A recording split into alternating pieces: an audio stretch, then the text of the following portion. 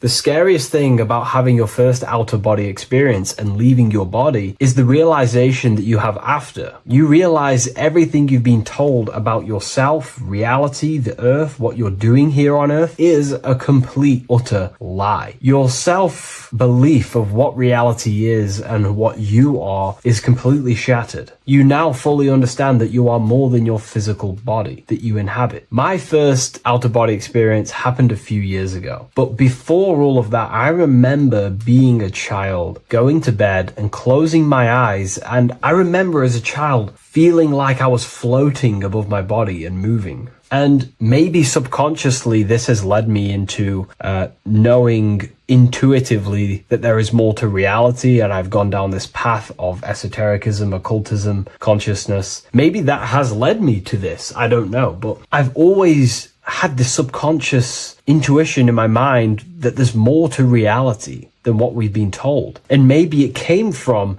having these experiences as a child. And I'm pretty sure some people in the comments will also have that experience, feeling like you're floating when you close your eyes in bed as a child. I remember this very vividly. But a few years ago, I had my first out-of-body experience, and it completely shattered everything. And it confirmed to me that I am eternal, and there is so much more to the self, to consciousness. I then realized after my first out-of-body experience that our self is not just here in the physical dimension, it's existing in every dimension there is in the universe. However, our mind is focused primarily on this physical time space. When your mind is totally giving its attention and time to this particular time space, it locks in the mind or consciousness into that particular body of consciousness, such as the physical body, right? But for example, let's say you have a daydream and your full focus isn't in the present moment and your environment that you're in physically. Your mind kind of wanders off into a daydream, what we like to call it. That again is shifting time space. Your consciousness is 40%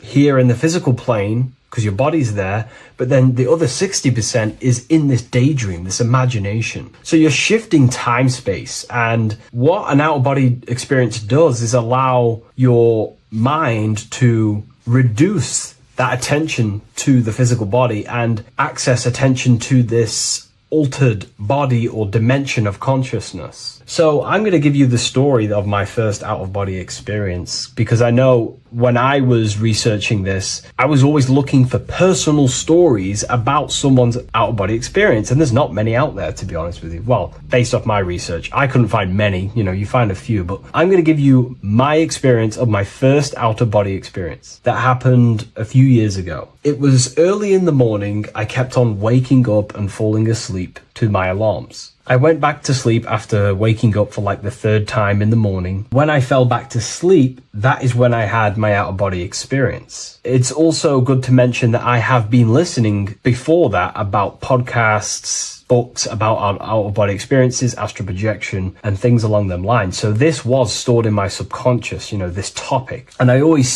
had a desire in my heart to actually experience this for myself. Long story short, I went back to sleep early in the morning because I kept on waking up, and it began with this tingling sensation, a high energy sensation. It was like bursting, intense, high frequency energy. My attention was no longer in the time space of my body, but my attention shifted into this energy body, which I now understand. I didn't understand at the time properly, but I now understand that as my consciousness started to feel like it was being pulled upwards, right now, our time space, our attention is in our body, and you feel all the data of the senses, right? And that's what I'm feeling right now. That's what you're feeling right now. But imagine that was completely stripped. My attention was no longer feeling the sensations of my body, because my body kind of just dissolved as I fell back to sleep. So this was a natural out-of-body experience. I didn't force it. I didn't meditate. I didn't do anything. This was just a natural out-of-body experience that I had. And a lot of people get these that I've read about. So my attention started to feel like I was being pulled upwards, and I no longer felt my body, but I felt this intense energy, frequency, sensation all around my body. It felt like this, like it felt like illuminating energy that's moving very, very, very fast. So my conscious awareness was now shifting. I now understand. My whole body faded into this sensation. My whole mind faded into this energy sensation, this tingling free. It was very, very intense. I was not feeling my normal senses anymore, only this energy. This energy was also pulling me up.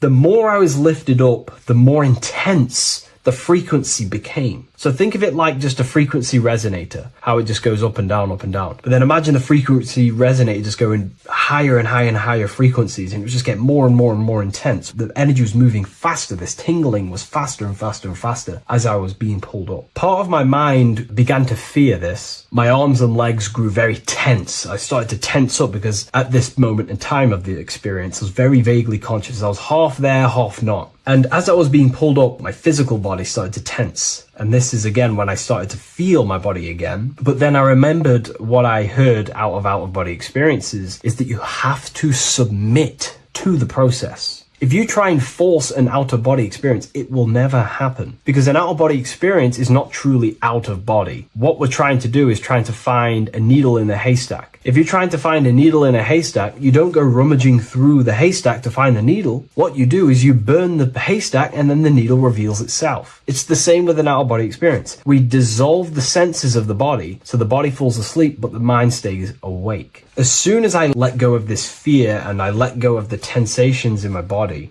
I started perceiving through another state in this energy body, but I didn't see my body. It was just like perceiving and seeing, but no body, like a camera. When you look at a camera view, you don't see what the camera looks like. You're just seeing through the camera. It's the same as that. I had no form, but I was just seeing. I was just like a floating eyeball, seeing into this altered state of consciousness. I was just seeing. I first saw my street outside my house with lots and lots of people walking on the street, but I could not see the people directly. Everything was black and green. The background was black, but I couldn't see the people. I could just see a glow of light around people, like an egg shape. They were just walking on either side of the road, other directions. I could just see more and more people moving faster and faster and faster. I didn't realize then, but then I did start to realize later on in my journey that that was more than likely the etheric plane that I saw. The etheric plane is the plane of life force and vitality and electromagnetic auras. So that was my awareness shifting from physical into then the etheric plane, the plane of life force and energy. Now, the etheric plane is very, very, very difficult to actually access consciously. The etheric plane acts as a bridge between the physical body and the astral body. To actually access the etheric plane alone is very, very, very difficult, and only certain trained individuals can do that. The etheric plane is not really a conscious plane where you can stay there and be conscious. It acts as a bridge between the physical and the astral plane. I could see the glowing auras around people moving along the pavement. The people moved faster and faster until the scene started to just dissolve as these people were just moving faster and faster. It was not very clear at first, but I subconsciously knew that I was having an out-of-body experience.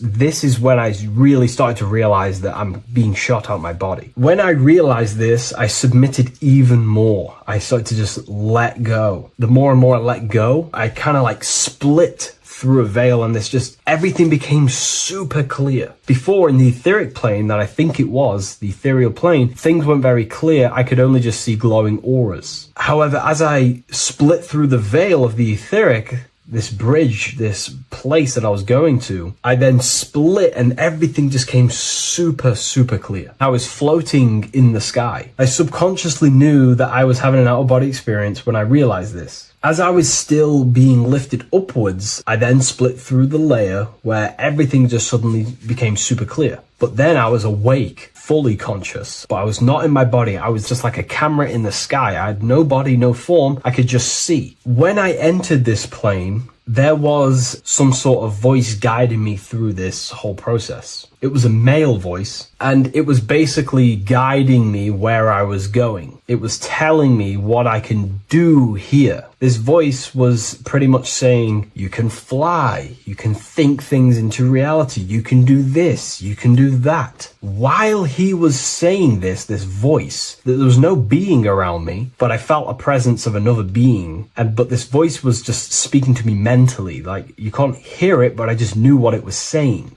It's so weird to describe. It was like telepathy. You couldn't hear it, but I just knew what it was saying. But it was a male voice. It's so hard to describe. I still could not see any form of myself. I was not seeing my astral body or any shape. I was just perceiving a point of awareness like a floating eye, like I said earlier. While this voice spoke to me, I saw fractal patterns as he was saying, you can do this, you can do that. And while he said, you can fly, I remember just seeing this line like splitting and creating fractals. It was like this black line that was just splitting off into duality, creating fractals. But then my physical body just went through this line, split, and then split into fractals again. So strange, very difficult to explain because it's four-dimensional. To explain it in physical language, it's very difficult to actually explain what was going on. So as he was saying what you can do, I was seeing these fractals dividing and then creating fractals.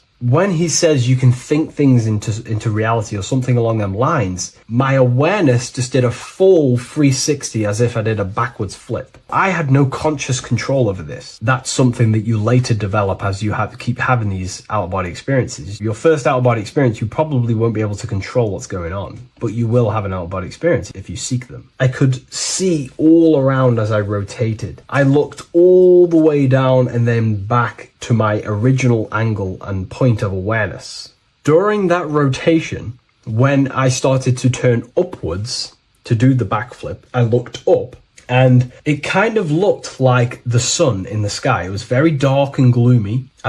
Now I know that was more than likely the lower astral plane because very dark and gloomy. And it was very kind of dense there. I looked up and I could see this. It was like the sun, but it was white, pure white light. And it was shining down over the astral plane. And that was the only light in that place. That's why it was so dark and gloomy there. And I then realized in that particular state, at that time, I thought that was God. I don't know what it was. Maybe it was, maybe it wasn't. Maybe it's the light of the higher mental plane shining through into the astral. But I looked up at it and I realized that was God. That was the source. That was the higher dimension beyond the astral plane, which is the mental plane, the higher astral planes and then the mental planes, the planes of thought. Then once I saw that, I was in complete shock. As I rotated backwards even more, I then get the view of seeing down, completely down, like a bird's eye view. And I could see like an old medieval gloomy town. It was dark, almost night, with very little light. The only light present was the light from above. The town was old-fashioned, gloomy, misty. I looked over it from above. Then the experience began to fade. I don't remember anything after that process. But I'll be honest with you, the process of leaving my body for the first time was extremely intense. The frequency, the energy were overwhelming but powerful. Letting go and choosing to have no fear was the key to that experience. Just to give you a little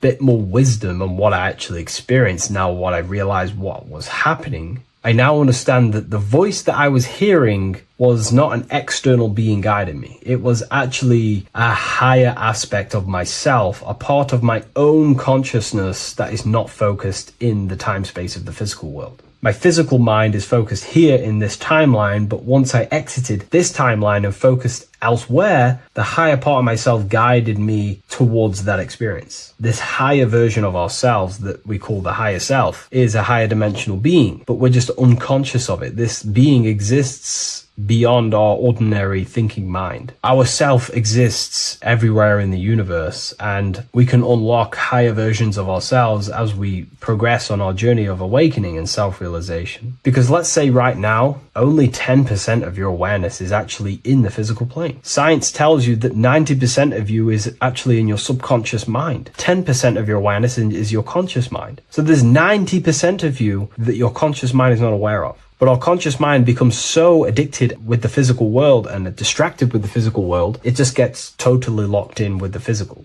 And we never pay attention to the hidden aspects of ourselves, the unconscious aspects of ourselves. And that's why everyone in the esoteric and occult space talks about gnosis, seeking knowledge of self. Gnosis is not knowledge, it's knowledge of self obtained through direct experience. So gnosis is about rediscovering who you truly are. And another bit of wisdom that I could give you from this is that the observer is the same observer that is observing this video right now. You're watching this video, but who is the one seeing the screen? Who is the one seeing the screen of your reality, of what you call life? There is an inner witness consciousness within you who experiences and observes your thoughts, emotions, and actions, experiences and observes the screen you call reality. And that witness also witnesses your dreams. When you shift your awareness from your time space of this body into your dreams, that same witness is witnessing your dreams. So when you meditate, connecting with this witness aspect of our consciousness really does help to excel the process of having an out-of-body experience. Because a lot of people have out-of-body experiences, but they don't understand what's actually going on. They don't understand the nature of it. But it's all mental. You move mentally in that dimension. You create mentally in that dimension. The same that you do in this dimension, but just on a quicker scale, because things manifest in the astral plane instantly as soon as you think of it. Just like the screen in your mind, you think of something, you have a screen of an object in your imagination. That plane, it manifests instantly, but down here, it takes a longer time for things to manifest and condense. Once you understand that thought rules the universe, thought is the creative force of the universe, you start to understand,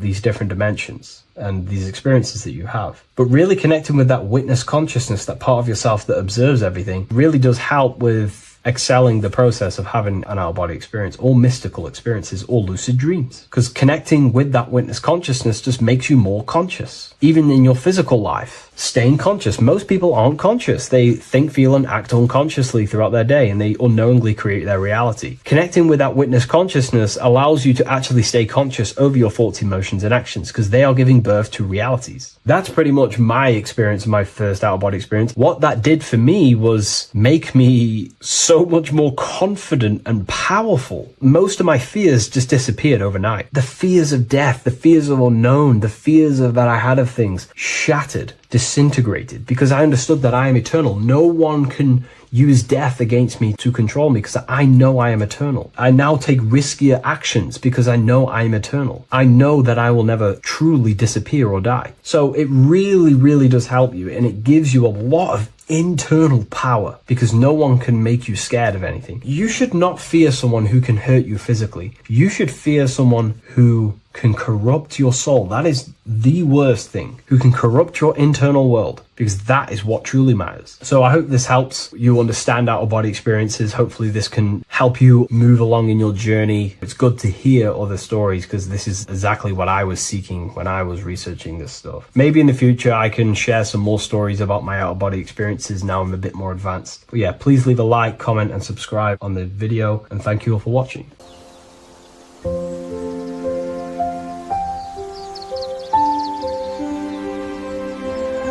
bookofwisdom.com. Visit today.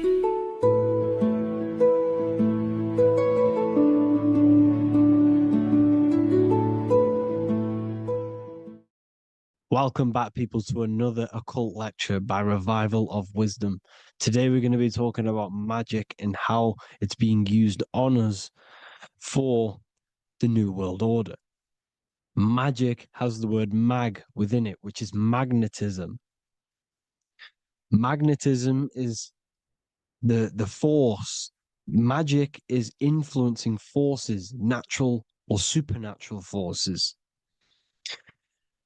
and using it for a certain agenda to gain something out of it. Now, magic is not what everyone's being thought. It's not some sort of fantasy thing. It's actually very common, and we all do it, whether you believe it or not. Magic is all to do with the mind. As I said, always say in my lectures, your mind is what creates matter. Your mind is what creates your external world.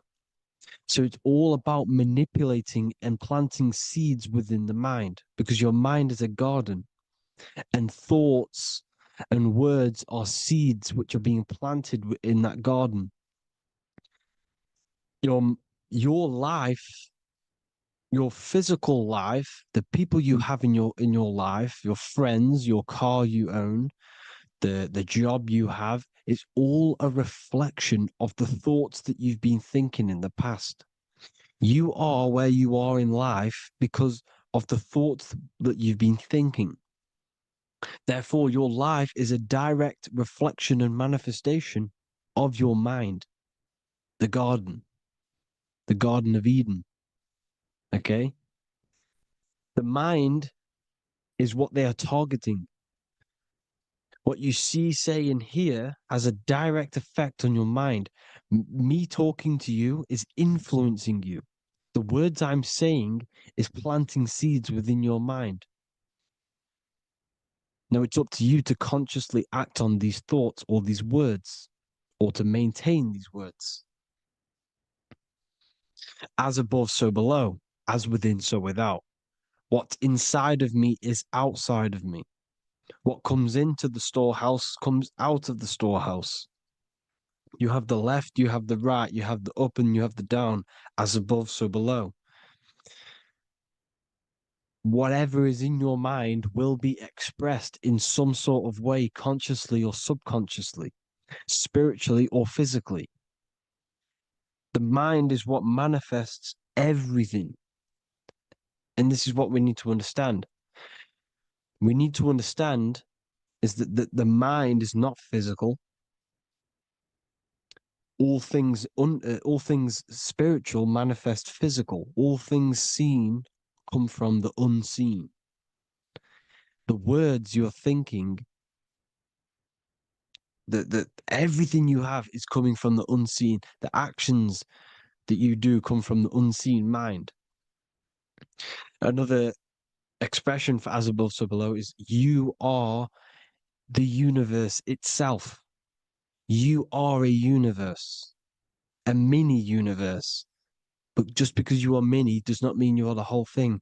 If I take a little piece of infinite, let's say there's an infinite light source.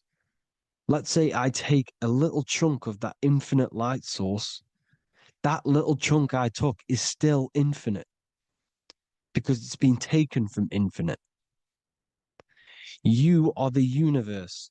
Your awareness, your mind is the universe. It's information. You are the universe experiencing itself. This is why we say we are all God. As above, so below. What is in me is outside of me. The sun, the physical manifestation of the sun, is your soul. The 12 constellations are manifested in the physical body. The 5 elements are manifested in the physical body. They're manifested in the 5 fingers you have. As above, so below. This is manifested, well, this is a symbolized in Freemasonry and secret societies as the 2 pillars. The mirroring reflection, the reflection of reality, the mirror, as above, so below. What happens in the mind, what happens in the astral, happens in the physical. This is Aleister Crowley. This is all symbolism. This is the 2 pillars with the all-seeing eye and the triangle at the top. Aleister Crowley was a master magician, very powerful dark magician, black magician. There's 2 types of magic. You have white and black, just like the checkered board, the Masonic checkered board. You have white and black. You have good and evil.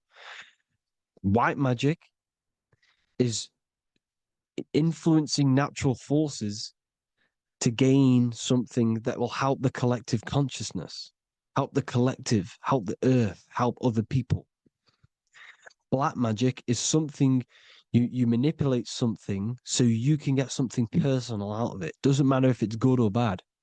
It's still considered as black magic because you're being selfish. Everything you do should be contributing towards the collective consciousness and helping others. And this is why the ancients lived in a system where everything was in unity. We understood that I am you and you are me. What I do to you happens to me because I am you and you are me. We are the same mind substance on the inside. We're all the same mind substance being expressed in different bodies. So what I do to your mind will have a ripple effect on my mind because all of our minds are connected within the mental plane. So this is why they know all this knowledge. To know all this knowledge. So yeah, this is the mirroring effect of reality, the two pillars, or symbolizes the number 11. The number 11. We'll go deeper into that. The technology we're using is magic. It's a form of magic. Television is tell a vision. They're telling a vision into your subconscious mind, into your memory. And when you turn on the television, you get a program because they're telling a vision to create a program within your subconscious mind. You see, the conscious mind is only 10% of your mind, which is to do with your, what you're aware of, your five senses. What are you consciously aware of? Well, I'm aware I'm here, I'm talking. I'm aware of what I'm wearing, the five senses, what I can hear, taste, smell, hear. What I'm wearing, I'm aware of what I think of. But the subconscious mind is the 90% of your mind. It's the hidden part of the mind, which is telling your heart to beat, telling your body to breathe. It's storing all of your emotions. It's storing everything you see, storing all the belief systems that you have. It has everything. It stores all of the habits you have, the values. It stores everyone's name that you know. All the words that I'm speaking right now is all coming out of the subconscious. Everything is subconscious. And it literally manipulates 90% of your daily basis behavior. Most people don't know this. What you did yesterday is what you will do today because of these beliefs and mental programs within the subconscious, stored within the subconscious. So the subconscious is what they're aiming at. They're trying to create programs within the subconscious because the subconscious manifests 90% of your thought patterns, 90% of your actions and words. They know all this stuff. So the subconscious mind is the most powerful part of the mind. Another way the subconscious manifests and influences your life is, let's say you were in a car crash years and years ago, 10 years ago. Let's say you're in this car crash, right? And you really hurt yourself. The emotion you felt in that time when you were injured in that car crash had a great impression on your subconscious mind. You see, the stronger you feel something emotionally, the stronger impact it has on the subconscious. You can remember and recall that moment and very vividly because of the impact it had on the subconscious. Another, for example, you become that terrified of cars that it manifests into your life today that you are wary to go in certain cars. You don't want to go in cars at all, maybe, because of that moment that stood within the subconscious. And it will manifest into anxiety. It will manifest into not going into cars. It will manifest into depression, maybe. These things, these emotional, very emotional, traumatic events have a great impression on our subconscious and they control your life. This is why you need to meditate and let go deep within yourself and let go of these internal, deep emotions that you may have repressed and keep pressing down and ignoring. But you need to address it and let go of these subconscious impressions you have, which are controlling your life, like anxiety, depression. All of these things are stemming from things that are stored within your subconscious years and years ago, more than likely. Broadcasting. They're casting spells to a broad audience, to news, north, east, west, and south. They're casting spells. No, if you watch the news, everything's red. breaking news in red writing or the red background. Everything's red. Why? Because red's the root chakra, which is all to do with survival. They want to stimulate this root chakra because they want you down there in survival mode. They want you in survival mode because you're easier to control. They control out of fear. And not only they're casting these spells as if, because most of the things they cast in the news hasn't already happened. They're constantly bombarding you with there might be a war breaking out, war this, war that, kill here, kill there, murders. It's impressing, it's casting spells on your subconscious mind. So when the event does turn up in real reality, in physical reality, you're less emotional, you're less surprised. You're not as surprised because you've already heard it before. Your subconscious has already heard it all before. If you never heard of a war and then a war broke out, you'd be going crazy.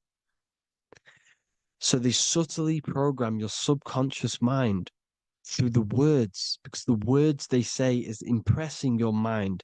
It has an effect on your mind, which will have an effect on your behavior, your words, your conversations you have with people. They're casting spells to north, east, west, and south on the tell a vision. They're telling a vision by broadcasting, by saying spells. This is why we call it spelling. Even the word, listen, the words we say cast spells. Bless. Oh, bless you. That's be less. The subconscious mind only picks up literal things. You see, when I say bless you, your conscious mind picks that up as, oh, thank you, you're blessing me. But your subconscious picks up as be less. You see? Because the subconscious it has no filter. It's just, it is what it is. Everything is factual in the subconscious. Therefore, if I call you an idiot, your subconscious, my subconscious will think I'm talking to myself and calling myself an idiot, and it will take that as true.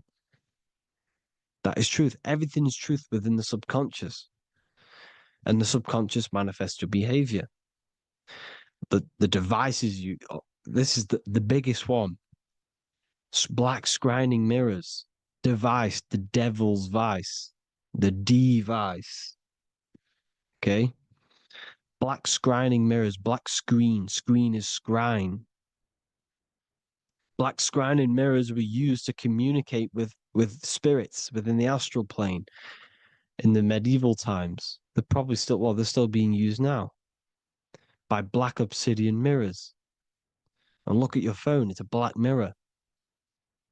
And there's some sort of, I'm not saying this is fact, but personally, I believe these are portals for spirits and ethereal entities to come into your life, to come into your surroundings. So this is the next big thing: the TVs, your iPhone, your iPod, all black mirrors, and mirrors are very, very powerful. Even just a normal mirror. Mirrors have an effect. Whatever you say into a mirror, what you say is energy. And when you say something into a mirror, you're saying it into yourself. It's an infinite cycle of words of energy because it's being reflected infinite times. When you say something into a mirror, it has a massive effect. You're saying it directly into your eyes, into your mind. So what you say in a mirror should be said with precaution. Never say anything negative into a mirror, because mirrors are very, very powerful ways for you to reprogram your subconscious mind for the good. You can say very positive things into mirrors and it will reprogram your subconscious mind. Okay? Manifesting is all magic. It's all magic. Everything is magic. But consciously doing it is what they're doing. They hid this knowledge. Your phone is magic. It manipulates your mind.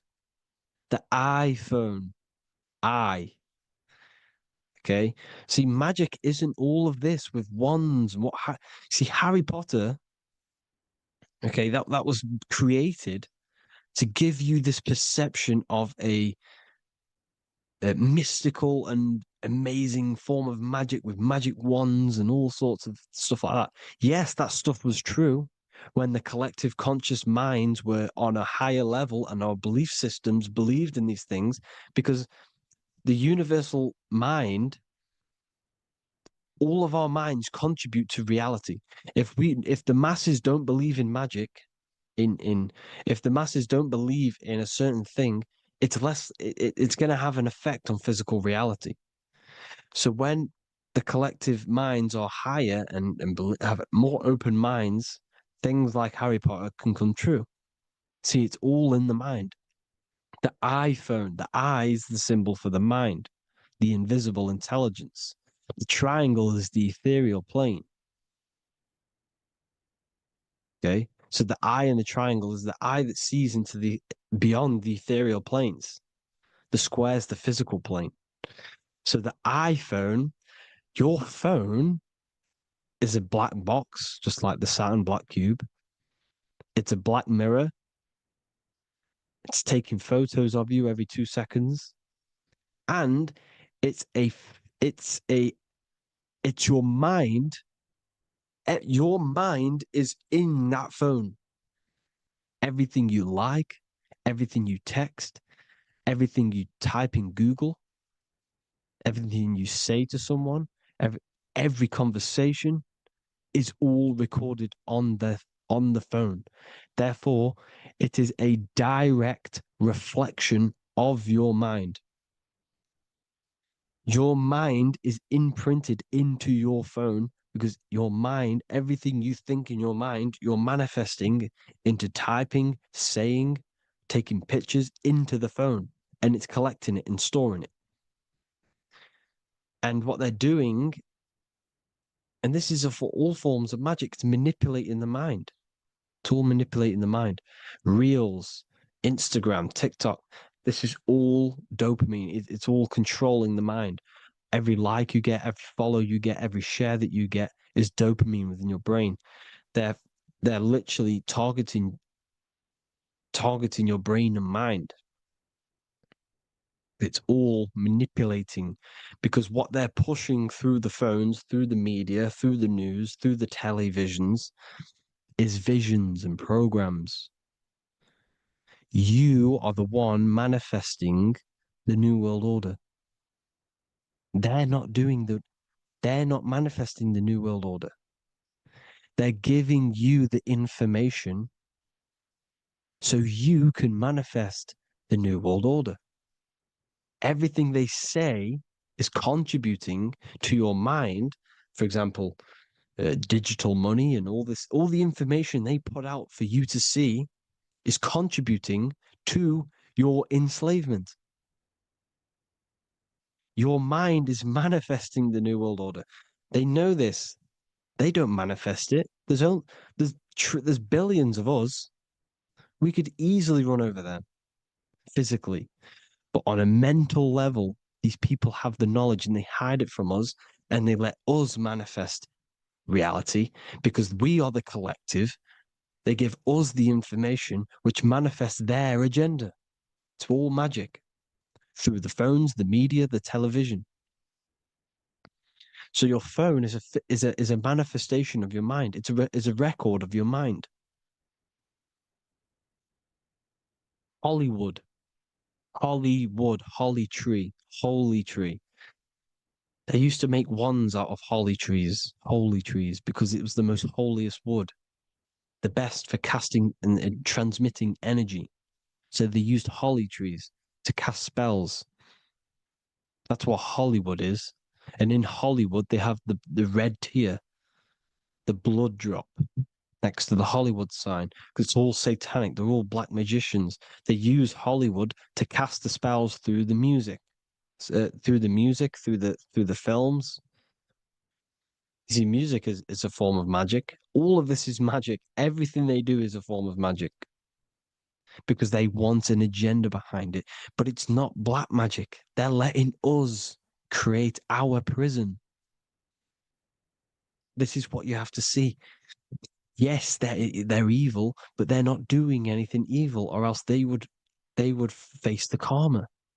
They let us manifest this agenda through giving in the information, by telling you what's going to happen in the movies. Everything that happens in a movie, it's all there on purpose to program your subconscious, to plant a seed within your garden, your subconscious, your mind. Because when the mind has already seen something, when it comes up and turns up in physical reality, you will be less shocked and you won't rebel. So they lure you slowly. They make you aware of these things over time. They make you gradually think it's okay. Like the technology, we never used to use these phones. How did we become so addicted and reliant on them? Well, because first they gave you a little flick phone. Well, no, sorry, they gave you a phone in your house, and then once you got used to that, they say, "Oh, here's the newest version of a little flick phone." You started texting your friends. Everyone was loving it in high school. They could now meet up without saying, "Let's meet on the weekend at this point at this time," like your parents probably did, or maybe some of you watching this, you probably had to tell your friend to meet on the weekend at a certain time because you had no way of communicating. So everyone got these phones and got addicted to them. Then they slowly got addicted to the new iPod with the touch screen. Now they invented touchscreen. Then everyone got addicted to touchscreens. Then because all of this is producing dopamine in the brain, which creates you to become mentally addicted to things and physically addicted, chemically addicted. Because dopamine's a chemical. Your subconscious becomes a program within your subconscious, and your body becomes chemically addicted to these phones. And these phones are the enslavement of humanity, technology. Without this, we wouldn't be in this mess without technology. Because they're creating a hive mind. We're creating a hive mind. So back on track anyways, uh, they program you. Look at the films, 9/11, 9/11, all produced by Hollywood. Here's the 11, like I said at the beginning, the two pillars which reflect reality. What happens in the mind happens in the physical. What happens in the astral happens in the physical. Okay, what happens in the physical happens in the mind. It's the two pillars, the mirrors. 9/11. 9 plus 1 is 11. Flight 11 was hijacked. New York is the 11th state. New York adds up to 111. This is not a coincidence. It's all a form of magic. It's a ritual, energy harvesting ritual, because your mind produces energy. Your mental attention produces energy, and they're feeding off this energy in the astral plane, these demons. Music is the most powerful. Personally, I think the music is one of the most powerful forms of magic they're using. Okay. Music is hypnosis. It puts your brain in a hypnotic state. It influences your electromagnetic field through vibrational energy. It reprograms your subconscious mind. Why do you think you remember the lyrics? You see, your subconscious stores all of the memories. Remember, the subconscious manifests 90% of your behavior. So therefore, the music you're listening to is manifesting your behavior. You wondered why some people wonder why they have drug addictions and they can't get out of violence and they can't get out of all this negative mind space. It's because the music they're listening to is creating a negative mind space. The words you listen to have plant seeds within your mind. So the reason you remember the lyrics is because that song created a program within your subconscious. Yes, that is what happens. You can use magic to reprogram your mind, but you can use music to reprogram your mind because it's all forms of magic. It's using natural mental energy forces to manipulate the physical reality. You manipulate your mind, you manipulate reality, physical reality. Okay. So the music, another very, very big one. When you turn on the radio, it's just all talks about alcohol, drugs, and sex because they want you down in the lower three chakras. They want your mind attached to matter when it's mind over matter. Your mind's not physical. You see, the word spirituality is the new trend. It's not about your spirit. It's not about your spirit. It's about your mind. It's not about, you know, uh, spirituality and looking after your spirit. And they've got you focused on your spirit. Why? Because they hide your mind from you. You see, a lot of people think their mind is their brain, but the mind is everything. There is no physical reality without mind. You can have a brain. Imagine if you had no mind but a brain. It wouldn't work. The mind is everything. The mind controls your avatar. It begins in the mind before it happens in the brain. Then the brain manifests through the body. The brain's just an electrical computer. So that they've got people scared. Or do I have a soul or not? And all this stuff. Listen, if you have a mind, you have a soul, because you are not the mind. This is why everything is sort of an illusion, because beyond the mind is your soul. But what is the soul without a mind? You can't have a soul without the mind. But if the mind didn't exist, the soul doesn't exist. You are the person listening to your mind.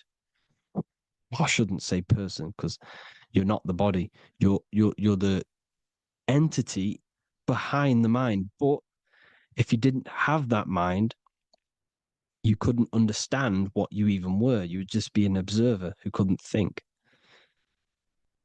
So yes, we all have a soul. If you have a mind, you have a soul. Everything is mind. Everything has mind. Mind creates everything. God is mind. And then manipulating your mind through TV, your phone, uh, every little thing. The school, it's all about the mind, people. Control your mind, you control your reality. Just the last thing, here you go. Aleister Crowley, the dark magician, Kanye West doing the exact same thing because they're implementing magic in the music. Here's the Beatles with Aleister Crowley in the background. Bet you never noticed that. Aleister Crowley was influencing music and placing magic within the music to influence the subconscious. This is what Baal worship was. This is why they kill children. They sacrifice these children. Why? Well, because in order to ascend, in order to raise your consciousness internally, godly, by being good, God, or being in order to be good and raise your consciousness and to get something in the physical world, you have to sacrifice yourself. And what do I mean by that? In order to raise your consciousness and ascend, you have to sacrifice the lower nature of yourself. You got to abstain from having sex to retain your sexual energy, to transmute it, or staying away from some poisonous foods like meat. So, staying away from blood. We shouldn't be consuming other animals' blood. We should be keeping our blood pure. We are humans. We shouldn't consume chicken blood, chicken germs. We are the most divine creatures on this creation. We are the most intellectual creatures in this creation. Therefore, we should keep our temples pure. We are not animals. If you want to associate yourself with an animal, go out in the wild, go and find a wild boar and go and try rip its guts out with your bare teeth, because you can't do it. You're not a cat. You're not a carnivore. Okay? So in order to ascend, you have to kill and sacrifice your lower part of yourself to ascend up to your spirit self, your mind self, the highest version. And the elites don't want to do this. So they sacrifice other things like babies to kill them, to exchange their life over to the astral plane, so these demigods in the astral plane can give them something in return in physical. They don't want to sacrifice their lower self, so they sacrifice other things for exchange, for physical pleasure. But the godly person sacrifices their lower self for their higher self to do good and ascend. So this is what all the Baal worship is, people, and this is why they're doing it. Hope you all had an amazing lecture. If you haven't already, go and get the Book of Wisdom for more information. You know, I don't go into dark stuff in this book, because all I do is enlighten people in this book. You can get it in Spanish, English, German, Italian, and French. Worldwide shipping. You can get the PDF or paperback. Or there is also a new one called the Human Health Guide 2.0. It gives you a list of all the foods, grains, oils, and nuts, you know, everything that's alkaline and positive for the body and not man-made and hybrid. It tells you all the products to stay away from, how to fast, how to improve vision, how to improve everything, literally. So the Human Health Guide has been released. If you want that, I'll pull all the links in the bottom of the description. Hope you all enjoyed the lecture, people. God bless you all.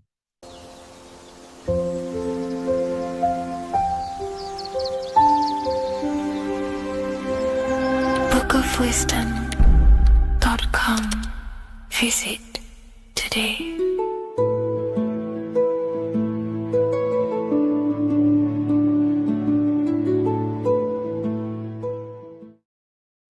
What is up, people? How are we all doing? Today, we're talking about the flat earth cosmology. So let's jump straight into this. Please drop a follow and leave a like to help the algorithm. So we live in a torus field. Everything's made out of torus fields. And every torus field has motion. It's what it is. It's the motion of energy. And every torus field has a center, which is the black hole. It's a womb of creation. It's counter space. Now, this is why the North Pole is magnetic, because the center of this torus field is the most magnetic part, the strongest part of the field. So this is why all compasses will point you to the center. And the Earth's magnetic field is spread across the whole of the Earth. And it's spinning, as you can see here. It's like a tornado at the center. And this tornado is the force which is spinning the sun and the moon around us. You got the sun, the moon, Polaris, just like in the Masonic cosmos here. The sun, the moon, Polaris, the all-seeing eye.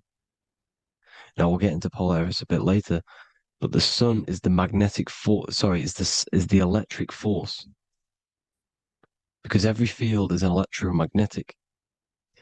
Now, the sun is electric. It's positively charged. It's gonna give you energy. It's feeding energy. The moon is more magnetic energy, which is taking your energy away from you. And this is why you become sleepy when the moon comes out, because it's taking away your energy. So these two forces is the balance. It's the yin and yang. It's the balance. Everything in this creation is balanced, because the torus field is the Earth is the plane of inertia, the 0 point within the field, because physical matter is a result of two opposing forces equalized on the plane of inertia. And that is where matter crystallizes into physical results. And this physical plane is the plane of inertia, planet Earth. And at the center of this plane is the black hole, the womb of creation. And outside of this black hole gives birth to light. So the torus field is constantly rotating, going into counter space, the black hole, and then out of counter space gives birth to the white hole, white light. You see? So it's going around, black hole, birth again, black hole, birth again. And it just keeps going around. It's an infinite cycle of energy. And this is where the infinity sign comes from. This is the motion, this is the force which is creating everything to spin inside of this circle. Okay? And it's making the stars spin. It's making the sun and moon spin around us, around this center point. Now here you see Horus and Set putting their feet inside of this dome. This is the royal arch, the arch of the dome above us, which is like you see in the Masonic cosmos, the royal arch of Freemasonry. This is the dome above us, the firmament that the Bible talks about. You see, they're putting their feet in because Set symbolizes the moon and Horus is the sun. Horizon, Horus. Horus is rising, the sun. So they're both putting their feet around the center magnetic pole, which is the pole, North Pole. And above the North Pole, you have Polaris, the pole of electromagnetic energy. You see? And this is how we get the sun and the seasons. Because the sun, for us, when it becomes summer, it's on the Tropic of Cancer. Then it spirals outwards, going out and out and out, then goes to the Tropic of Capricorn. That's winter for us. Then it comes back in and creates summer again. So it's constantly spiraling around this center magnetic North Pole. You see? So this roof above our heads is the firmament, and this is what they've taken off of us. They haven't physically taken it, but mentally they have taken this away from you. It's a female energy, and this is what the Egyptians called Nut, the sky god Nut. And this is the womb. We are inside God's creation, God's womb. And the woman's womb, when she has a baby, is a microcosm of this, because everything inside of this creation is micro, macro. It's a reflection of the bigger things, as above, so below. So the dome above our heads is the dome we are in when we are a baby. And you can see the sacred geometry of it is the exact same. It's the dome. And when we are inside of the womb, the woman, the sacred maker, which is the M, the Masonic M, this is the Gmail symbol. The Masonic M is maker, mason, matter, male. She delivers the male, you see? She delivers the male because it's the maker, the female, the magnetic. The woman is magnetic in nature, the male is electric in nature. So when we are in this womb, the female, we are being fed by the center umbilical cord, by the center of the mother's stomach. We're connected to the center of the woman's stomach, just like we are when we are in the earth. The center is where the aurora borealis is being emitted from, the electromagnetic aurora borealis, the northern lights. This is our spiritual umbilical cord, connecting us to counter space, connecting us to the realms beyond this world. Because at the center of every torus field is counter space. And at the center of the earth is our spiritual umbilical cord. And this is the earth's belly button, as you see. As above, so below. We had a physical umbilical cord. We have a spiritual umbilical cord. And this gets cut when we die, when we're cut away from the physical reality. You see, here's the ancient Egyptian tablet showing this female. You can see the hair, it's a female above us, because the female energy is nurturing, helping, looking after. And that's exactly what the dome is. It's protecting us. It's the Ark of the Covenant, the Ark covering us, you see? And this is what they've taken away from us.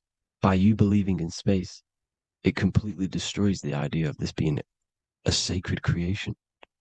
They've taken the roof off your head, whether if you believe in space, you believe that there's chaos, there's planets, there's asteroids that could kill us at any moment. But this isn't true. They've made you fear your own creation that you're inside of. They've made you fear what's above you. You see, and it's to hide the power of astrology, the power of the lights in the firmament, which are constantly flowing through the ether. These powers which are above us are sending rays down to the earth, which are influencing our psychology and how we behave. And this is what astrology is. It affects human consciousness. It interacts with our consciousness. And there's a different energy every day because the planets are in different houses, different alignments. And this is, we'll go into this a bit deeper later on. So the world tree, this magnetic north pole, the pole of electromagnetic energy, was symbolized as a tree, the great tree at the center of the earth. You see? And this tree is symbolized everywhere. You can see here how the center person, this Egyptian person, is holding up the sky. This is the North Pole, the hyperboloid, at the center of every torus field. And this tree was in the Mayan cosmology. This is an ancient depiction. This is the torus field. Here's the plane of inertia. Here's the center tree. Here's the tree in the center, the magnetic North Pole, the woman holding the stars. Here's the Hindu with the two birds symbolizing the sun and the moon revolving around this center tree. The Mayan tree, his Horus and Set around the North Pole. They all knew this flat earth cosmology. They knew these secrets. It's so sacred you understand the creation that you're inside of. Because if you don't, you'll be led astray. You don't know where you are. You're lost. You see? And here's the Masonic art with the rays of the stars coming down with the tree in the center. So it was personified as a tree. And we are in Asgard, Midgard, the middle garden, where there's good and evil. So the 7 layers of heaven, which is talked about in the Quran. Each planet has a different layer of the firmament, and this is the 7 layers of heaven, and these are our 7 layers of the energy centers in our body. So we start in the stars, so we are stars in a physical body. And this is why we say Mr., Sister, Fraudster, Sinister. Stir is star, and we are in the stars, and our star descends into the soul system, not solar system. And as we descend into the soul system, we enter Satan's kingdom, Satan's world. As it says in the Bible, Satan is the god of this world. Well, if you've been into my research for a while, you know Satan is Saturn. Saturn's world, because Saturn's the outermost ring. He's the Lord of the Rings. And you enter his kingdom, the kingdom of time. And this is why Saturn's the time god. As soon as you go past the rings of Saturn, you're now in the soul system. You're now in time. You're now bound by space and time. And you're bound to the earth plane, the heart. Earth is heart. It's a rearrangement, it's an anagram for heart. And the heart of the electromagnetic color spectrum is green, and that's why the earth is green. And above green is blue, and this is why the sky is blue. In order to go to heaven on the macro scale, you have to go through the blue sky, through the 7 layers of heaven. In order to reach heaven in your body, whilst you're here, you have to go through the blue chakra to your head, which is heaven. It's micro, macro. Everything is micro, macro inside of this creation. Is an ancient. I think this is a French image, piece of art from the ancient French, with obviously the 7 layers of heaven, which they all depict. And notice how it's like a dome. We'll go into this dome symbolization, the Royal Arch of Masonry, which is next. But these 7 layers of heaven give us the 7 metals, the 7 days of the week, the 7 diatonic tones, the 7 chakras, the 7 everything. It's God's favorite number. And this is why the Masons use the G inside of the compass, because the G is the 7th letter, and God starts with G. You see? So it's 7. God is 7. Here's another depiction of the heart, the soul system, the 7 layers of heaven. La Fermente. You see, La Firmament, with the stars on the outermost layer. Here are the 7 planets. Jupiter, Mars. La Sophie, the sun. La Luna, the moon. So Saturn. So we are in the heart of this soul system. In order to ascend, we need to ascend up our chakra system, reach 144,000 hertz, God consciousness, the God man. You have to unfold God man, master of the mind, mastery of the mind. So, what are the stars? The stars make everything unique. The stars are constantly rotating around the center, magnetic North Pole, the tornado at the center, which is stirring everything. It's stirring the ether. The center is the ether, and the four elements are born out of this ether. There's five elements: ether, spirit, water, air, and earth. The ether gives birth to the four other physical elements, which the whole of creation are made out of. About them four elements. Four is the number of stability. You know, a chair, a table has four legs. It stables things. It's a foundation, and these four elements are the foundation of this creation. You see, and this magnetic North Pole is stirring this, and the four vibrational states of the ether are the four elements. Now let me get back to the stars. I just wanted to give you that. The stars are being stirred around this center point. Center. It's stirring everything.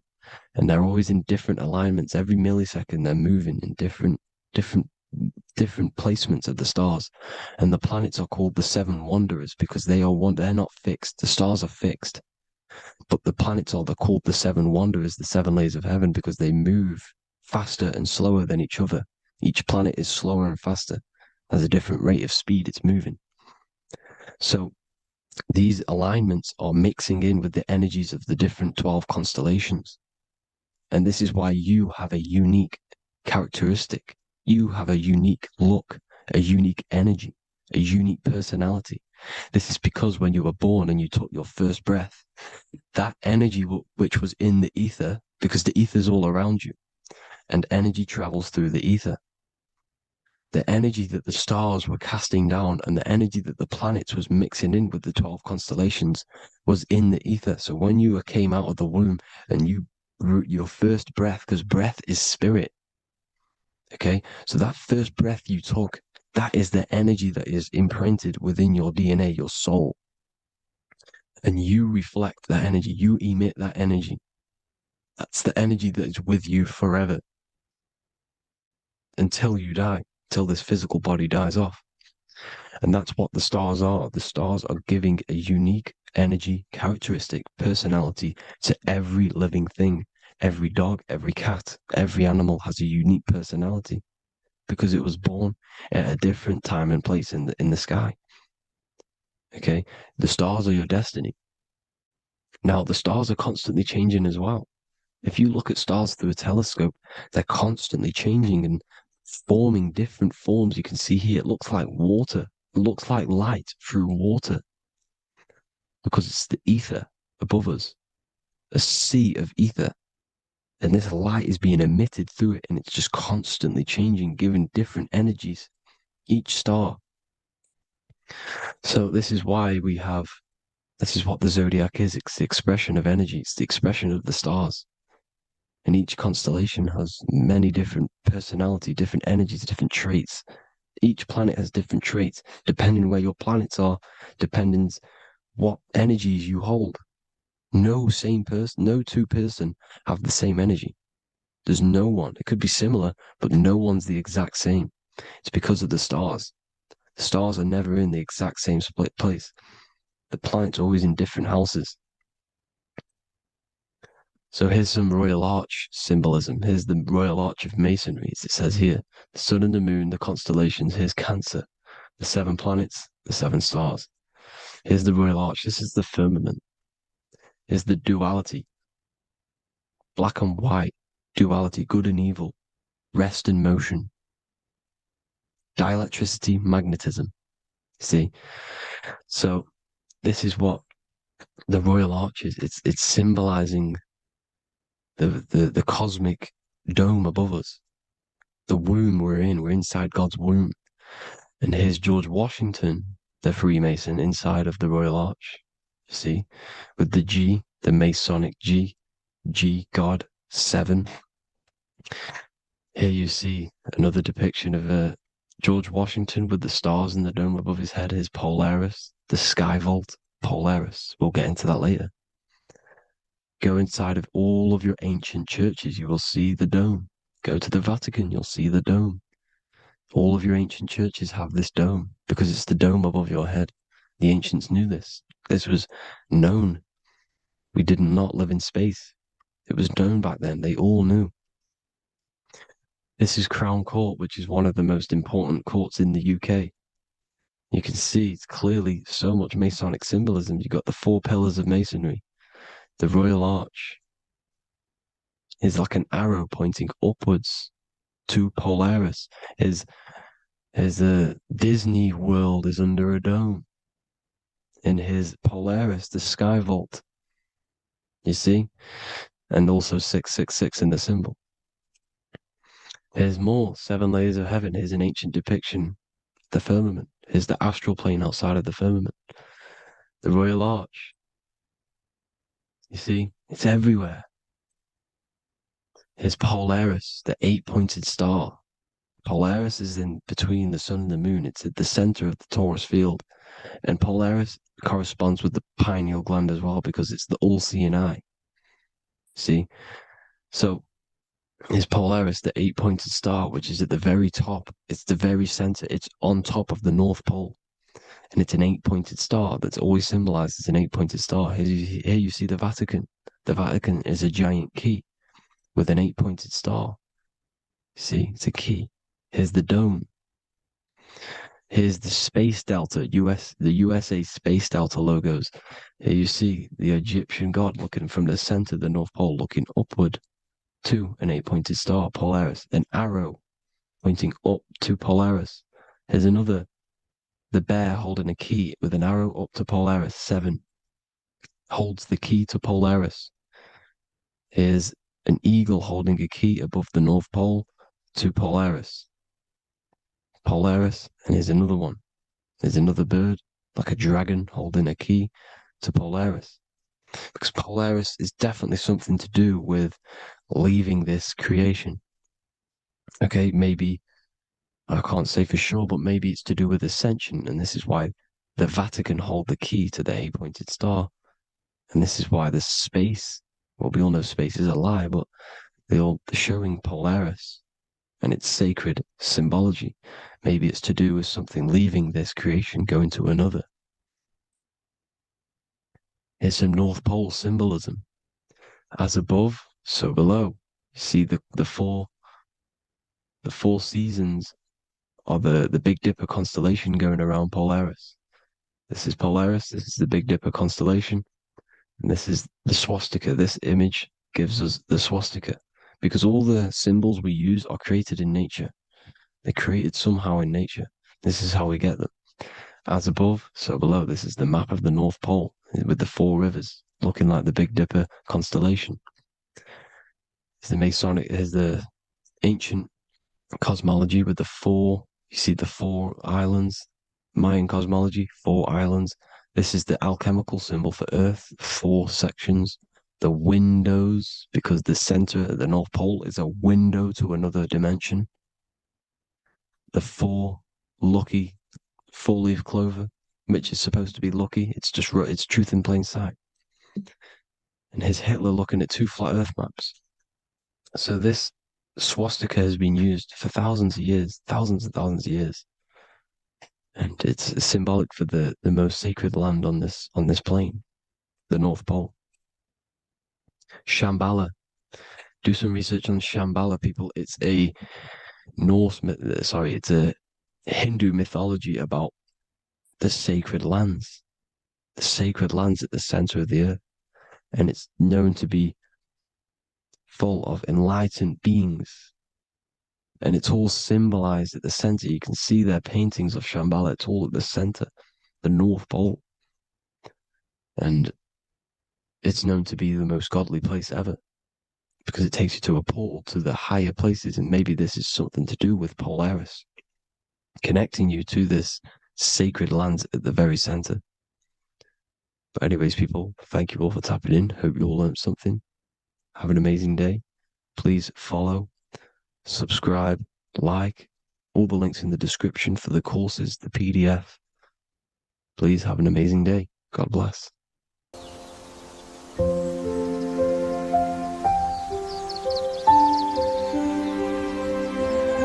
bookofwisdom.com. Visit today.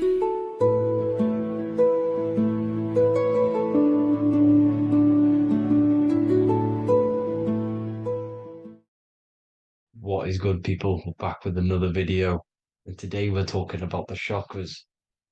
Let's jump straight into this because I know there's been a lot of requests for this video. So let's jump straight into this. So you have 7 chakras, right? 7 chakras, and these chakras are feeding off your electromagnetic field, known as your aura. This is both positive and a negative pole, male and female, right? This electromagnetic field is made out of electric and magnetism, and together they come as electromagnetic. Now, your chakras, the word chakra just means wheel, spinning wheel, because that's what they are. They're spinning wheels of energy. They do not exist on this physical plane. They exist on the etheric plane. Okay. Now, these energy centers are known to regulate your emotions, and each energy center controls the organs and cells in that particular area of the body. So, for example, your sacral chakra will control the cells and organs of your sexual reproduction area. Okay, the navel chakra or solar plexus will control the digestion in your body. Same with the heart, same with the throat, right? So they are like mini brains for each center of your body. They run along up the spine, but notice the crown chakra exists outside the body. It's just above the head. Now, this process of the chakras is obviously the 7 colors of the rainbow, starting from red, which is the lowest vibrational color, all the way to violet, which is the highest vibrational color. This, like I said, these energy centers are feeding off your electromagnetic field. So if these chakras are unbalanced, they are taking too much energy from your electromagnetic field, making it weaker. Now, this is the North Pole. As you all know, the Earth is flat, and we live inside of a giant torus field, and the North Pole is the Earth's heart chakra. And this is why the aurora borealis, or the northern lights, whatever you want to call them, that's why they are green, and they are being emitted from this center point of the Earth, because it's symbolizing the heart chakra, which is green, right? Now, you do work your way up to these. However, this is a torus field. You are a torus field.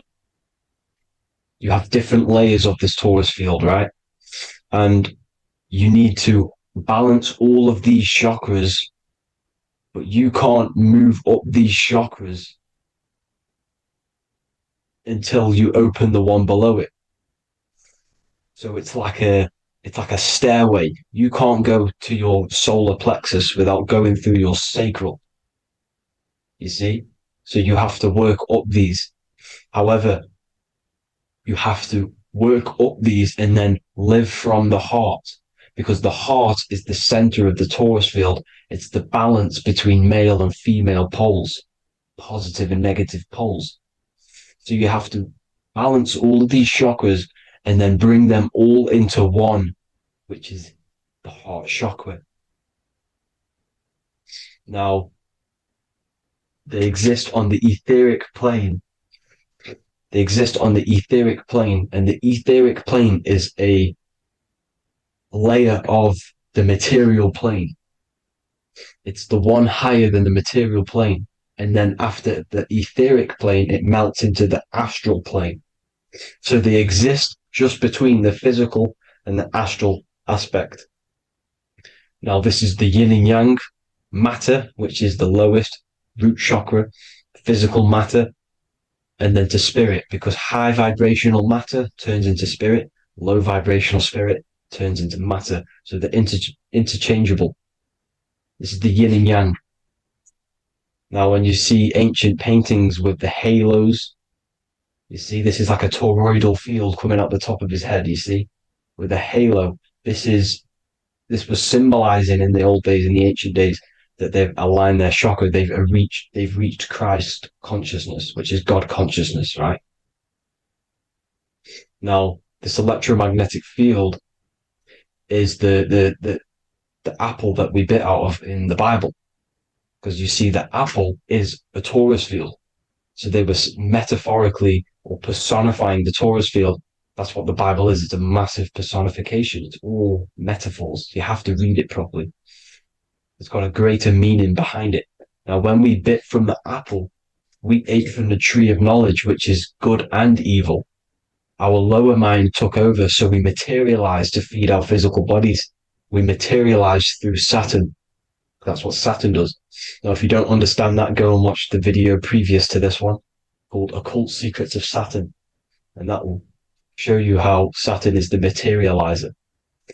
Now, this is one of the secrets behind the Masonic compass, electric and magnetic, male and female, duality, positive and negative.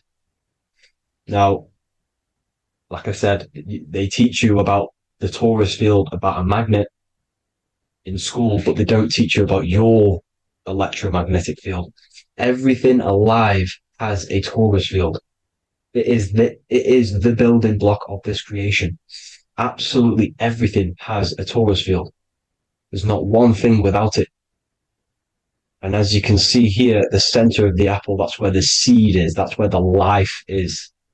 The reproduction of that organism. As you see, this is where the most electromagnetic energy is stored, in the center, because this is where the two duality, this is where the field meets at the very center. This is why the seed is at the very center. Now, your spine is a elongation of the brain. The brain is heaven, and the bottom of the spine is hell. So this is Saturn, which is the root chakra. The 7 planets are associated with each chakra. Moon equals mind. Okay. Now Saturn is physical matter, as I've just explained. This is the lowest vibrational color. And they want you trapped down here, which is your hell state, your animal nature, your physical nature. They want you to identify as the physical body. They don't want you to reach these higher states of consciousness. Okay? Now, in the brain, you have 12 convolutions. Now, this is what they were symbolizing in the Bible with the 12 disciples. And obviously in the Bible, it says the upper room where Jesus met with his disciples. This is heaven, the brain, the higher states of consciousness. Now, this is your North Pole. This is Jacob's ladder. Okay. This is why you have 33 levels of Freemasonry, because it's symbolizing the 33 vertebrae, which are these little things here on the back of your spine. Because once the Kundalini energy from the bottom of your spine rises to the top, this is when you get enlightenment and opens your third eye. Spiritual enlightenment. As you can see here, this is Jacob's ladder. This is the Kundalini symbol, right? And they're even showing you this in the medical symbol. They're putting it in your face. But the serpents are wrapped around the spine. Now, the serpents symbolize how the energy moves around the spine, because it's a torus field, you see? At the center of the torus field, it wraps around the center pole. It wraps around it, and this is how the energy moves up. So they're symbolizing it with the serpents. Okay? Now, every religion has a sacred river. For the Egyptians, it's the River Nile. For Christianity, it's the Jordan River, right? This river is the canal, the energy canal at the center of your spine, all the way leading to heaven, to the Holy Land. This is the chamber which the energy rises up, right? Now, they used to say the gods descended from heaven to man. This is just heaven. This is the mind state. And they said the gods were connected by a rainbow bridge. That's the chakra system, the rainbow bridge. Okay, now the ancients called this place Midgard, Earth, where both evil and good live, right? Midgard. But you can go to heaven, which is a pure mind state, because once you're in heaven, nothing negative can ever bother you. That's completeness, pure Christ consciousness. Now, this is why Jesus dies at 33. He didn't actually die, but it's symbolizing the death of the physical body. Not the death of the physical body, but his consciousness rising above the physical body to, as I said here, matter to spirit. Matter died off and he came spirit consciousness. This is symbolized by the 33 vertebrae, which is obviously the 33 levels of Freemasonry. And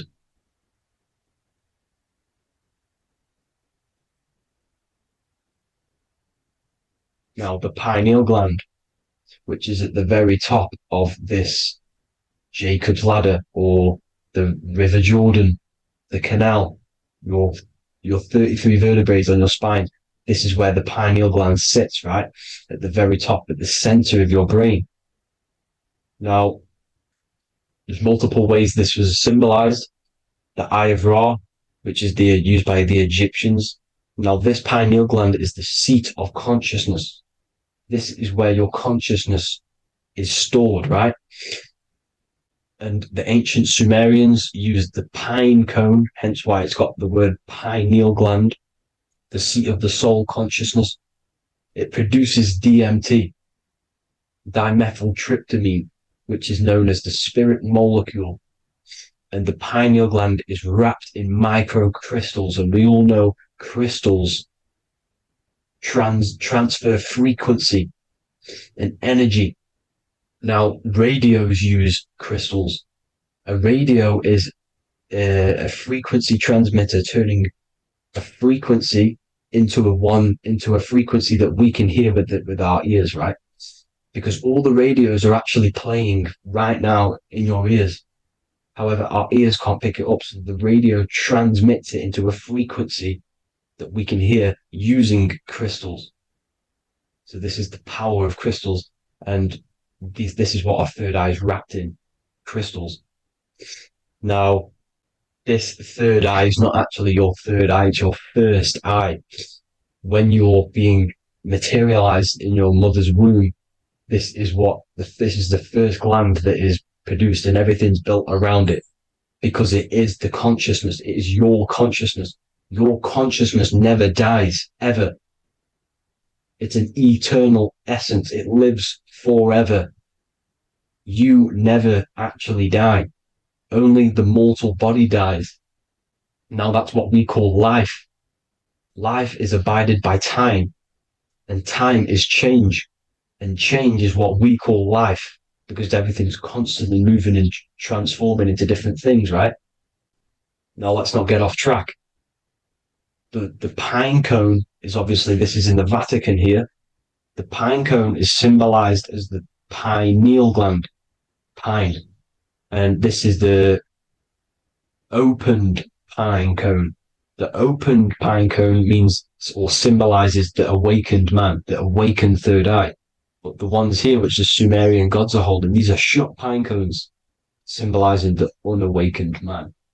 But let's not get confused, people. These gods were not gods. They are human beings just like you. They reached Christ consciousness. They are nothing more special than you. They just had the ability to reach Christ consciousness. And obviously their knowledge was far more intelligent than ours, far more advanced than ours. They knew the truth about this reality to the depths.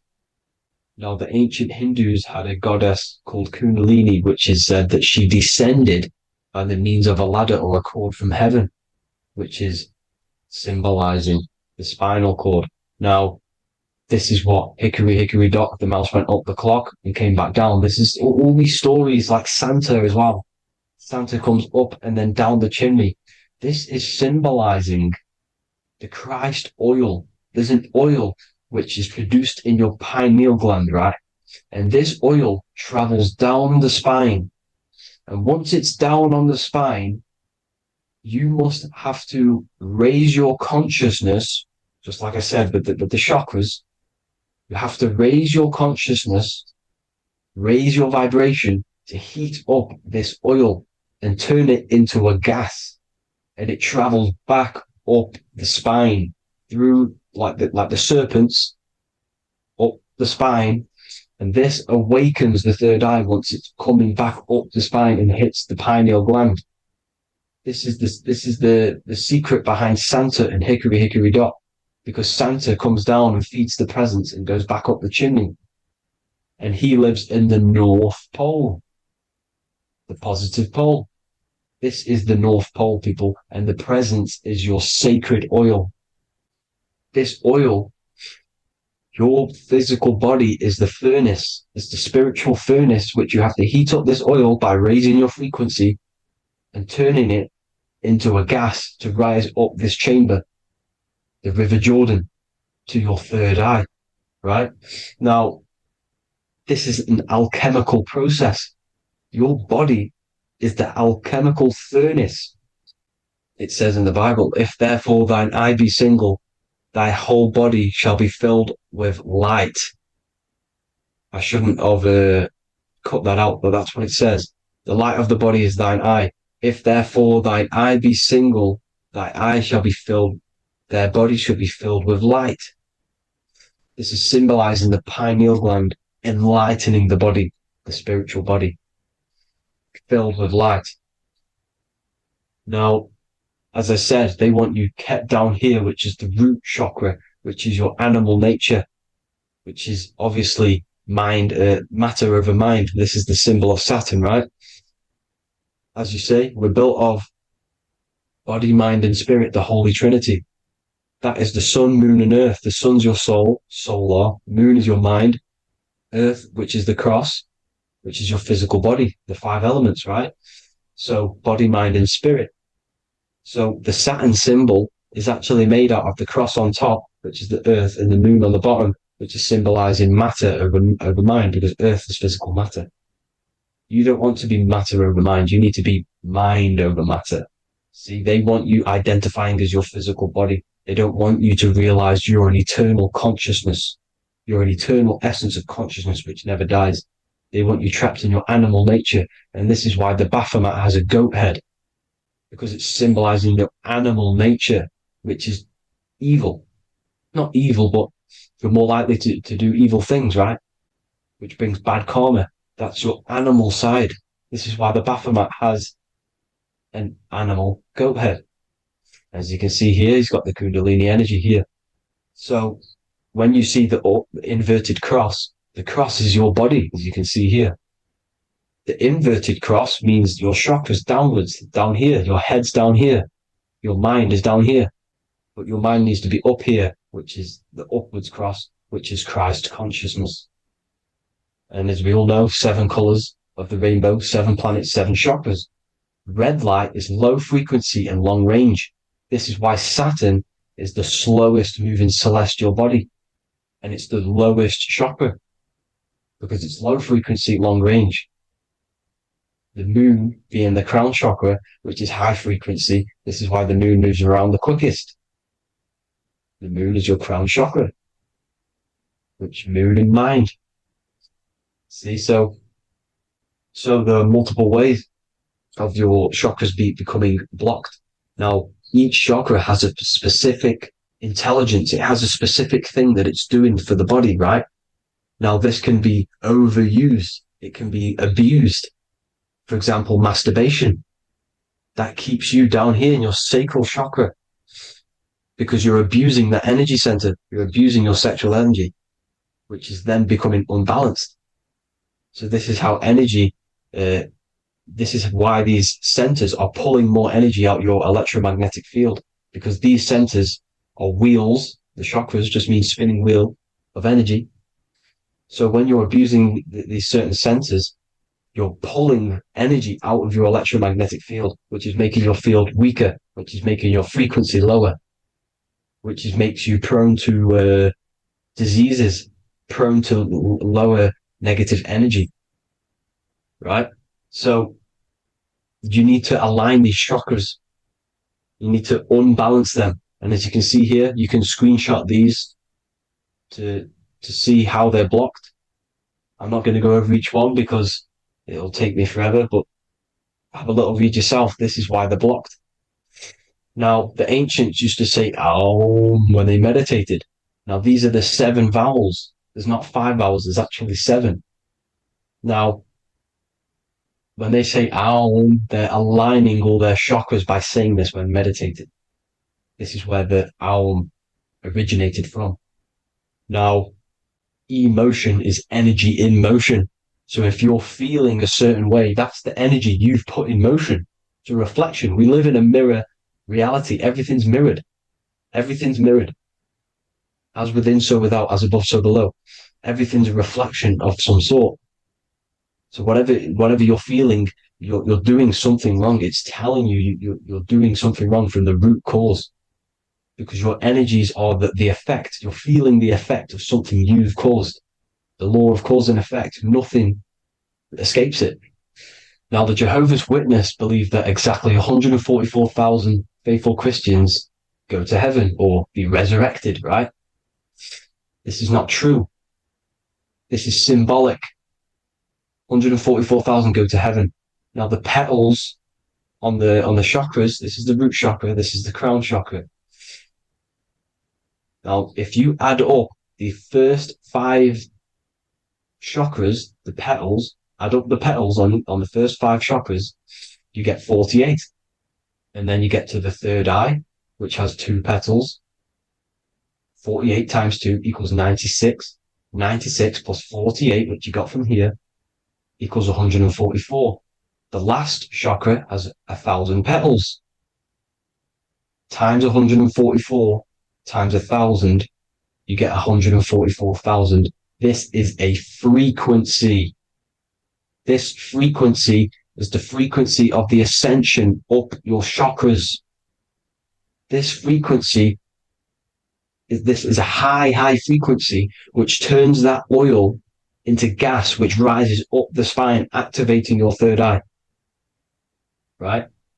So this is all the religions are all symbolic for this sacred secret of Christ consciousness. As it says in the Bible, the kingdom of God is within. It's not out there, people. You must look within yourself. You are God. You are a spark of his consciousness, infinite consciousness, right? So 144,000 is a frequency, and you must achieve this. Like I said, these people in the past, they're not gods, people. These were just humans. Nothing special. They just reach Christ consciousness. Now, they keep you in these lower vibrational states with the food, right? And as you can see here, all of these fast food restaurants are mainly are red and yellow, which are these lower states, these lower 2 chakras, lower vibrational colors, because they want you trapped down here in matter. And these foods are so low vibrational, they will keep you down here, because your gut produces, I think it's like 80% of melatonin. Melatonin is your feel-good hormone. These foods will not make you feel good. This is very low vibrational. Meat. It's not meat, it's raw flesh. These animals are stripped from their family, put on a conveyor belt, watch their friends be tortured, and then get slaughtered in a slaughterhouse. Think of all the fear that's running through their blood, all the hormones, all the fear, and you're going to go and eat that very low vibrational energy. As you can see here, this is the light photons within fruit. You can see the life force in this fruit. You must think, feel, and do positive to raise your vibration. As you can see, earth equals heart. If you rearrange it, everything in nature is green, right? The aurora borealis is green. You must align all these chakras and then live from the heart, because the heart's the center of the Taurus field. You must become the consciousness in the center.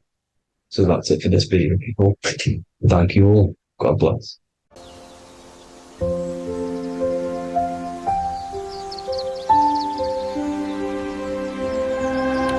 www.wisdom.com.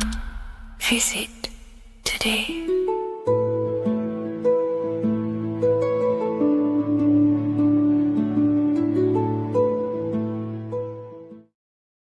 So in this video, we're going to be breaking down the symbolism of the skull and bones.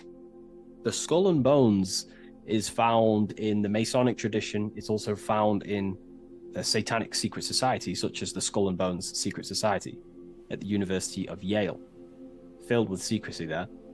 Anyways, to dive deep into this symbolism, we have to think between the lines and read between the lines of what this symbol means. So this symbol is obviously a symbol that represents something in yourself. It is a way of living. It is a way of think, feeling, and acting. It is a state of consciousness. Each symbol represents a state of consciousness. Each symbol reveals something about yourself, the way you process things, the way your consciousness functions. This is what symbolism is for. It is visual representations of modalities of consciousness. So the skull and bones, if we instantly look at this symbol, we typically think of death, because a skull and bones, they are the last things to rot when the body dies. You see this symbol associated with death all the time. If you look on the back of of a product such as cigarettes or what else, vapes or vape liquid, you will see this symbol. Why? Because it represents poison or something that can kill you, or death, something that is toxic. So you always see this symbol on products that are toxic, things that can cause harm or internal damage to the physiology of the body. So that's a very basic exoteric term, which is external. It's a very external teaching. But inside the occult and esoteric traditions and occult schools of thought, this symbol represents the death of someone's consciousness or spirit. It is the death of their soul. Now, what do I mean, the death of their soul? This is used in satanic societies, or it's used in Masonic traditions. Two different meanings, okay? So inside the Masonic tradition, this symbol of the skull and bones is always found on a coffin, on a Masonic coffin. The coffin will have a symbol of the skull and bones. And if we observe the symbol, we have two interesting sections. We have a skull and we have bone, okay? These are two symbolic aspects of consciousness and forces of consciousness. The skull encloses the brain, and the brain is all to do with intellect and thinking, intelligence. However, these bones are for the limbs, such as arms and legs, and the arms and legs are specifically for action. The body uses these bones for taking action in the external material world, in the manifested world. So it's a symbol of thought and action, intelligence and action. But what is that the death of? If this symbol represents death, it is a symbol of the death of something, which is the soul. Okay, you can have very high intelligence and you can also act upon that intelligence. However, you could also have no connection with your divine nature. So the thought and the skull and bones is a state of consciousness representing someone who is in the coffin. The Masons use this on a coffin. It is a symbol of thought and action. Mainly, it represents base consciousness. In the Masonic tradition, it represents base consciousness. I'm going to explain the satanic tradition of the symbol after. But in the Masonic tradition, they use this symbol to represent someone who's on base consciousness, which means they only think and act. They have no connection with the divine self, no connection with their higher self or the spirit or the divine nature of themselves. They only use their intelligence and they only use their body. They have no connection with emotion. There is no emotional symbolism in this image here. Hence why the image is either gray or black. It's normally gray because gray symbolizes dullness. Each color is symbolic of emotion, and looking at colors invokes emotion. However, gray has no emotional tone. It's dull, it's dead. So it represents disconnection from the emotional body of consciousness, but it represents thinking and acting without the emotions. Why is that significant? It represents the death of emotion. Someone who is in an unconscious state of living. Why is emotion important?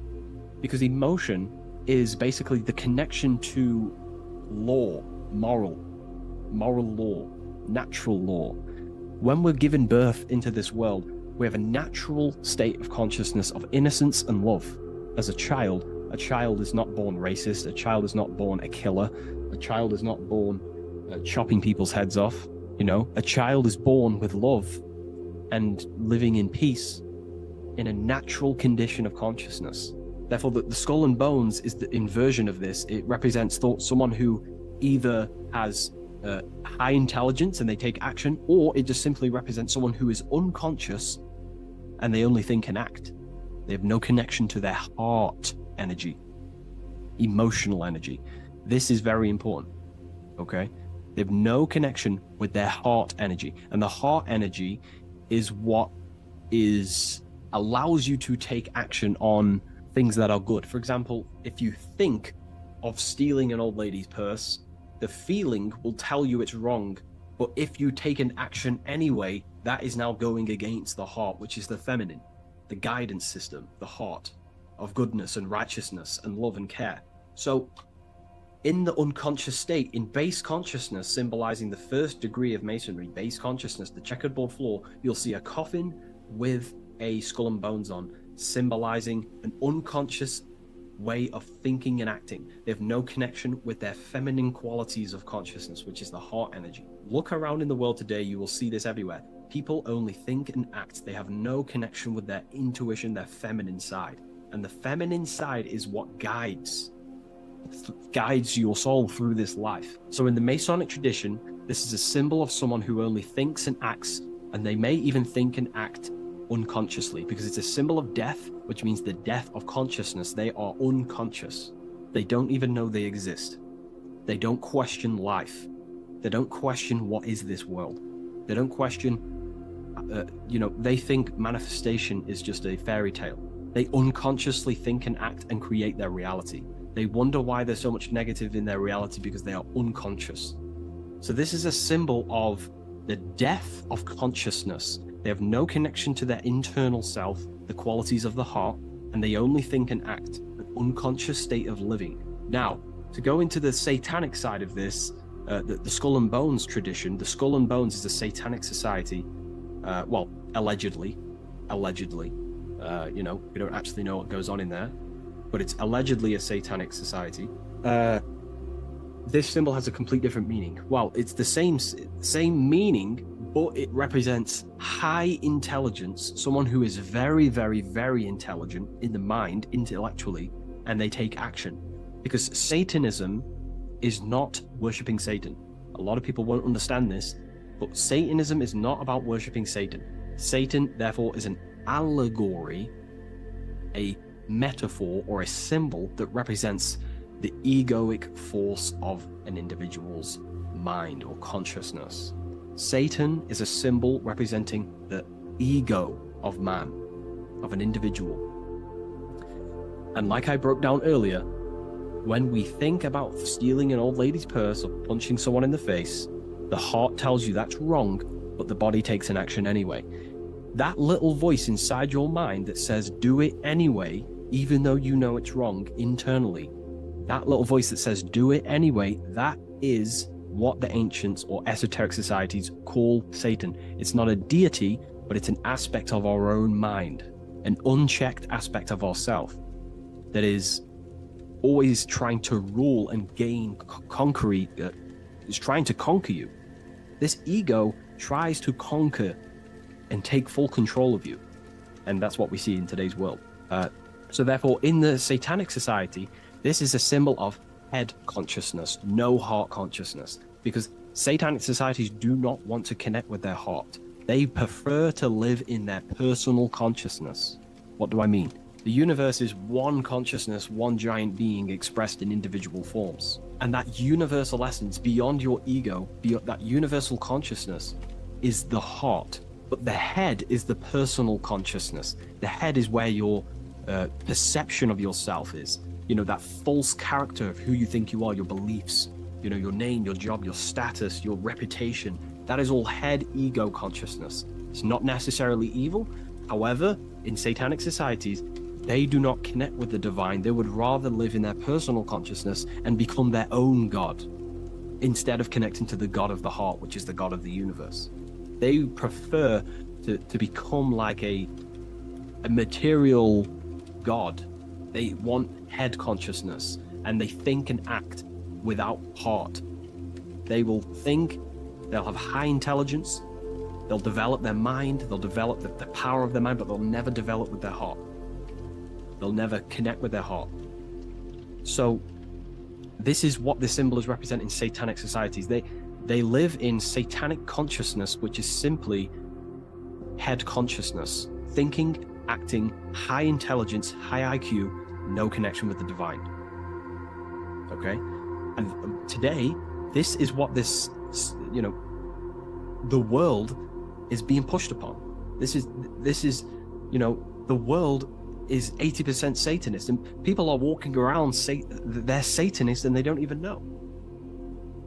This is how the dark occult has influenced the world to become so vain, lost in vanity, ego, lust, materialism, status, money. They've made the world unknowingly become satanic. Most of the people in the world are walking around Satanism. They're satanic. And what they've done is purposely tricked people to believe that Satanism is about worshipping worshipping Satan, when actually it's a state of consciousness. They think Satan is a deity. Yeah, very well said, esoteric. Yeah, they think Satanism is about worshipping this man in the sky or this negative force. But it's a state of being, because we are all God. We're all co-creators of God. We're not the God, but we are expressions or emanations of God. And our soul is the thought force of God. Just like when you think about a certain thought and you dwell upon it for a while, that thought becomes literally an entity or an energy form within the astral plane, and the soul of that elemental being or a thought force is your thought force. That's the soul of that being. Your soul is the thought force of God. You were thought into existence by the mind of God. I hope you gain an understanding of what this means in the two different ways, the Masonic tradition and the Satanic tradition. The Masonic tradition is a symbol of base consciousness, someone who only thinks and acts. They may have high intelligence, they may not. They're living in the death of their feminine side of consciousness. They're emotionless, have no connection with their moral compass of the heart. They have no intuition. They only think and act. They go against their heart. They take actions against their guidance.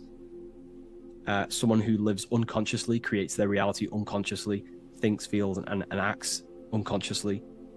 And then in the Satanic tradition, well, going back to the Masonic tradition, that base consciousness that I've just explained is the state that we must arise from, because that is the coffin.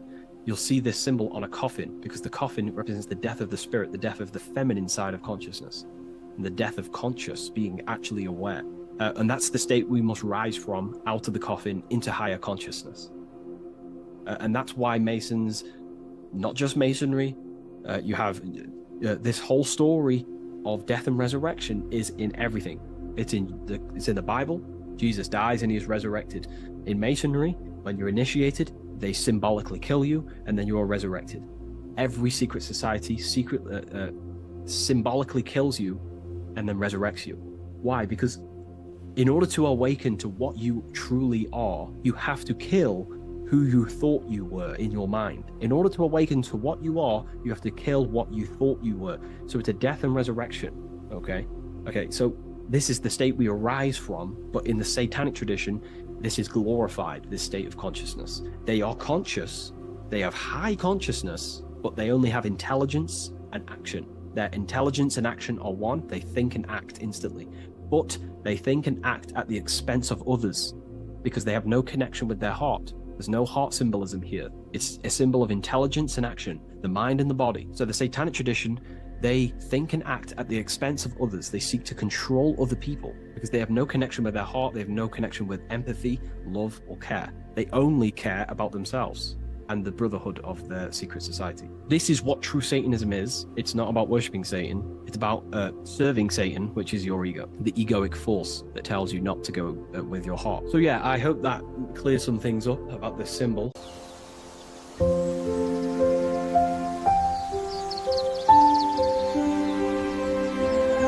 bookofwisdom.com. Visit today.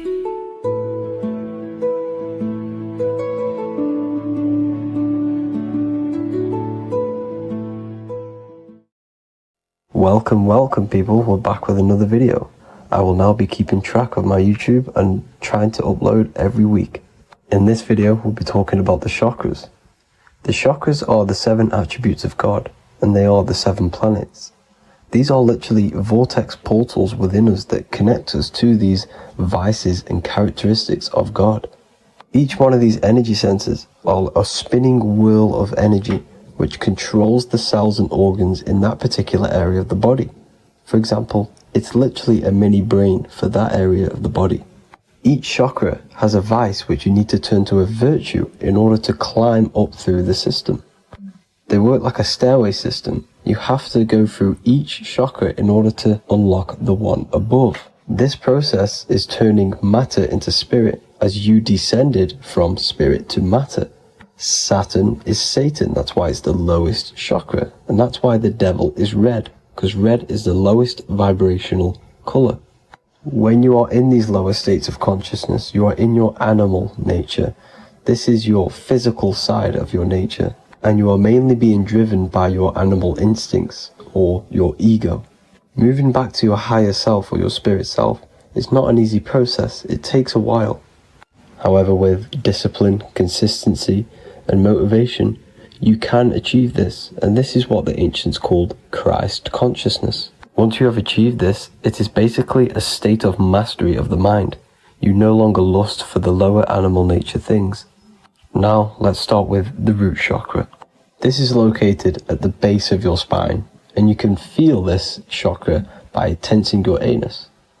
This energy center is in control of your survival needs, your vitality, stability and security. Now, if this chakra is unbalanced, you will feel insecure, fear, anxiety, unstable, low self-esteem, anemia, over or underweight, and constipation. In order to balance this chakra, you need to feel grounded, embodied, stable, calm, centered, a sense of safety and trust in yourself and the world around you. The next chakra is the sacral chakra, which is located around the belly button area. You can feel this chakra just by sucking in your belly. This chakra is to do with relationships, self-worth, creativity, empathy, and most importantly, sexuality. This is the most important one in order to start to raise your vibration overall, is giving up the over-sexualized nature. In order to balance this chakra, you need to come into harmony with all the toxic relationships that you have. Get rid of the fear, the anxiety, the isolation, and 100% get rid of the over-sexualized nature. Lust is one of the most lowest vibrations you could possibly feel. It is literally manifesting hell. In order to work on this chakra, you need to feel self-worth. You need to do creative things, empathy, healthy relationships, and 100% being confident. The next chakra is the solar plexus. This is to do with personal power, will, metabolism, eating, happiness, and your self-esteem and self-identification. You can feel this chakra just above your belly, below your ribs, and you can suck in this area. If this chakra is blocked, you will feel lack of confidence, difficulty in manifesting your desires, low self-esteem, misuse of power, misuse of dominance, weak will, and shame in yourself. Biggest one for this chakra is overeating, as it's to do with metabolism. If you are overeating, you are literally unbalancing a lot of your lower chakras, not just the solar plexus. In order to work on this chakra and balance it, you want to have a positive self-identification. You want to feel happy, a happy self-esteem, effectiveness to people, not overeating, and a strong willpower. Now for the heart chakra, one of the most important chakras. Chakra is to do with love, understanding, trust, hope, openness, compassion, balance, and forgiveness. The most important because your heart is the tree of life in the body. It is the center of the toroidal field. It is the most powerful chakra. Your heart is 5,000 times stronger magnetically than your brain. Once you have hit the heart chakra and you start surpassing the heart chakra, you are now turning matter into spirit, as the lower three chakras are dense and physical, and the above the heart chakra are turning to spirit. As you can see already, this is a hard and long process of working on yourself physically and internally. The symptoms of a blocked heart chakra would be lack of love or too much love, difficulty to accepting or giving love, lack of compassion, loneliness, and lack of emotional fulfillment. Finally, a lack of connection with a divine or to nature. In order to balance this chakra, the most important thing and the most powerful thing you can do is loving people, accepting and giving lots of love. Second most important thing to balance the heart chakra is balance. You need a balanced life. You need balance in all aspects of your life. Now for the throat chakra. This is a very important chakra as it's to do with communication. A symptom of this being unbalanced is a lack of self-expression and putting on a front all the time, acting with the ego. In order to balance this chakra, you need to constantly self-express yourself. You can't be putting on a front. That voice inside your head, you have to let it come outward. Don't just block it off with a wall. Self-expression will lead to you gaining friends who actually like you for being you, and not these fake friends that you have to put on an ego for. In order to balance this chakra, you need to express yourself, express the word that's within you. Don't be lying to people, don't deceive or be deceptive. The next chakra is the third eye chakra. This is starting to get very advanced and you are coming very close to spirit. Just before we head on, I want to announce the PDF is now available, containing all the presentations I've ever made, all into a condensed 38-page PDF. The link will be below this video for you to access. And if you want to learn how to create reality using your mind, how to attract your desires, how to get out of the situation you are in, the link will also be there for the Manifestation Mastery course. Now for the third eye chakra. The third eye chakra controls the pineal gland, which is your first eye. It's to do with your psychic abilities, channeling, telepathy, astral travel, visions, and connection to the higher self. You need all of the chakras aligned to get the full potential out of your third eye or pineal gland chakra. For example, if you're astral traveling and you fear something, you will be instantly shot back to your body.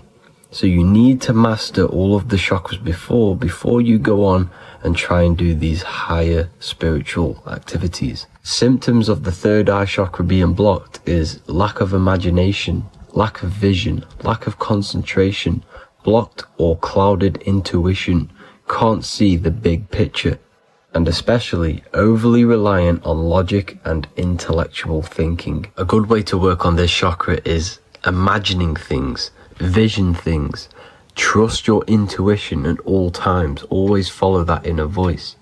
Cut out the tap water which contains fluoride. Fluoride blocks the pineal gland. And cut out all junk food because all of this is affecting your pineal gland. When in meditation, you want to focus your eyes and your attention to the center of your head between the two eyebrows. This is where the pineal gland is located. This will help and awaken the pineal gland over time when you keep doing these meditations. Finally, for the crown chakra, this is to do with universal consciousness, all-knowing, enlightenment, cosmic connections, the God source. This chakra is blocked by being cut off from spirituality, plagued by the senses, being tricked into the five senses and being tricked into thinking you are the body. In order to work on this chakra, you need to feel grounded. You need to know yourself, your real self, the voice within you. Have common sense, have specific decisions that you're making, be very direct. Now we've got out of the way all of the chakras, I can now introduce methods and meditations which will help you unblock them spiritually. When meditating, you want to get into the present moment in a nice, comfortable position. Bring yourself to the present moment by saying, I am here right now, nothing else matters. Keep repeating this over and over with your eyes open or closed. After a couple minutes of bringing your attention to the present moment, you can now start to breathe in through the nose deeply and breathe out through the mouth slower than you breathed in. Place your attention on the chakra that you want to balance. Think of a high vibrational emotion like love, and think of this while placing your attention on that chakra. You can do this exercise every day for 10 to 20 to 30 minutes. The longer the better. Another practice you can do is by chanting the Bijis for each chakra. They are here starting from the root chakra all the way to the crown chakra. Or you can chant the 7 vowels. There are not 5, there are actually 7. A, I, A, O, U, M.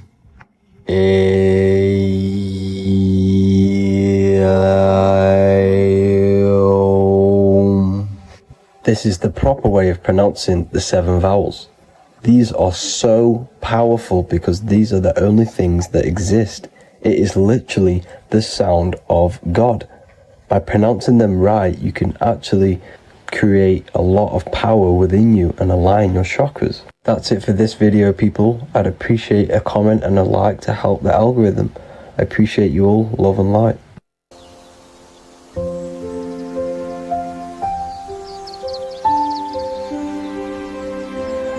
bookofwisdom.com. Visit today.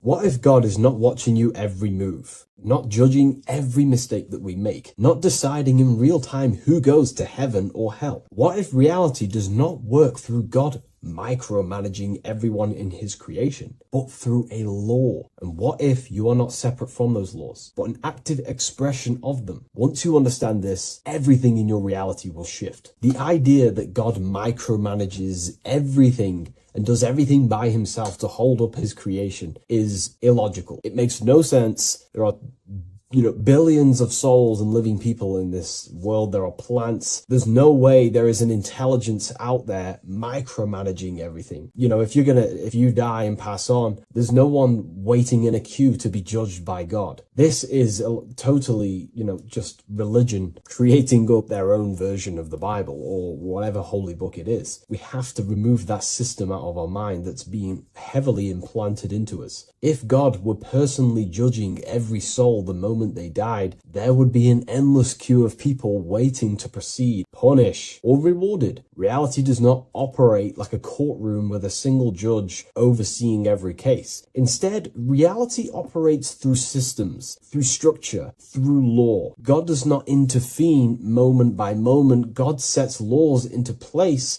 and creation unfolds by obeying them laws automatically. Think of like a video game. Reality works like a code, not a control. When someone creates a video game, they do not sit there creating and controlling every character, every movement, every outcome. They write a code. They define rules, gravity, collision, cause and effect. Once the code is set, the game runs on its own. Reality functions the same way. God is not micromanaging existence. There are laws that were written into the fabric of reality itself, and everything operates through them. And these laws are not just in the fabric of reality, like I just said.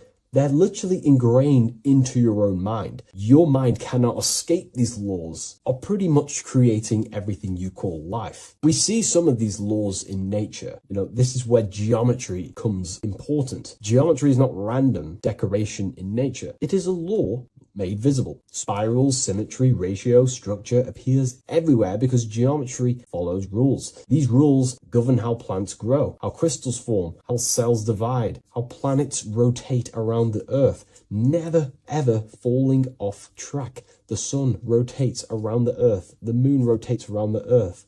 What is the order? What is the law that these intelligences are following? Why do they never distort? Why do they do the exact same thing every day and never fall off path? There is an order. And in fact, the word cosmos comes from Greek, and the word cosmos in Greek means order. This is why we call cosmology, or the cosmos, the universe. It is order. It is an ordered, structured creation which contains and recycles and regenerates itself. For example, if we look at the Fibonacci sequence, this sequence is a code written into nature. It's not just decoration. It is an instruction into plants, into everywhere you see the Fibonacci, which is right there in your hand, the Fibonacci sequence. The pattern governs how things grow in the most efficient and sustainable way possible. Leaves, flowers, shells, trees, hurricanes, and even galaxies follow this sequence because it allows growth without collapse, overlap, or waste. The reason the Fibonacci appears everywhere is because it's the law of balance. Each stage of growth builds the one before it. Nothing is forced. Nothing is micromanaged. Growth unfolds naturally because the rule already exists. Without this law, nature would not sustain itself. Plants would block their own light. Branches would compete instead of expand. They would all be fighting for space. Systems would collapse under their own complexity. The Fibonacci solves this by allowing infinite expansions while maintaining order. This is what an actual law looks like in action. A single principle set once, creating harmony across all scales of existence. Nature does not think about how to grow. It follows the code on a subconscious level. And because the code is perfect, growth appears intelligent. This is the same principle that governs reality itself. Without the Fibonacci sequence, plants would be fighting for space, fighting for light, that it would be pure chaos. The reason why there are laws in place is because it allows everything to self-sustain itself, to grow infinitely. These laws, such as the Fibonacci sequence, is pretty much a code to ensure that plants, nature, are eternal and they keep recycling themselves without a being micromanaging these things. Just like how your body works. Your body is running off subconscious programs. You don't tell your heart to beat, you never have. You don't tell yourself to breathe, you never really have. You don't tell your digestive system to digest food. These laws are already in place before you even become conscious as a baby. Who is the one telling your body to grow, to regenerate itself when it cuts? Who is this intelligence? What is this intelligence? Well, this is what we call the universal subconscious mind. The universal subconscious mind, the same power that is making the planets rotate around the earth, the same power that's telling the seed to grow into a plant, the same power that turns your cut into a scab, then into skin, is the same power that is running your heart, that is telling your lungs to breathe. We're all interconnected with this universal subconscious blueprint which sustains reality and creation itself. It's a self-containing system. Now that we've gone over some of the basic stuff, but you see where I'm trying to come from now. There are laws you cannot escape, and one of them laws would be cause and effect. It's impossible to escape this law. It is too powerful for your consciousness to actually escape cause and effect. Every cause will produce an effect, and every effect will produce a cause. It is an endless, infinite circle or cycle. It creates everything in your reality. The way I like to use cause and effect is before I make a decision, I know I'm trying to push my life towards who I want to be, towards my higher mind, but towards my goal. So every decision I make, let's say my friends contact me and say, do you want to come out? Let's do this. Let's say it's, something that's just going to waste my time and it's not very important. Of course, it's good to have time with friends, but let's say it wasn't important, for example. Before I make any decision in life, I say, well, what is this cause going to affect? Is that effect that this cause I'm about to decide on going to push me towards who I want to be, where I want to go in life, or what I want to achieve? Is it pushing me towards who I want to be? If it's not, I will not take that action. I will not produce that cause. I only take actions that I know are going to take make positive effects. Now, of course, there are things we can't control, but we can minimize these things. I only take causes, which is just an action, if I know the effect is going to benefit me. I know sitting here, making videos will help me produce value for the world and for yourself, and to help people awaken to these things. I know by this is the cause, this is going to benefit humanity and help people awaken even more, because that's all I want to do. I want to help people, provide value, to change people's lives. Another law that you can't escape is obviously time. You can't escape these laws. They are eternal principles that were set into place by some sort of intelligence. We live inside them. We express them. We are shaped by them. But you are not separate from creation, standing outside the system. You are geometry. Geometry is right there in your hand. That's the Fibonacci sequence. You are the law made conscious. You are thought crystallizing into experience. Every object, every person in your reality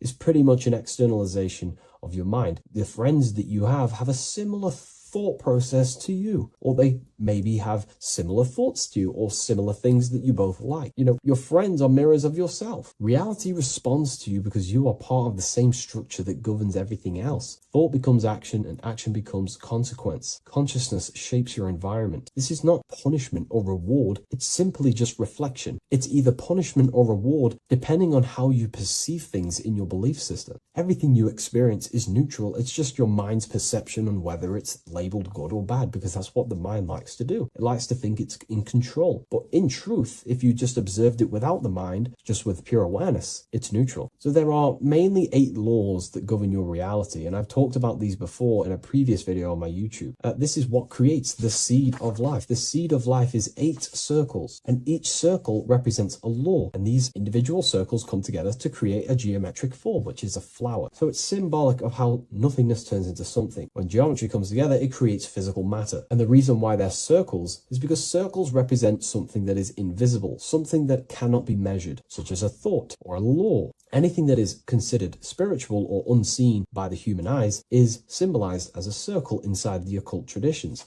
The reason for that is because circles' surface area cannot be calculated. You can't find the exact surface area of a circle, which means it symbolizes something that you can't actually measure or see or tangibly touch. Therefore, the seed of life represents the 8 laws that come together to create a flower, the 8 laws that come together to form matter, the 8 laws that crystallize mind into a physical experience. These laws would be the first one, mentalism, the big circle around the seed of life. The big circle. So mentalism just reveals everything is mind. Without mind, there is no existence. Mind is reality, pretty much. You experience life not just outside of you, but mainly inside of yourself. Therefore, all of the laws that come after mind correspond to the mind, because mind is the first law.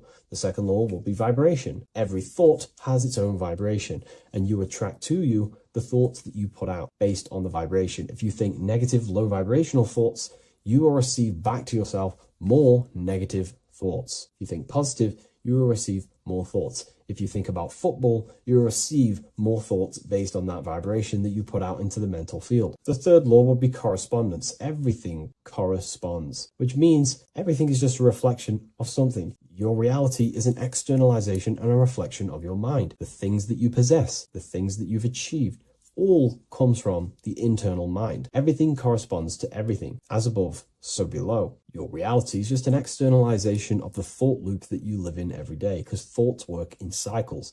90% of the thoughts we thought yesterday, we will think again today. It's the thought loop that manifests our reality. To change our reality, we have to change our thought loop. And once we change the internal, this will be mirrored in the external, which is the law of correspondence. Fourth law would be gender. Everything is masculine and feminine, conscious and subconscious. These two work together to create your reality. You have masculine and feminine forces of consciousness. Masculine forces of consciousness would be physical actions, willpower, thinking. Feminine forces of consciousness would be intuition and imagination and emotion. These are all aspects of the mind, the first law. The next law would be cause and effect. Very simple. We went over that earlier. Every cause produces an effect, and every effect will produce a new cause. It's an endless cycle. The next law would be rhythm. Rhythm is everything is in cycles, like I just said, day and night, winter, summer. The universe works in cycles.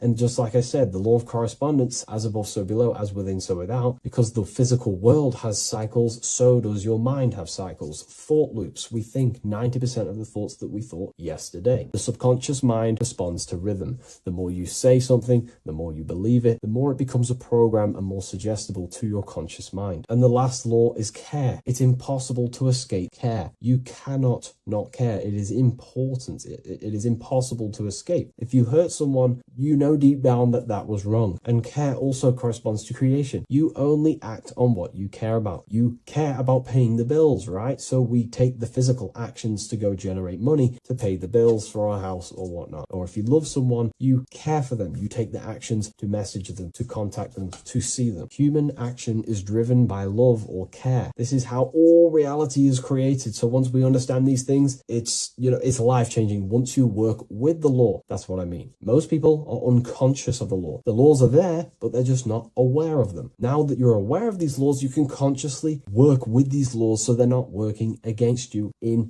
so you can actually make these things and work them in your favor. So let's go into heaven and hell, because there's a massive debate. Now that you understand that you are the laws, you are crystallizing reality, not just in the physical, but in the spiritual dimension, in the astral plane. It's the exact same laws. The law of correspondence reveals, as above, so below. Your reality is a reflection of your mind. Everything is a reflection of you. That doesn't mean that other people don't exist. I mean, the way you view other people is through the lens of your mind. You perceive what you have in your mind, your beliefs, your traumas, your memories. This is where heaven and hell are misunderstood. No one is sent anywhere by force. There is no external authority dragging souls into destinations. Consciousness determines the environment that you are in. Environment, it's mental. As above, so below. When the body dies, consciousness withdraws from the physical technology of the body. The simulation of the physical world is no longer being ran by your brain. I mean, your consciousness will go into the astral plane, which is the realm that just sits above the physical plane, which is the realm of imagination and desire. The environment that you go to in the astral plane directly corresponds to your state of thought and your emotion and your desires. If you desire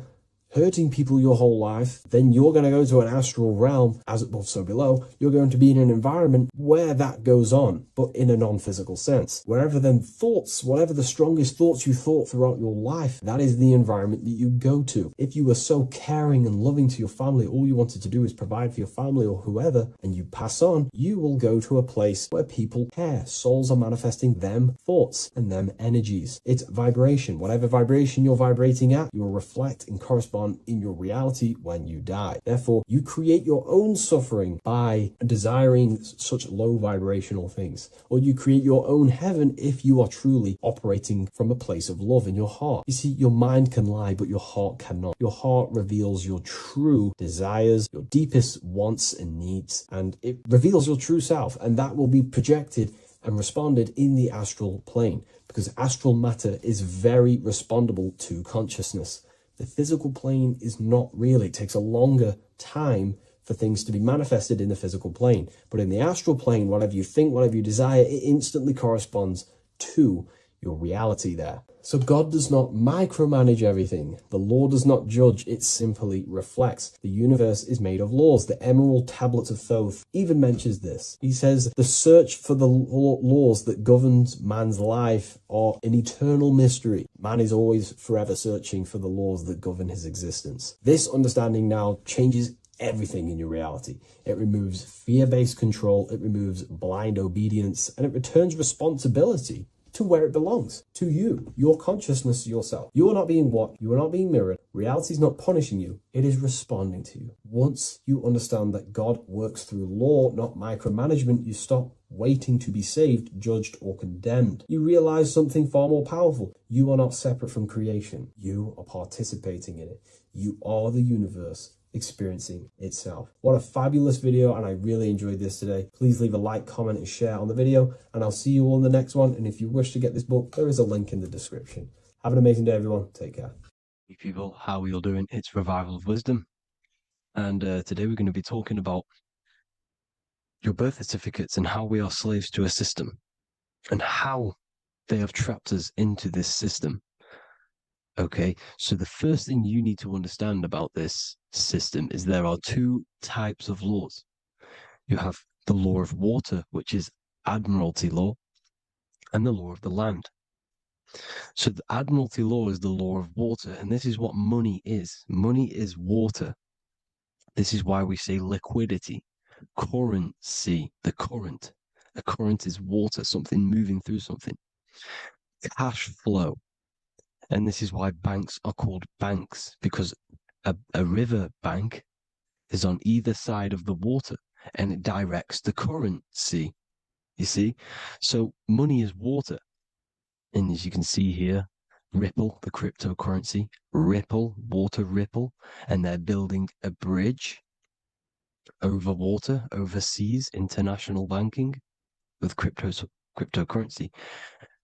So money is water.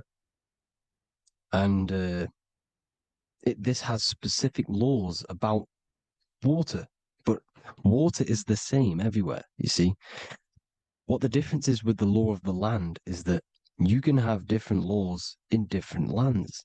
I can't do certain things in the UK that people can do in America, for example. You see, that's the law of the land, but the law of water is the same because water is everywhere. Now, this is very important to understand when it comes to, these birth certificates. So, Pope Gregory, this is where we're going to start off. Pope Gregory in 1582 took the Orthodox Eastern sunrise calendar and changed it to his own Gregorian timeline, not a calendar, a timeline. This timeline was copyrighted by Pope Gregory under the name of the Vatican. So the Vatican owns the timeline that we are using today, 2023. They own it. They own the title of this Gregorian calendar. Okay. Therefore, anyone who is born under this copyrighted timeline, not calendar, they are subjected to Rome because Rome owns the timeline. They have a patent, a copyright for that timeline. What is on our birth certificates? That timeline. We are born underneath, we are subjected to the Vatican. This is why all birth certificates go to the Vatican. They own every single birth certificate. Okay? So when we use this timeline, we are subjecting ourselves to this timeline. Okay?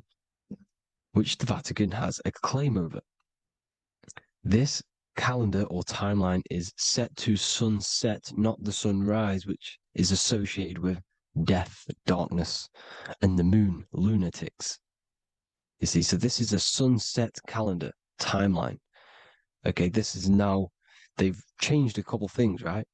They say that the new year is January the 1st. Okay, when we know this is in winter. January is winter, which is associated with darkness, death, the death of nature. So this is a death cult, people. These people are evil. They're so evil. The Vatican.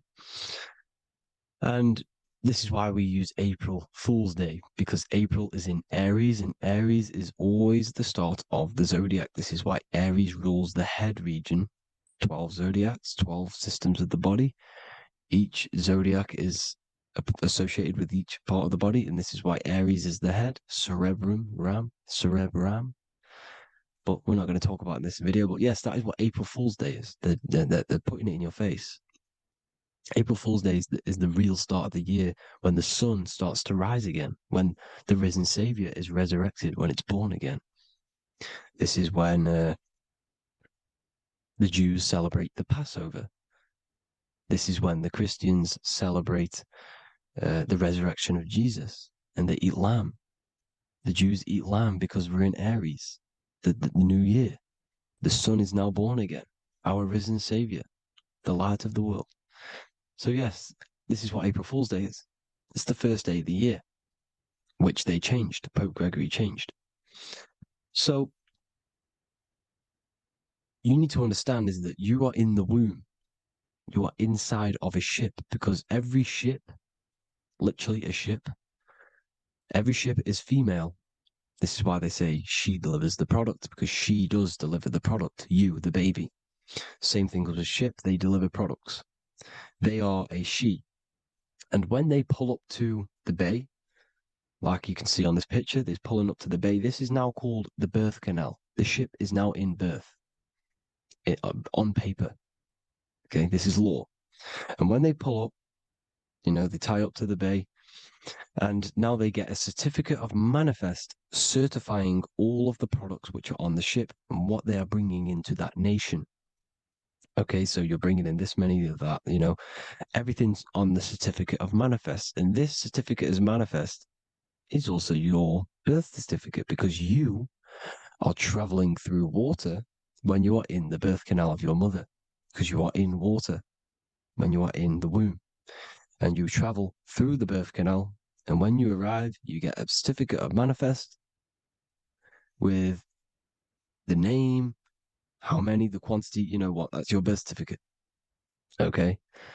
And this is what it is. We are a well, we're not a corporation, but we represent a corporation, which is your name in full capital letters. That is your corporation.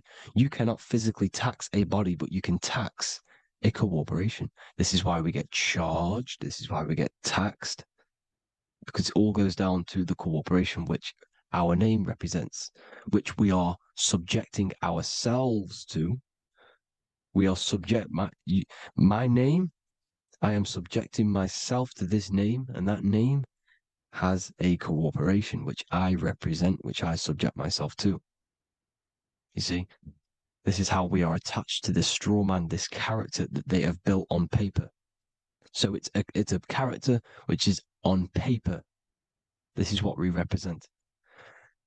So when the woman gives birth, she delivers the baby, and then she has another substance. Now I'm going to break down how they attach this name to us, how they do it. Okay. Our mother is carrying us the product in the womb, the water.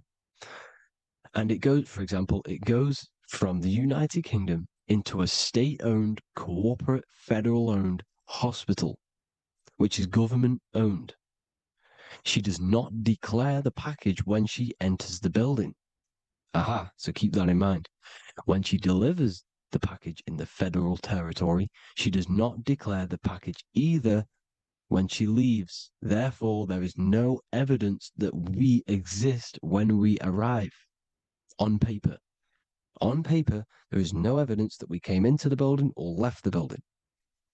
We have not been declared. So we do not exist on paper at this point.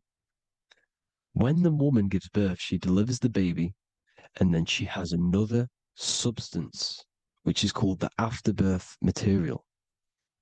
Okay? This afterbirth material has the same DNA as our physical body, with the body, mind, and spirit. Okay? This is how they get this corporation. Hold on. The afterbirth material does not get claimed by the mother nor anyone. Therefore, they salvage that substance, because we are under the Vatican. Every state is all Catholic. Your birth certificate is Catholic. No matter what religion you think you are, every single birth certificate is Catholic, because we are subjected to Rome. All roads lead to Rome. Rome runs all of this. Okay? We're still under the Roman Empire. Okay, so Rome are Catholic and they believe in salvation. This is how religion comes into this. This is how they use religion to get this.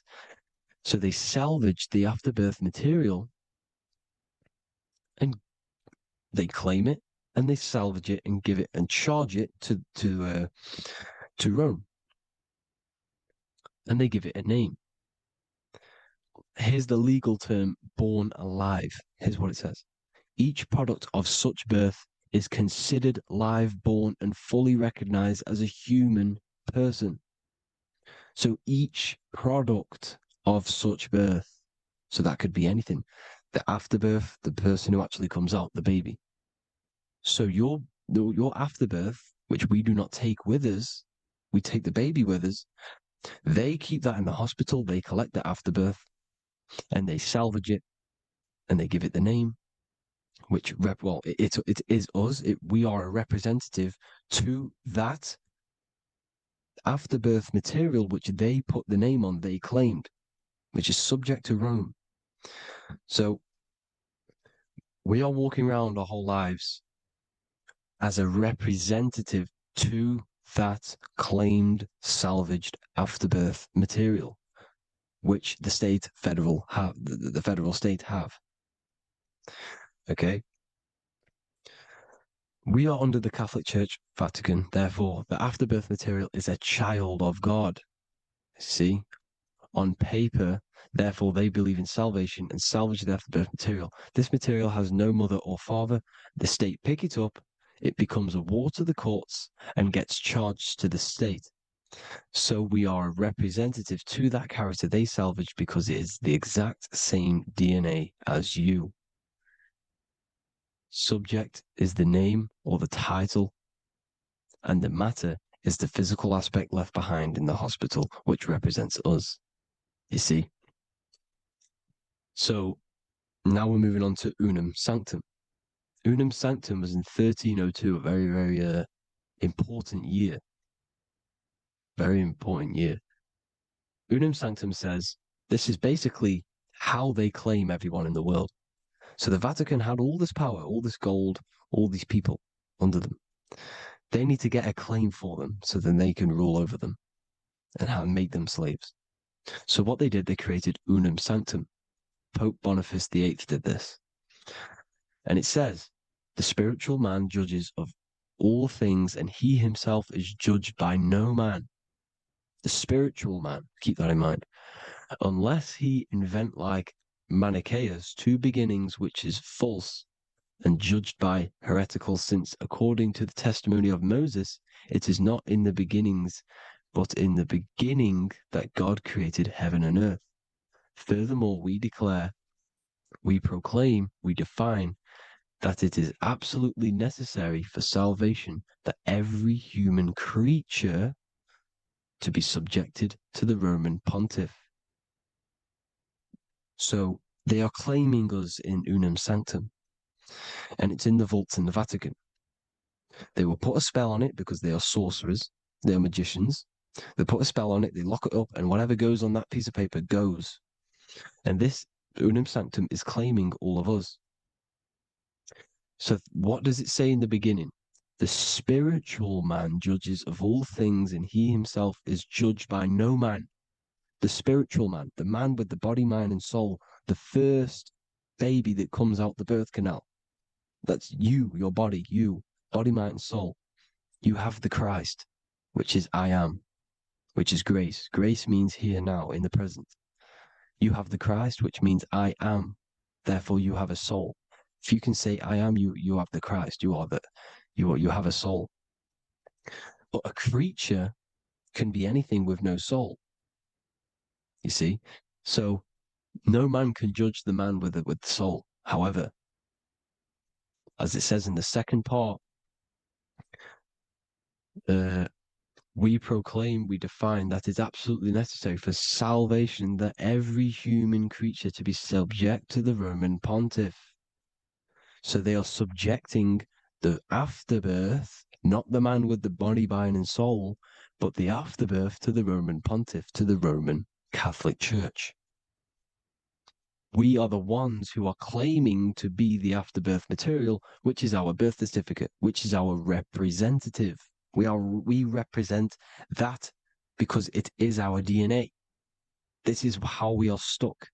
We are stuck because we represent this DNA, which is on paper, recorded.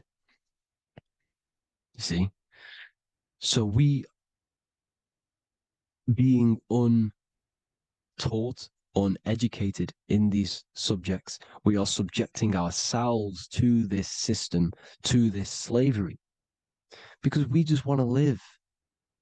We just want to live happily, just peaceful. Think about it. Where's all this coming from? Where's all this war, all this killing, deaths coming from? We just want to live. It's coming from the Catholic Church, these evil death cult, which has subjected us which has used us as slaves, and we are still slaves, and it's just going to get worse and worse and worse. So this is how we have subjected ourselves to be the slaves to this system. It's a lot to take in, and there's a lot more deeper stuff which goes into this. I'm just going over the surface. I'm going quite deep, but there is little details that I still need to learn myself. But this is the general how that we've been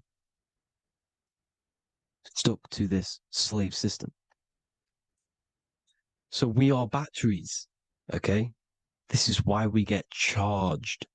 When you go in a court, you get charged, okay? Because you're a biological battery.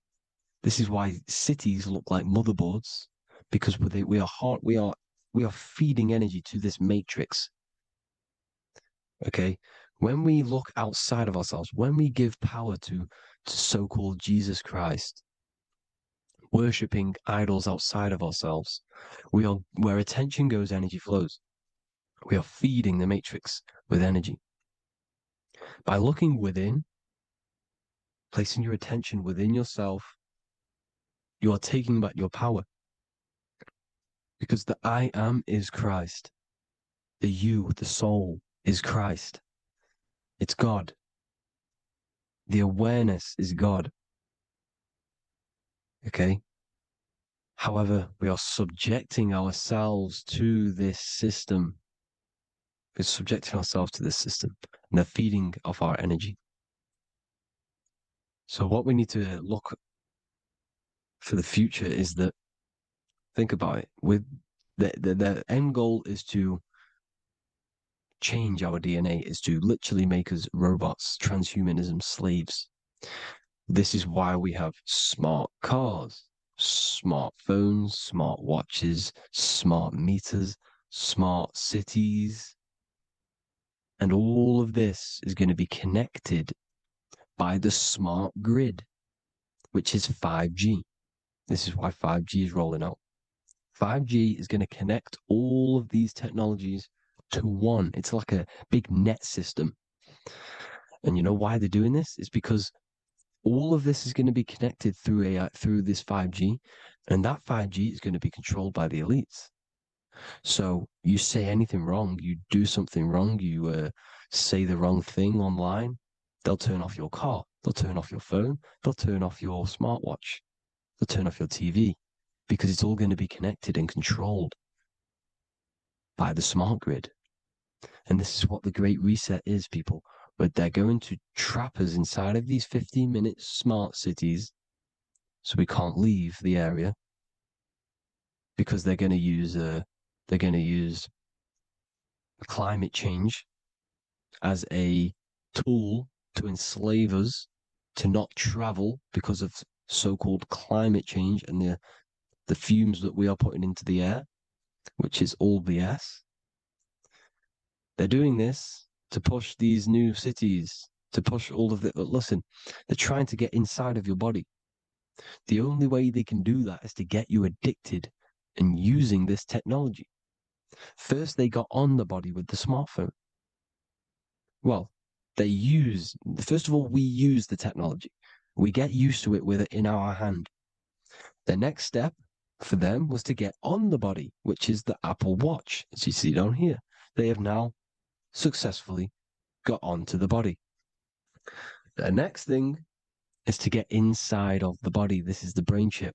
You see how they've slowly lured their way in, slowly got you addicted to this technology, got you dependent on this technology. And what they're going to do is that they're going to mold society to be dependent on the brain chip. So in order, for example, if you want to go and pay for food, you're going to have to get a chip to pay for the food, because it's all going to be digital money. And that digital money will be connected to the chip, and you'll need the chip to pay for things. You see? So this is how they're slowly transhumanizing us. These phones, these apps, these things which are all which are all using, was created by Freemasons. Mason means traveler, because they travel the depths of the mind. They understand human consciousness. They understand the brain. They understand the mind. By the deepest root cause, they understand it. This is what Masonry is. It's the occult. So these technologies is designed by these people. This is why they're so addictive, because they understand how it works. They understand how to get people addicted, because they understand human consciousness, the brain, the body, and the mind. So this is the advantage Freemasons have over us. And these secret societies, which have gone through the orders of Freemasonry and progressed onto these secret societies, which are the evil side, because I'm not saying Freemasonry is evil, okay? But the societies which they go beyond Freemasonry, because you can go beyond the 33rd degree into these secret societies, and they use this knowledge for the bad, to enslave people. And this is what's going to happen. Transhumanism. So I hope you all learned some insight for today. Please do a bit more research on, the birth certificate and stuff like that, the straw man. And have an amazing day, people. Please like, comment, and subscribe. Peace.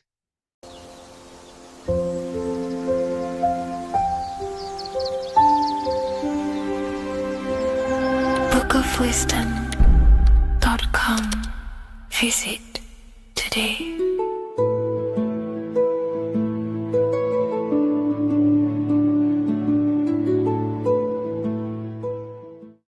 There is a massive mystery around the Freemasonic G, and in this video we're going to be discussing it. Some people call it geometry, God, gnosis, genesis, generation, but in fact it's all of these things, and all of these things relate back to one concept that links them all. And in this video, you will be discovering this secret force, which pretty much creates everything in your reality, in your life, and has done unconsciously, whether you are aware of it or not. The Freemasonic G is the 7th letter in the English alphabet. This is important because the number 7 has many mysteries inside the esoteric and occult traditions. Some people say the number 7 represents the 7 colors of light, the 7 major planets, or the 7 musical tones, 7 days of creation. The number 7 is a massive mystery. But what we have to understand is that in the context of Masonry, Freemasonry is all about building the self. Every day we wake up, we are either building our prison of our mind or freedom of our mind. Everything inside of esoteric Freemasonry is about building the self and reconstructing our consciousness, our inner dialogue, the inner voice. We're transforming the mind from low awareness to high awareness. This is why Freemasonry uses the allegory of stonemasonry, stones, chipping away at stones. The stone is in fact you, and we are perfecting the stone, which is your very own mind. Because the universe is a mental construct. Life is happening to us inside our minds. We are all the universal mind expressed and clothed in a different body. Therefore, now we understand that everything is about the internal inside of Masonry. This G relates to something inside of you. Hence why you see the G inside of the square and the compass. It's something internal in you. G is the 7th letter of the English alphabet, and the number 7 symbolizes the 7 cognitions of the mind. In esoteric and initiatory traditions, the 7 psychological cognitions of the mind refer to the 7 distinct modes through which human consciousness perceives, interprets, and transforms reality. Different schools use different names, but across Hermetic, occult, Gnostic, and mystical systems, the same underlying pattern emerges. The mind has 7 functional powers, each representing a layer of awareness and a stage of inner development. Number 1 would be perception. The first cognition is the raw reception of sensory and subtle impressions. It is the gateway where the outer world enters the inner world of our minds. Perception involves learning to see without distortion, to notice the symbolic dimension behind ordinary appearances in an occult interpretation of perception. The second one is interpretation. After perception comes the act of making meaning. The mind organizes impressions into patterns, beliefs, and judgments. Esoterically, this cognition determines whether a person interprets life through the ego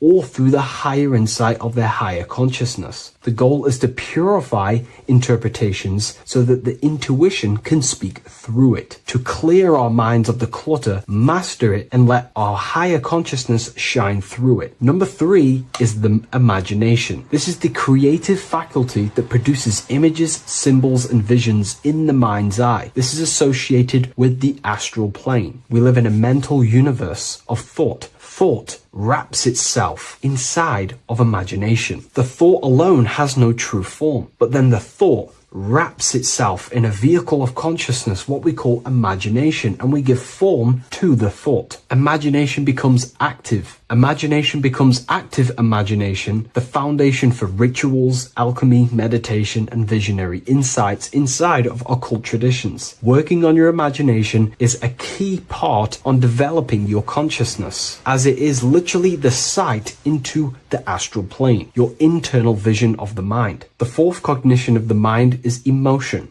Emotion is energetic response that gives intensity, direction, and magnetism to thoughts. Emotion fuels the magical will. Unrefined emotion binds us to lower impulses. Refined emotions become devotion, compassion, and the inner fire to transform thought into a tangible reality, to become a conscious creator. The 5th cognition is will, the faculty of intention, decision, and directed energy. Will is the power that aligns personality with the higher self. It is the driver of discipline, transformation, and the capacity to act consciously rather than react unconsciously. Most people walk through life as an unconscious zombie, living day to day, running off subconscious programmings, never actually using their conscious mind. We develop our will and try to align our will with the highest will possible so we can align our will with our higher mind. So the higher mind can manifest through us in the material plane. The 6th cognition of the mind is memory, the storehouse of experience, impressions, and archetypes. It shapes identity, determines how one repeats and transcends past patterns. Memory includes not only personal memory, but also a deep strata of the subconscious and the collective subconscious field, what we call the Akashic records. Memory is a massive quality that you must work on inside the Masonic system. You are required to remember certain rituals and certain things so that you can regurgitate them to pass on along the degrees. Based off my research, I myself personally am not a Mason. The 7th cognition of the mind is intuition, the highest cognition possible. It's direct knowing. It bypasses the linear reasoning and reveals truth as the inner illumination. Intuition is the voice of the soul. It is the guiding force, guiding our physical vehicle of consciousness through this physical experience, providing revelations, insights, and even sometimes gnosis and higher understandings.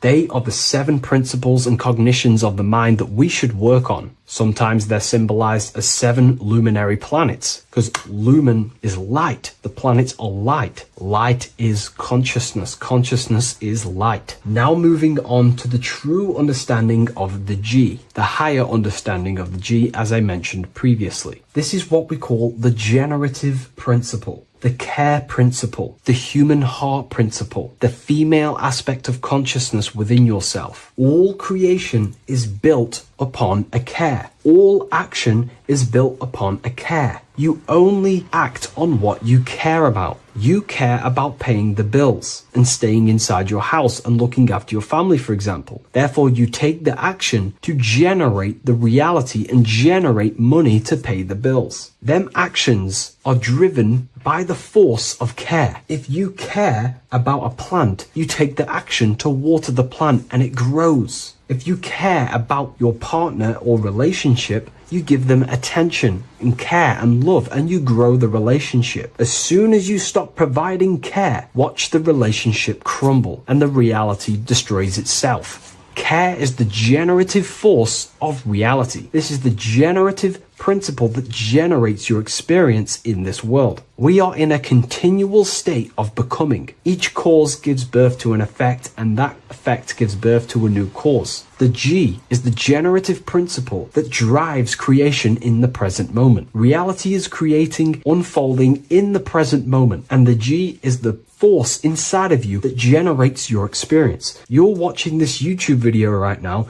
because you have a care in your heart for the information I have provided in the past, and you have a care about watching this video. As soon as you don't care, you take action to do something else with your time that you actually care about. The G is the generative force of the heart. It is the love energy. You only take action on what you love or care about. The whole world is built upon this principle. This is why we say money makes the world go round, because the whole world has a G or a care for money, and it's making everyone wake up in the morning, take actions, and make the world go round. It is the G, the care for that principle or money object to generate that reality. It is the force that drives you, hence why the G is sometimes surrounding with light rays, because it represents a force, emanation, something that is invisible but driving the physical body. The G is the internal force that focuses thought into an action. We can think many thoughts, but the thoughts you don't care about, you don't take action on. But the thought you care about, that you have a G for, intensifies that thought, focuses and directs it into an action to generate that experience and reality. The whole world is built upon this principle. The sun is a perfect example of the generative principle. The sun gives all of its life, light, never asking for anything back,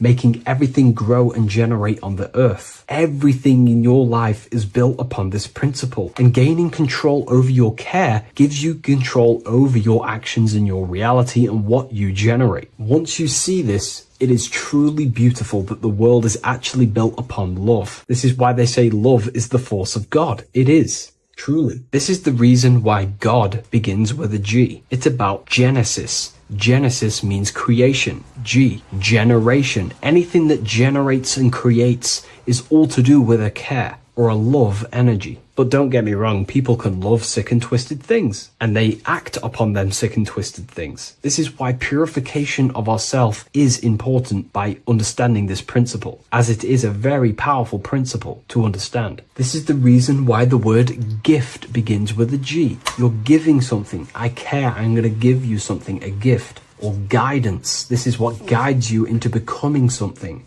what you love. This is why also gnosis begins with a G. Gnosis is not actually knowledge. Gnosis is knowledge obtained, attained by direct experience or through direct experience. For example, you're not believing you're watching this video right now. You know you're watching this. Know, gnosis, same phonetic sound. It's about knowing. Gnosis is about gaining knowledge of the self. Self-knowledge through direct experience.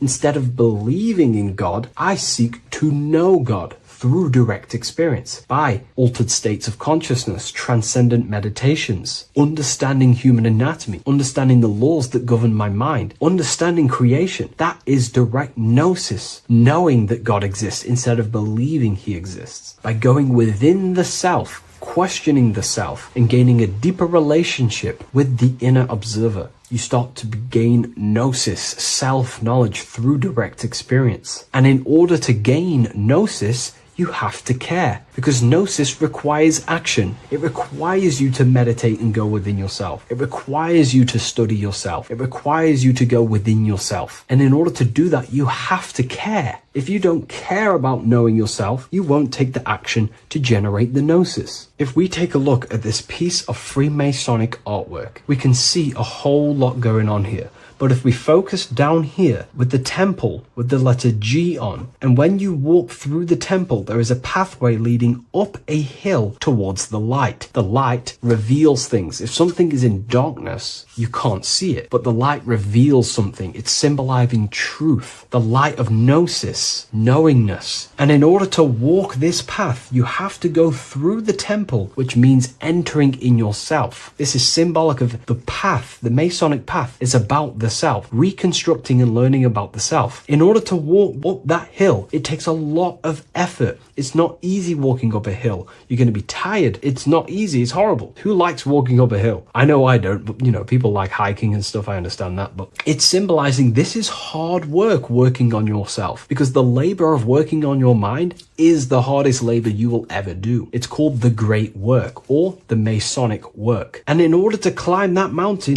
you go through the G. You have to have the care. If you do not have the care, you will not walk up that mountain. You will not generate the gnosis. You will not get close to the light. You have to have the G to walk that path of self-mastery and working on your mind. This is very, very important. If you want to gain the light, you have to have the G inside of you. You have to have the care to generate a higher consciousness. If you want to earn more money, you have to have the care, or else you will not take the action necessary to generate that reality. This is why we have to master ourselves and write down everything you love. It could be even the bad things. It could be lust. It could be anything you're wasting your care energy on. Try and remove them one by one. Master them and become disciplined. And then you'll have more G energy, care energy to direct towards something else in your life to generate and grow that experience or reality. Again, the word grow, G. It is a growing force. What you place your love and care into grows and expands. What you have a G for is what you spend your time and attention on, your two spiritual currencies. So this is the Masonic G, and I hope you gain a deeper understanding of this. So that is pretty much everything about the Masonic G that you need to know, and hopefully this has helped you. If you wish to learn more and gain guidance through your life and understand yourself on a deeper level, the book I've used today is called The Book of Symbolism. I'll leave a link in the description.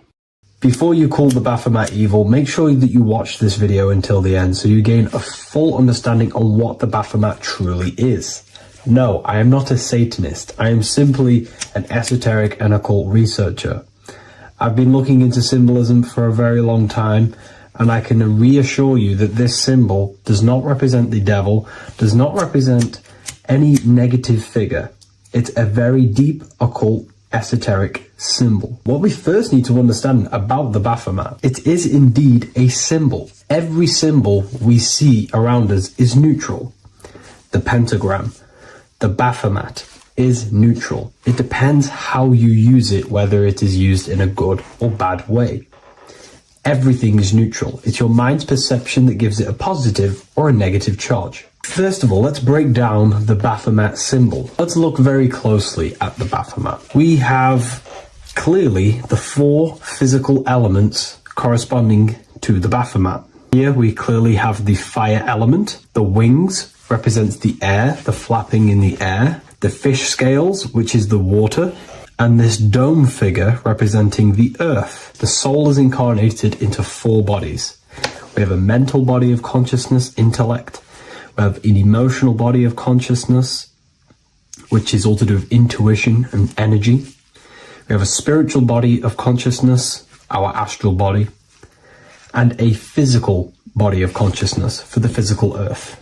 Earth corresponds with your body. Air corresponds with your mind, fire corresponds with your spirit, water corresponds with your emotions. So the Baphomet is showing you the four elements of the soul, the four bodies of the soul that we are incarnated in. Now, let's look at this moon figure. We have the moon. The moon represents the internal world. It represents what we cannot see. The sun represents our conscious mind, what we can see, what we're aware of, the physical world. The moon represents what we are not aware of. It represents our internal world. Remember, we have two worlds. You're an individual. You have a dual nature. Individual. You have an internal world. When you close your eyes, you have an internal voice, an internal world of thought and emotion, and an external world of this material body. The moon represents the internal. The moon on top represents the moon controlling the mind, represents the inner world controlling you. Now this is very symbolic in the occult world. If the inner world is controlling you, then you have no control over reality. This is the devil horns. You know the devil horns? The moon crescent? This represents you are the devil. You're being controlled by your thoughts, by your emotions, by your psyche. Then we have the moon below, which represents control over the inner world. We have control over our thoughts, our emotions, our impulses. So you're either being controlled by thought and emotions, or you're controlling them and having self-mastery. In alchemy, we always see this symbol of the man or woman on top of the moon, representing emotional control and self-mastery of the internal world. The journey of the occultist is to gain full mastery over their consciousness. They want to be conscious of every single thought that enters their mental field of consciousness. We get over 7,000 thoughts a day. It is possible to achieve a certain level of mastery where you are conscious of every single thought that enters your mind. This is one of the end goals of self-mastery and occultism, as this gains your personal power. When one achieves this, they are then able to direct the mind in one place and one place only, becoming more effective in manifestation and creation, because we are microcosms of the divine. We are creators. This is the gesture of as above, so below. The inner world and the outer world are mirrors of each other. The inner produces the outer. Your physical life circumstances are a result of every thought you thought in the past. The inner projects the outer. If you want to produce a change in the outside world, you got to produce change in the inner world of consciousness first. As above, so below. As within, so without. This corresponds with absolutely everything in the universe. Now we have the goat head, which represents the animal self. This represents the lower carnal mind. Lower carnal mind, which is earthbound, because a goat is on the ground. It's not a bird, it's on the ground. It represents the lower self, the beastie nature, the one that tells us to hate, to steal, to eat all the time, to consume. It's the beast within us, the beastie side of our consciousness. It has a human body resembling this, the human in the beastie nature, or we have the spiritual nature, the higher self. In essence, this symbol of the Baphomet represents the higher and the lower self of human consciousness. It represents the higher and the lower. To conclude all of this, the Baphomet is a symbol that represents the two paths that one can take. We can take the beastie path and become an instinctual animal, our body, or we can take the divine path of reaching our higher self. It is a symbol that represents the higher and lower self and the four different bodies of consciousness. In essence, this does not represent Satan or the devil. The devil represents the lower aspect of our human psyche. The war between Jesus and Satan is symbolic and allegorical for the war that happens within our mental field of consciousness. The internal war between good thoughts and bad thoughts, positive emotions and negative emotions. It is the constant war inside the battlefield of your own mind. Jesus, Satan are symbols, characters that are symbolic of aspects of your own consciousness, because the universe is mental. The only thing that truly exists is your mind. Therefore, all of these ancient spiritual texts like the Bible, the Bhagavad Gita, the Quran are all symbolic of what's happening inside of our mental body. It is the inner chaos that can destroy our life, or when we create structure and restructure our inner world, we can live a peaceful life. If you are struggling from the internal world and you want to gain mastery of yourself while learning the occult secrets, join Ethereal University, a community of like-minded individuals who are all striving for the best versions of themselves. We host live calls and we have an abundance of lectures that you can watch. Or check out the Book of Wisdom. This is volume 2. I'll leave all the links in the description. Have an amazing day. Welcome to Revival of Wisdom.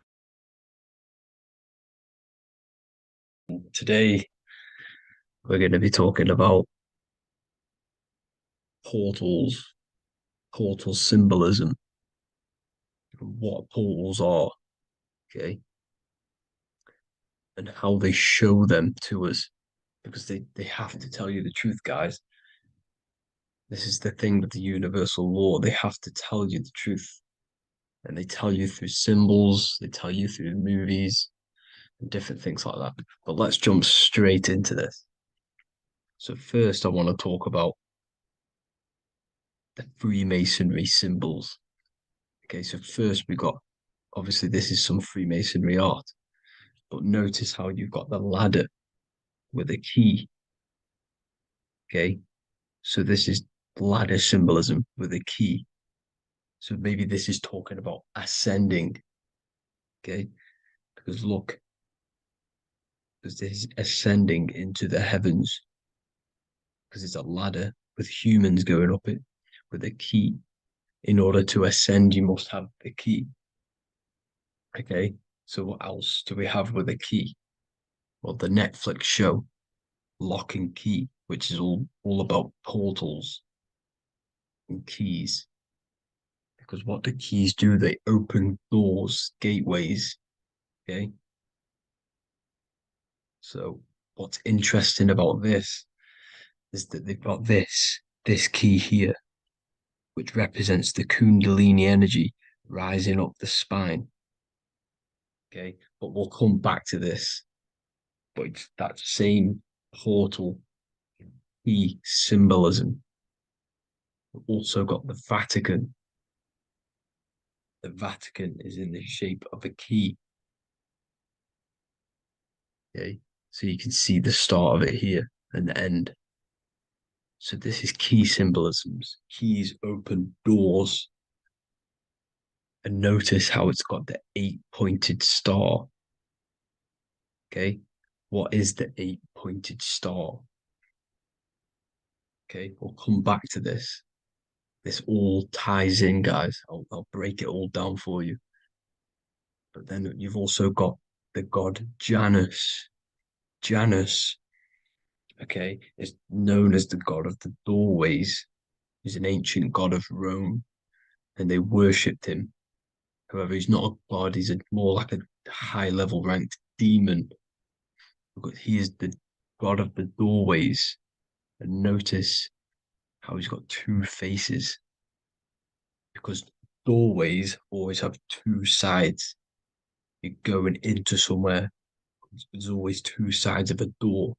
And he's always depicted with two sides of a face and a key, because he holds the key to the doorways, to the portals, to other worlds and realms. Okay, as you can see, he's always got two faces and a key. Okay, so now we have the Sumerians, the Anunnaki, and they are always depicted with the two faces. Why do they have the two faces? Because they're symbolizing doorways, and the Anunnaki come to Earth through doorways and portals. So these are what these gods are symbolizing in their artwork. But they always have the 8-pointed star. Okay, what is the 8-pointed star? You see how they always have. Look, let me try to find another one. It's the 8-pointed star. This 8-pointed star is Polaris. Okay, Polaris, just like the Vatican has the 8-pointed star with a key. Polaris is the center star. Polaris is a fixed star, it doesn't move. Okay, so the Anunnaki symbol is also the 8-pointed star. So this is symbolizing the portals and doorways that they come through in order to get to the earth. But Polaris is that center star which does not move. It's always symbolized with the 8-pointed star, just like a compass. Why is a compass the 8-pointed star? Because at the center of our realm is where the most electromagnetic energy is stored. As you can see, we have an aura field, an electromagnetic aura field. So does the earth. And in the center, so like our heart, for example, is where the most energy is stored. And like the center of the earth, this is why all compasses point to the center, because this is where the most electromagnetic energy is stored. It's at the center of our realm. Okay. So like I was saying with the lock and key series, See this here? The Kundalini energy rising up the spine, just like your Kundalini energy rising up the spine. Let me try. I can't zoom in, but you know what I'm trying to say here. Let's go back to Polaris, because at the center is where pole. Can you see the pole of electromagnetic energy? Polaris, the North Pole. It's symbolized. The truth is in the words. It's like a pole of electromagnetic energy. And this is where the aurora borealis comes from. Notice how it's got the word aura in it, because it's the Earth's aura, electromagnetic field. Just like you have an aura, also known as the Northern Lights, because it's coming out of this center hole in the center of our realm, where the black sun is. And this is where the electromagnetic energy is coming up from. And this is what the aurora borealis is, or the northern lights. It's just electromagnetic energy. And it's symbolized through our symbols, the original O. Okay, because it's like a hole through the middle. Polaris. So this Polaris is the sky vault. It's the portal into this realm, because this is what the Anunnaki are always talking about, always symbolize it with the 8-pointed star. And just like a compass, it's the 8-pointed star pointed to the center, to Polaris. Okay. See here on the Sumerian tablets with the 8-pointed star again. And how we know it's talking about portals with this 8-pointed star is because CERN 666 are opening up portals to the underworld, letting in demonic entities into this realm. How do we know it's a portal? Because their Hydra Collider has 8 points, just like the 8-pointed star. So they are creating synthetic portals to the underworld to let these demonic entities into our realm. But what is the key? Because if we're talking about ascending through Polaris, notice how here on the masonry art, this luminary here, so this is the sun, that's the moon, this is Polaris, because it's a luminary with what? 1, 2, 3, 4, 5, 6, 7, 8 beams coming off the luminary, just like the 8-pointed star. So you see the ladder with the key going up to Polaris. It's symbolizing ascending out of Earth. So what is this key that they're keeping from us? Because it's a human holding a key going up the ladder to Polaris. Well, chakras. We have 7 chakras. Okay, so this is what they are telling us in the lock and key symbolism. The Kundalini energy rising up the spine. Okay, just like they have 33 vertebrae on the back of your spine. Okay, this represents the Kundalini energy going up your 33 vertebrae, just like in masonry has 33rd degrees. Okay, so what is the key? Your chakras. Your chakras have to be unlocked. Okay, you have to unlock your chakras, and you can't unlock this one without going through this one. You have to go through them all. It's like a ladder, just like Jacob's ladder. You can't go from the bottom to the top. You have to unlock each one. Okay, just like you have 7 chakras, you have 7 layers of your aura. Okay, you have to unlock your chakras to the highest point in order to reach Christ consciousness. And this is the key that they're talking about. They're symbolizing the organic portal within each and every one of us to ascend out of this realm.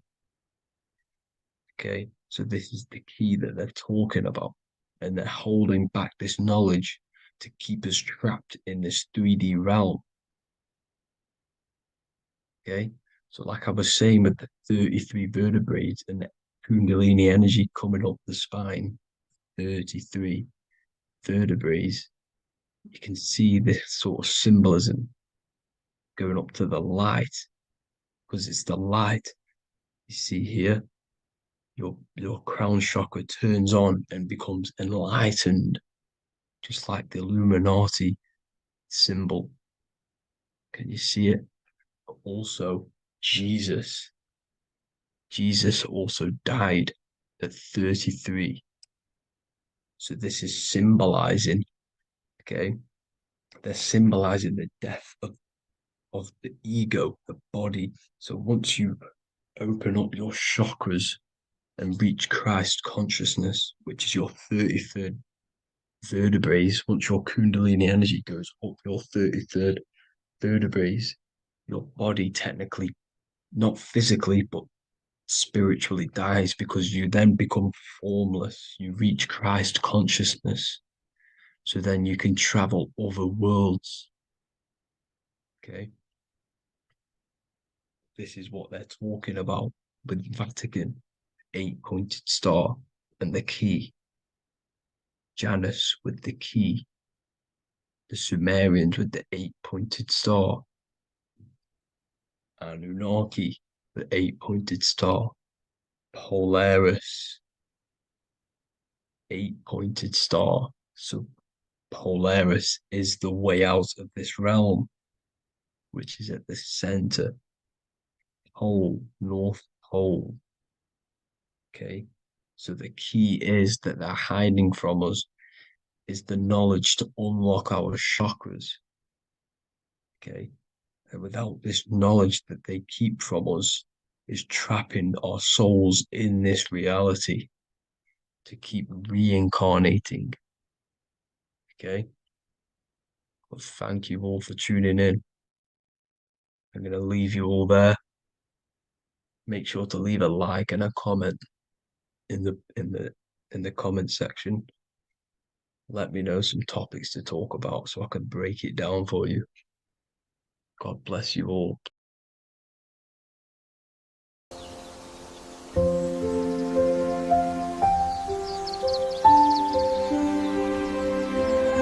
bookofwisdom.com. Visit today.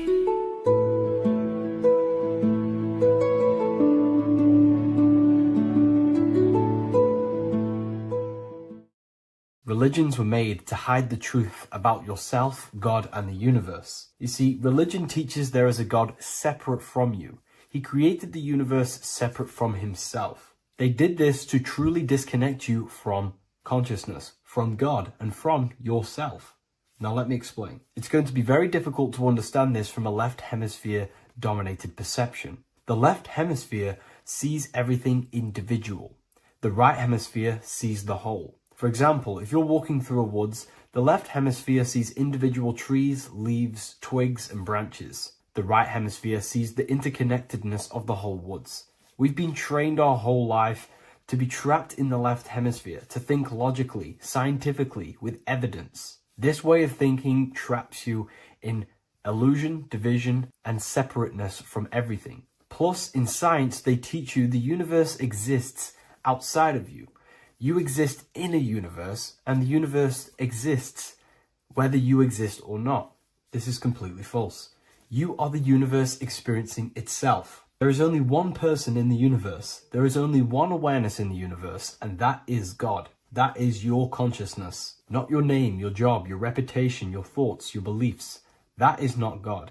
God is the infinite awareness that you are, the alertness, the essence of life. You are an individual. You have a dual nature, an inner world, consciousness, and an outer world, this physical body. The inner world is the immortal, consciousness, awareness. This physical reality is for the immortal within us to experience and enjoy. And the immortal consciousness, the immortal self, the individualized expression of the only thing that is truly real, which is God, consciousness, is seeking a way to understand itself through infinite vantage points. The same consciousness inside of you, inside of the dog, the squirrel, the plants, the stars, the same awareness is in absolutely everything. Only the right hemisphere can see this connection. The universe is one mind separated into the infinite bodies and life forms. This is why scientists tell you that the universe is forever expanding. It's truth in plain sight. Because the universe is the mind, and the mind is always seeking more vantage points to understand itself. And the mind is always expanding into new realms of thought. The mind cannot be filled up. It does not exist in space. However, human awareness, human consciousness is very sacred. And the reason why I say that is because humans possess a two-way consciousness, unlike a dog, an animal, or a squirrel, for example. The dog looks in the mirror. It is not aware of itself. It doesn't look in the mirror and see that it needs to improve something. However, humans, we can look in the mirror and say, who am I? Where do I come from? And I need to change this aspect of me. I'm lacking in this area. Dogs do not have this awareness. They function only on their immediate surroundings, on survival and instinct. Human awareness is special because we have the ability to reflect on the self. We can question our consciousness. We can question, who am I? Where do I come from? And where am I going after this? The human mind has no limitation.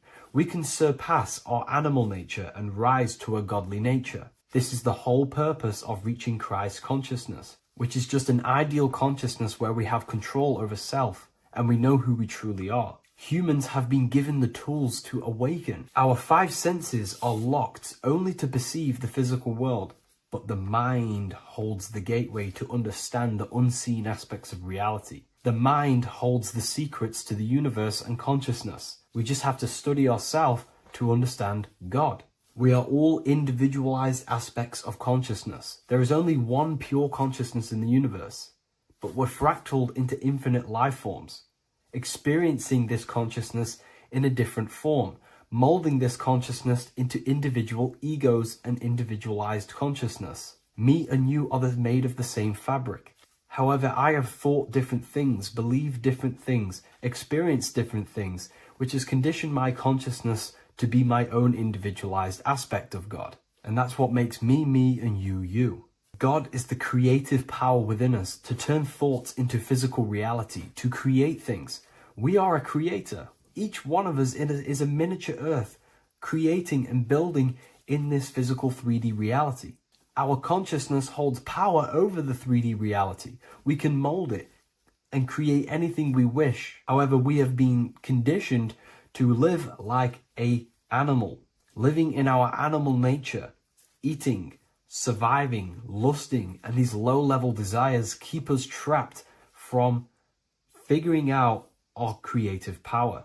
This is why the ancients always depicted God inside of the brain. Even in ancient Christian artwork, William Blake, Anton Raphael, all depict God inside of the brain. Why is this? Because God is our creative power.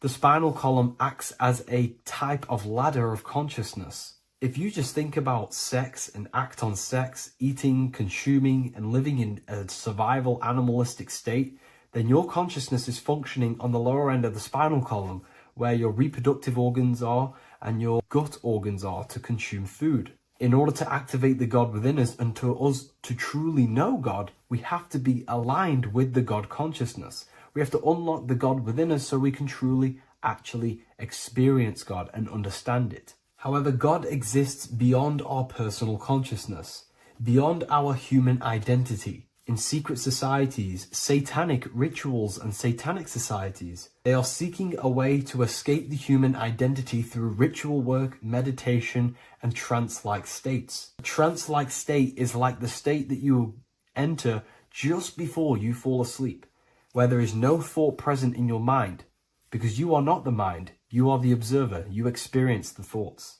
And when we escape the human identity through rituals, meditation, or trance-like states, we can actually experience beyond the veil of this material world. However, satanic rituals do this in a negative way. Satanic rituals include ways to make the human mind tap out by pushing the human minds to the limit through pain, suffering, and even torture, to allow the mind to pass out so you can temporarily pass on the veil of the physical world and escape the limitations of the human identity and the human thinking mind. Now, you do not have to do it this way.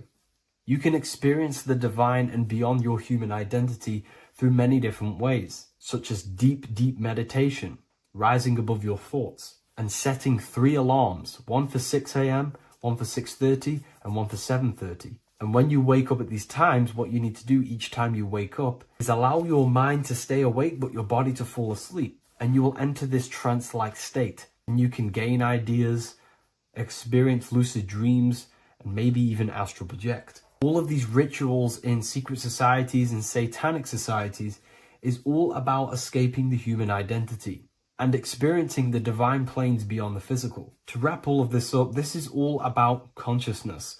Consciousness is the infinite awareness of the universe, just fractaled into separate bodies. And this consciousness is seeking a way to understand itself in infinite angles and vantage points. And religion was made to cut off your connection to the divine planes beyond this world and beyond your self-identity. Therefore, if you want to know God, you have to study the attributes and qualities of God, such as geometry, numbers, consciousness, the mind, the subconscious, human anatomy. All of these things are aspects of God. We have to study ourselves and study nature so we can see God. God is the infinite awareness of the universe.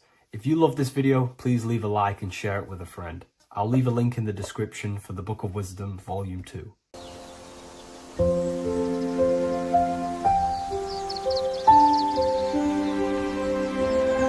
bookofwisdom.com. Visit today.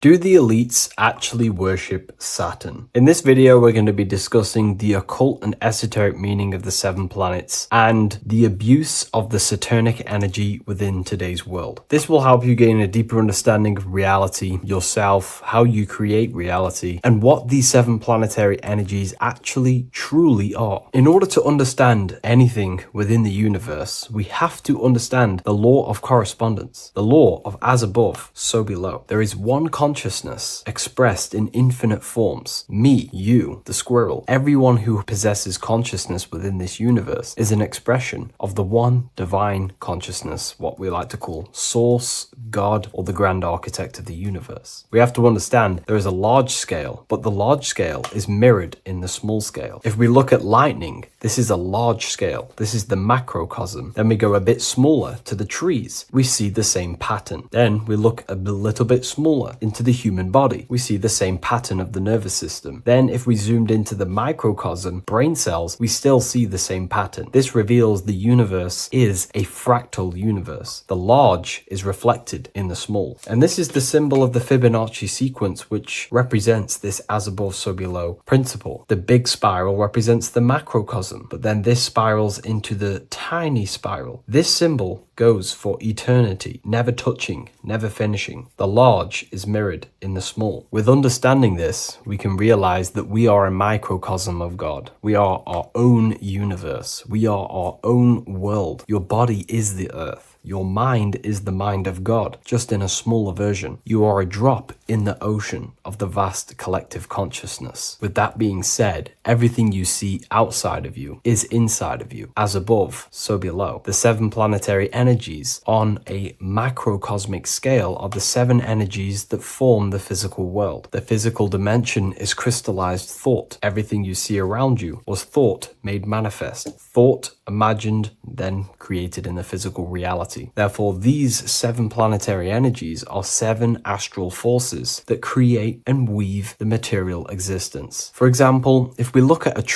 tree has 7 categories of consciousness, 7 creational forces that create the tree. This is the reason why we have 7 days of creation in the Bible. This is the reason why we have 7 days of the week for the 7 planetary energies. Monday is for the moon, Mars is for Tuesday, Mercury for Wednesday, Jupiter for Thursday, which is Thor. Thor is Jupiter. Venus for Friday, Saturn day for Saturn, Sunday for the sun. This is also the reason why we have 7 major energy centers within the body, the 7 life forces that flow through the body to give physical existence to the physical form. Man is a microcosm of the universe. With that being said, if we look at a tree is nature, and nature is the macrocosm, the creation of God's mind. And if we look at the tree, we can see 7 creational categories that go into create the tree. For example, the stem of the tree, the trunk, represents the sun. The root system, the base of the tree, where the tree grows out of, is Saturn. If we look at the fruit of the tree, that represents Jupiter. The smell, the look, the colors of the tree, that's Venus. How the tree communicates with other trees through the root system is Mercury, the intellect, the intelligence, the communication. The leaves of the tree is the moon. The defense mechanism of the tree, how it defends itself from infections and other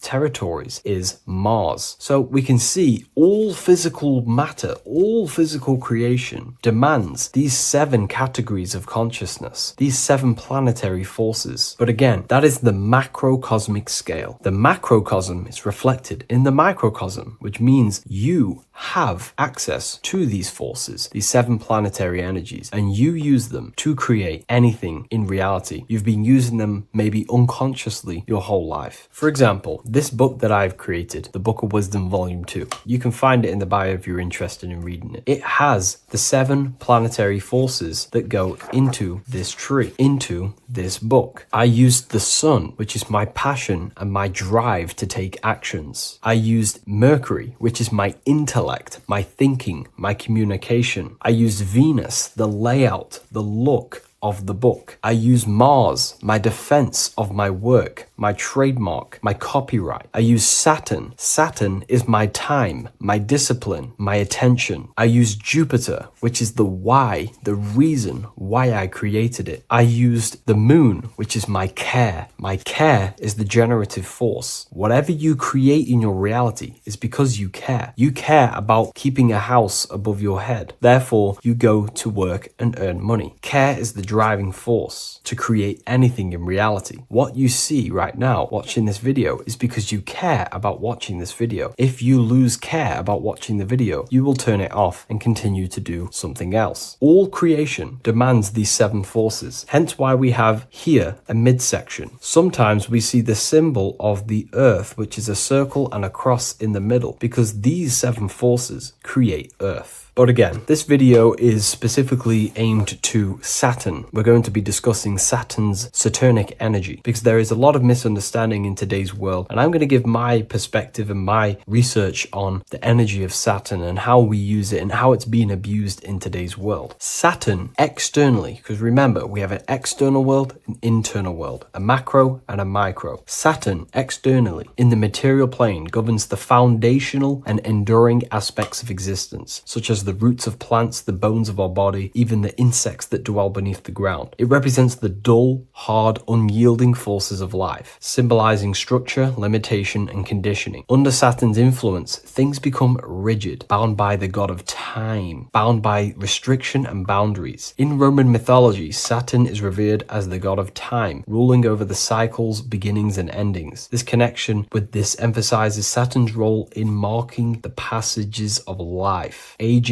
and inevitable constraints we all face. Internally, inside yourself, the microcosm. Internally, Saturn embodies the conditioning within our own consciousness. When Saturnian aspects of consciousness dominates, we become overly rigid, fixated, restricted in our thinking and actions. For example, Saturn's influence is strongly felt in today's world, where many people's minds are confined to societal norms and conditioned responses. The pervasive control Saturnian energy can lead to the sense of limitation, as people become trapped within structure imposed by society society and power structures. However, we have to remember that limitation, there is dark and light. Limitation is not bad. This is why Saturn is connected to the god Satan. They are the same being. It's something that restricts, holds back, and keeps you limited, conditions and limits consciousness to its lower power. Saturn is a great teacher, guiding us through difficult life lessons that ultimately lead to growth and expansion and power. Although Saturn's energy is harsh and often challenging, it helps us to develop resilience, discipline, and wisdom. Yet in modern age, this energy has overpowered the minds of the masses, fostering excessive rigidity and limitation. Instead of being ruled by Saturn's constraints, we should seek to embrace more freedom, love, joy, balancing Saturn's lessons with openness and fluidity in our life. So like I said, Saturn rules law. Anything that is limiting or holding back, something that is a restriction or a wall. This is why we see judges wear black robes. The color black is associated with Saturn because Saturn rules over the nighttime and the winter time. Capricorn, they wear black robes. A graduate also wears a black robe with a black square cap on its head because black is associated with Saturn, restriction, limitation. University graduates wear this. Personally, not to offend anyone, these educational systems that we have in today's world are not here to give you power, to find you the power of consciousness or yourself. They are simply to restrict you, to keep the mind limited in a certain belief system. That's not to say the things in university are completely useless, but what I'm saying is it is a conditioning by the educational system. And if we actually look at the top of the hat, it's a square over a circle. And in Freemasonry, we see the compass on top of the square. In Freemasonry, we see the square underneath the compass on top of the square. The square creates squares and the compass creates circles. So this is symbolizing the square, which is matter, the circle, which is spirit, matter over spirit when it needs to be spirit over matter. This is a symbol of conditioning, limiting the mind into being locked in the five senses and base consciousness. Saturn's energy is keeping people restricted. This is why there is so much Saturn symbolism in today's world, because Saturn is anything to do with limitation, restriction, and time. All of the systems in place are to limit our minds, to keep us on base consciousness, only thinking in a limited box, only thinking and aware of the five senses. In base consciousness, in animal nature, one only thinks according to their senses. When they have a sense, their mind thinks. This is an affect state of consciousness. They're living in the affect. We need to understand that in base consciousness, we have no true power to create. We're simply living in cycles of affect. Now, what do I mean? The physical world is the effect. It's already manifested and cannot be changed. Our consciousness needs to rise to become a cause instead of playing around and being lost in the effect, to become a co-creator. And this is what the system does not want you to do. It does not want you to become a conscious creator. So they keep you in base consciousness, not giving you the awareness that you are literally a god creating a world right now. You are a world and you are shaping the world. Our consciousness needs to be mastered, controlled, and then we can become a conscious creator instead of running around in the world of illusion and effect. As above, so below. What happens in the mind happens in reality. We do not want to be matter over spirit, which means the external world over the internal world. We need the internal world to rule over the external. Saturn symbolism can be symbolized as a black cube. The cube symbolizes this physical world because everything has 6 sides. We can move forward, backward, left, right, up, and down. We are in this cube. This is why we say think outside the box. Thinking outside the box means to become a cause and not an effect. The mind needs to be a cause, an instruction center, and not just thoughts that are reinforcing the effect and lost in the effects of the material world. Instead of reacting, we need to become a commander. This is a symbol of conditioning and the physical plane. Black is dull, lifeless. The physical world is lifeless. It has no power to create. It has no power to do anything. It is simply a projection and an effect. You, the mind, consciousness, are the cause. You can create the effect. In today's system, Saturn's energy is heavily relied on, which is just simply man-made laws, restrictions, time wasting, and keeping people in base consciousness, only aware of the physical 5 senses. Let's get something straight. about the elites. They do not worship Saturn. There is nothing to worship. They simply use the energy of Saturn to keep people limited. They're not using the planet Saturn, but they're limiting people in their belief systems and physically where they can go, restricting boundaries, countries, restricting people's minds through mass media, which is all symbolism of limitation and restriction of Saturn. They're not worshipping it, they're using it and abusing it. Saturn could be anything in your mind that keeps you limited. If you have a limited thought that does not allow you to take action on something, that is a Saturnic energy within your own mind. Anything that is indoctrination, anything that is boundaries on you, that is a Saturnic energy. Some people say that the Saturn and the moon are working together to trap our soul. This is highly symbolic. Saturn and the moon are not forming a matrix to trap your soul and keep you reincarnated. Again, this is symbolic, and in the esoteric version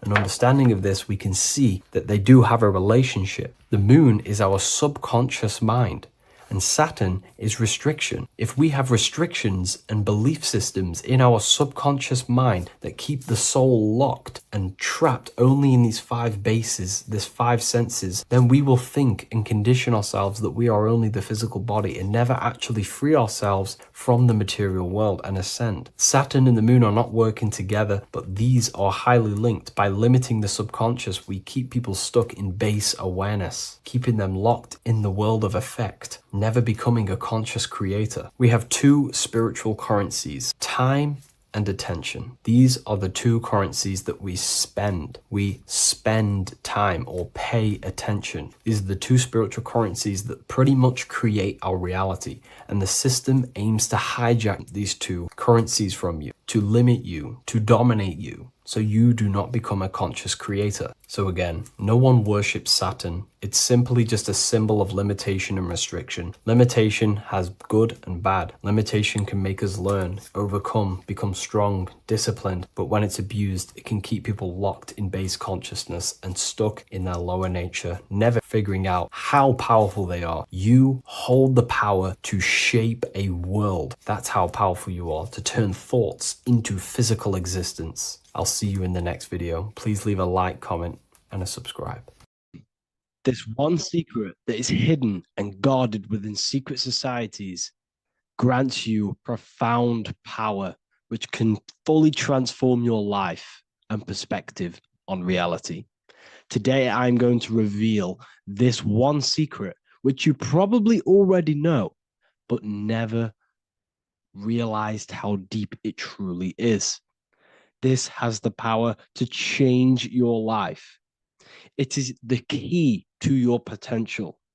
And if you stay with me, this power may be yours, and you could transform your life with this hidden secret that is guarded within secret societies and esoteric orders. And this secret is not really a secret, but something people overlook. That the universe is mental. Everything we experience and interact with and perceive originates within the mind. The universe is a boundless field of consciousness, a mental construct molded and shaped by thought. We do not just live in a physical world, as they want you to believe. There are hidden forces that mold the material world.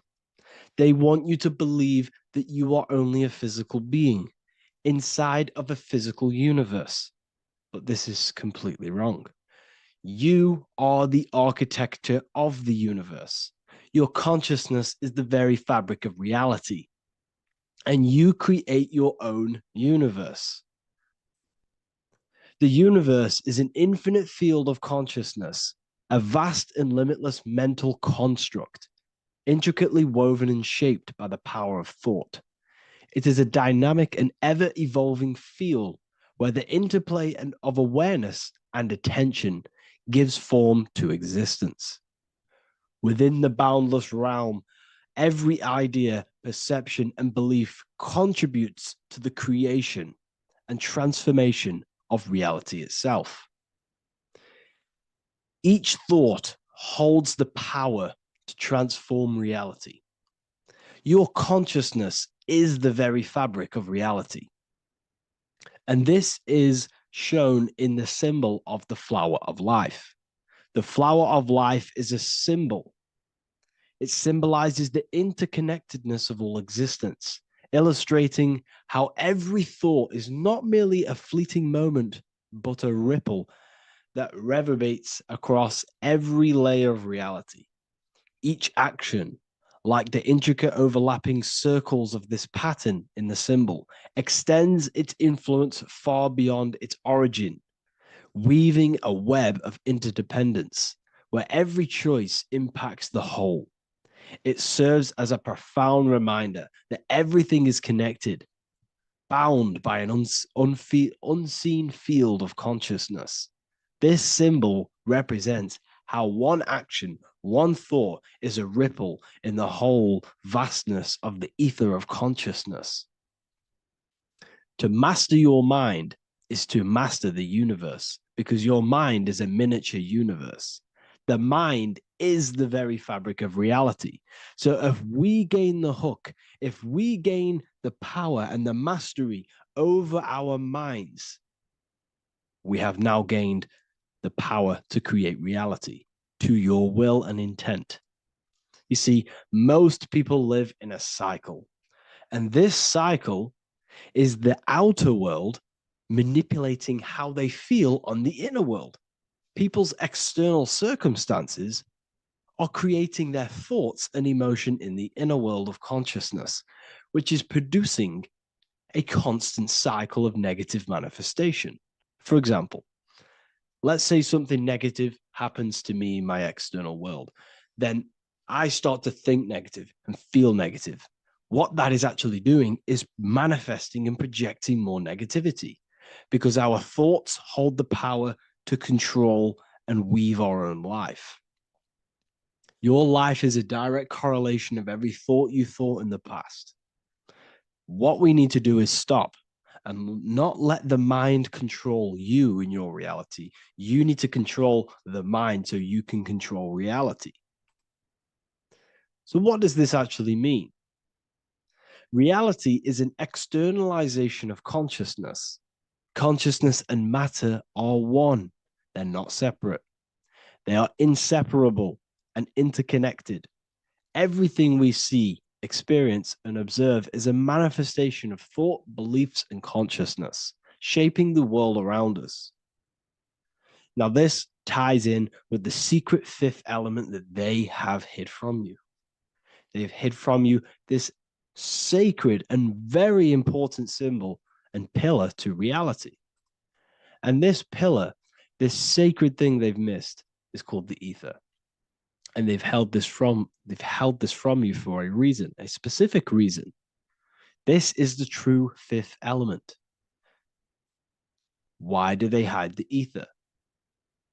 Because the ether has the power to shape and manifest whatever we imprint upon it. Every thought is a vibration interacting with the ether and actively shaping our reality. The ether, you could see it as the codes to physical reality. It's like an energetic blueprint which surrounds all physical objects. It is the life force that gives life to all things. All energy comes out of the ether and returns back to the ether.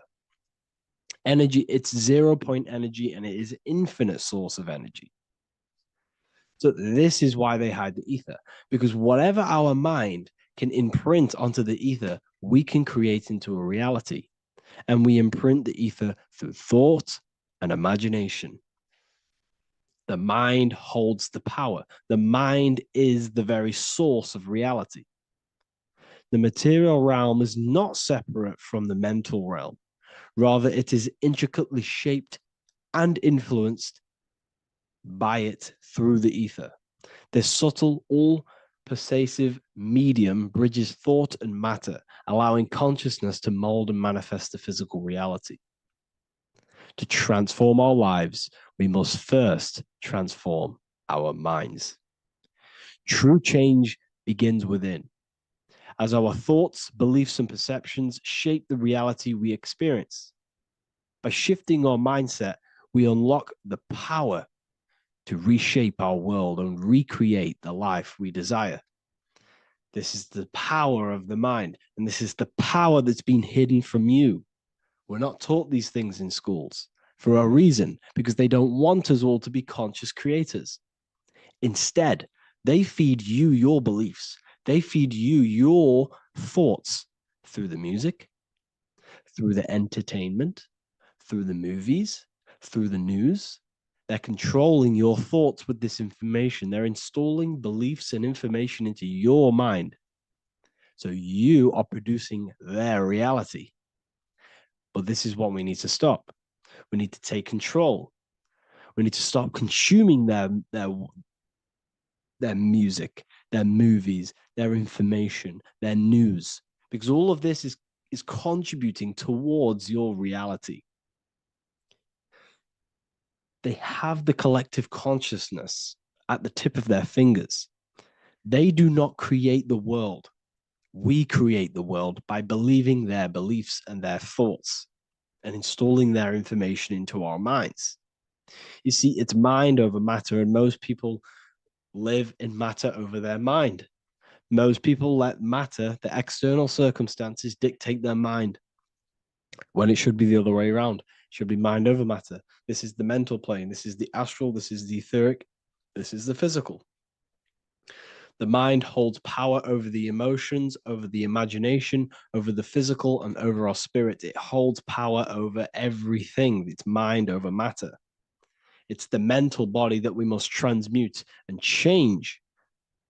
Most of us live in a chaotic state of mind, and this is what we must change. Turn chaos into order. So we need to be mind over matter. We need to install this belief into our subconscious. I, Harry B. Joseph, have created the ultimate esoteric school on the earth. As a member, you'll gain access to live mentoring calls twice a week, along with new lectures, books, and exclusive content released every week. Additionally, you'll have a full access to all my life-changing programs. If you're ready to transform your life and start your journey today with me, join Ethereal University. These are the campuses. We have the real lecture sections filled with lectures that you can watch. Manifestation Mastery, which teach you exactly how to reprogram your subconscious mind so you can live that reality. Sexual Alchemy, the path to empowerment of how you can transmute your sexual energy. The Real Library, where you gain access to powerful esoteric books, PDFs. Symbols of Secrets, an amazing course. The course that allows you to see beyond the veil that has been pulled over your eyes, the language of symbolism that secretly rules the world. I teach you how to read symbolism. Esoteric Exchange, live calls. You get to rewatch all of the old live calls. Mindwave Hub, this is a place of binaural beats where you can listen to infinite amounts of binaural beats. So you can meditate to them.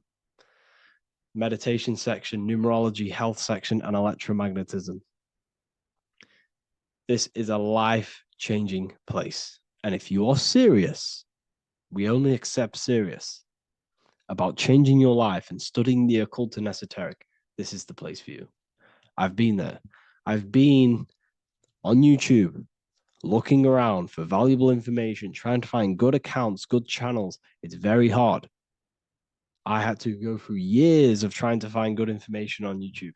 But what I've done is, instead of you searching around everywhere for bits of information and connecting the dots, I've put it all into one big place. You get your binaural beats, you get all the programs you need to walk the path of enlightenment to transform your life. I will connect with you on the inside, and I hope this lesson, this lecture, you gained some information, you gained some power from it. Please like and comment, or don't. It's up to you. If you have any reviews, if you have any ideas of lectures that you know, if you don't understand certain things, make sure to leave a comment and I can make a lecture about it. I can make a video about it for sure. I don't mind taking recommendations for videos.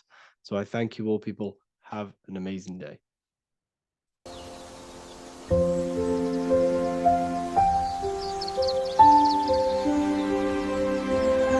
bookofwisdom.com. Visit today.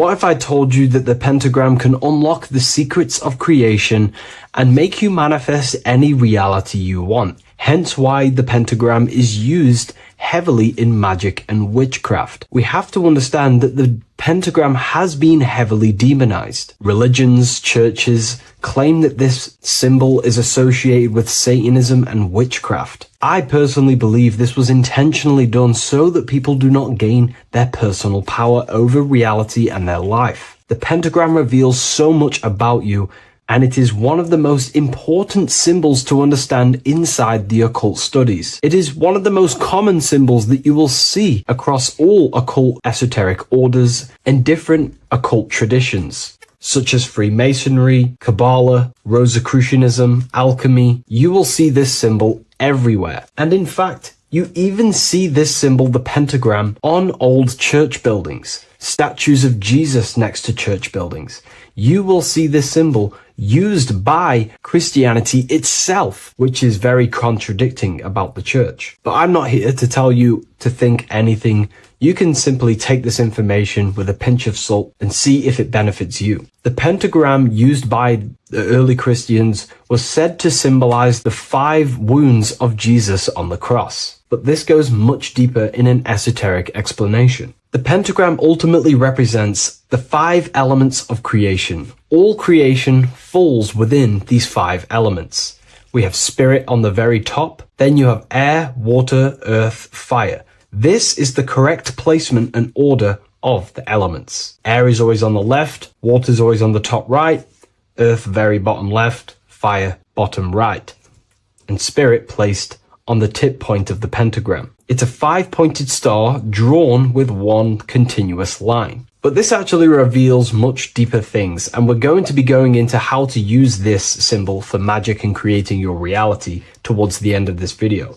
But now we're going to give you a basic understanding of the pentagram. It's showing you the 4 physical elements symbolized as triangles and spirit symbolized as a circle. The 4 physical elements are made out of the base element, spirit, or what the ancients call ether. Ether is the underlying base of all physical matter. This is the substance that animates physical matter with life force.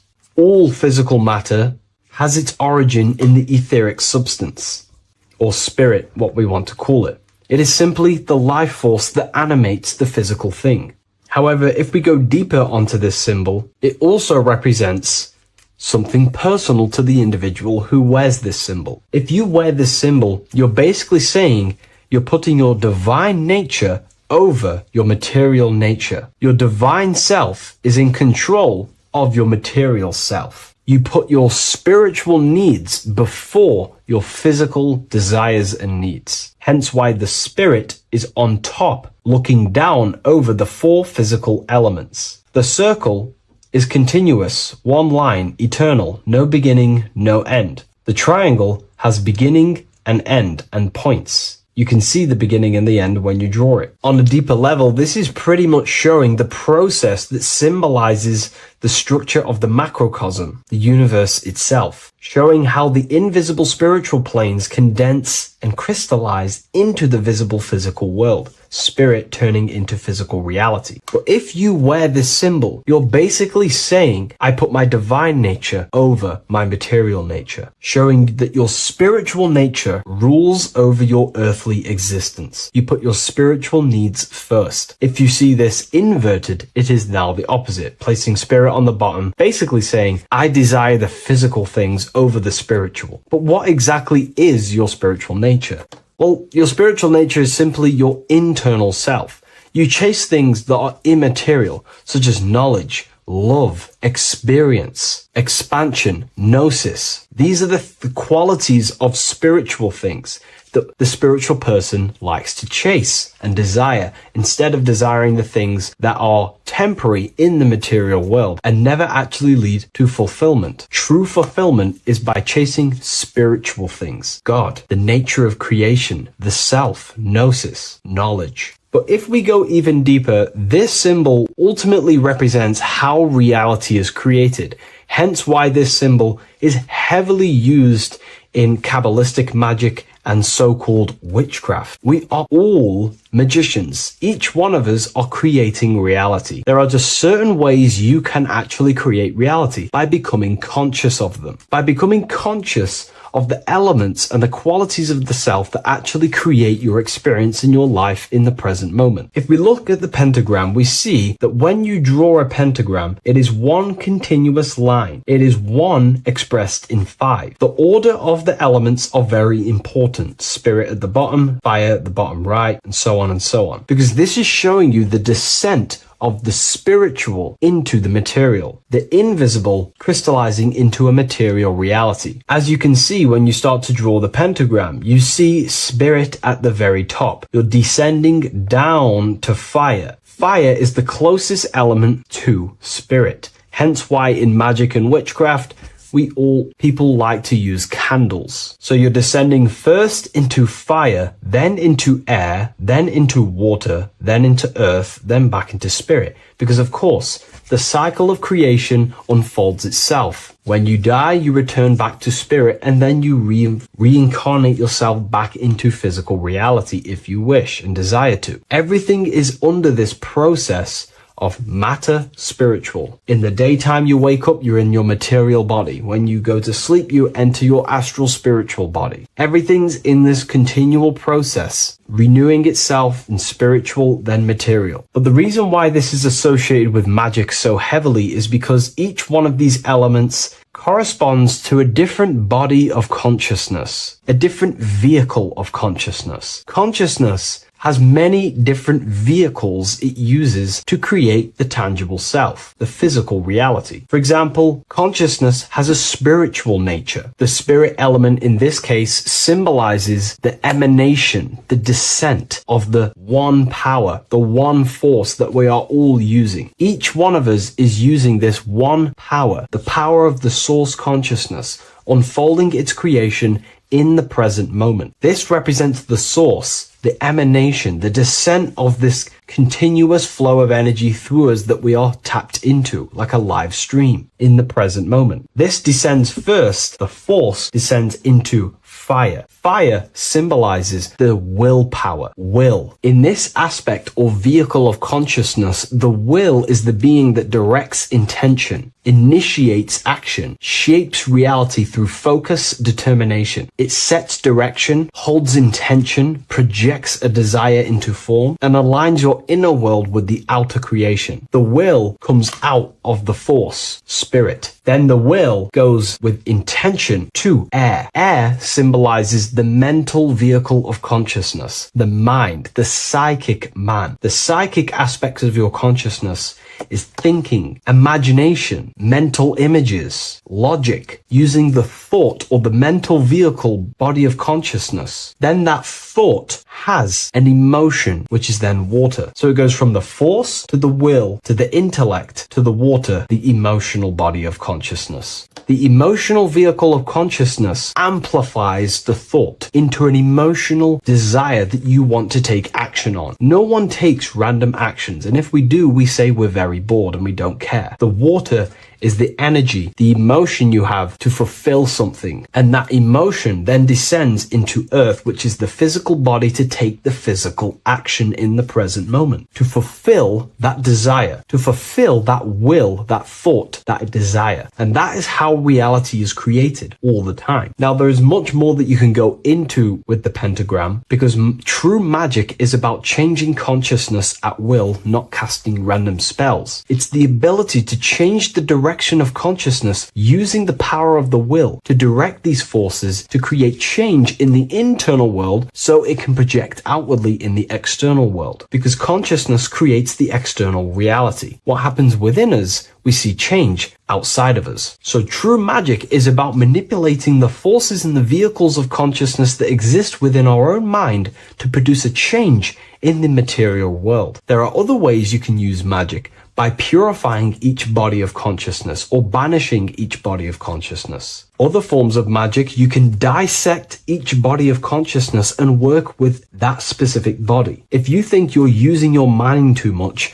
you can start using banishing rituals to banish the power of the mind, to stop overthinking, for example. Or if you have lack of emotional connection with your emotional vehicle of consciousness, we can dissect this body, tap into this body, and invoke this body and strengthen it. We're dissecting each body and vehicle of consciousness so we can work with it to create a specific change inside ourselves, then to be mirrored outside of us. So pretty much this pentagram represents the descent of the spiritual turning into a material reality. Hence why sometimes we see a human figure standing in the point of a pentagram, because it ultimately represents the microcosm. You are the microcosm. You represent the entire process of spirit into matter, the invisible into the visible, the formless into form. The pentagram, drawn in one unbroken motion, captures this divine act of creation, showing how consciousness flows downward through the elements or the vehicles of consciousness to bring forth the material reality. The Book of Symbolism will teach you all about this. It was released November 17th. A lot of people have taken advantage of this. You also gain a free ebook with this copy. Every order comes with a free ebook. And if you wish to get your copy of the brand new Book of Symbolism, you can find it in the description or revivalofwisdom.com. Thank you, everyone. I'll see you in the next video.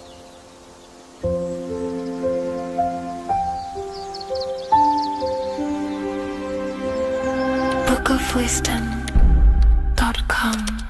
Visit today.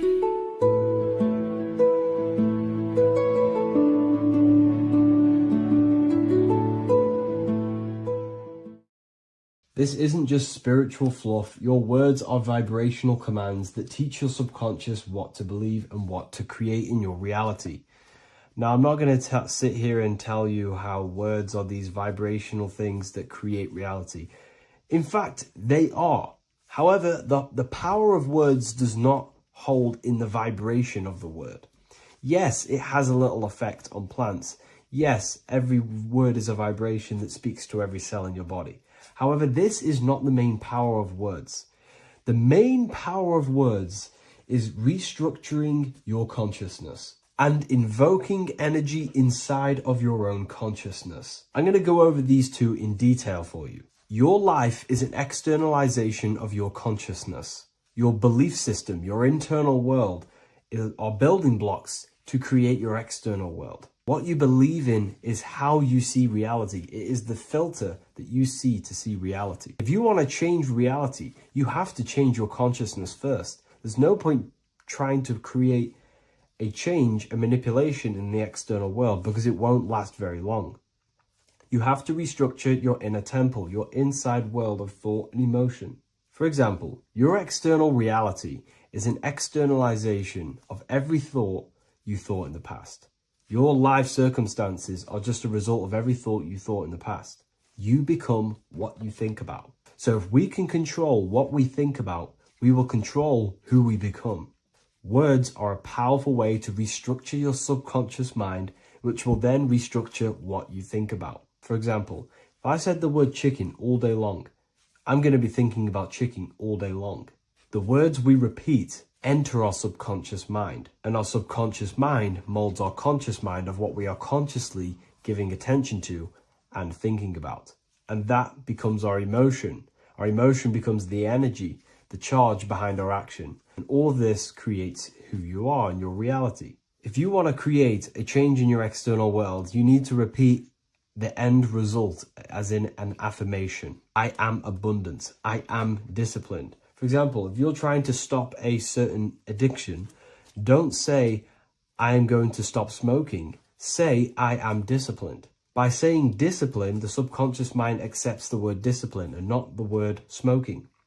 If you repeat smoking, I am not smoking, your subconscious mind will just pick up smoking and then do more smoking. So if you are trying to create discipline in your life and trying to stop something, say, I am disciplined. The reason for this is powerful because you're conditioning your consciousness. You're conditioning your subconscious mind and filling it with the word discipline. And I'm not going to say, do this a certain amount of times a day or do this in the mornings. I want you to do this as much as possible. I did this as much as possible. Whenever I had free time, whenever I had a free minute, I would say these words either physically or mentally, just to condition your consciousness. Words are the most powerful way to restructure your belief system and restructure your inner world, which will then mirror in your outer world. Words are also a powerful way to invoke energy. This is why when you see these magic occult rituals, you see people chanting and doing these things. It's because if you slowly chant a word, you can actually invoke the emotion. There are three aspects of creation: thought, emotion, action. Emotion is energy in motion. By repeating a word over and over again, you can actually begin to invoke that energy, that emotion inside your heart.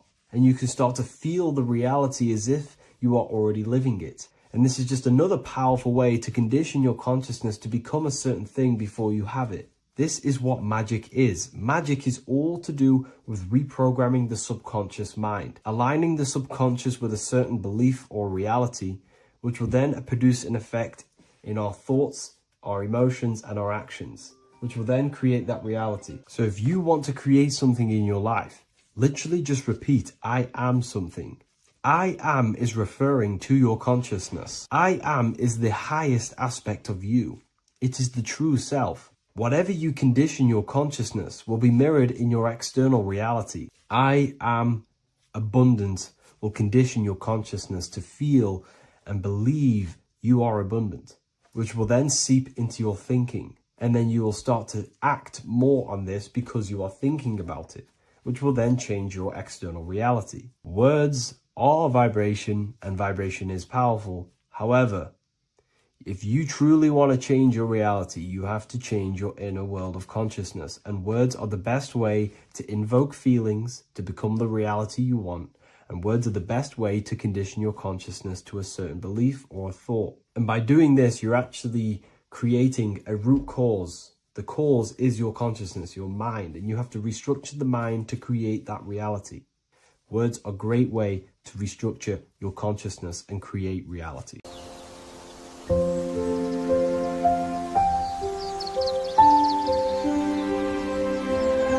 bookofwisdom.com. Visit today.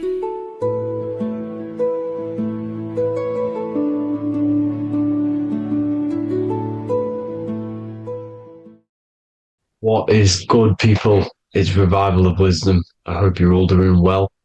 Now, this video is how to raise your holy oil or your kundalini. Let's get straight into this. So this is a monthly cycle. Every month, when the moon is in your zodiac sign, this oil is released. Now, the moon is in control of monthly cycles. For women, it's the menstrual cycle, and as well, this holy oil cycle. The moon changes sign every 2.5 days and passes through the zodiac signs in 27 days. So the moon tells the day, the sun tells the time, the stars tell the month. This reality is a massive clock, if you like to say. It's a cycle. Okay? The moon controls the night, emotions, water, fluids, and the mind. Okay? So this oil is produced in the claustrum. It's produced in the claustrum, which is here, right? This is where you get Santa Claus from. Now, the claustrum is at the center of the brain, and it is next to the pineal gland and the pituitary gland. Once it starts in the claustrum, this is the holy present. This is the present that Santa gives to us, Santa Claus. And it goes to the pituitary gland and the pineal gland. And what's connected to the pituitary gland and the pineal gland is the Ida and the Pingala. The Pingala is the pineal gland's nerve, which is the honey, which is the positive charge, electric. And the pituitary is the Ida nerve, which is the magnetic charge. This is the milk, the land flowing with milk and honey. This is the brain, the head, heaven, okay? And it travels down the spine using these two nerves, these electromagnetic charge. And this is what the ancients symbolized with the two serpents wrapped around the spinal cord, the Ida and the Pingala. And this travels down to the sacrum or the solar plexus. Okay. So once it's here, okay, the spine is an elongation of the brain. So the spine is pretty much the brain. It's an extension of it. And it's kind of a microcosm of how we descended from heaven to physical reality, to physical matter, which is our consciousness has done. Our consciousness has descended from heaven into physical matter, and this is a microcosm of it. Okay. So once we're in the sacrum bone, this holy oil, like I've just explained, this holy oil starts in the Santa claustrum, goes down the chimney to the sacrum.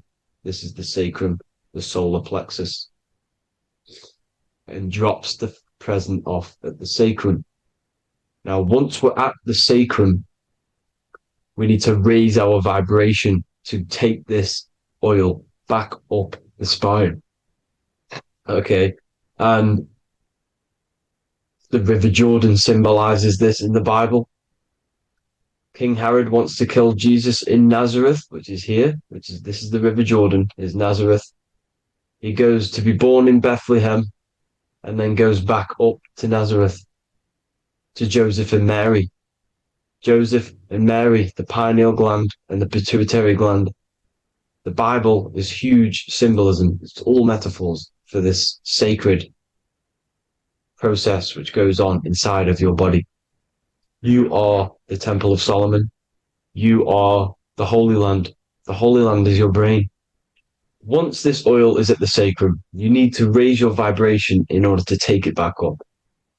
Once this oil has gone back up to the pineal gland, it activates the crystals which are wrapped around your pineal gland. Your pineal gland is this tiny little beam here. This is the claustrum. This is the pineal gland. And it's wrapped in crystals. And when this oil travels back up the spine by raising your vibration, back to the upper room where Jesus met the 12 disciples, or the 12 cranial nerves in the brain, and it activates and it turns on this pineal gland. And once it's turned on, it illuminates all the cells and the nerves in your brain and turns them all on and activates the higher God man, the God consciousness, Christ consciousness. And it regenerates the whole body. This is the secret to regeneration. It regenerates all the cells in the body. And this is how the ancients lived for thousands and thousands of years, as talked about in ancient texts. They lived for hundreds and thousands of years because they knew this secret. And this fluid, this brain fluid, the secretion, or the Christos in Greek, which means gold, because this is the alchemical process from turning lead to gold. Your body is the alchemical furnace. Now, the ancients knew about this center of the brain because they symboled it. This is the Eye of Ra, and it's the brain. And this is what's wrapped around our consciousness. Our consciousness isn't wrapped around the brain. The brain is built around the consciousness. We are the consciousness. You don't have a soul, you are the soul. Okay? Now, the head, heaven, hell, heel at the bottom of your foot, that's hell. Head is heaven and hell. Simple. Now, the pineal gland produces DMT, which is dimethyltryptamine, which is known as the spirit molecule. So, let's move on. Now, when this oil travels up, back, the spine, the chimney, it crucifies at the top, which is called the vagus nerve. So when it reaches here, the optic thalamus, it crosses and crucifies once it's raised back up. And this is why Jesus dies at 33. He was crucified at 33. Because you have 33 vertebrae on the back of your spine. And then it's crucified by the cross of the vagus nerve. When this oil crosses the vagus nerve. This is the crucifixion at 33. And it symbolizes the death of the physical consciousness. You then become spirit. You then become God consciousness. Activating the Kundalini. Regenerating the body and the mind. Okay. The Garden of Eden. You are the Garden of Eden. The land of milk and honey is upstairs. The pituitary, which is the milk, the pineal gland, which is the honey, which is DMT. He even says this in the Bible. As he brought us into the place, and he has given us this land, a land flowing with milk and honey, which is also symbolized as the sun and the moon. The Bible also says, the light of the body is the eye, not the eyes, the eye. If therefore thine eye be single, thy whole body shall be full of light. This is the activation of the pineal gland by raising this oil back up to the pineal gland, to the center of the brain. Neither shall they say, see that here, or see there, for behold, the kingdom of God is within you. So he's saying, don't look out there. Nothing is out there. It's all inside of you. Everything's inside of you. You're the universe. Now, how to raise this oil back up to the pineal gland? Every month, like I said. The moon controls the cycle. The moon controls monthly cycles. When the moon is going into your zodiac sign every month, this oil goes down the spine and you must raise your frequency to get it back up. You must retain your seed. This is the most important. Your fluid, your secret, your holy fluid, your life force. You can't let that go. That life force is the reason you're alive. This holy oil is the reason you're alive because it feeds all of the systems in your body. It feeds all the systems in your body. You have to retain your seed, alkaline diet, positive thinking and meditation. Okay? When you retain your seed, you will live longer. The moment you release it, you're killing yourself. You're killing a piece of yourself every time you release your seed. Every single time. You're killing a part of yourself. Okay? Now, this could be why this could be the illumination, the single eye on the Illuminati's symbol, the Freemasonic symbol, the illuminated eye, the triangle, which could symbolize the body, mind, and spirit, but the eye illuminated. Now, in the Bible, it talks about the two trees, the tree of knowledge and the tree of life. The tree of knowledge is the tree of good and evil, which is the most important system in your body, which is the nervous system.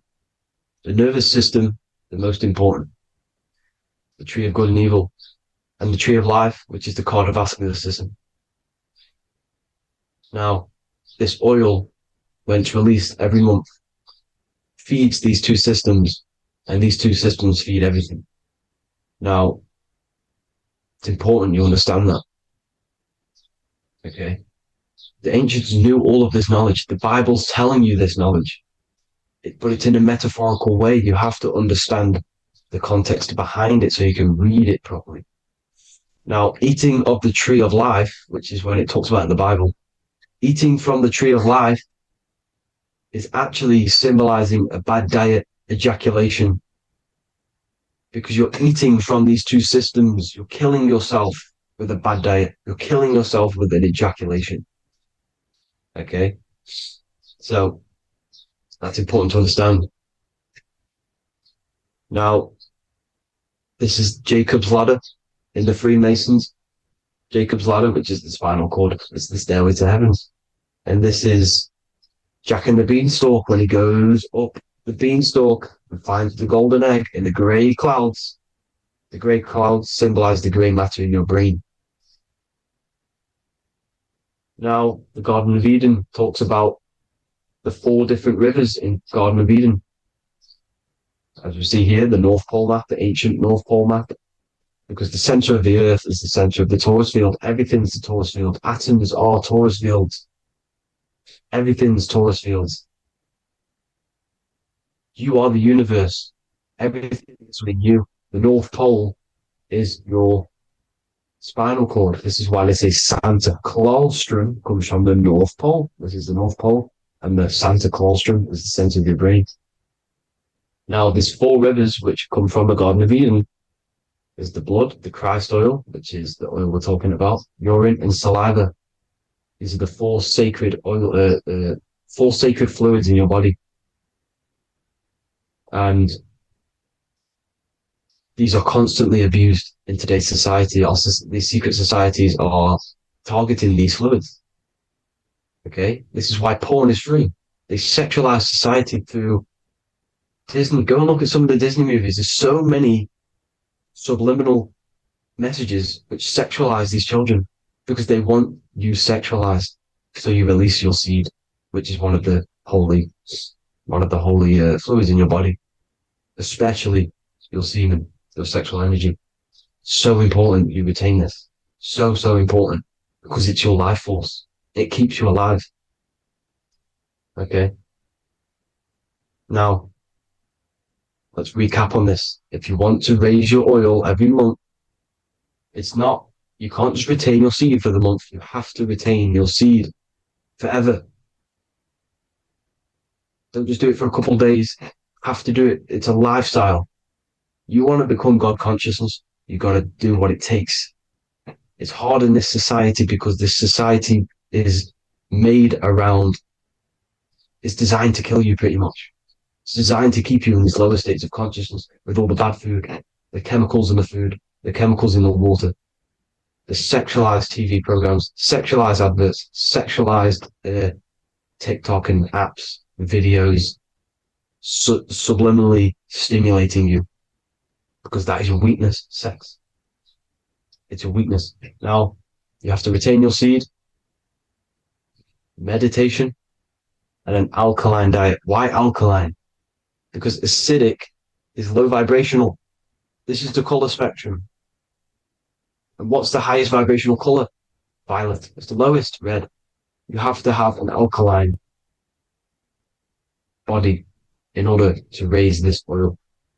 When you drink, when you have a bad diet, when you drink alcohol, when you smoke, this destroys the oil. It destroys the oil in your sacrum and it can't be raised again, can't be raised up. This is why it's so important. Without that oil, you don't live. That oil makes you live. It feeds everything in your body. It's crazy how we're not taught this. It's insane. But that is how you raise the oil, people. I hope you all gain some knowledge out of this video. And I hope this assists you on your journey, your spiritual journey. And please like and share this video. We need this knowledge out to the public to wake up humanity. Thank you all, people. God bless.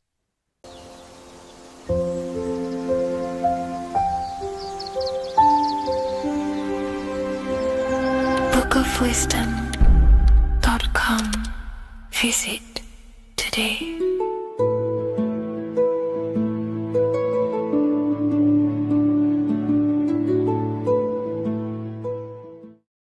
Watching pornography makes you see people as objects. It does a lot of psychological damage to the human mind. And if you truly want to progress in life, your spiritual journey, mastery, whatever it is, mastering your sexual urges is essential to become powerful, successful, and become the best version of yourself. And there are some occult practices that I used to help master this urge. They're not really techniques, they're more mindsets, which will definitely help you overcome your urges. So if you want to quit pornography today, this is the way forward that I used to create this version of myself. Before we go into the tactics, we must understand that whatever we do in darkness comes into light some way or another. If you watch pornography, you know you have a problem. You keep this to yourself. We all naturally do. These things are private, and what we do in our private time molds our subconscious mind, and we keep it away from people. But whatever we do in darkness always comes to light. If you're doing things you don't want others to see, such as watching pornography, it will come out through a subconscious force. It will come out in your eye contact. You won't really be able to make eye contact with the person you're attracted to. It comes out in your energy, your aura, your presence, your confidence. All of this plays a role in molding your consciousness. And especially women can pick this up so easily. Females are more subconscious, males are more conscious. Females speak indirectly, males should speak directly. If a woman is hungry, they will say, "I'm hungry." "Are you hungry?" But a male will say, "Let's go get some food."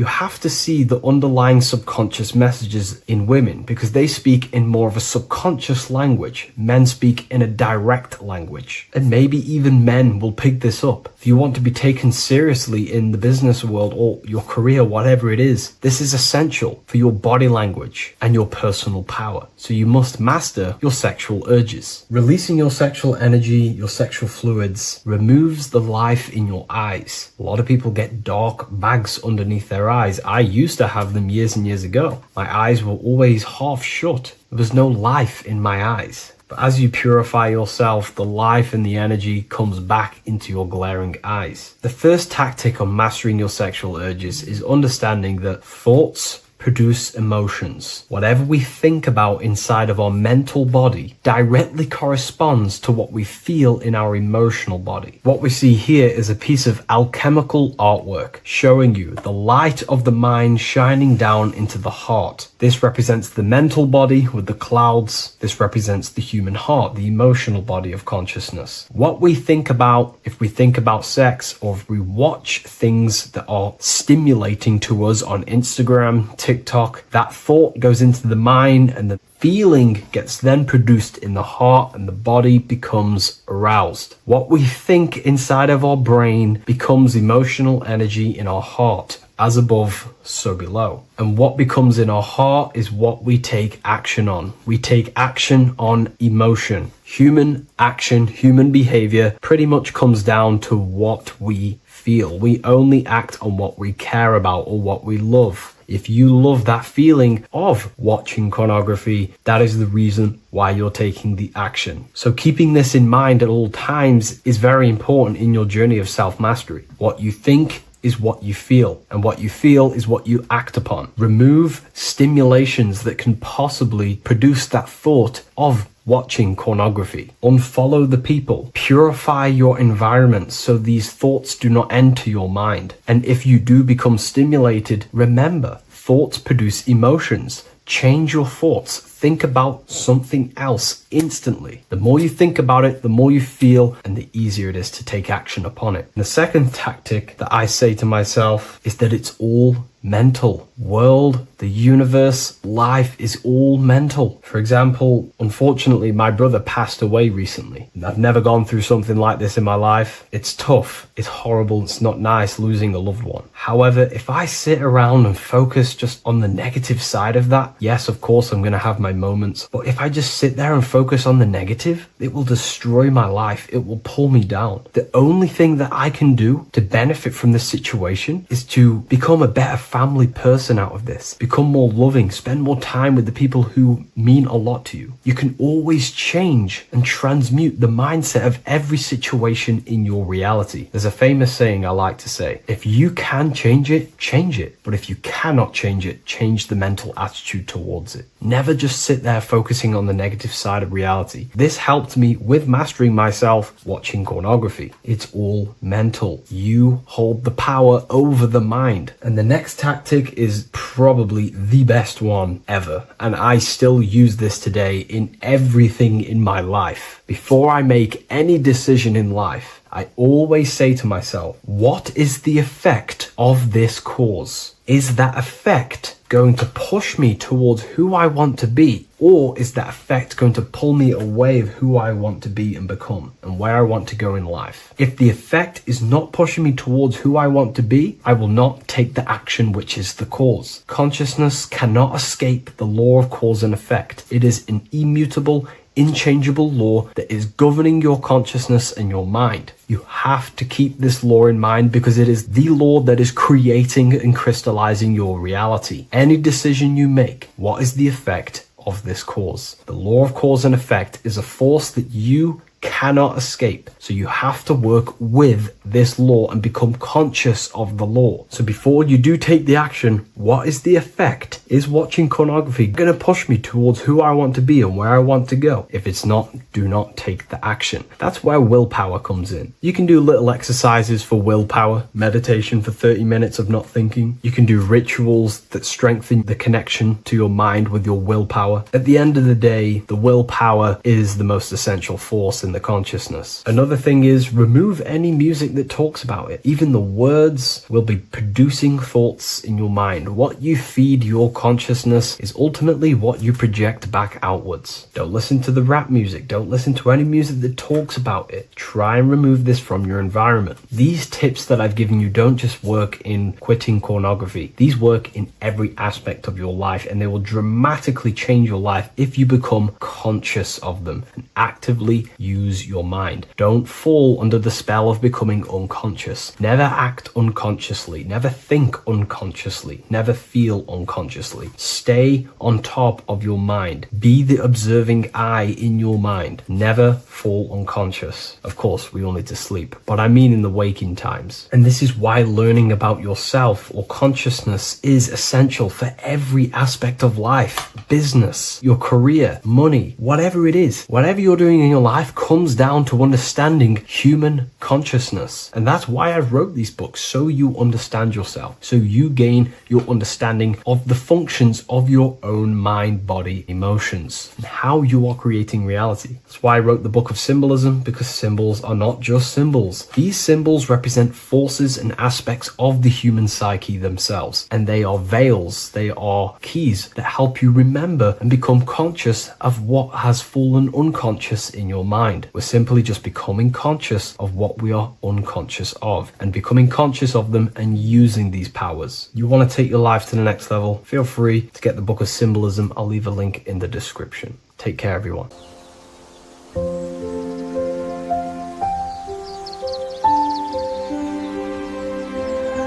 bookofwisdom.com. Visit today.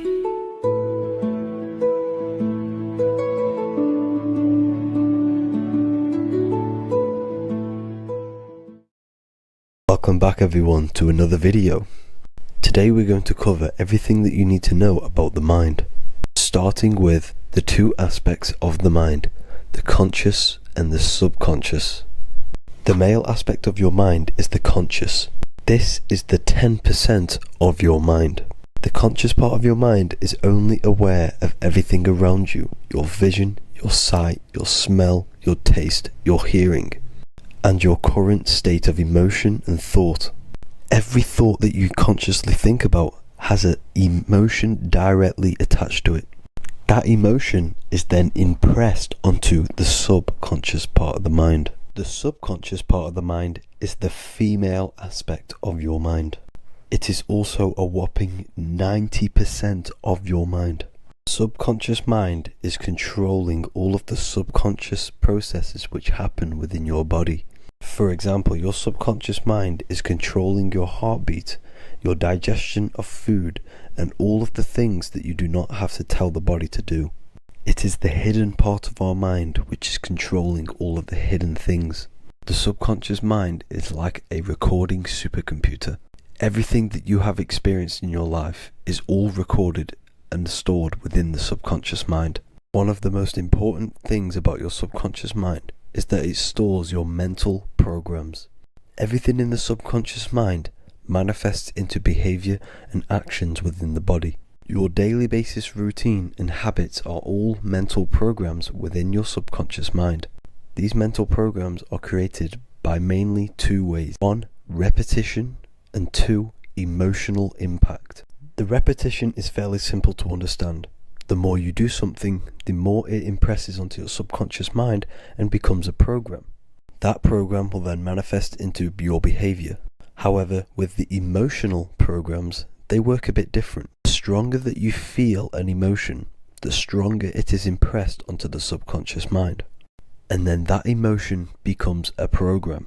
For example, you had a very traumatic moment happen when you were a young child. The emotion that you felt was so strong in that moment that it impressed into your subconscious mind so hard that you can recall that moment like it was yesterday. That traumatic event that happened to you when you were young will still manifest into your daily basis behavior even to this day.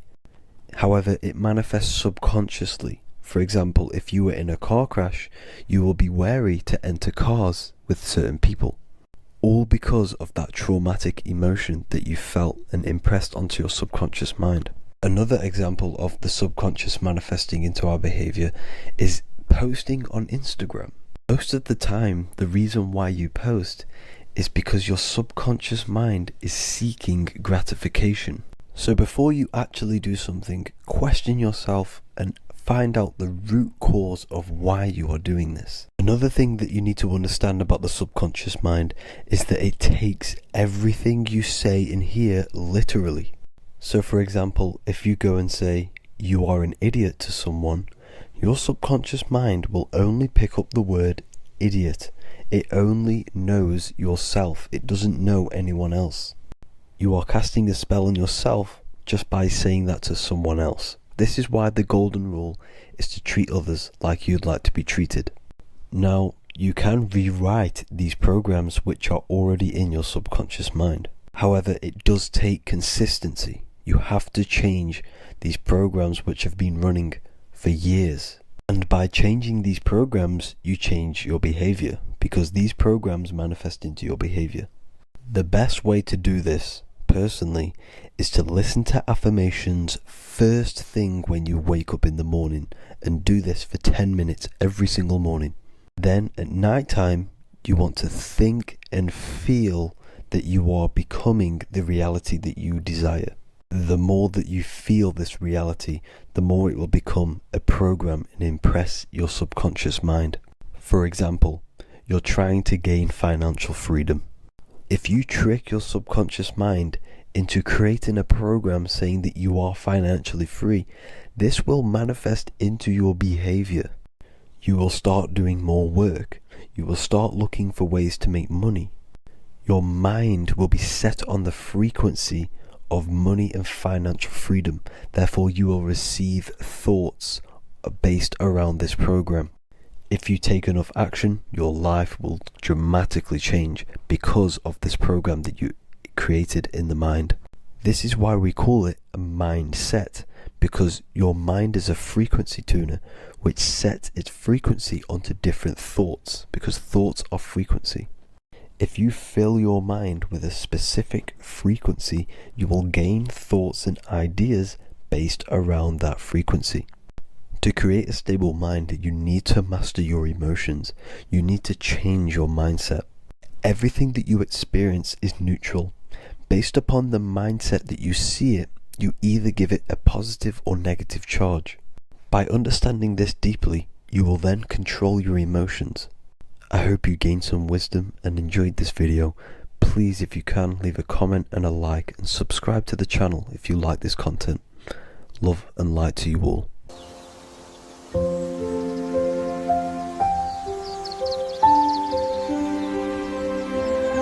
bookofwisdom.com.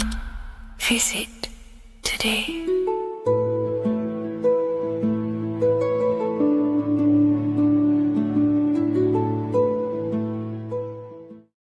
Welcome to Revival of Wisdom. What is good, people? It's Revival of Wisdom. We're back with another video. Today we're going to be talking about the importance of Saturn and the occult. Let's jump straight into this. So Saturn is the god of the earth, right? It's a time of God, change, destruction, physical matter. He creates and destroys, because the energy of Saturn is the key to crystallization. It wraps things in physical matter, right? He creates everything, all life forms, and he takes things back, because the day that you're born, that's the day that your expiry date is coming. The time is ticking until Saturn takes your life. This is why he's known as the Reaper. Okay? As he's personified as eating his child here in this ancient Roman painting.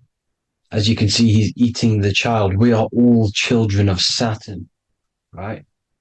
He creates physical matter, our physical bodies, right? He's the god of time because he's the slowest moving celestial body. He's the Lord of the Rings, as you can see here. He's the last one on the ring. He's the slowest one moving, okay? So he is the Lord of time, destruction and creation, okay? This is why his name is Saturn, Satan. He's the devil, okay? But I'm not saying Saturn's evil, guys. It's a part of life. Everything lives and dies, right? He's the key to crystallization. Now, as we have the clock here, our god Saturn, or Chronos in Greek, just means time. He's also the god of time, as I've already said. 60 seconds in a minute, 60 minutes in an hour, 24 hours in a day. Add 2 plus 4 equals 6. 60 seconds, 60 minutes, 2 plus 4 equals 6. That's 666. Okay? And as you see on the clock, 6 take away 12 equals 6. 7 take away 1 equals 6. 9 take away 3 equals 6. 6 is the number of Saturn. It's associated with Saturn, right? He's the god of time, of justice. Everything goes back to the Reaper in the end. Everything lives and dies. Now, the artwork of him, he's always got the Reaper staff. You see, it's personifying death. Now, when you see this, the Romans were not saying Saturn was a real person, a real god in human form. No, this is personification. This is what the ancients always did. They personified, just like the Bible. It's all personification. So the personifying Saturn eating its children because it eats, it's the Reaper. No one can escape the Reaper. No one can escape death. Now, Saturn is 666, which is in the Bible, the number of the beast, right? The number of the beast, Satan, 666, right? So on the North Pole of Saturn, you have a hexagon which makes a cube, right? Now this hexagon, when you join up all the corners, creates the 6-pointed star known as the Star of David, right? In the Jewish religion. Now, as you can see, the 6-pointed star has 6 points, 6 mini triangles, and a 6-sided hexagon. That makes 666. And also, you have Saturday is named after Saturn, the 6th planet, the 6th day of the week, and has a 6-sided polygon on its north pole. That's also 666. Now, this Star of David, this symbol goes back thousands of years, and it originates from Saturn. It's not the Star of David, right? It originates from Saturn. It symbolizes the physical and spiritual aspect combined into one, which makes us humans, right? Also symbolizes the male and female combined into one. These two sacred energies create the human. We consist of both male and female energy, also known as the Seal of Solomon. And we all know if Solomon was a real person, he talks about communicating with 72 demons. He could apparently in the text, he could communicate with 72 demons, and this is sorcery. This is black magic. Now, this symbol is associated with hexing people. When you place a hex on someone, that is a form of witchcraft, which a hex is just a curse. When you're cursing someone, this is black magic. Now, the black magician would stand in the middle of the symbol and cast his spells onto other people. Now, this symbol is obviously on the $1 bill, twice on the $1 bill. And it's very, very ancient symbol. And it originates from Saturn. And let's keep going. So the cube. So I've just said how you see the cube on the North Pole of Saturn, right? The cube is limited. It's a 3D shape. It symbolizes limitations to the physical 3D dimension, the third dimension, the physical realm which we are in. Now, as you can see, the color associated with Saturn is black, right? Black is infinite potential. Black is the creation of all things before there was light. Light is born out of blackness, darkness, okay? Now, black is physical matter. And as you can see, the black cube, black symbolizing physical matter, the cube being limited, as the physical realm that we are in is limited. It's not like the fourth dimension where everything can exist in a thought. The third dimension is limited, right? And this is what Saturn is. It limits you to the 3D 666. Your body limits you to your physical body. Now, these black cubes are placed everywhere. As you can see, Australia, Denmark, Manhattan. There's one in New York. As you can see, the Apple have a cube. The Nintendo GameCube. Trump Tower is a black cube. This is worshipping the energy of Saturn, the god Saturn.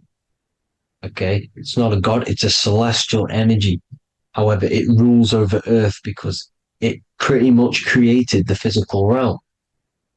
Now, as you see, when you go to a funeral, you wear black, a black suit symbolizing Saturn, which is the color associated, black. And as you see in Mecca, they walk around the black cube in rings. As you can see here, they're stood around in rings, like the Saturn, the rings of Saturn. The Mercedes symbol. You probably wouldn't notice that, but yes, it's Saturn.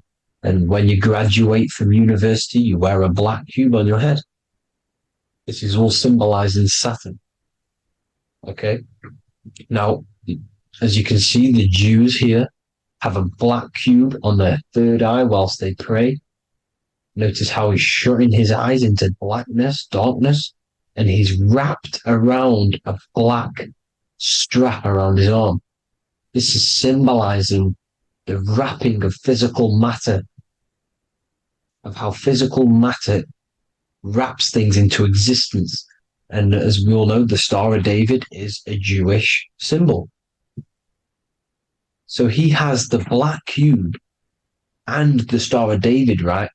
So all of these religions are secretly worshipping Saturn. Okay, this is all Saturn worship, Kronos, the god of time and destruction, the physical reality. Now, as you can see, it's symbolized everywhere in all major corporations. Pepsi, internet, that's obvious. NASA, of course, NASA. NASA means to deceive in Hebrew. Universal, Walkers, that one's so obvious. Nike, Toyota. So many different ways they symbolize it. You either see the rings of Saturn or the black cube, as I just showed you here, the Nintendo and the Mercedes, right? It's absolutely everywhere. Now, they also use 666 to symbolize it, as I've just broken it down to you. 666, the World Economic Forum. We all know how they're trying to enslave us into this new world agenda. Google Chrome, CERN, Disney, Coca-Cola, Cadbury's, all of these have 666. Now, every UPS barcode has 666. And even www. Is Hebrew for 666, as you can see here. Monster. It's the same Hebrew letter that means 666. Drake, 6 God. That's his God, Saturn. Why? Because they love physical realm. They love the physical dimension, the third dimension. Because they can rule here through riches. They can build an empire here. It's not like the fourth dimension. They don't want to ascend. They want to stay down here in the physical realm. Okay? Now, this is why they're cloning. They can move their consciousness into other clones to live forever. This technology exists. This is why they love the third dimension. As you can see, all of these sellouts here, Drake, Leonardo DiCaprio, you know, all of these people doing 666 because this is their God. This is their God. They love the physical realm. They sold their souls for wealth and fame in this physical realm. So why would they leave? You see? Now, this isn't all just evil, okay? So you have 7 chakras, right? You have 7 days of the week, 7 solfeggio scale notes. These are frequencies, the solfeggio scale. Now, it's called the Saturn moon matrix because the moon symbolizes your mind, because you're created out of the Holy Trinity, which is body, mind, and spirit, right? That's the triangle, the equal triangle, body, mind, and spirit. Now, the 3 main celestial bodies are Earth, Moon, and Sun. The Earth being your physical body, the Moon being your mind, and the Sun is your soul, hence why it's called solar. It's a solar soul. Now, these symbols are alchemical symbols. So when you're doing alchemy, you use these symbols to obviously symbolize what we're talking about. Now, as you can see, these are all the symbols of the planets. Of Saturn is created out of the moon on top, the moon on the bottom and the earth on top, as you can see here. You see? And this creates the number 5. Now, with the moon being your mind and the earth being your physical body, this is mind over matter, because the earth is your body's matter. This is matter over mind. You don't want to be matter over mind. This is low states of consciousness. You won't be mind over matter. You see, to manipulate matter, to create your own reality. Now, obviously, we all know Saturn is associated with the lowest chakra, which is the root chakra. This is to deal with your animal instincts. When you're down here, you identify as the physical body. You don't know anything spiritual. You're you have a pure physical mind. You don't believe in anything spiritual. This is survival mode, consumption. They want you trapped down here, which is matter over mind. They don't want you to create your own reality, which is mind over matter. You see? Now, that's what Jupiter is. Saturn is the moon on the bottom and the earth on top. But Jupiter is the moon on top with the earth on the bottom. That's mind over matter, you see? So these chakras are an ascension process from matter, physical matter to spiritual. This is the ascension. This is the stairway to heaven. This is Jacob's ladder. You see? Now, the number 5, which is obviously associated with Saturn as well, which create the symbol for Saturn, created the number 5. You have 5 senses, 5 elements, 5 physical elements. As we all know, Saturn crystallizes everything into physical matter out of the 4 elements. 5 fingers and toes, 5 points of man. Okay, the number 5 is the number of justice. Saturn holds things back. He restrains things from you, makes you learn the lesson. Now, 666 is not all evil. 666 is the atomic structure of the carbon atom. 6 protons, 6 electrons, 6 neutrons, right? We are carbon-based life forms. All life forms are based on the bonding properties of the element carbon. Because Saturn crystallizes everything into physical matter. Now, the Masons symbolize this with the checkered boards. They have the black square, which is obviously matter, as I just said, the black cube. And spirit is the white square, because white is eternal light. White and light, you see. Black is physical matter. Now, this is what we are. The point of our soul is to transmute from matter to spirit, but these are interchangeable. This is the constant cycle between spirit and matter, spirit and matter. High vibrational matter turns into spirit. Low vibrational spirit turns into physical matter. You see? Now, we are carbon-based life forms. This is what 666 is, the number of the beast. When I say we, the physical body is the beast. It's the animal. It's the carbon suit to operate in this physical dimension, in this physical realm. See? It's the vehicle used to operate in this physical realm. But your mind isn't from this physical realm, you see? The brain is the physical manifestation of the soul. Okay? So, as you can see here, the spine is an extension of the brain. Everything goes back to the brain. This is literally what your physical body is. You see, this is the nervous system, and everything reports back to the brain, and everything's controlled from this control center. And this spinal column, at the top of the spinal column, is your third eye, which is known as the pineal gland. And this is the seat of consciousness. It's the center of consciousness. That is your true self, pure consciousness. This body is just a physical body. This body is mortal. This body runs out, but your consciousness lives forever. They don't want you knowing this. This is why they keep you down here in your lower chakra. They want you to believe everything is just physical. They don't want you to believe in the spiritual side of reality. Because this way they can manipulate you, right?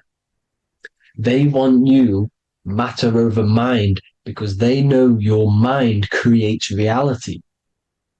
They know your mind is the root cause of reality. You manifest your own reality from the inside out. So this is why they control your perception of reality. They control your information in order to manifest their new world order. You, who are ignorant to knowledge and wisdom, you who are ignorant are manifesting their agenda because you accept their information and their perception of this reality. Now, this is why they tell you the globe model, the heliocentric model, to trap you into physical matter.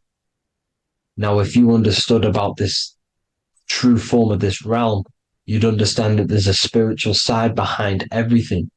The spiritual side, something has to exist.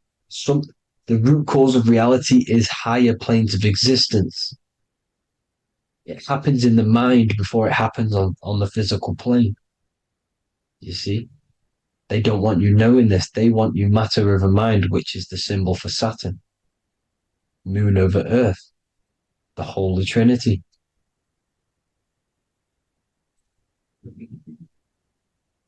Now, as you can see, the cube also makes IXXI. This is Roman numerals. This is Roman numerals, and when it's translated from 9/11. Yes, 9/11. This is the secret code of the One World Order. The two twin towers, when the two become one. Okay, when the two become one, this is how you reach the higher states of consciousness, the physical and spiritual. Now, as you can see, the 9/11 memorial are two black cubes. It's two black cubes. This is all Saturn worship. Now, I'm not saying that Saturn is an evil celestial body, right? No, everything has a good side and a bad side, right? It's duality. The spirits of Saturn on the dark side are the most evil demonic spirits. Now, these are the spirits that these are invoking through these rituals, right? Yes, 9/11 was a massive ritual. It's a satanic ritual, okay? Now, we all know Elon Musk. Elon Musk is coming with the mark of the beast. And English gematria, this equals 666, right? 666, as I said, is the number of the beast. You are the beast, your physical body. You see how the Bible twisted things up to make things more confusing, right? But it's there. You just have to have the knowledge to be able to read the Bible properly. As we all know, we had this virus. I'm not going to say the name because I'll get flagged. This virus adds up to 666 because this is all part of the New World Order. It's all part of keeping you in this physical dimension. Okay? Now, as you can see here, Novus Ordo Seclorum on the back of his shirt, on Elon Musk's shirt, this is also on the $1 bill, Novus Ordo Seclorum. This means New World Order. Yes, New World Order. This is on the back of Elon Musk's shirt. And as you can see here, he owns Neuralink, which is the brain chip which they're going to be putting into implanting this onto your brain. This is the New World Order to connect you and merge your consciousness with AI. Neuralink and Meta, he owns Meta as well, which is the metaverse. These are going to be linked in, hence why they have the same symbol, but just in a different format. It's the infinity symbol. And the infinity symbol comes from the torus field, as you can see here, your electromagnetic field from around your body. Now, the end goal is for this New World Order is to trap your consciousness inside of an alternative reality being projected from the metaverse. Because the metaverse will be the reality.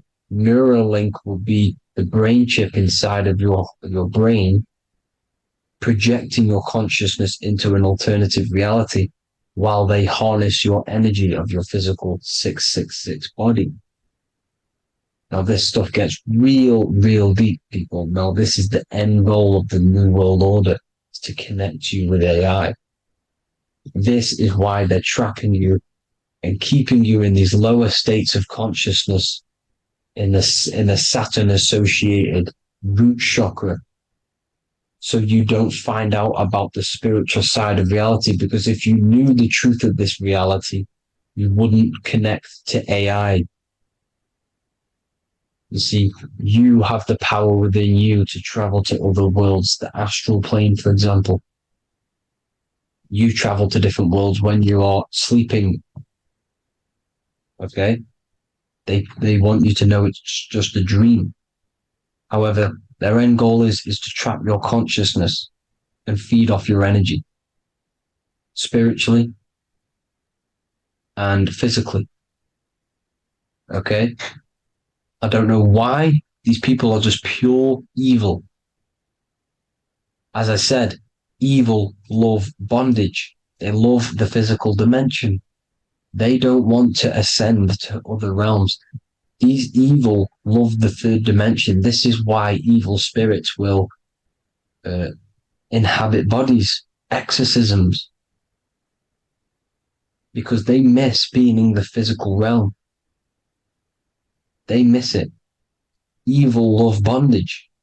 So this is why they're cloning and putting their consciousness in clones to stay in this third dimension, to stay as further away from the source as possible. Okay? This is why they're doing it. And this is how it's all linked in. So I hope you all enjoyed this video. Hope you gained some wisdom. Please feel free to join the Telegram. And please leave a like and a subscribe. Thank you all, people. God bless.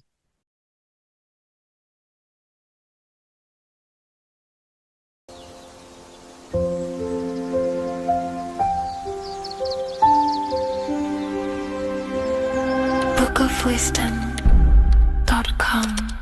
Visit today.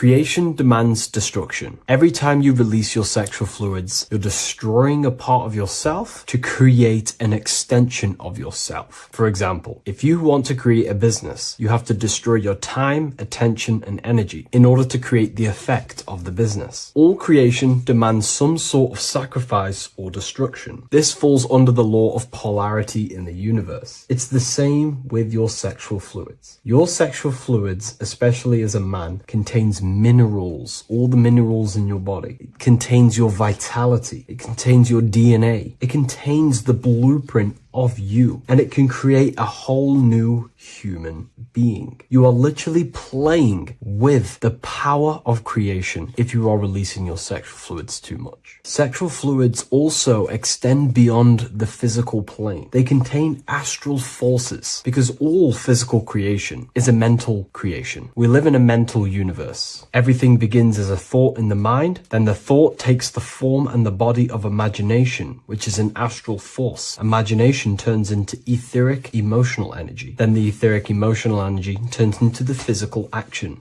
and the physical manifestation. We live in a mental universe. Therefore, these dimensions do not exist separately. They are permeating and mixing in with all. Your physical body has an astral body. Everything physical has astral forces behind it. Semen is known as the astral fluid of the soul. It feeds nerves, the channels of life force and consciousness within the body. And every time you release it, you're destroying a part of your vitality, your brain, your nerves, your energy levels, your creativity, and your DNA to create an extension of you. Therefore, it is a sacred fluid within your body and not something to be played with and to be released too much. Think about it. This is a very creative energy, your sexual fluids. It can create a whole new human being. This is how powerful it actually is. It is the power of creation, and the misuse of this power can destroy your own vitality and your life of your body, because that life you are giving in order to create an extension or a child is the same life you could keep inside of you and not waste to recycle and regenerate the body. Sexual energy has been for thousands of years associated with regenerating the body, longevity of life, and maintaining youth. Not only that, every time you release your sexual energy, it floods the brain with dopamine. Dopamine is the brain's reward system, created within the middle of the brain. It releases every time you've achieved something. However, sex or an orgasm is the most powerful feeling you can feel. It's the most amazing, intense feeling and release of dopamine you can possibly feel as a human. Therefore, if you flood your brain with this high amount of dopamine every single day, you are getting the epitome of human feelings every single day. Therefore, you will become numb to everything else in reality. You won't be able to enjoy the small things in life. And I know this firsthand because I experienced this myself. As soon as I stopped, this is when I started to enjoy the little things in life, seeing family, and I actually gained more energy, more ideas. We'll get into this a bit later. It is a creative energy. It creates a whole new human being. Therefore, if we maintain this energy, we can maintain our creative power within us, because that's what we are. We are all creative beings, moving energy from higher dimensions of consciousness, the mind, into lower dimensions of consciousness, the physical world. You hold the power to create. You are not in a world. The world is working through you. You do not possess a life. Life is working through you. You are not in a universe. You are the universe. It's moving through you. There is no past, present, and future. The present moment is you. When we release every single day or frequently throughout the week, like I said, we're triggering the brain's reward system, dopamine, which makes you feel as if you have already achieved something. And if your brain is telling you you have already achieved something by overusing your sexual fluids, then you will not have the motivation to achieve other things in your life. I know this firsthand. I became very lazy. I didn't want to work. I didn't want to do anything because subconsciously my brain felt as if I've already achieved. If we look at the symbol of the Baphomet, we notice the Baphomet has horns and a goat head. Now we look at the word horny. When you become sexually aroused, it's known as horny, which is the horns, representing the lower mind. The lower mind is the mind we use for our animal instincts. We have two parts of our mind. A higher mind, which is contained of higher thought, which chases spiritual things such as love, wisdom, knowledge, and God. Then we have a lower mind, which chases the things of the material world closely associated with the ego, chases validation, material gain, status, and physical sensation, physical pleasures. It is these physical pleasures that can keep you in an endless loop, making you feeling empty inside, because nothing material can ever satisfy our internal world. Nothing. You can achieve millions of dollars. You can achieve your dream house, your dream car, your dream watch. And if that is the only thing you are chasing, you will feel empty inside when you achieve it, because nothing of this material plane can satisfy you. Nothing of the lower mind can ever satisfy you. This is why we must sacrifice the lower mind and overcome the lower mind and the lower instincts. One thing I found amazing when I mastered my sexual urges and my lust is that my mind became a lot more clear. The thoughts and the time and the attention that I used in my mind to go towards lust, sex, and chasing these things was taking up a lot of mental space, time, and energy. But as soon as I removed it and mastered it, my mind became an open vessel for higher thoughts to be received from the higher mind. The mind is like a radio antenna. Whatever we attune it with, that's what we receive. If we're constantly thinking about lust and low-level pleasures, we're going to just receive low-level thoughts. But once we remove all of the lower mind and we conquer our physical body and physical urges, our mind becomes an open channel for divine thoughts and spiritual thoughts. This is what most people call today as downloads. You receive wisdom from your higher self. Not only do you receive more wisdom, you just receive more power to create. The male and the female come together to create a child. That's how you were created. Now, the law of correspondence teaches as above, so below. It refers to everything in the universe. Therefore, in order for you to create a reality, to give birth to something, you have to bring together the masculine and the feminine. Your masculine forces are willpower and actions. Your feminine forces are emotions and imagination. When you combine the willpower, action, emotions, and imagination and combine them together, you can give birth to reality. But it's important to only give birth to things that are spiritual, that are good, that are for the benefit of yourself and humanity, and not for the ego and the lower mind. Killing our lower mind is essential for spiritual ascension when we die. The thoughts that we give the most attention and energy to when we die are pretty much the same thoughts that we're going to think when we die. When you die, your physical body and external world is stripped and you're left with your internal world of consciousness, more than likely be resonating within the lower astral plane before you move on to any higher dimensions of the astral. It's important that we kill any addictions such as sex, food, attachments, emotional attachments to people, any desire for material things before we physically die. The Hindus taught this, Buddhism taught this, the ancient Egyptians taught this. We have to remove the desires in our heart for material and things before we physically die, because when we die, we cannot fulfill physical pleasure. Therefore, we will create our own suffering within the astral dimension. So sex is the biggest part of this. We have to remove the desire for sex or releasing any of our sexual fluids before we physically die to master ourselves. And not only that, it's going to benefit the way you feel, the way you think, the way you act towards people once you have mastered this.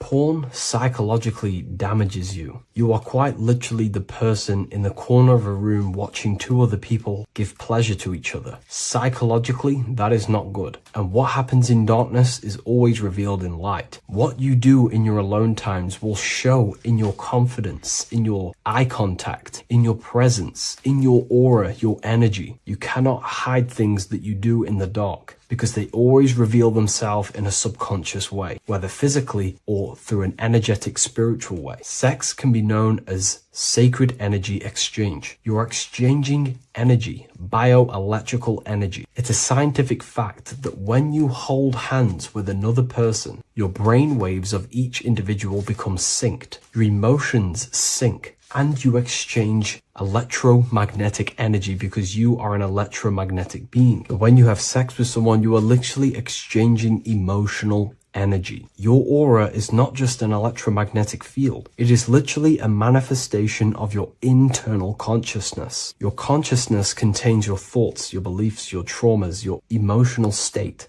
And this manifests externally through the vortex of your heart into an energy presence around your body. This is why you can feel sad when someone else is sad next to you, because their energy is merging with yours. When you have sex with someone, you are quite literally exchanging consciousness, beliefs, traumas, emotions, feelings, vibrations, and your consciousness merges with their consciousness. So be careful with just having casual sex. Now, I'm not here trying to say never release, never have sex with your partner. I'm not saying that. I'm saying take caution with these things. Take my teachings with a pinch of salt. If it benefits you, that's great. I'm not here to tell you how to live. I'm simply giving you my research and the things that have helped me in my life on my esoteric research, awakening, or spiritual path. I don't like calling it a spiritual path, because it's not spiritual. It's simply just life, the knowledge of consciousness and the self. So I hope this video helps. If you'd love to read this book, I'll leave a link in the description. This book I wrote myself called The Book of Wisdom, Volume 2.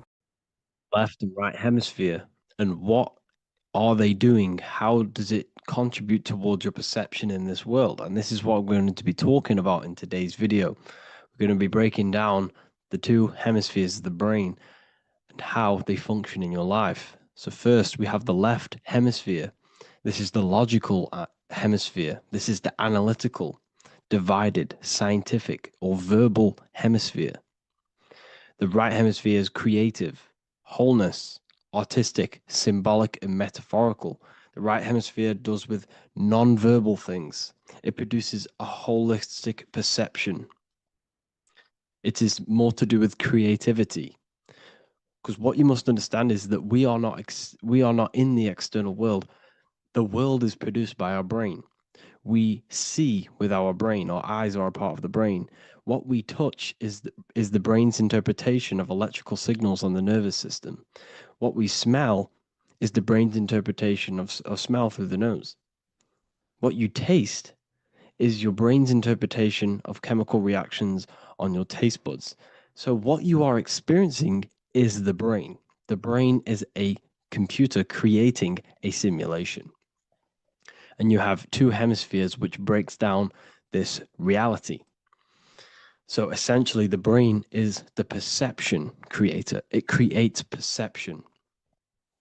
So if the brain is creating this, who is the one experiencing the brain? Well, that is you, the consciousness, the mind, the all-seeing eye. You are the all-seeing eye experiencing the brain, the observer behind the brain, behind reality, behind the emotions. So if you're walking through a woods, this left brain sees individual trees. The right brain sees the whole woods. It sees the biome. It sees the bigger picture. So when you are walking through this woods, the right brain picks up a holistic perception of reality. It creates the woods as one unified woods.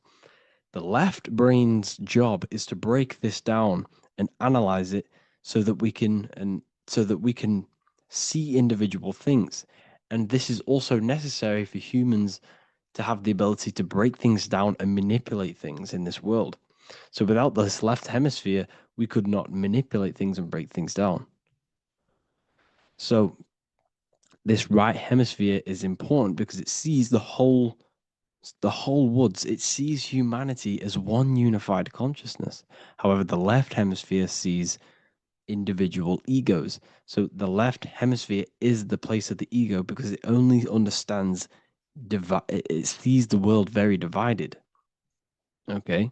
So for example, here's another example of the left and right hemisphere. If someone pulls out in front of you in traffic, your left brain is going to start going crazy and analyzing them, calling them names. The right hemisphere, however, sees the bigger picture. Maybe he didn't see you. Maybe it's just a mistake. Maybe he's in a rush. You see how the two brains are very different. They do the same thing, but they function in different ways. The right hemisphere is feminine, the left hemisphere is masculine. So, like I said, this person pulls out in front of you, you start to think with the left. If you start to perceive that in the left brain, you're going to start analyzing them, you're going to start going crazy and calling them names because you're analyzing it. You're not seeing the bigger picture behind it. You're not seeing it from his perspective. So there is a crossover. So the left hemisphere of the brain controls the right side of the body, the right ear, the right eye. Everything to do with the right side of the body is connected to the left hemisphere, and the right hemisphere controls everything on the left side of the body, including your eyes, your arms, your legs. So everything is crossed over, and even your visual field is crossed over. So this is your visual field, as you can see here, and even the left side of your visual field goes to the right brain. There's a crossover.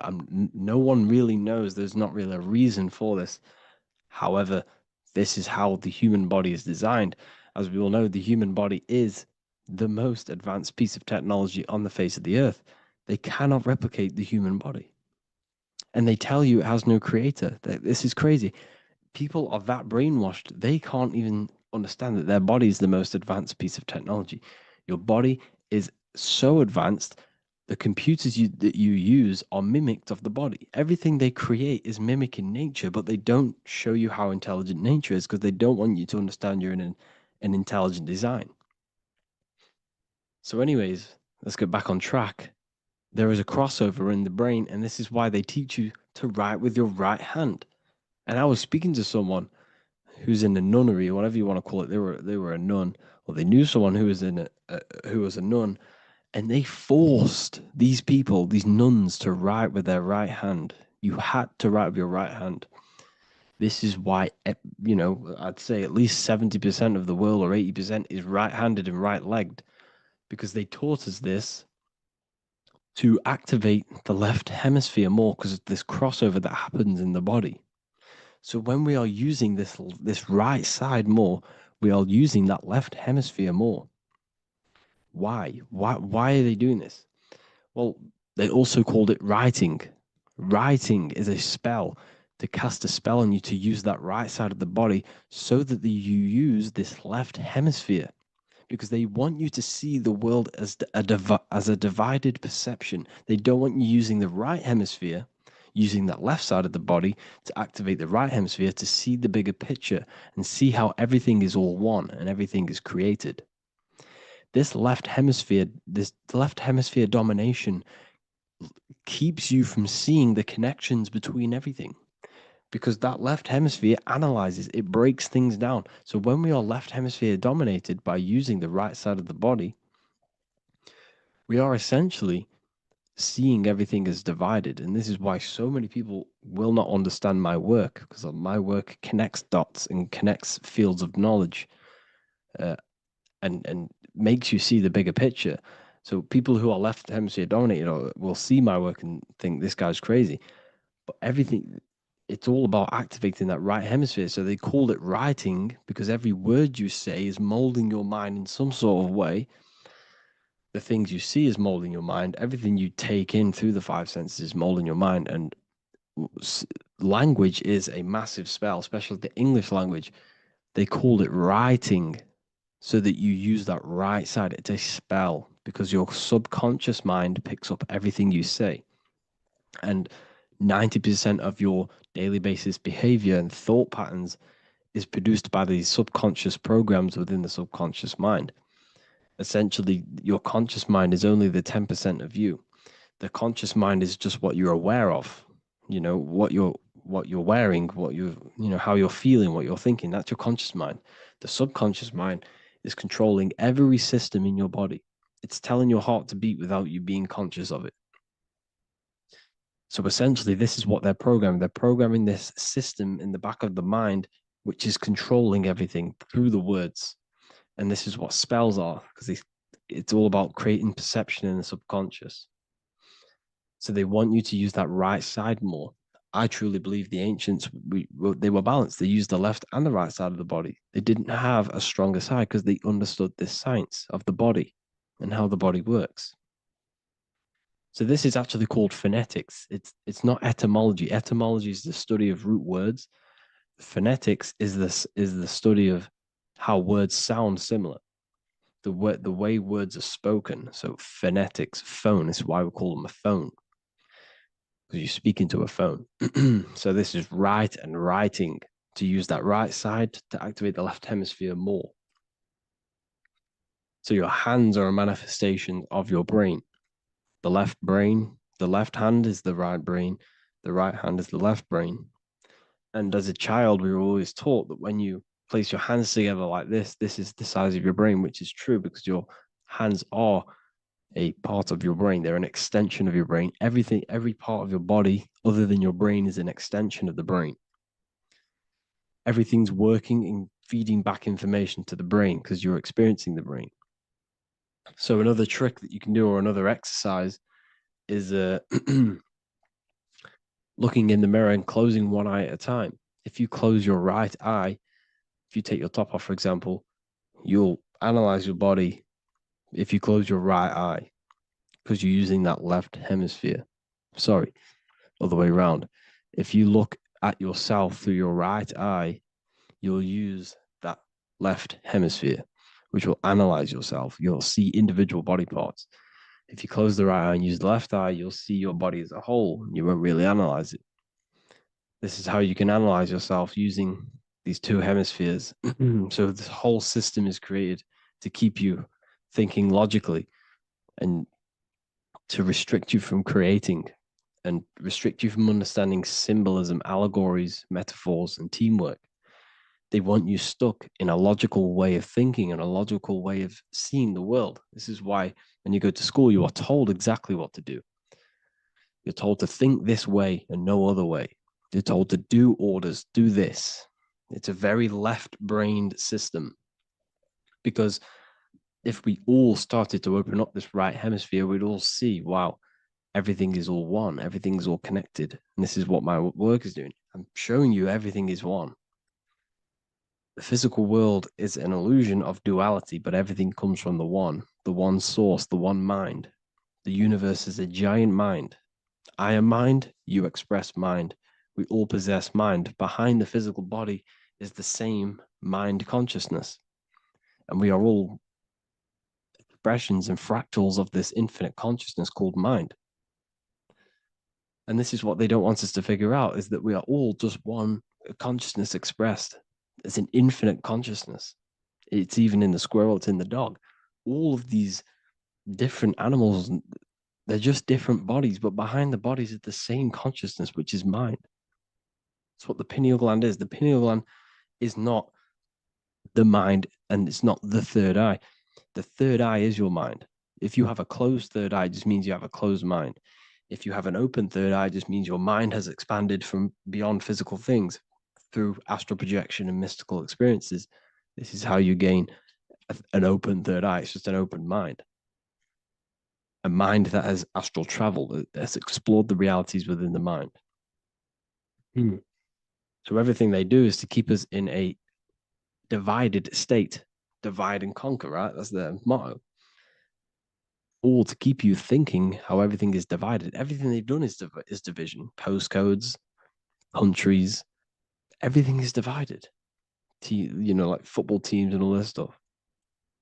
It's also a natural process when you grow up, because as you grow up, your brain is constantly analyzing the world. So this is sort of a natural process of how you become more left hemisphere dominated, because your brain is always analyzing. And unless something awakens you, you can awaken that right hemisphere where you can start to see the bigger picture. Even the music, all tuned to 440 hertz, shuts down the right hemisphere of the brain. 440 hertz, Spotify, Apple Music, the radio. Every time you turn on the radio, it's tuned to 440 hertz. This was specifically tuned. It never used to be tuned to this. It was in the 1950s. It was changed. The standard music tuning was changed to 440 hertz because it shuts down that right hemisphere of the brain. They don't want you thinking, seeing the world in this way and perceiving things as one. I'm going to show you. It tells you this in the Bible. Cast the net onto the right-hand side of the boat and you will find the fish. What was Jesus saying? You see, people read the Bible and they don't understand it. If the Bible is not talking about you, then it has no meaning. The Bible, everything you read in the Bible is about you and how it can better your life. It occurs to you. So if Jesus says, cast the net onto the right-hand side of the boat, this is an allegory. The boat is your body. Cast the net. It's the awareness, the perception onto the right hemisphere of the brain, and you will find the fish. What's fish? What do fish do? They swim deep in the ocean. It represents the knowledge. Deep knowledge. Cast the net onto the right-hand side of the boat and you will find fish. You will find the wisdom. You'll gain understanding when you cast that your awareness into that right hemisphere. You will see that I am you and you are me. We are all one consciousness. You will see everything. You'll see that the trees are the same patterns as the nerves in your body. You'll see everything is connected. Everything is a fractal of the one infinite consciousness. And how many fish did they catch? 153. That adds up to 9. This is now numerology. The Bible's filled with numerology. Adds up to 9. What's 9? Human consciousness. It represents consciousness. You're in the womb for 9 months. Feminine. It's all about consciousness. And in Revelation 14, and I looked and behold, the Lamb standing on Mount Zion. That's the spines, the mountain. With him, 144,000. 144 adds up to 9. It represents consciousness on top of the spine. You see? And he had his name the name of his Father written on the forehead. What's the Father? The higher mind, the higher consciousness within you. Where is that? In the forehead, the pineal gland. The pineal gland is the radio receiver for the higher consciousness. Because every body part of the body has consciousness. Your heart has consciousness. Your gut has consciousness. You are thinking with these different consciousnesses. You think with the gut. You think with your penis. You are thinking with all these consciousness. And it's about raising your consciousness to the higher consciousness, which is the Father, the mind in the head. Don't think with the lower parts of the body because that is your animal nature. Think with the higher parts of the body. It's all representing consciousness. How to activate the right hemisphere of the brain? Well, it's all to do with non-verbal things. So music will activate the right hemisphere. Make sure it's tuned to the right frequency though, 432 hertz, 528 hertz. Any frequency that adds up to 3, 6, or 9 is good for you. Meditation, turning off the thoughts, and you raise yourself to the higher brain. Symbolism. Symbolism is all right hemisphered. Reading between lines, metaphors, determining the Bible, it's all right hemisphered. Seeing the bigger picture, it's reading between the lines. So tithing in the Bible. These people in the churches are giving 10% of their money to the church. It's nothing but a scam. What these people have done is they have externalized the Bible. They have taken the Bible and literalized it so that they can make a business out of it. So what they're doing is a tenth of the produce of what it says in the Bible, a tenth of the produce of the land, whether grain or fruit, is the Lord's and is holy. So what's that saying? The tenth of it's basically saying give the 10% to the Lord, to God. What does that mean? Well, what's the land and the fruit? This represents physical things, the physical things that you have. The tenth of the physical things that you have. What's that? That's your ego. All the physical things that you have is all to do with your ego. That's the lower self. The ego, what is the ego? It's the mind's perception of the physical self. You had no ego when you were a child. Okay, when you were a child, you had no ego. As you grew older, you created the ego. But the ego is the full self. It's the echo. Ego, echo. It's the echo of the full self. So it's saying give the ego over. Take away the animal self. In that left hemisphere, that's all to do with the left hemisphere. That left hemisphere sees the ego. It sees individuality. It's divided. So it's saying give that 10%. Give that 10% of you over to the right hemisphere. The 90%. The 90% of you is in that right hemisphere. The higher self. Now, I'm not saying the left hemisphere is bad. Okay, I'm not saying that at all. But it sees it sees things divided. It's like I said, the left, the hands are manifestations of the brain. So when these Christians are praying, they're putting their hands together. What are they doing? They're syncing the brain hemisphere is what you're doing, because everything's an extension of your brain. So if you put your hands together, you're putting the two hemispheres together. And what's happening when you place the hands together? All the electricity in the body is now running in a circuit. So once you connect these two hands, the electrical energy is now running in a circuit. And energy can move around the body quicker and more efficiently. So when you pray, when these people are praying, they don't realize that they're engaging in ancient forms of meditation, of balancing the two hemispheres. So now we're talking about balancing the hemispheres, not the right hemisphere. This is what Israel is. Look at the symbol for Israel, the up triangle and the downward triangle. What's that? The up triangle represents male. The downward triangle represents female. Okay? This is talking about the brains. Israel is Ra. Isis, which is female, the Egyptian god. Ra, El. El means God. Electricity. That's the force of the physical world. It's the force that runs this world, electricity. It's the force of God. El, consciousness. It means God. Is Ra, El. Isis, Ra, and El. It's the two hemispheres of the brain, the holy land of Israel. It's the holy land, it's the brain. Once these two hemispheres are synced, this is how you unlock your consciousness. This is the easiest way of astral projecting. Hemisphering, I forgot the word for it. Hemisphere syncretization, something like that. It's about syncing the hemispheres. This is how you unlock your consciousness. Once the brain is running as one electrical system, this is how you balance the two masculine and male opposing energies. Once these opposing energies are no longer in war with each other, the brain, they come together to work as one. You unlock your consciousness. You are born again. What happens when a male and female have sex? It creates a new child. It becomes one. You are born again. Once the two hemispheres of the brain, you are born again. You can then have an out-of-body experiences.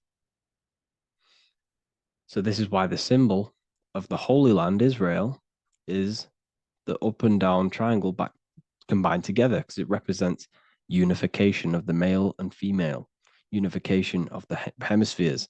You're born again. You unlock consciousness. And you can get this for free. It's called the Gateway Tapes on my website. Basically, it's a audio track from the government, and they did this in the Gateway Experience. It's a CIA document, and what they do is there are different forms of meditations you go through. I think there's about 5 waves of meditations you do, half an hour each one, and it will teach you. It will sync your hemisphere, because what does it do? They understood that playing one frequency into one ear and another frequency into the other, they understood that the right ear is connected to the left hemisphere, the left ear is connected to the right hemisphere. So when you play 2 different frequencies into both ears, what happens? The brain picks this up, the 2 hemispheres of the brain picks this up, and it syncs it. It syncs these 2 hemispheres, these 2 frequencies together. So now the brain is working as one to sync this frequency. So this is how you can sync your hemispheres, through listening to these frequencies. Okay, you can get them for free and do the meditations yourself. This will definitely help you. This is an easy way to astral project. So it's all about syncing the hemisphere and seeing reality from a unified perception. We should all aim to get out of that left hemisphere. I'm not saying don't use it, but we should now start to see we should not start to read between the lines of the Bible, read between the lines of the symbolism they're showing, study symbolism, study allegories and myths. What are they trying to tell us through these allegories? And, this is how we start seeing things in a better way. Once we understand that we are all microcosms of an infinite consciousness, we can all come to one, because love is the unifying force of this infinite consciousness.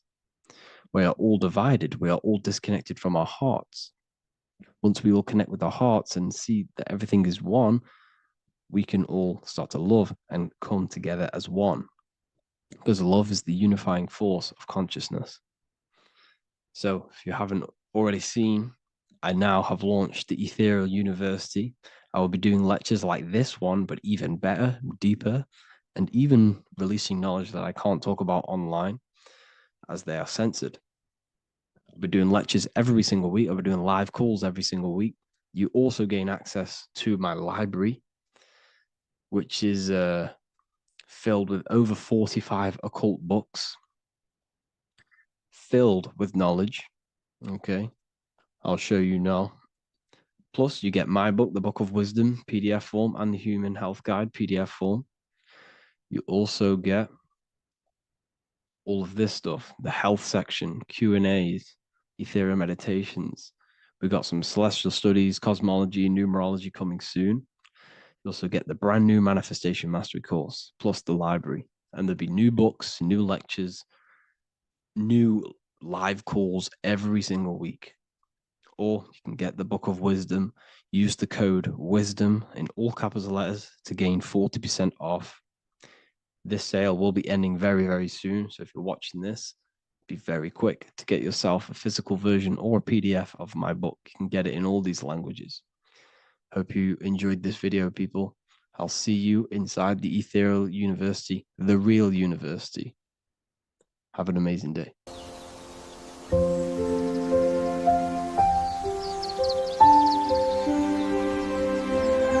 bookofwisdom.com.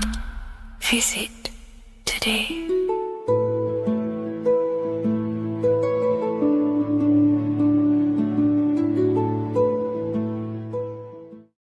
Welcome to Revival of Wisdom. This video is going to be about the flat earth. and the breakdown of the whole cosmology. We're going to be digging very deep. I've got a lot of pictures and images to show you, and a lot of dots to connect.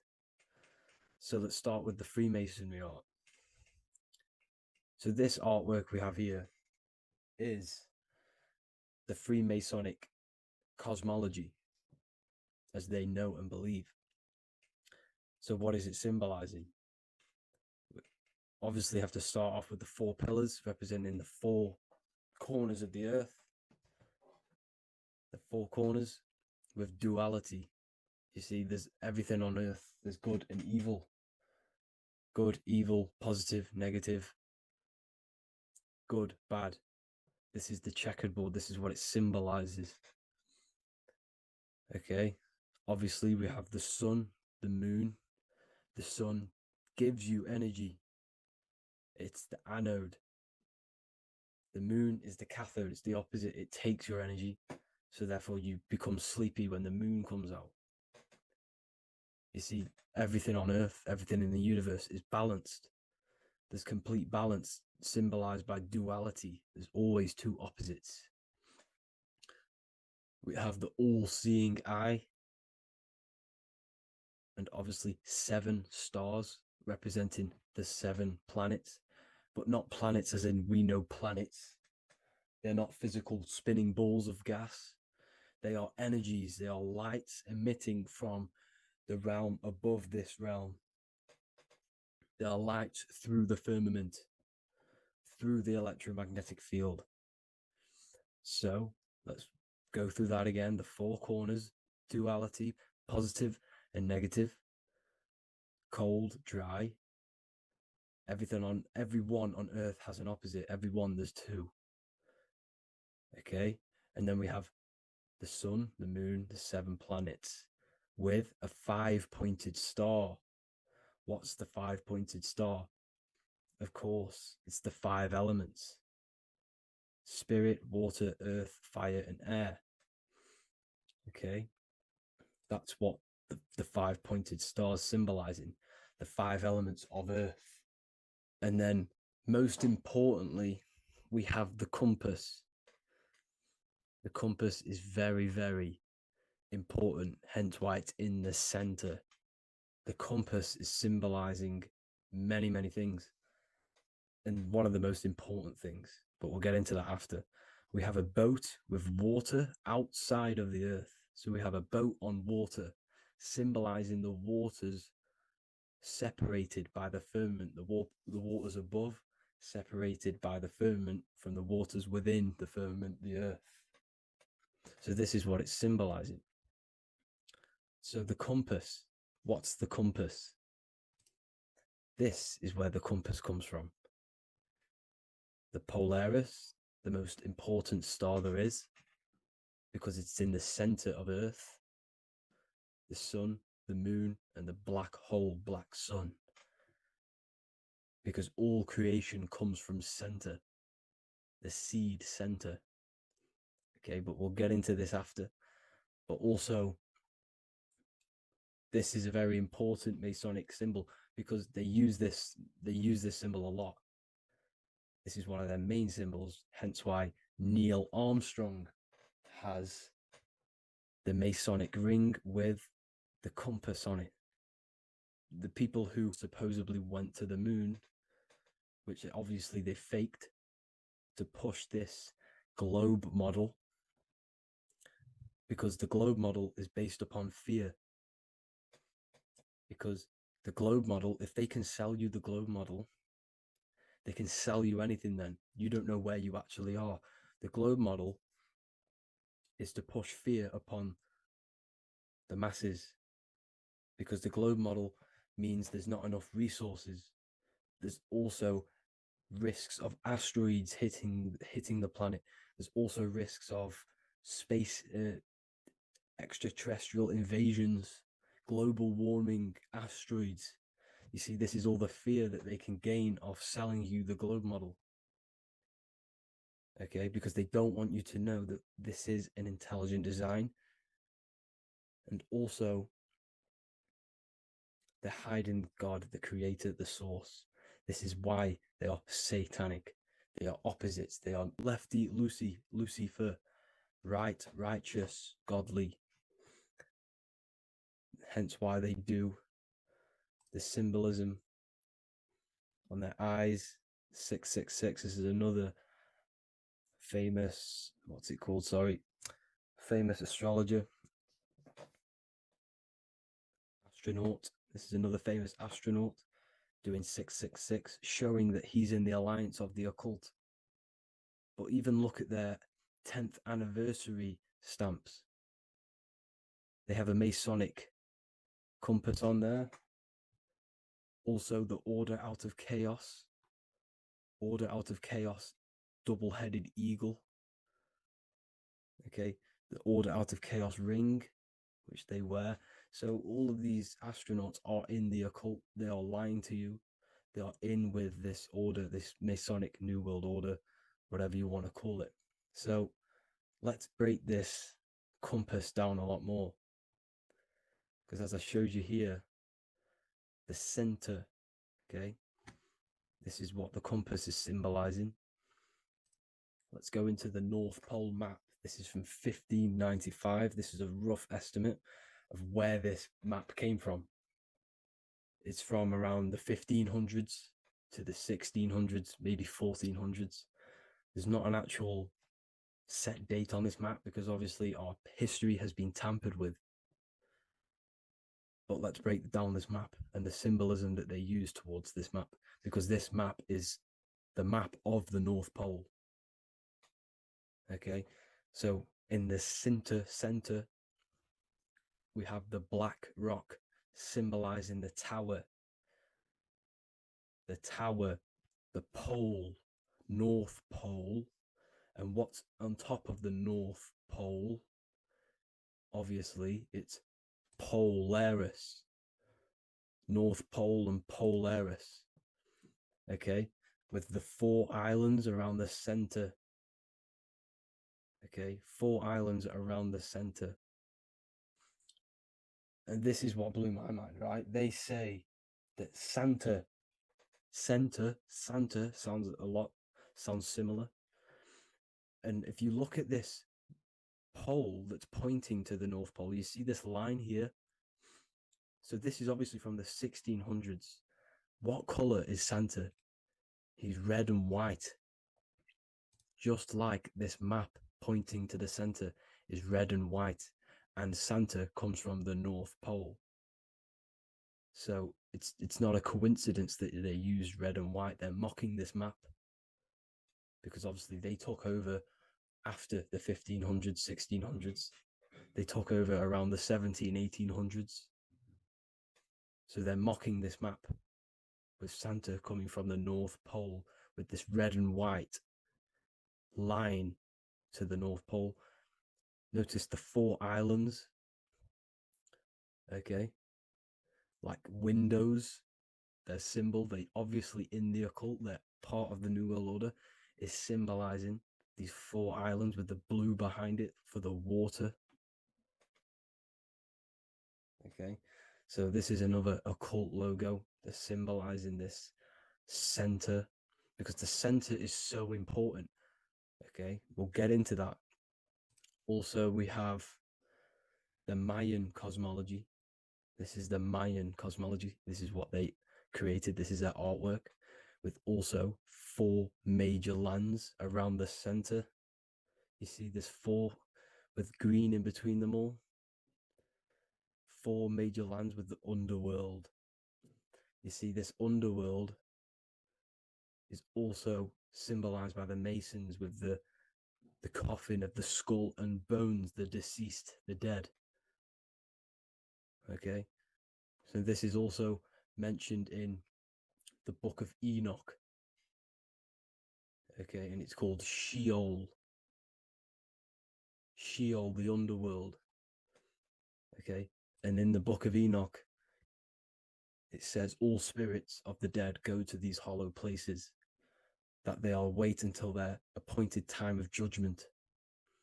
And it also says in the Book of Enoch, there are 4 hollow places underneath, 4 as above, so below, representing the 4 islands. As above, so below. That's where that could link in. Okay. The Book of Enoch is very important because it was found in a cave thousands of years ago, and has a lot of truths about this realm and about this world we live in. So let's go back to the Mayan cosmology. So the ancient cosmology, they all must have had some sort of communication. They must all be at peace with each other, because all of their cosmologies link together. See, the Greek, Babylonian, Indian, Celtic, okay, they're all linked in together. They all knew that they were in an enclosed system with an underworld and obviously a firmament. Okay, so this is what they all knew. They all must have had some sort of communication. They were a lot more advanced than us. They knew the center of the realm. Okay, and obviously the United Nations flag also symbolizes their center. You see how it has like a grid with a circle around the center. It's symbolizing that center of the realm, because that center of Earth is so important. The United Nations flag, all have it. See, some different ones will have that circle around the center, because the center is the seed. All things come from a center. So the torus field is so important because it is the spark of life. It's the building blocks of the universe, this creation, because all things have a torus field. Just like an apple with what's in the center of an apple, a seed, because the center is where the energies hold, is where the energies meet, and it creates that spark of life. Just like your heart is the center of your body, and it has an electromagnetic field, because the center, all things come from the center. So this is why the North Pole is so important, because this is why it's so important, because this is where the creation sparked from, the center. This is where the most electromagnetic energy is stored. So this is why the northern lights come from the center. It's electromagnetic energy. This is what the northern lights are. It's being emitted from this black hole in the center. Okay, and obviously what else is on the center? Polaris. Polaris is the center star. Okay, so the center star is what sits on top of this North Pole, Polaris, because it's a pole of electromagnetic energy, symbolized as a black rock, a black hole, pole. You see, because all creation comes from void. Light is born from darkness. Without light, darkness can't be born from light. You see, but light can be born from darkness. This is why darkness is so important. And this is why there's a black hole in the center of our realm, like the black sun. The black sun, the Polaris star, the North Star. You see, so this is this North Pole, Polaris. This is what they're talking about. And this is why compasses are an 8-pointed star, because Polaris is symbolized as an 8-pointed star. This is where a compass will point you to. It will point you to that center. So notice how a compass has this black hole in the middle, you see, and it will point you to this meeting point, the north, because in the center is the center of the torus field of the Earth. This is where the most electromagnetic energy is. You see, everything gets sucked into the black hole.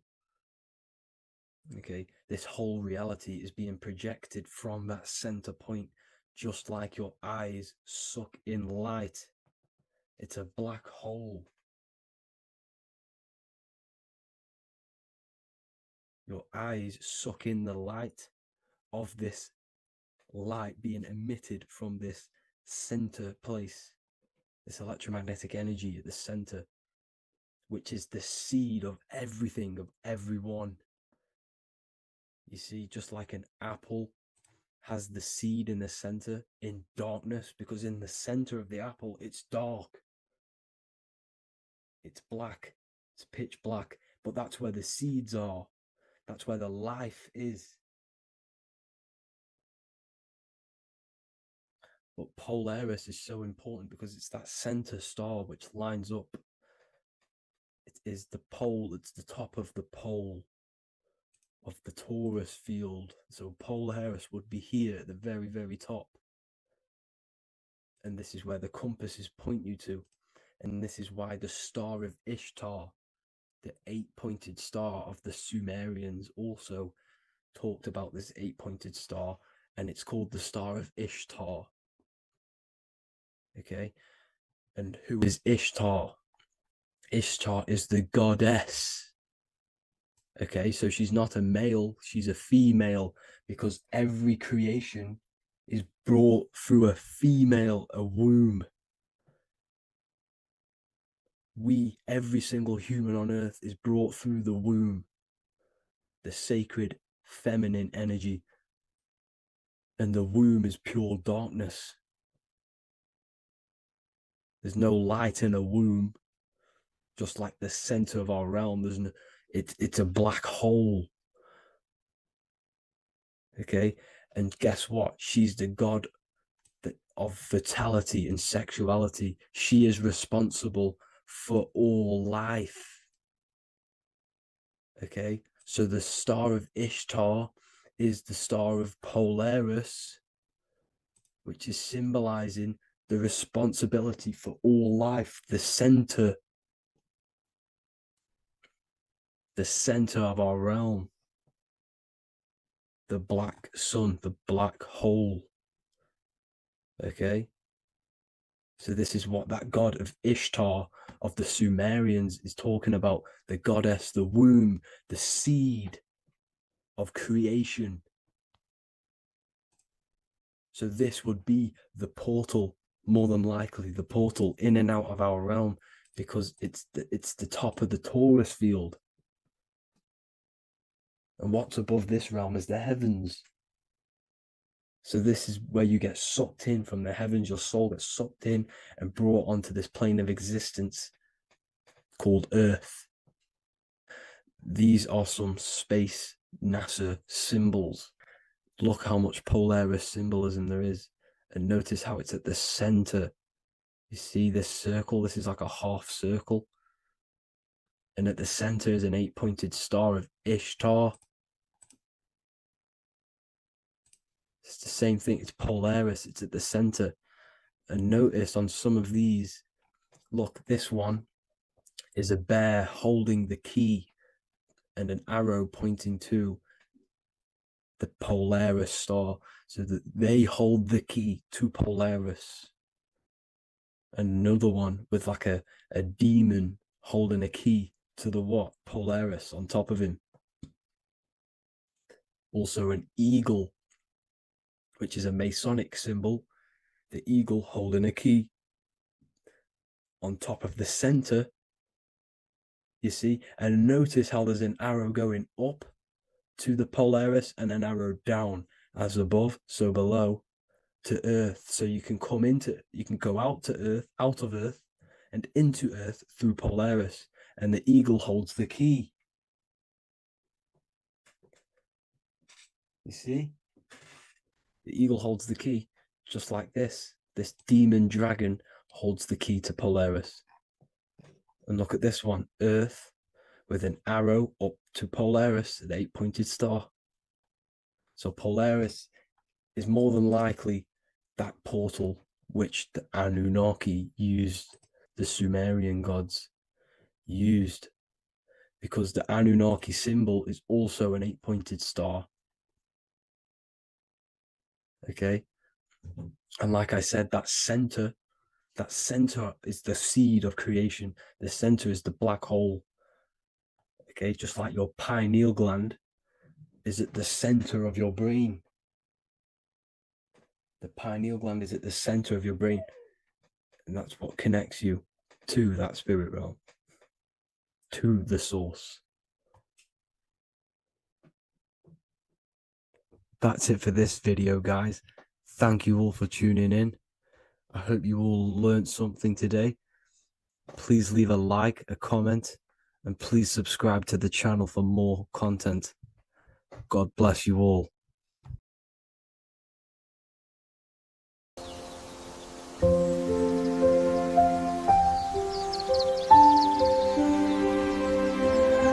bookofwisdom.com. Visit today.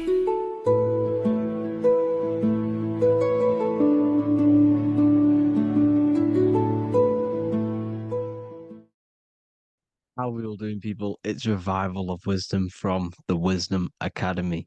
Today we're going to be breaking down God, consciousness, and the higher and the lower self, and how to overcome the lower self. Now, the first thing you need to understand is that you are the invisible intelligence within the brain, within the body. This invisible intelligence is known as the mind. But you are not the mind. You are the observer of the mind, which is the soul, the invisible entity. The mind is your intellect, your intelligence. Now, the mind is, it's hard to put this in words, but the mind is something that gives you the ability to explore the universe. And this inner self is the I am. It's the quiet, the inner self, the voice you see in you hear in your head. This is why within spells high twin, inside, internal. The I is also the number one, which is one line. Because the one and only, is the inner self, which is the I am. This is why you say, my name is Harry. You are not Harry, you are the I, the inner self, the intelligence. Okay, this is why Jesus in French is I am. You look with the two eyes and you see with the inner eye. I and I, the same thing. Okay, because the I inside is what gives you the perception of what you're looking at. So when someone's trying to explain something and then you catch on saying, I see now, it's because you're seeing with your inner eye, the one that gives you perception, gives you intelligence, gives you the ability to understand things. This is the internal eye, the invisible self, which the physical body is nowhere near as complicated as this inner self. Is in infinite potential. God, G-O-D, generator, operator, destroyer, soul, mind, and body. Brahma, Vishnu, Shiva, the Father, the Holy Spirit, and the Son. They're all, the reason why you see God is always a triad is because it represents yourself. Your invisible intelligence is God. Me and you are the same invisible intelligence. We are the invisible intelligence experiencing the program being run by the central nervous system and the brain. I always say this in my videos, but I have to, in order for you to understand the things that I'm going to say later on in the video, you need to understand this concept, is that you are the consciousness experiencing the nervous system, the tree of knowledge of good and evil, which is you here. You would be in this invisible intelligence right here in the center of the brain. Now, This is why the ancient Christians show God is in the brain. This is the brain stem. This is the brain. This is also the brain stem and the brain. The brain stem and the brain.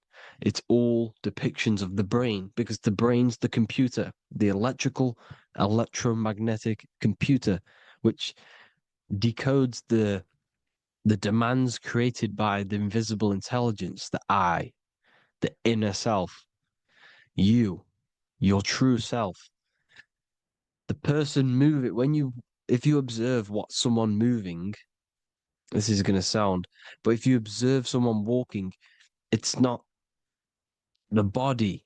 The body is moving, but the thing telling it to move is the invisible intelligence. Before you kick a football, a decision is made within your invisible intelligence, your mind. And this consciousness, this invisible intelligence, is either stuck between the lower self and the higher self. Okay? When the invisible intelligence, meaning the true self, identifies itself with the physical body, it will trap its mind within physicality. This consciousness that we have is either operating in the lower self or the higher self. It's either feeding the material body or it's feeding the spirit. Okay? But because we are physical and spiritual, we need to be even. We don't want to be meditating all day long because we do have a physical body as well whilst we are here. We are playing a game in physical matter. Okay? Now, the reason that you incarnated here is to learn a lesson because the mind can manifest anything it wants within the astral planes, within the world of imagination. It can manifest anything it likes, but it incarnates into matter, into this game, so we can understand labor, because anything in matter, you have to labor to manifest. But in the astral, you can manifest at the click of a finger. You come here to learn the knowledge of good and evil. And your consciousness, I came out a bit off topic there, but your consciousness is experiencing the lower or higher self. The lower self is manifested in the lower parts of the body. Sex, food, and power, the lower three energy centers. These centers are like mini brains. You are literally thinking with these centers. And when your mind is stuck within these lower centers, you'll think, have you ever heard the term of thinking with your penis or thinking with your, you know what, as a man? Even females maybe, but mainly this is a boy saying, you're thinking with your penis. This is a truth, it's truth in plain sight. You think with these energy centers. When you're living off the lower three centers, all you care about is sex, food, and power. Eating, sleeping, and greed. Power's kind of like greed. Now, when we move up to the higher parts of the body, when we live our life within the higher parts of the body, this is considered heaven. Love, expression, intuition, and wisdom. This is what we need to be aiming to do, moving out of the lower half of the body and living our life within the higher self, the higher parts of the body, thinking with the higher energy centers, thinking with love, expression, intuition, and wisdom, spreading love, expression, intuition, and wisdom to others. Heaven is even. This is why Jesus is pointing at the heart chakra, always pointing at the heart. Earth rearranged his heart because in earth you're manifested as a physical being. You're in the heart, good and bad. You need to be balanced between the good and bad. Because love can be a demon too. That's a whole nother video, but love can be a demon. Now, the seven chakras are known as the seven seals in the Bible. When the Lamb opened the seventh seal, there was silence in the heaven for about half an hour. This is a verse from the Bible. The Lamb is Aries, which is the higher brain, the cerebrum, the cerebram. Ram, Aries. Because when the Ram opens the seven seals, you enter the kingdom of heaven. Because these chakras seal your invisible intelligence. They seal your true self. You are behind these seven seals. your true invisible self, your true consciousness. Because behind these 7 seals, you do not think about anything materialistic. Your intelligence is not material. It's not physical. It's not from the physical world. It does not desire the physical world.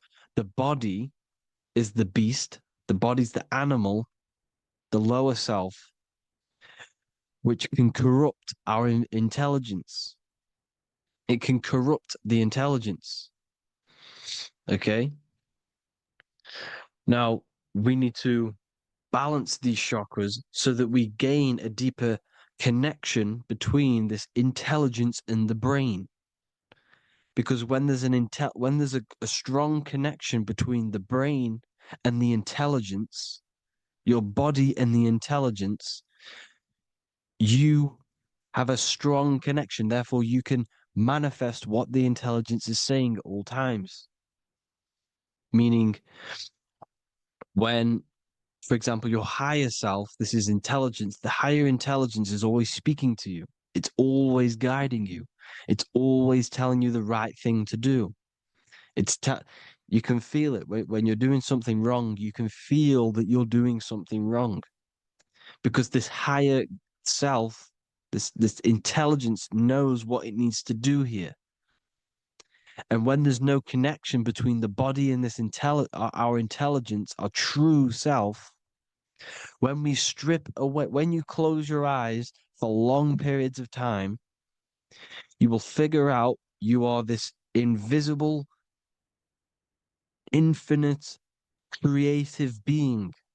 There's no words that I can't describe what it is, but it's the voice inside of your head that you can feel when you close your eyes. You are this being inside of the heaven, because this is heaven, this intelligence.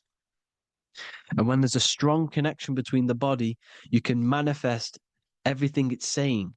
When everything is balanced, when you're no longer thinking with the lower centers, when they're all balanced, you're not thinking in particular with every center, you balance them all, you can manifest everything it says. Your body will act out what the intelligence is always saying. This is God in the brain, the intelligence, trying to touch Adam, representing the lower self. This is why they're not touching. Notice how Adam is resting, but the intelligence is always reaching out, stretching, symbolizing metaphorically saying it's guiding. I'm always reaching out. The intelligence, your intelligence is always guiding you. It's always reaching out to you. But Adam is ignorant of it. The lower self is ignorant of it. And that's why he's so relaxed and God is so stretching out. Because at our highest self, that when you think of when you want to better your life, that highest true version of yourself is God. When you're manifesting this, your highest self, this is God. Your truest form, your most perfect form, that is God. Your highest version of yourself, that is God. Emotions are not what you've been taught. Emotions are not something that should be reactive, okay? You should not let the emotion be you, except that you should experience them instead of letting them become you. You need to understand there's a separation in our consciousness. You have the soul, which is the person who is observing your thoughts. When you think a thought, who's the one observing that thought? The soul, you, the I am, the I, the inner self, the one and only. And inside of every single body, inside of me, inside of you watching this video, there is this same intelligence that is inside of me, inside of you. And it's the exact same intelligence, experiencing a different body. And this is what we mean by the universe is mental. We all we are all sharing the same ball of consciousness in a different body. The animals, the fish, the cells, all expressing this one consciousness. Me and you are the same. This is why the golden rule is treat others like others should be treated, because I am you and you are me in a different body. Now, going back, you need to identify that there's different levels of consciousness: soul, mind, emotion, and body. Okay? Your emotions are on a separate layer than the body, the mind, and the soul. So when you identify there's a difference between all of these, you do not let them become you. You do not let your mind rule you, because your mind can be corrupted. Your soul is the one that is pure good, pure love, but your mind can be corrupted. Okay? Your emotions can be corrupted. The body can be corrupted, but the soul can never be corrupted, only layered on top. You can only throw piles of programs within the subconscious, layering the soul down, but deep, deep down inside of every single one of you, there is a loving being. Because love comes from the heart. Love is the universal emotion, expression. Now, your thoughts can become bondage, your emotions can become bondage.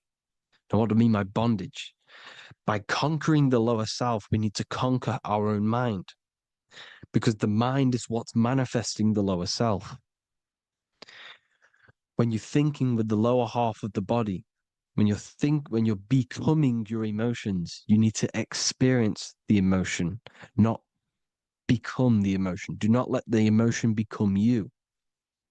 Do not let your thoughts become you, because your thoughts are tools that you can manifest. Your thoughts are the idea. Your emotion is the energy that you can use to manifest that thought. Your emotion is energy in motion, emotion. You use emotion to manifest, to feel as if you already have the thought. Therefore, you become that vibration. Therefore, your emotions are actually a creational force that is given to you to manifest things, because you're a human, a manifester. You're here to manifest things. You're a creator. You are a god. Your inner self, your intelligence, your I am, the one and only inside of you, the inner self, the quiet one, the one that's deep, deep down, the invisible intelligence, is it's creating things all the time. All the time. Speak no evil, see no evil, hear no evil. This is the astronauts, they're Freemasons, but they understand this, because thinking, seeing, and hearing can corrupt your mind. And when you have a corrupted mind, you'll have a corrupted subconscious. The subconscious will manifest into the body, because 90% of your behavior comes from the subconscious mind. So you got to speak, see, and hear no evil. But sin, what is a sin? To overcome our lower self, to overcome our lower self, the 7 deadly sins are not something that goes against an external God. A sin is something that goes against your inner guide, your inner conscience, the inner self that's always speaking to you. It's always telling you the right thing to do. A sin is something that goes against this inner guide. And this is why you can feel something where you can feel you're doing something wrong, because the inner guide is speaking constantly. And when you commit these 7 deadly sins, which are 7 internal states which keep your invisible intelligence bound to your physical body. Because evil, right? Evil love bondage. This is why they stay in this realm and they control this realm, because they love the bondage of the body. They like matter. They want to stay in matter for eternal life. They don't want to ascend back into the heavenly realms where you do not have a physical body. You can explore the universe within the astral planes.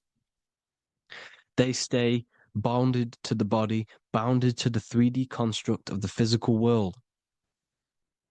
They have greed, lust, envy, gluttony, wrath, sloth, pride. They want all of this. And if you want that, that's okay. But deep, deep down, you don't want that because your soul is always telling you the right thing to do. Your soul knows what to do to get out of here. It needs to detach from the external world, detach from all of these 7 internal states which bound you to your lower self, your lower centers. That's what a sin is. You know, you have a left and right brain. The left brain is always analytic. The right brain is metaphorical. So the right brain is producing a holistic view of reality. Now, what do I mean? And not view, perception. When you see, because your eyes are parts of the brain, so when you look at something and you look, that image is produced in the back of the brain in the visual cortex. And then the right brain produces a perception, a holistic, it breaks down what you're seeing into a holistic image, a holistic perception. So, for example, if you're in a woods, the right brain sees the whole woods as one big woods. The left brain is breaking that perception down into individual trees, branches, and leaves. So the left brain's to do with duality, the right brain's to do with wholeness, unified. The left brain's dualistic, analytic. This is necessary so that we can pick things up and manipulate them and break things down. We need the left brain. We need the right brain. I'm not saying any of them's bad, but the left brain, sinister in Latin, means left. Because when you're left-brained, you see everything in dualistic. You see everything is dual, when everything's actually one. We need to be focusing and strengthening our right hemisphere. I'm not saying sit in the right hemisphere all the time, but we need to be strengthening our right hemisphere. And this is why left is sin and right is right. Because when you focus on the right hemisphere, you see the holistic perception of creation. The right hemisphere sees humanity as one unified consciousness. The left hemisphere sees everyone as individual persons and egos. Because the left hemisphere is dualistic. And this is why the Bible says, cast the net onto the right side of the ship and ye shall find. John 21:6. What does that mean? Cast your energy, cast your perception into the right hemisphere of the brain, and ye shall find unified consciousness. You shall find your higher self, the one and only. If then you have been raised with Christ, seek the things that are above, where Christ is seated at the right hand of God. Wow. Powerful. What does this mean? Seek the things that are above, where the Christ is seated at the right hand of God. God is your consciousness, your invisible intelligence between the 2 hemispheres. The right hand of God is the right hemisphere. Seek the things that are above the heart. Love, intuition, expression, and wisdom. Seek the things that are above the heart, the higher self, the higher part of the body. Because when you seek the things of love, expression, intuition, and wisdom, you create a strong aura. You attract the same frequency. And this frequency is heaven, God. This is the Sumerian artwork showing the lamb. This is a step symbolizing stepping upwards, raising up. He's stepping over the lamb up to the bird. His hand is going to the bird. The lamb symbolizes the lower self. Okay? The bird with the wings is in the sky. It represents the higher self. This is why angels always have wings, because it represents the higher self in the sky. The lamb is a ground animal, symbolizing the lower self. He's stepping over the lamb to the bird, his higher self, his invisible intelligence. Horus and Set, Jesus and Satan. Look, Horus has an evil brother, Set, just like Jesus and Satan. Horus is a bird, higher self. Set is a ground animal, lower self, which is the devil and the angel on your shoulder. You see? The right and the left hemisphere. The two wings. So, the devil and angels always speaking to you. The higher and the lower self. It's the battle between the higher and the lower self.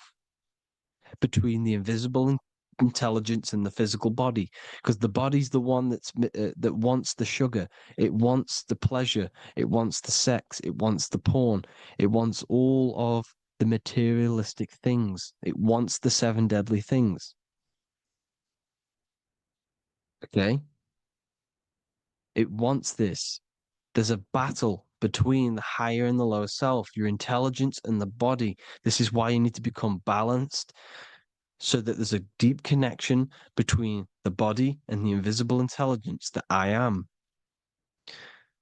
You need to master your mind with discipline, and you gain a connection between the brain, the body and the intelligence. Resurrection, transmuting sexual energy. Okay, this is important. Res is Resh, which is Hebrew. The early Hebrew Resh symbol is the head. This is the head. Resh, erection. Erection is a sexual stimulation. Resurrection is rise erection. You got to raise your sexual energy up the base from the spine to the head. This is the Christ, the Christos. Because there's a psychophysical psychophysical oil produced in the brain every month. Go and watch my other video on raising the chrism. Okay? And every month there's this fluid produced in the brain, which takes 2 trips, because one's produced by the pituitary, one's produced by the pineal, magnetic female, magnetic and electric charge. And it takes 2 trips down the spine to the solar plexus, the bread of life in the Bible, or Bethlehem in the Bible, because the River Jordan's your spine. Goes down to Bethlehem. It gets born in Bethlehem, just like Jesus. Because when this oil travels to the solar plexus, it creates the seed, the seed of life, and it feeds the body, all the central nervous system, all the cells. It regulates the blood, does all sorts of good things for the body, this oil. Now, when you save your sexual energy and you raise your resurrection, you awake the Christ, you raise it from the solar plexus or the sacrum bone up to the brain, you activate 100% of the brain, and this is the true resurrection of Christ. Instead of wasting the energy and giving away your sexual fluids, because behind the fluids is the energy. So when you release that fluid, the energy is out there. You've released the energy. Your sexual energy is the most potent emotional force a human could possibly feel. Same with any animal or anything. The sexual urge, the sexual emotion is the most powerful, potent emotion that you can feel.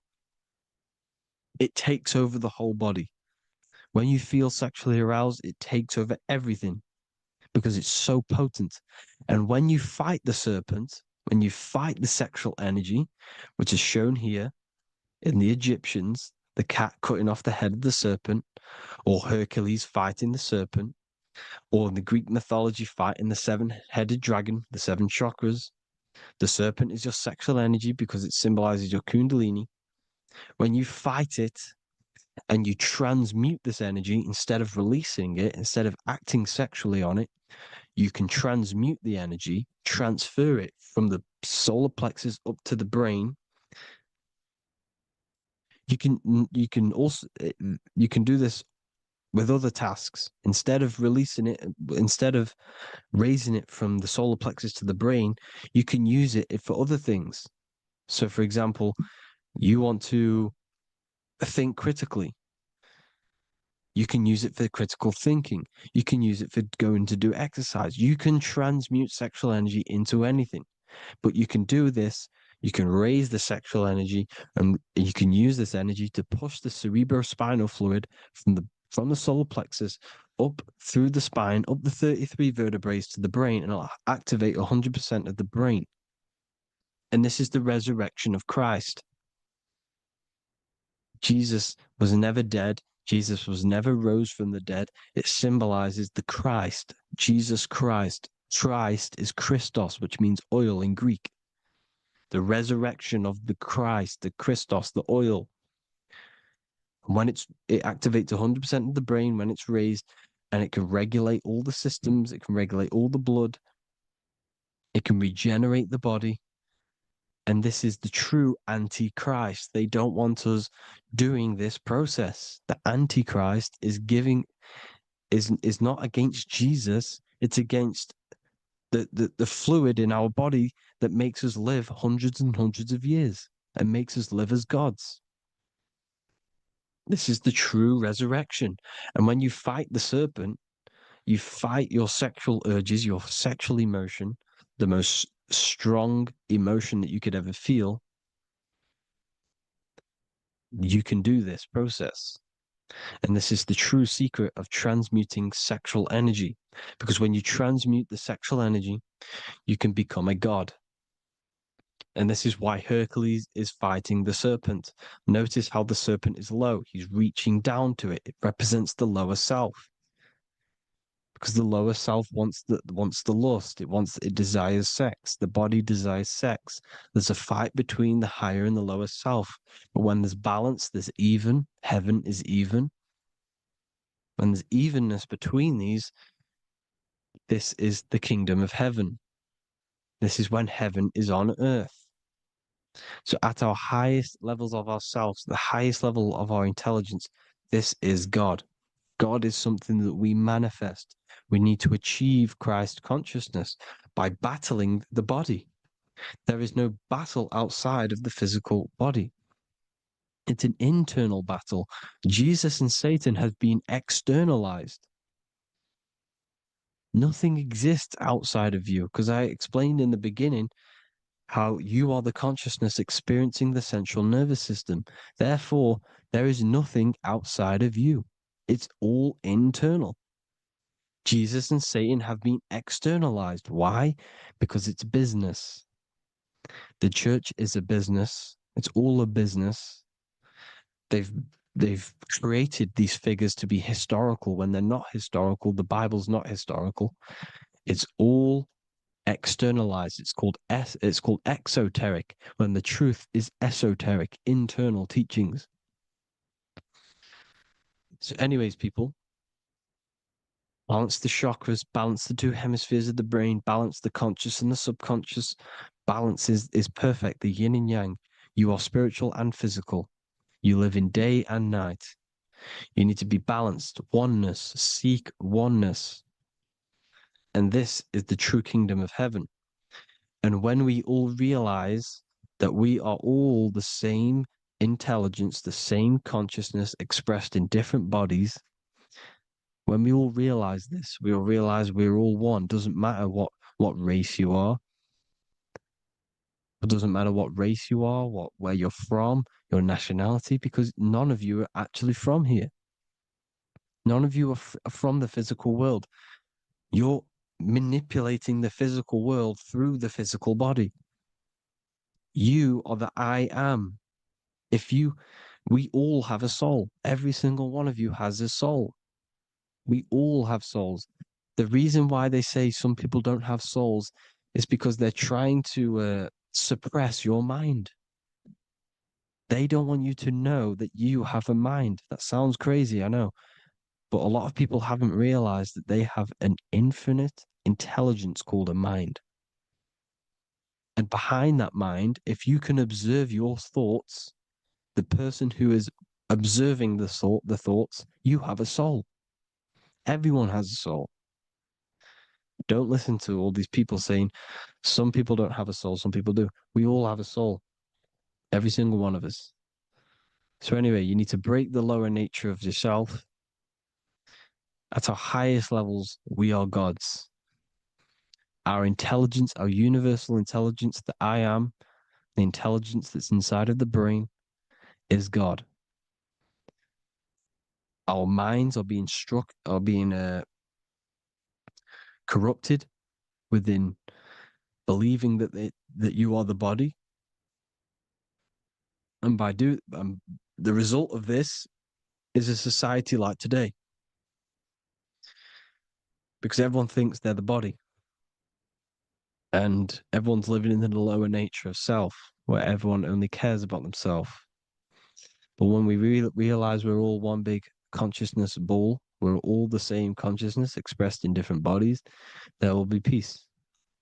So thank you all, people. If you do want to learn more, if you do want to read my book, it's called The Book of Wisdom. I'll put it in the description. It's an amazing book, people. It's going to give you the best understanding possible about creation, yourself, and the world. It's amazing. The Bible, everything. I have just launched a new cymatic library. A friend of mine has just added this to the website. He creates beats, and he creates the purest beats. So they are actually the frequency that it tells you.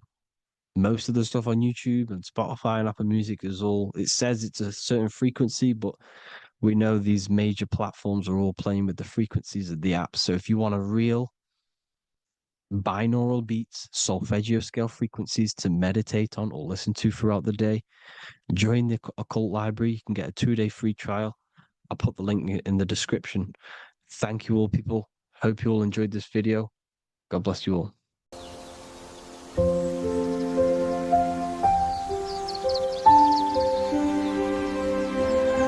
bookofwisdom.com. Visit today.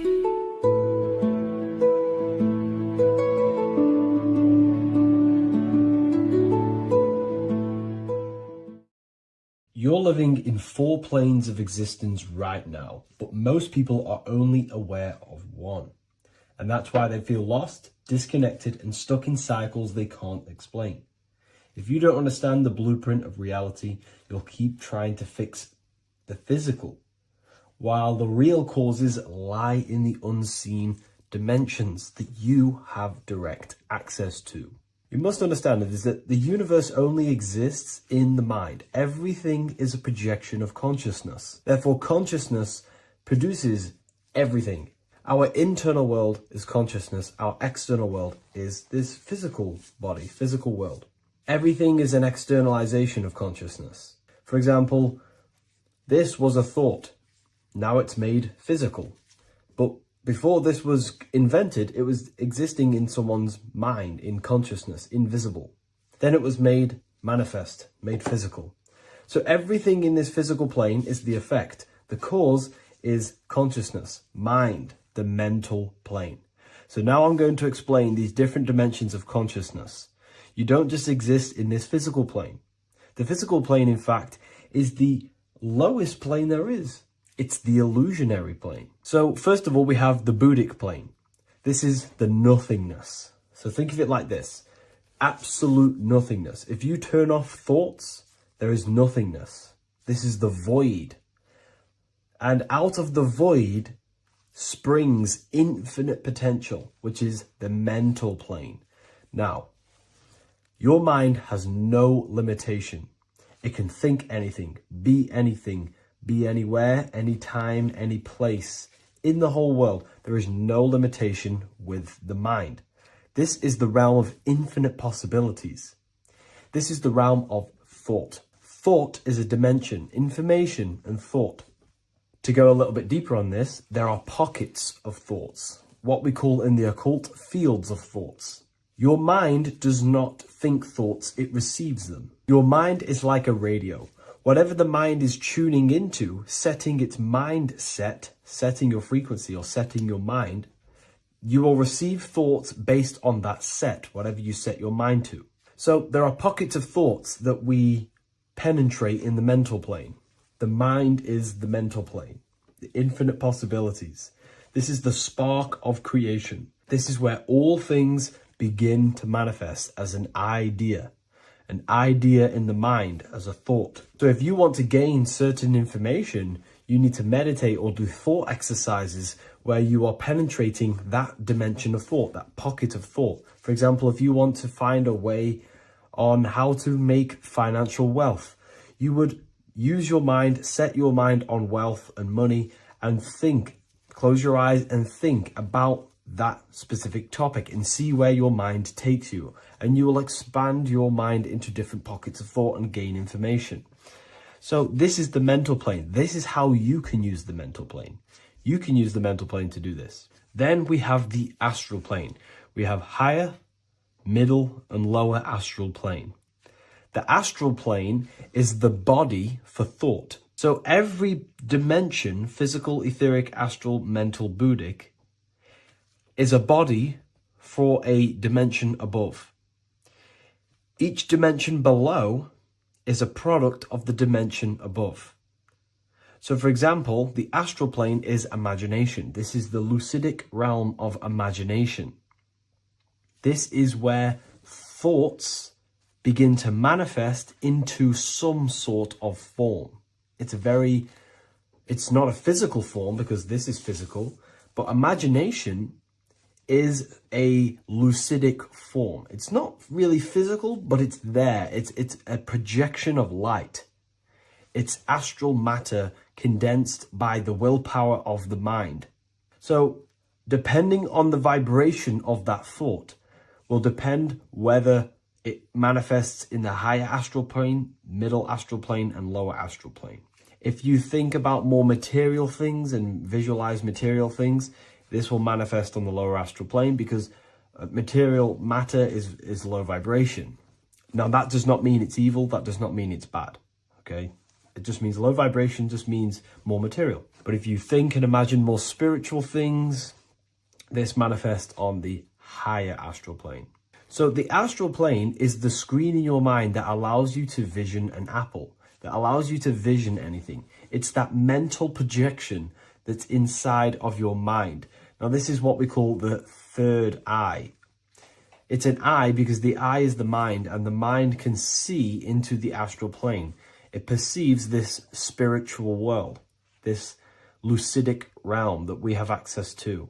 This is where also infinite potential takes place.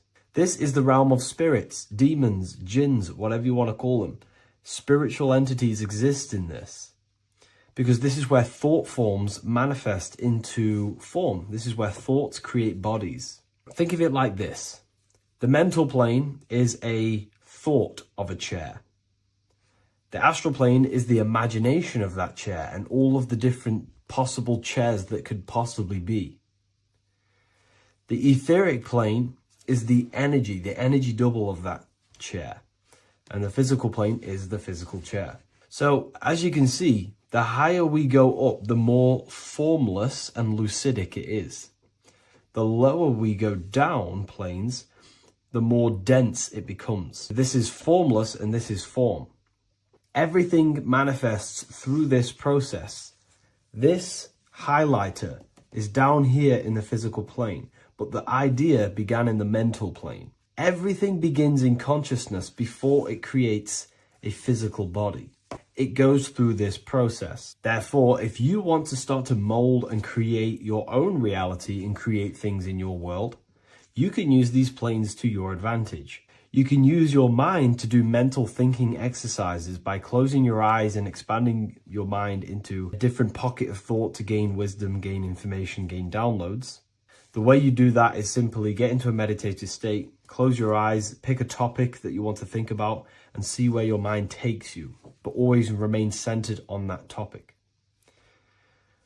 And you can do this for maybe an hour or two or half an hour, and your mind will take you places where you will unlock information. You can even use this to make decisions in your life. Think of the topic and see where your mind takes you. You'll gain information. This is how you use the mental plane for ideas. The astral plane is imagination. You have to reconnect with your imagination very vividly. Your imagination, your consciousness is infinite.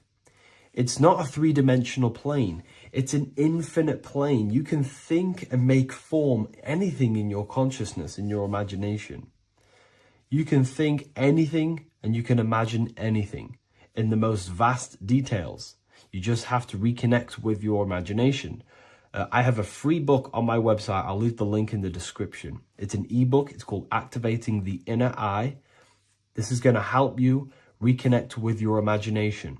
It's a practical guide on how to imagine. So once you know how to use the mental plane and astral plane, thought and imagination, you pretty much need to use the physical plane to take physical action with this physical body that you have and start to manifest these desires you have in the higher planes.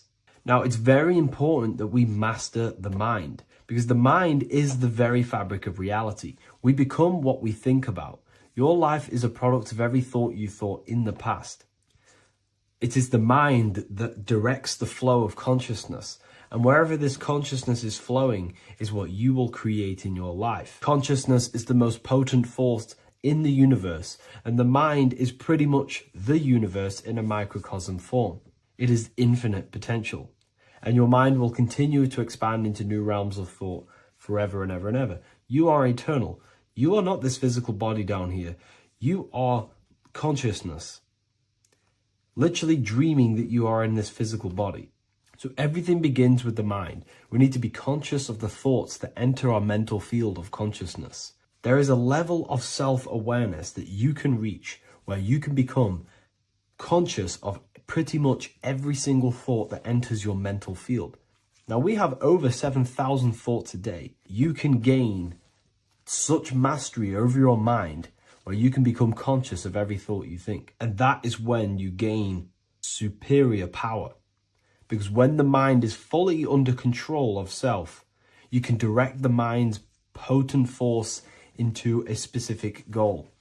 Most people's minds are dualistic. They want something, but their mind is thinking something else. They have limiting belief systems. They have the little voice that comes in and says, you can't do this, you're a failure. That is a fractaled mind. The mind needs to be singular. It needs to be on your team and not an enemy. Do not let your own mind take away your power. Your mind should be on your team, giving you power, giving you the best possible thoughts and the best possible beliefs. When the mind is in this condition and on your team and not taking away your power through the destructive thoughts, it becomes a potent, powerful force used for manifestation to create anything. And the way we get the mind on your team is through constant meditation to learn how to control the mind and turn it on and off.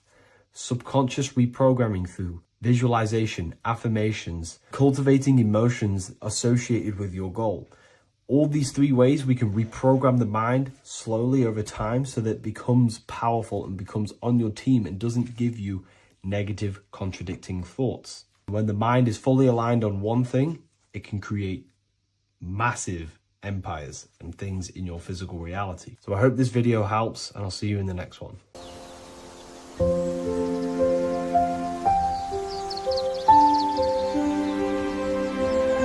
bookofwisdom.com. Visit today.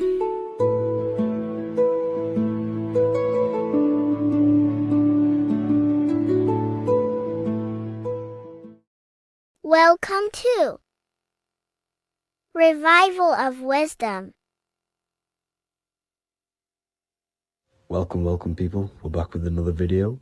Please make sure to hit that like button, subscribe, and turn on notifications to never miss a video.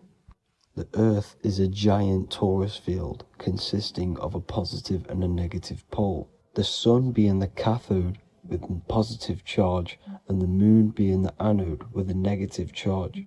This is why the sun rules over the day, giving you lots of energy, and the moon taking your energy from you, making you go to sleep. Now, the plane that we live on is called the plane of inertia, and at the center of this plane of inertia is the North Pole. This is where the two electromagnetical energies meet. Now this is where the most electromagnetic energy is stored. This is why all compasses will point north, because it's the most magnetic place in this reality. So the sun and the moon is spinning around this center point, which is stirring the ether of this reality and making everything move in circles, meaning this is a cycle. Everything's recycling itself. It's an organic simulation. The ancients also knew about this sacred land at the center of this reality, known as the North Pole. As you can see on this map from the 1500s of the North Pole, you can see 4 islands around this center black rock. Ancient civilizations like the Mayans, the Buddhists, and ancient Chinese also depict these 4 islands. The endless symbology of these sacred lands at the center has been going on for thousands of years. These sort of secrets are now kept by the elites, but as always they have to show the truth in plain sight, and this is what they are doing with the Windows symbol and also the Wizard of Oz. Now in the Wizard of Oz, as you can see, there's something called Munchkin Land. Munchkins are these unusually short people. Then on the ancient 1500s map it says Pygmy, and then the Pygmy people in mythology are also these unusually short people. Just like Santa and his elves, they come from the North Pole, and elves are these unusually short people. These stories that we are told about Santa and Munchkins are putting truth in plain sight about this sacred land. This sacred land at the center of the earth is where the aurora borealis comes from and is being emitted from this black hole in the center, also known as the black sun. The aurora borealis is the earth's aura, hence why it has the word aura inside of it. It is the life-giving essence to all life within this realm. As this dualistic reality we live in consists of both physical and spiritual, the black sun is like our sun for the spirit. It's our spiritual umbilical cord, connecting us to the spirit realm. And the rising sun is the opposite. It's our sun for our physical 666 carbon suits, known as our human body, our physical aspect. As it states in the 40,000-year-old emerald tablets, deep in Earth's heart lies the flower, the source of the spirit. The flower of life is as thine own place of spirit, and streams through the earth as thine flows through thy form, giving off life to the earth and its children. So the North Pole is the core of this spiritual reality, and the closer you get to it, the more spiritual and lucid it becomes. So the elites have covered this up in order for us to forget the true nature of this reality. And they did this cover up by introducing the globe model.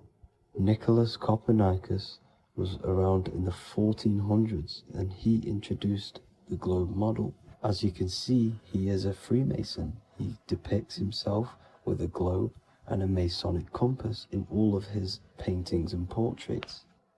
Galileo was also a Freemason, as you could see in all of his portraits with a globe and a Masonic compass. He was also a massive part of introducing the globe model after Nicholas Copernicus.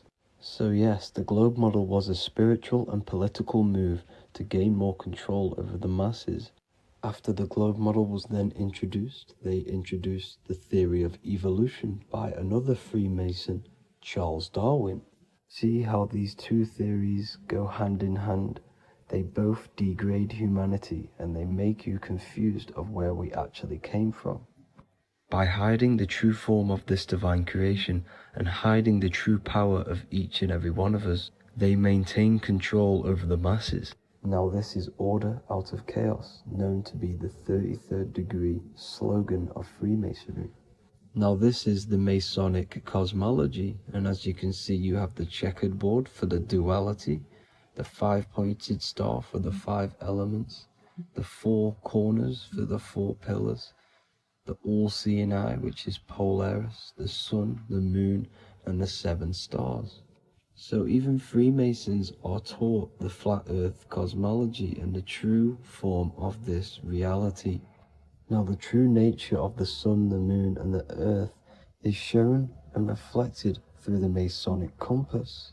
The Masonic compass is the sun, the moon, Polaris at the top, and the black sun at the bottom.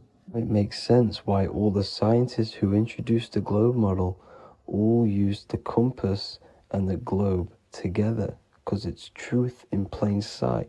As I explained in my other video, all Freemasons have to take the oath, so it goes to show, why are we all learning these theories from Freemasons who can't talk about certain topics that they learn about? Why should we believe their theories when they're holding back the real truth about this reality? Now going on to NASA. NASA means to deceive in Hebrew, and they are also funded by the government. They are not a private company. The old owner of NASA, Werner von Braun, on his grave has the Bible verse Psalms 91. The heavens declare the glory of God, and the firmament showeth his handiwork. Now why would the owner of NASA put this on his grave? Seems a bit suspicious to me, alongside with the NASA astronauts are all Freemasons. And not to mention the countless mistakes they've made on their live videos in space stations, the moon landing, and the CGI footage of the Earth, which is obviously photoshopped. Just by tricking the masses that they live on a spinning ball, the elites gain the perception of the masses. Not only does it hide the divine creation we're inside of, it hides the divine spark within you. It hides the creator, the source. And by believing in space and we live on a spinning ball, it makes people come to the interpretation of that we are a coincidence and we do not have any purpose. And of course this is false. When you come to realization that we are all a divine creation and we can create our own divine life in this reality, life becomes more sacred and you start to enjoy little things. The elites want you to believe everything exists only in the 5 senses.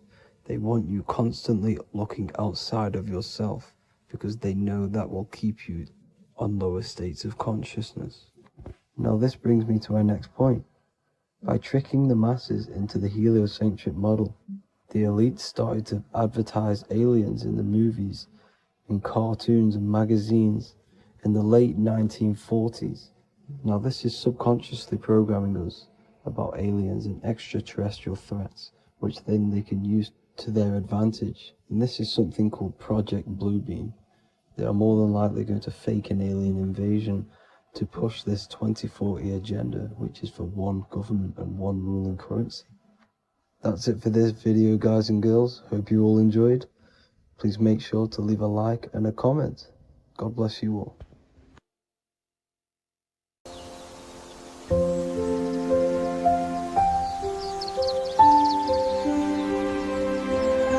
bookofwisdom.com. Visit today.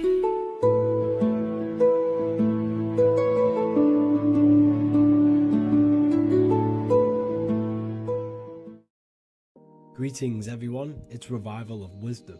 I facilitate human enlightenment through occult and esoteric teachings. I hope this video expands your mind into a new field of thought. In this video, we're going to be discovering the true esoteric meaning of the 7 planetary energies. So let's jump straight into this. In order to fully understand this, you must understand that esoteric teaching is as above, so below, and as within, so without. Our inner world is mirrored into our external material reality. We have a physical voice, which you are hearing right now, and I also have an inner voice, which no one else can hear. The inner world is invisible, and the external world is visible. In other words, the inner world is the spiritual world, and the outer world is the material world. The inner world of ourselves reflects and projects our outer world, which means everything in our external reality is somewhat reflection of our internal self. You are made in the image and likeness of God. You yourself are the universe experiencing itself in a three-dimensional physical form. The Newtonian science has programmed you to believe that you are a physical being inside of a physical universe. They did this to limit your mind to only believing there is a physical universe and that you are separate from the universe or God. But you yourself are the divine essence of the universe, experiencing itself in a physical plane, which means everything you see is inside of you, including the stars, the planets, and the elements. As above, so below. As within, so without. An example of this is the four physical elements: fire, earth, water, and air. In the external world, these are physical elements. In our internal world, they represent the four bodies of consciousness.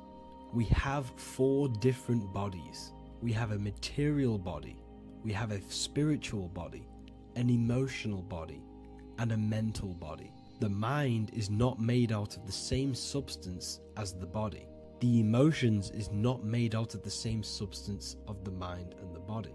These bodies exist in four different dimensions, four layers of consciousness. With that being said, the four physical elements are inside of us. The earth is our material physical body. Fire represents our spiritual astral light body. Water represents our transformative and emotional body. Air represents the mental body, the communicative and thinking body.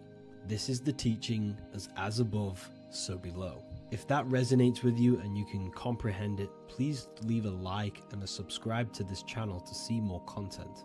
And feel free to leave a comment on any video suggestions. Okay, so now we've gone over the four physical elements and how they correspond with your inner world of consciousness. This is going to make it easier for you to understand what the planets actually are. The planets are a bit more in-depth and more detailed aspects of our consciousness. The four physical elements are generic, but the 7 planets go deeper. They are deeper aspects of ourselves.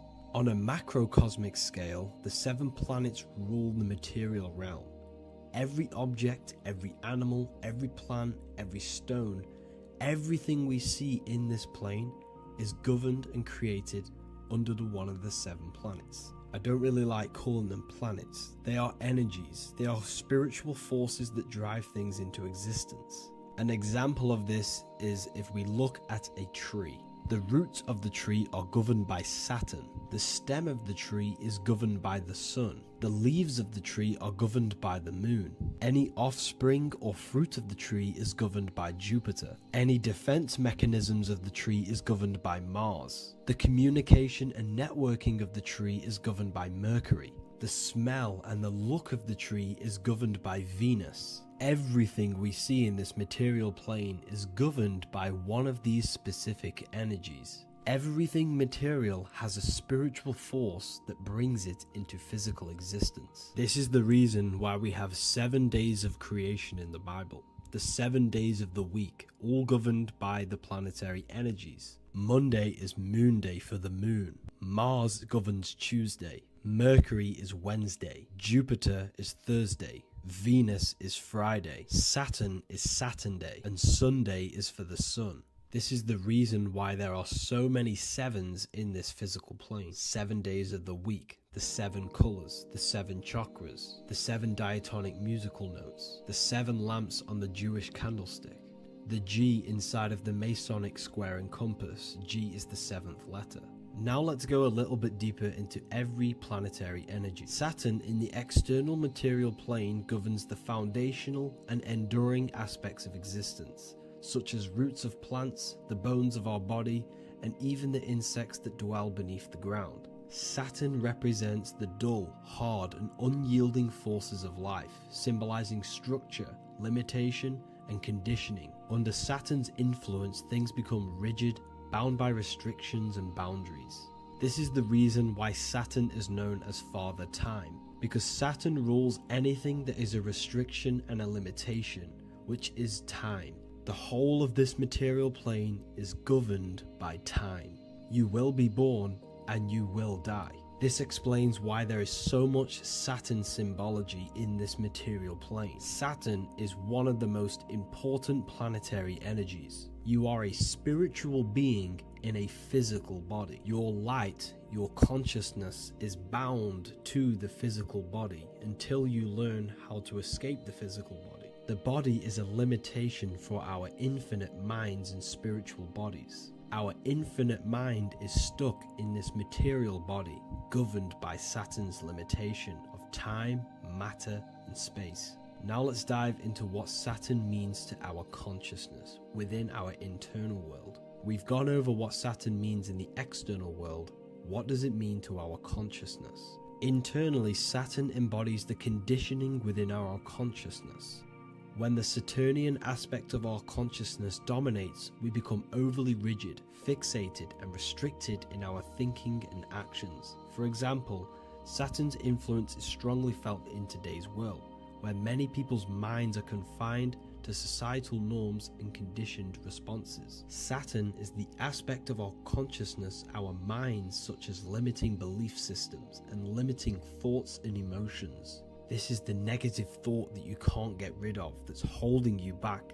This is a Saturn aspect of our consciousness. However, this is not a negative thing. The Saturnian aspect of our consciousness is a great teacher, guiding us through difficult life lessons that ultimately lead us to growth and expansion. Saturn's energy allows us to experience and overcome fears and limitations so our minds can expand into new fields of thought, into new life. Although Saturn's energy is harsh and often challenging, it helps us develop resilience, discipline, and wisdom. However, in the modern day, this Saturnian energy has overpowered the minds of the masses, fostering excessive rigidity and limitation. This is why we see so much Saturn symbolism. It's literally everywhere because our minds are being dominated by the Saturnian limiting aspect of our consciousness. Now, let's move on to the moon. The moon, or lunar energy, in the external material macrocosm plane governs the elements of water, influencing the natural cycles such as the ocean tides, which rise and fall in harmony with the moon's phases. Beyond water, the moon also guides instinctual behaviors such as animal migrations. Birds, insects, and other creatures rely on the moon's subtle energies to navigate their journeys. For example, dung beetles use polarization patterns in the moonlight to orient themselves and travel safely home. The moon creates the months. M-O-N is moon. There are 28-day cycles, and this 28-day cycle of the moon is reflected in the woman's body, known as the menstrual cycle. The moon is a feminine energy, governing the feminine elements such as water and the feminine cycles of the body. The moon is the womb. This is why eggs have the same color as the moon, because eggs are ruled by the moon's energy. Now that's the external world. The internal world, the moon symbolizes the emotion aspect of our consciousness. It represents the subconscious mind, the seat of intuition and psychic abilities. Just like in the external world, things are born out of the moon, such as eggs and the womb. The subconscious mind acts as a womb for our conscious mind. Our deep subconscious emotions and programs are born into light into the conscious mind and controls the conscious mind. The moon represents our hidden psyche, our shadow self. Now let's go on to the sun. The sun represents the life force. In the material external world, the sun is ruling over pretty much all life. The sun gives life to all things. Without the sun, animals could not exist, the human body could not work, and plants would not grow. The sun is the life force. It's the soul of the world. Now, in our internal world of consciousness, the sun represents our passion, our drive, our conscious mind. The aspect of our internal world that wants to drive things and give life to physical manifestation. Now we go on to Mars energy. Mars is well known for being the god of war. Mars energy manifests into the material plane through anything that seeks to protect or defend itself. For example, the holly tree. The holly tree leaves are very sharp and they defend itself. Anything that is protective in the material world has Mars energy and is governed by this specific aspect of consciousness.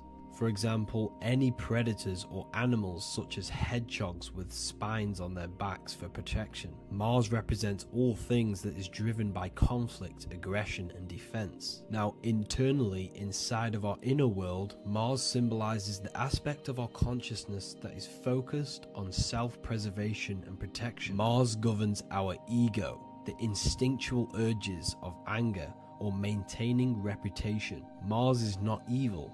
It's necessary. Sometimes it's necessary for us to protect ourselves. Mars is the aspect of our consciousness that is anger, rage, the desire to fight or conquer. When this energy is activated within our consciousness, we become defensive, assertive, and even combative, ready to dominate others and destroy obstacles in our way. Now let's move on to Venus energy. Venus in the external material world manifests its energy through the aesthetics of creation. This planet governs the beauty and harmony found in nature, including the nurturing environment of a mother's womb where life begins. Venus embodies the essential love, not only in romantic relationships, but also in the bonds between family members and all living beings. Venus represents relationships. We have relationships between plants, animals. They all depend on each other to give life. Plants provide food and medicine, while living creatures contribute to their own growth and pollination. Internally, Venus represents the aspect of our consciousness that yearns for relationships and connections with others. This is an aspect of our consciousness that encourages to care for our physical appearance and embracing beauty. Aesthetics play a role in our interactions and self-expression. This is why there is a beauty brand called Venus. Now let's move to Jupiter energy. Jupiter in the material plane manifests its energy as forces of fortune, abundance, and wealth. This energy manifests itself as plants, as fruits that we can consume and eat in abundance. Anything that is nourishing and cultivated by the earth for humanity and animals. Jupiter embodies the giving energy that provides for and sustains life, fostering growth and ensuring that resources are available to all. Its influence is seen in the natural cycles of abundance, where fruits must grow and ripen before they are enjoyed, symbolizing the importance of effort and patience. Internally, in our spiritual world, Jupiter represents the aspect of our consciousness that yearns for abundance and seeks growth in various aspects of our lives, including wealth, knowledge, and personal development of the mind, spirit, and the soul. This is the aspect of our consciousness that wants to gain wealth, that wants to gain expansion and abundance in our lives. However, when Jupiter's energy dominates our consciousness excessively, it can lead to feelings of stinginess and greed. It represents material possession. The last planet is Mercury. Mercury in the external world governs the vital elements such as seeds, air, communication, education, and electricity. Known as the messenger of the gods, Mercury rules over intellect, communication, and the transmission of knowledge. Mercury's states of consciousness manifests itself in the material plane as the network between trees and plants, how they all communicate together. It represents the intelligence behind all physical things. It's the intelligence behind the seed that allows it to grow into a plant. Mercury's creative energy is manifested in the nervous system of the human body and all living animals. The intricate messenger that transmits signals from the body to the brain and then to the mind. This intelligence within us allows us to facilitate thought and movement. Internally, in our spiritual aspects of consciousness, Mercury is the state of consciousness that seeks knowledge, understanding, and intellectual growth and expansion. This part of us is curious, eager to learn, and driven to communicate ideas and information. It represents our mental body. The Roman god Mercury is often depicting flying because this symbolizes the air. Air represents our mental body. When the Mercury aspect of our consciousness dominates, we become highly intellectual, constantly seeking information, analyzing situation, and communicating our ideas. While this can enhance our understanding and ability to interact with the world, an excess of Mercury's influence can lead to overthinking, excessive analysis, and focus on intellect over emotions or intuition. Okay, so they are the 7 planetary energies in the external world and your internal world of consciousness. These energies are manifested in the Roman mythology as human beings. They are depicted as human beings, but this is nothing but symbolism. These gods never existed physically. They represent aspects of our consciousness and spiritual forces that govern the material plane. Every material object, every intelligence, every piece of life in this universe is governed and brought into existence by one of these spiritual forces. Now, I hope this video has expanded your mind into a new realm of thought. Make sure to leave a like, a comment, and subscribe to the channel for more occult and esoteric information. You can read more about this topic and many more occult and esoteric teachings inside of my books, the Book of Wisdom Volume 1 and the Book of Wisdom Volume 2. I honestly advise that not everyone reads these books. These are books which will completely transform your view on reality. You will feel a lot better reading these books because you will find a connection with yourself and the universe. Understanding truth and knowing thyself gives you a sense of well-being. Like I said, this is not just a book. This is a beginning of your journey of expansion and growth. Reading them can be life-changing. Inside my university, I host live calls where you can ask me questions, and you can watch all the pre-recorded live calls. You also gain the ability to manifest your own reality through the Manifestation Mastery course. There is also a library with all of the PDFs that I've read in the past of occultism, symbolism, and esotericism that you can gain access to. There is a whole lecture section where you can watch all of my occult lectures. This is a place of transformation. The price of the university will be going up very soon. If you join now, you will gain a free sexual alchemy course which will teach you how to transmute sexual energy into creativity. I'll leave all the links in the description for the university and also my website where you can get my books. I hope you enjoyed this video. Take care.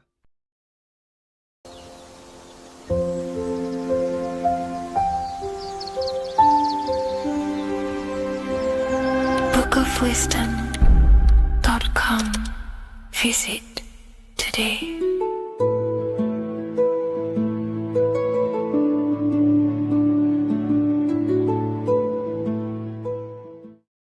Welcome to Revival of Wisdom. Today we're going to be breaking down Saturn worship and how the occult are linked in with Saturn. Okay, so first of all, let's start with the celebrities. All these celebrities are doing 666. Okay, covering the one eye, which also symbolizes the all-seeing eye, which is another occult symbol. But we're focusing on the 666, the 6 with the 3 fingers. Also, we have CERN with the 666 within their logo. Also Disney, okay, as you can see here, 666 within their logo. Pepsi, Coca-Cola, and even Cadbury's. Monster Energy with the 666 in Hebrew numerals. Unleash the beast. So what is 666 to do with Saturn? Because on Saturn, there is on the north pole of Saturn, there is a 6-sided hexagon, okay? So Saturday is named after Saturn Day, the 6th planet.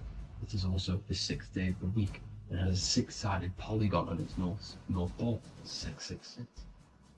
Not only that, when you create a star out of the hexagon, you will create a 6-pointed star, okay? With 6 triangles within the star and a 6-sided hexagon, which all adds up to 666. Okay, so this is why all these symbols contain 666. So why do they worship 666? Saturn. Because Saturn is the god of time and death, okay, and order and lessons. Okay, Saturn is a very cold and dry being. That is the 6th planet from the sun. Okay, Saturn represents the winter, which symbolizes death. Okay, because all nature dies within winter because the sun's not there. So it represents darkness and death. It rules the zodiac sign of Capricorn. Okay, so in the celestial cycle, Saturn is always opposite the sun. So it's the opposite of the sun. So they're worshipping this energy which is death-like. Okay, this God which is death and does not bring life.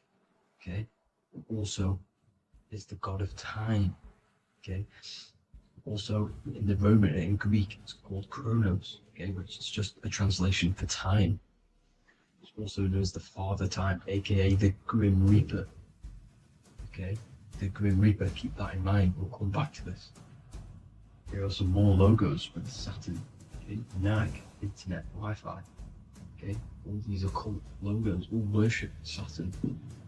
They are a satanic occult. They worship this death god, this evil god. Okay, this is where the cube now comes in. Okay, because what colour is associated with Saturn? It's black, because it's the absence of light. It's opposite the sun. So black is the colour associated with Saturn. Each planet has its own colour associated with it. Okay, so when you make the cube, okay, as you can see here, the cube out of the polygon, it creates what? A black cube. Okay, and the Kabbalah, okay, Kabbalah means cube, Allah means the God, the cube God. These religions are secretly worshipping this cube God, the God of death, Saturn, Satan. It's the same entity behind it all. Okay, so also we have these black cubes in Australia, Denmark, all around the world, these black cubes, because this occult is worldwide. Saturn, Satan taking over this realm. Okay, also with this black cube, they walk around it like the rings of Saturn. It's around the black cube of Saturn with the rings, they walk around in circles. What are circles? Cycles. What is a cycle? Time. The time god. This is why it has a ring around it, because it represents time, cycles. Okay, and this is another depiction. Saturn, always depicted with this Reaper staff. Okay, keep in mind this staff, just like we associated with aka the Grim Reaper. The Grim Reaper also wears a black robe, representing Saturn with the same staff. Can you see it? This is where it comes in. Okay, it's the same thing. Look, the same staff with the black robe. Black representing Saturn, the god of death. Okay, the Grim Reaper, Satan. Okay. Also, when you graduate from university, what do? You wear a cube on your head, a black cube with a black robe. This is Saturn worship. See, this is how Saturn, Satan, has tricked the world into worshipping him, not God, the sun, which represents God. So what is a corona? Because a corona is a crown, a circle, okay? A set of concentric circles of light seen around a luminous body. So Saturn. So this is why they used to worship Saturn by wearing crowns in ancient days, and we still do to this day. The king or queen has a crown, a corona. Also, corona, the drink. Corona adds up to 666, just like Saturn is 666. But like you see in the corona, you see the staff. You see this staff, just like the staff of Saturn, the Saturn god, like the Grim Reaper, with the black robe and the staff, just like the Saturn god. What is the Grim Reaper? It's a killer. It represents death, just like Saturn, the god of death and time. So all these occults and secret societies all worship the 666 god, which is Saturn, Satan. all of our energy is being put into Saturn. Okay, and Saturn, Satan, is harnessing all of this energy. So gradually, this is what the mark of the beast is. Like it says in the Bible, the mark of the beast, or the name of the beast. Here is wisdom. Let it know that you have to understand and count the number of the beast, for it is 6. It is the number 6 of a man, and is 6. 600, 3 score is 6, 666. So this is what the mark of the beast is. They are going to eventually put green chips, just like Neuralink, which is what Elon Musk is pushing. Okay, so this chip is the mark of the beast, and it's going to be implanted to our hands or brains.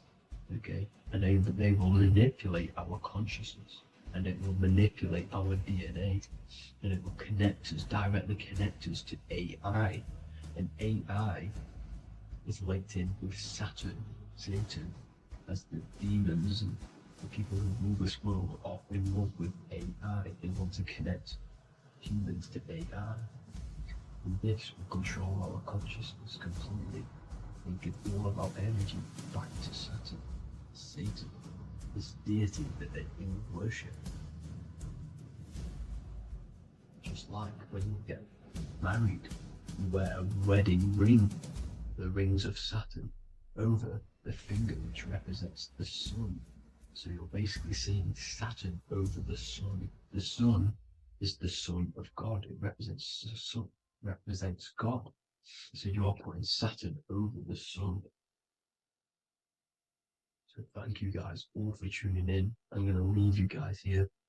Please leave a like, comment some topics that you want me to talk about. And please subscribe for more amazing content. God bless.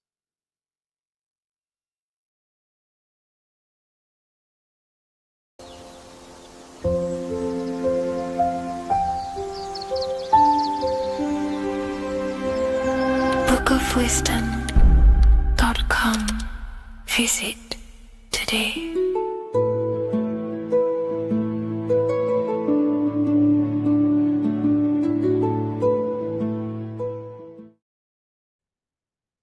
You don't just have a physical body.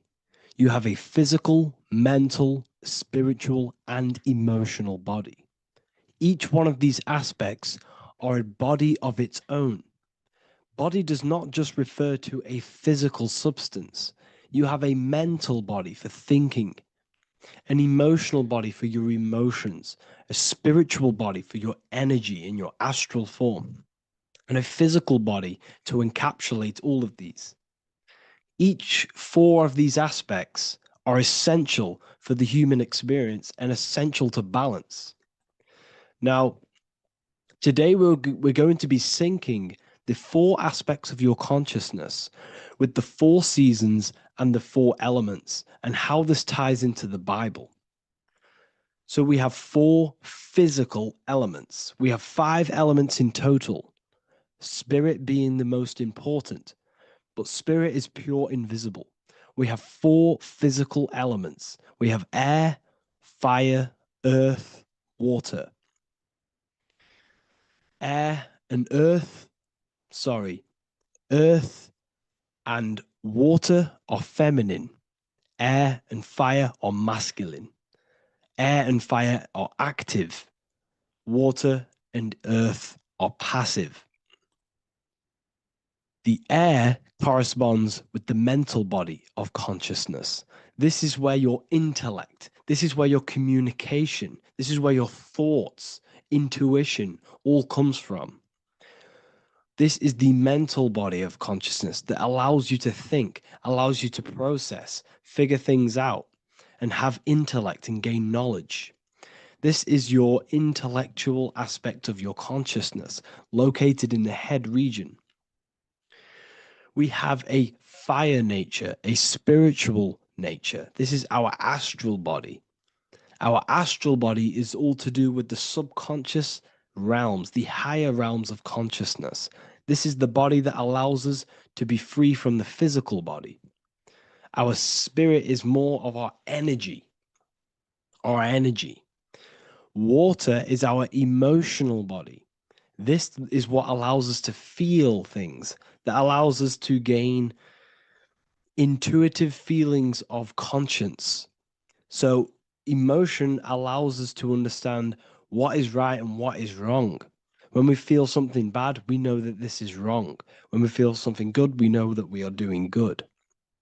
Emotions are a creational force that allows us to feel certain things to bring them into existence.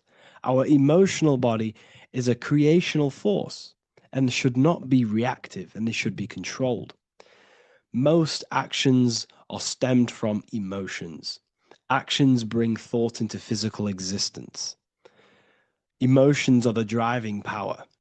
They are what drives your actions. The thought, then the emotion, then the action.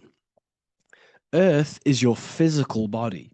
This is your physical state that allows you to take mind and emotion into action, into fruition, into physical matter.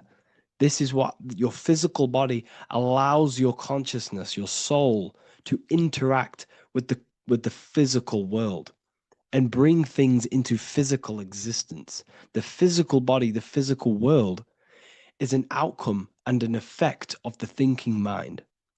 All physical substance comes from the thinking mind. The pen, the phone you're holding, the microphone I'm speaking into, all began as a thought in the thinking mind, then it was brought into physical reality. Earth is the most dense. So it goes in this order: body, emotions, spirit, mind. The higher you go up, the more lucid and fluidic it becomes. The lower you go down, the more dense and dull it becomes. Air is the mind, fire is the spirit, water is the emotion, earth is the physical body. So this is why you are a microcosm. You have these four things within you. You contain of these four elements, which correspond to the four bodies of your consciousness, the four bodies of the soul. You are the soul. You are the spirit. So this is why in Theologians 4:17 it says, "Caught up together with them in the clouds to meet the Lord in the air." You don't meet God or the Lord in the physical air in the clouds. This is clearly a parable. A human being cannot go up to the clouds and meet a mystical man in the clouds. This is obviously a parable, a metaphor. The air is your mind. You must raise your consciousness beyond the body, beyond the emotions, beyond the spirit, and enter in the mind during meditation, turning the mind inward to connect with the Lord. The Lord is the highest aspect of your consciousness, the one that exists beyond the physical body, beyond your emotions, beyond the thought. So you meet the Lord in the air, in the mind. The mind represents the air. This is why in America there's a saying called an airhead. You're an airhead. This means that you are stupid, or you don't think, or you have nothing in your mind. You have nothing in your head. When someone's very stupid, you call them an airhead, because air represents the mind. The air is elevated. The air is invisible. The mind is totally invisible to the human eyes. It is a metaphysical substance. In fact, it's not a substance at all. It's so fluidic, it's everywhere. The mind can be everywhere at all times. It can be anything. Nothing is impossible within the mind. Now, this is synced with the four seasons. The four seasons represent the four aspects of human consciousness, the four bodies of your consciousness, the four bodies of your soul. The sun is your soul. Okay, and the sun travels around four seasons. Summer, when the sun is the most hottest point. Autumn, when the sun starts to move away from the hottest point. Things start to die. Then it goes to winter. This is when everything dies. This is when things enter in within itself. This is when darkness occurs. Then spring. This is the reignition of the sun. This is when the sun starts to bring back the warmth back to the summer. You have four seasons which correspond to the four bodies of consciousness. Fire is the spirit. This is when you are passionate. This is when you are taking action. This is when you are fiery. The sun is blazing. You're taking action. You're very passionate. You're very spirit. You're in the spirit. Autumn is water, emotion. This is when you start to become very reflecting. This is when you start to feel emotional. Because in autumn, there's lots of water. This represents the emotional body of consciousness. Winter is the mind. This is air. Winter, what happens in winter? Everything enters within itself. The leaves die. The trees die. Everything dies and goes within. This is the mind. The mind is the darkness, remember. You close your eyes to enter within the mind. The winter represents meditation. In the winter, what do people do? They stay inside of their house. They research more. They read more books. They become more intellectual. They think more in the winter because we are so we're stuck inside. So we're more reflective. We're thinking more. We're more communicative. We're more intellectual. In the spring, this represents the earth, the body.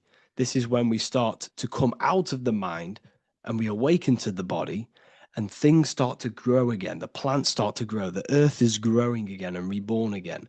This is the body. This is when you become more active in the spring. And then the summer, back to the summer, we then take action on these thoughts and these thoughts that we gained over the winter. Essentially, this is just a massive cycle. And this is a daily cycle also. The nighttime is the winter. The morning is the spring. The midday is the summer. And the evening time is the autumn. This is a microcosm. We have 4 bodies of consciousness. You are the sun. You are the soul. And the soul has 4 bodies: summer, autumn, winter, spring. Emotion, air, body, spirit. Sorry, emotion, mind, body, spirit. So you are the soul. You are the pure essence of consciousness. The sun is your soul in the heart. And the seasons are inside of you because you are a microcosm. Okay? You are a microcosm. The word sun is son. The Latin word for sun is sol, which is soul or solo, because the sun is solo. It's on its own. You are the soul, and the soul has the 4 different bodies of consciousness. So before we move on any further, if I've blown your mind, please, if you can, leave a like, a comment, a share, and a subscribe. Let me know what videos you want me to make in the future. Please drop a like. It definitely will help me. You are a microcosm of the macrocosm. Man is a miniature universe that goes through its own cycles. The seasons of the summer, winter, spring, and autumn do not occur merely outside of him, but within him as well. The summer is within you. You feel different in the summer. You feel different in the winter. You feel, depending on the body of consciousness, it's your soul's interacting with. So the sun in the sky is your soul inside, and the sun goes through these cycles, which is affecting your bodies of consciousness, because the cycles represent your bodies of consciousness. Now, this ties in with the Bible. This is why we have 4 Gospels. This is why Matthew, Mark, Luke, and John are always seen with the 4 different zodiac sign animals or symbols. So you always see each one of the Gospels. If you just type in on Google Matthew, Mark, Luke, and John, type in ancient pictures, paintings or pictures of them, and you will find these 4 zodiac signs are always standing with each one. Taurus, the bull; Leo, the lion; Scorpio, the eagle. An old symbol for Scorpio was the eagle, and a man for Aquarius. Here you see very, very ancient paintings and artwork. Here we see Matthew, the man, Aquarius. Here we see John, the Scorpio. Same here. We also see it on the tarot cards, on the world card. We see the 4 fixed zodiac signs. Here we see it as well. These are called the 4 fixed zodiac signs. Now, when we look at the zodiac, We're no longer looking at the sky. Because what you must understand is as above, so below. What is above you is inside of you. What is above is what is below. What is outside of you is within you. The zodiac is inside of you. The zodiac revolves around the sun. The sun is your soul. These are different energies of your soul. Like I said earlier, the 4 seasons are the 4 bodies of your consciousness. And in each body of consciousness, you have these different energetic energies that you can work with. Okay, so this is the true astrology. This is the true astrology, the internal esoteric astrology. You can't find much information on this at all. Very hard to find. So what we're looking at are the 4 bodies of consciousness. Obviously, when you look in the middle of each, when we look in the middle of each season, spring, the middle of spring is Taurus. The middle of winter is Aquarius. The middle of autumn is Scorpio. The middle of summer is Leo. These 4 signs are known as the 4 fixed signs. Okay, Scorpio is fixed. It's the middle of autumn. Scorpio is a water sign, emotion. Aquarius is the air sign, the mind. Taurus is an earth sign, the body. Leo is a fire sign, the spirit. This is why we see Matthew, Mark, Luke, and John with the 4 fixed signs of the zodiac, which represent the 4 bodies of consciousness.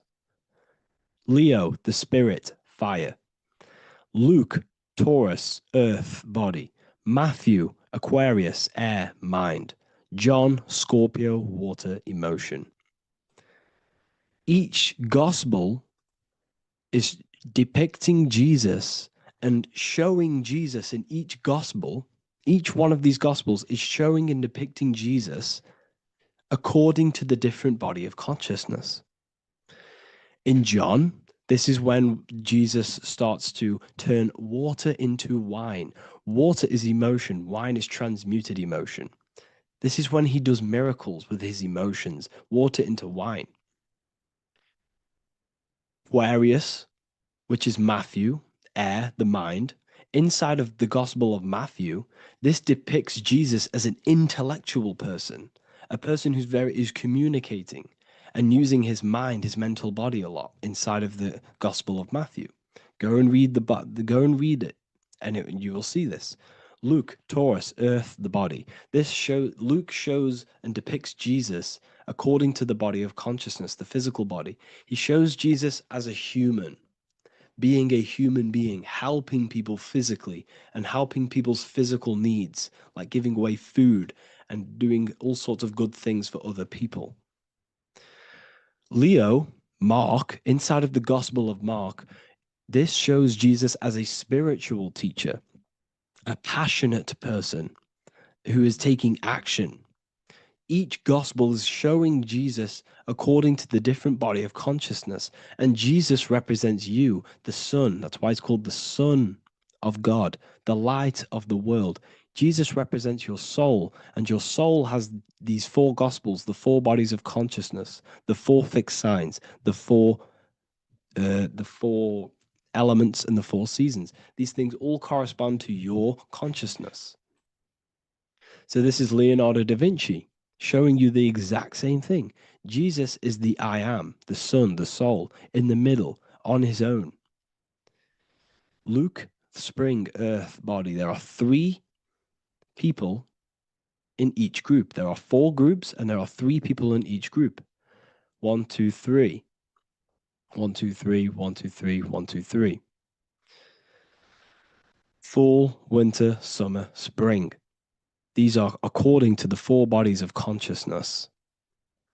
Here we see Aries, which rules the head region. He's on the head of the table. Gemini, he's holding up the 2 hands because Gemini rules the 2 hands, the 2 arms. Gemini is the 2 twins, which is the 2 arms and 2 hands, and the 2 lungs. Here we see the beginning of summer, which is Cancer. You see the big knife here.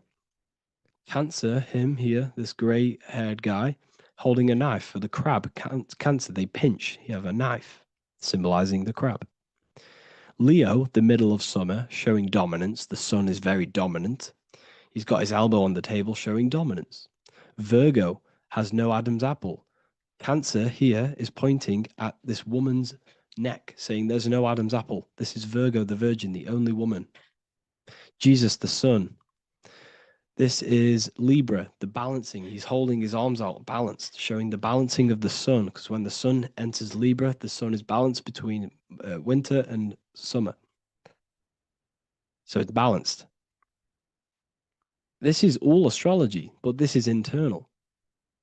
Okay. This is Ezekiel's vision. Ezekiel had a vision in the Bible, and he saw the face of a man, the face of a lion, the face of an ox, and the face of an eagle. The eagle, Scorpio, the ox is Taurus, the lion is Leo, and the man is Aquarius. He saw the throne of God, and he saw the different bodies of consciousness. This is all symbolic for the different bodies of your soul. So when we look at the zodiac, we are actually looking at a map and the energies of our soul, and the energies of our bodies, and the energies of our consciousness. This is what we are looking at. Each zodiac is an aspect of our consciousness and an energy that we can work with and that we must purify. Balance and purification is essential. Imagine playing a brand new video game. Let's say a brand new video game came out and you had to play it. What happens when you play that game?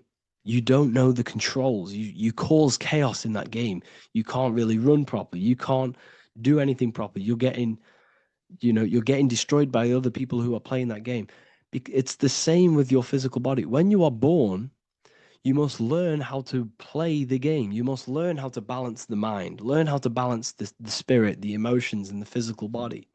We must balance and purify each body of our consciousness. We must look after our physical body with our physical health by eating physical, electrical food like fruits and veg. We must look after our minds by being conscious of what enters our eyes, enters our ears, enters everything. Whatever enters our five senses is affecting our mind, our mental health, our environment, mental. We need to look after our thoughts. Control our thoughts by purifying our thoughts, only positive thoughts. Then we must purify our emotions, feeling only gratitude and love and not feeling these negative, dull emotions.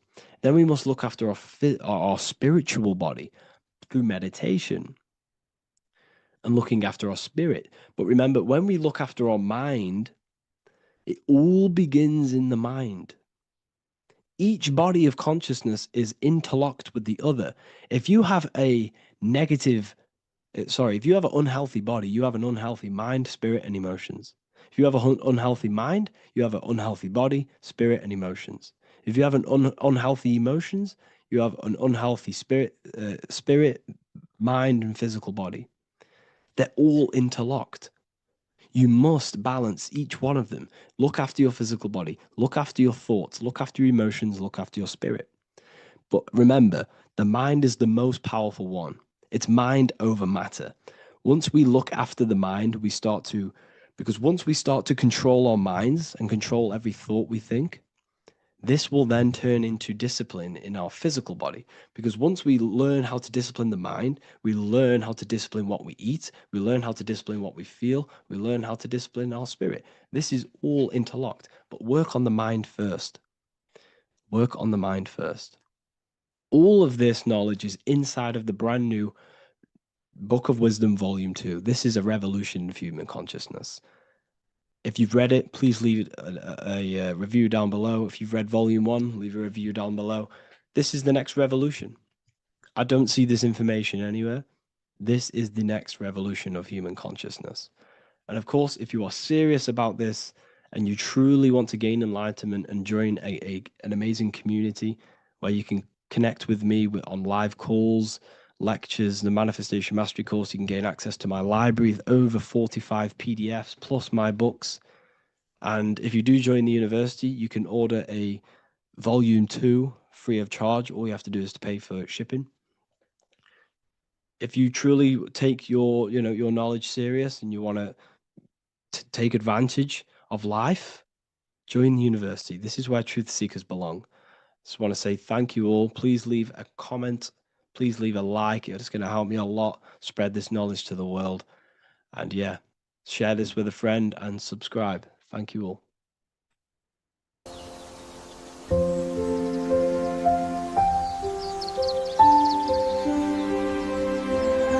bookofwisdom.com.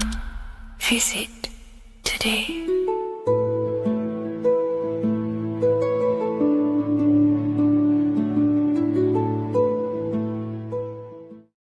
In this video, we're going to be decoding the symbol of the double-faced eagle, which is found on the Rothschild's family coat of arms. We see it in the Roman Empire, and we also see it in the 33rd degree of Scottish Rite Freemasonry. So let's get straight into this symbol and decode what this means. Freemasonry is considered a craft, and this craft is about reconstructing yourself. In fact, the word mason means builder, because every day we are building our mind's prison or our mind's freedom. Plus, you are a creator of reality. You are contributing towards the building project on the earth. You are a builder of yourself and reality, a creator. In Freemasonry, they use the allegory to teach the initiate a process of self-mastery. In Freemasonry, the allegory is that the Temple of Solomon is broken, and this broken Temple of Solomon needs to be reconstructed. But this is symbolic. The Temple of Solomon is yourself. You as an individual are the broken temple, as you have forgotten who you are, why you are here on this earth, and your mind has many limiting belief systems and restrictions on it. Therefore, we are the broken temple that needs to be rebuilt and reconstructed. The 33rd degree is the highest degree in the Scottish Rite system of Freemasonry. Therefore, this logo represents the state of consciousness the 33rd degree Mason is operating at. It is symbolic of their level of mind, their level of self-mastery, their level of awareness. This symbol is a very powerful symbol that you can use to also find your personal power. Now, of course, this is my interpretation based off my years of studying symbolism and connecting the dots. If you feel like I miss anything, please leave a comment in the comment section to maybe add to my points. The first of all thing that I see in this symbol that reveals a great power of mind is the eagle. The eagle itself is a bird, and a bird can go on the ground and in the sky. In a symbolic sense, this represents the body and the spirit, the ability to transform from this earth body and then also access astral projection and the spirit. The bird sees things from a higher perspective while it's flying in the sky. If you're only in the physical body, your perception of reality is limited to the ground. We do not see much from the ground. This is all symbolic to a level of mind. The bird can see things from above. It sees the earth from a top-down view and sees the whole, sees things from a higher perspective, symbolic of the mind of a 33rd degree Mason who understands who they are, what reality is, what consciousness is, and the human psyche. Their level of intelligence allows them to see reality from a higher perspective, and they also have the mindset of seeing things as a whole, which is a great truth. We are all part of a greater whole, the unfolding of creation that is taking place in the present moment. We are all unfolding creation as a collective consciousness, and we are part of a greater whole building project. So this bird, or the eagle, is symbolic of seeing things from a higher perspective and possessing a higher consciousness. The double-faced eagle, one eagle looking left, one eagle looking right. This is symbolic of the past and the future, mastering time. The way an individual masters time and masters the power over time and gains their power over it is by using the past and the future. The way we master time is by looking into our past and see what Thoughts, emotions, and actions have led us to this very moment in the present moment in our lives. By looking into the past, you can see what thought, emotions, and actions have led you to this very point in your life and see the mistakes in your thought processes, the mistakes in your emotions, and the mistakes in your actions. You can extract wisdom from the past of your past and apply that wisdom in the present moment to then change your future to a better future for yourself and the collective consciousness and your contribution towards the creation taking place on the earth. That is how an individual masters time. You can do this through memory work. Every time you go to sleep, go through your day backwards. Follow the events backwards. What this does is literally create new neural pathways in your brain and allows you to strengthen your memory so you can remember more. Memory work is massive in Freemasonry based off my research. They make you do rituals, memorize rituals, because they're trying to develop these different aspects and cognitions of the human mind. We see that the double-headed eagle is looking left and right, but then joins. This is symbolic of unity of duality, unifying duality. And the only way you can do that is by connecting with pure awareness without distortion of the mind and body. If you turn off your body, it goes to sleep. If you turn off your mind, you go to sleep. But if you can turn off your mind and body, then who are you truly? When you turn off your mind, you're no longer your belief systems, your name, your job, your reputation, your status. You are this pure awareness who's observing the mind. So in meditation, you realize you are not the mind. You are the awareness, and the awareness is singular, and the mind thinks in dualism. So this is symbolic of unifying and seeing things through the lens of the awareness and not the mind, because the mind can produce illusions. So this is symbolic of a state of consciousness of the 33rd degree who sees everything as oneness. We are all one witnessing consciousness experiencing itself. However, this witnessing consciousness is molded differently through the mind. My mind has gone through memories, traumas, events, and belief systems, which makes my mind unique to you. But when we all turn off the mind and connect with pure consciousness, the pure awareness, then we are all, on the deepest level, actually one. The universe is one. This is symbolic of seeing and perceiving that reality and truly maturing that understanding in your consciousness. We also see that the double-headed eagle is standing on a sword, which is a tool. The tools that you possess in life are aspects of your consciousness. Your thoughts are a tool. Your emotions are a tool. Your actions are a tool. These tools are creating and building your reality, and they're also building your soul, building your consciousness. But we see that the double-headed eagle is standing on top of the sword, the tool. The sword is a powerful tool. So this is symbolic of power on the surface level. But if you go deeper and decode the symbol, it reveals something way more powerful. The sword carves through things. It's also a very murderous tool. If you hold a sword towards someone or something, you hold power over it. It is a symbol of power. And that power that you possess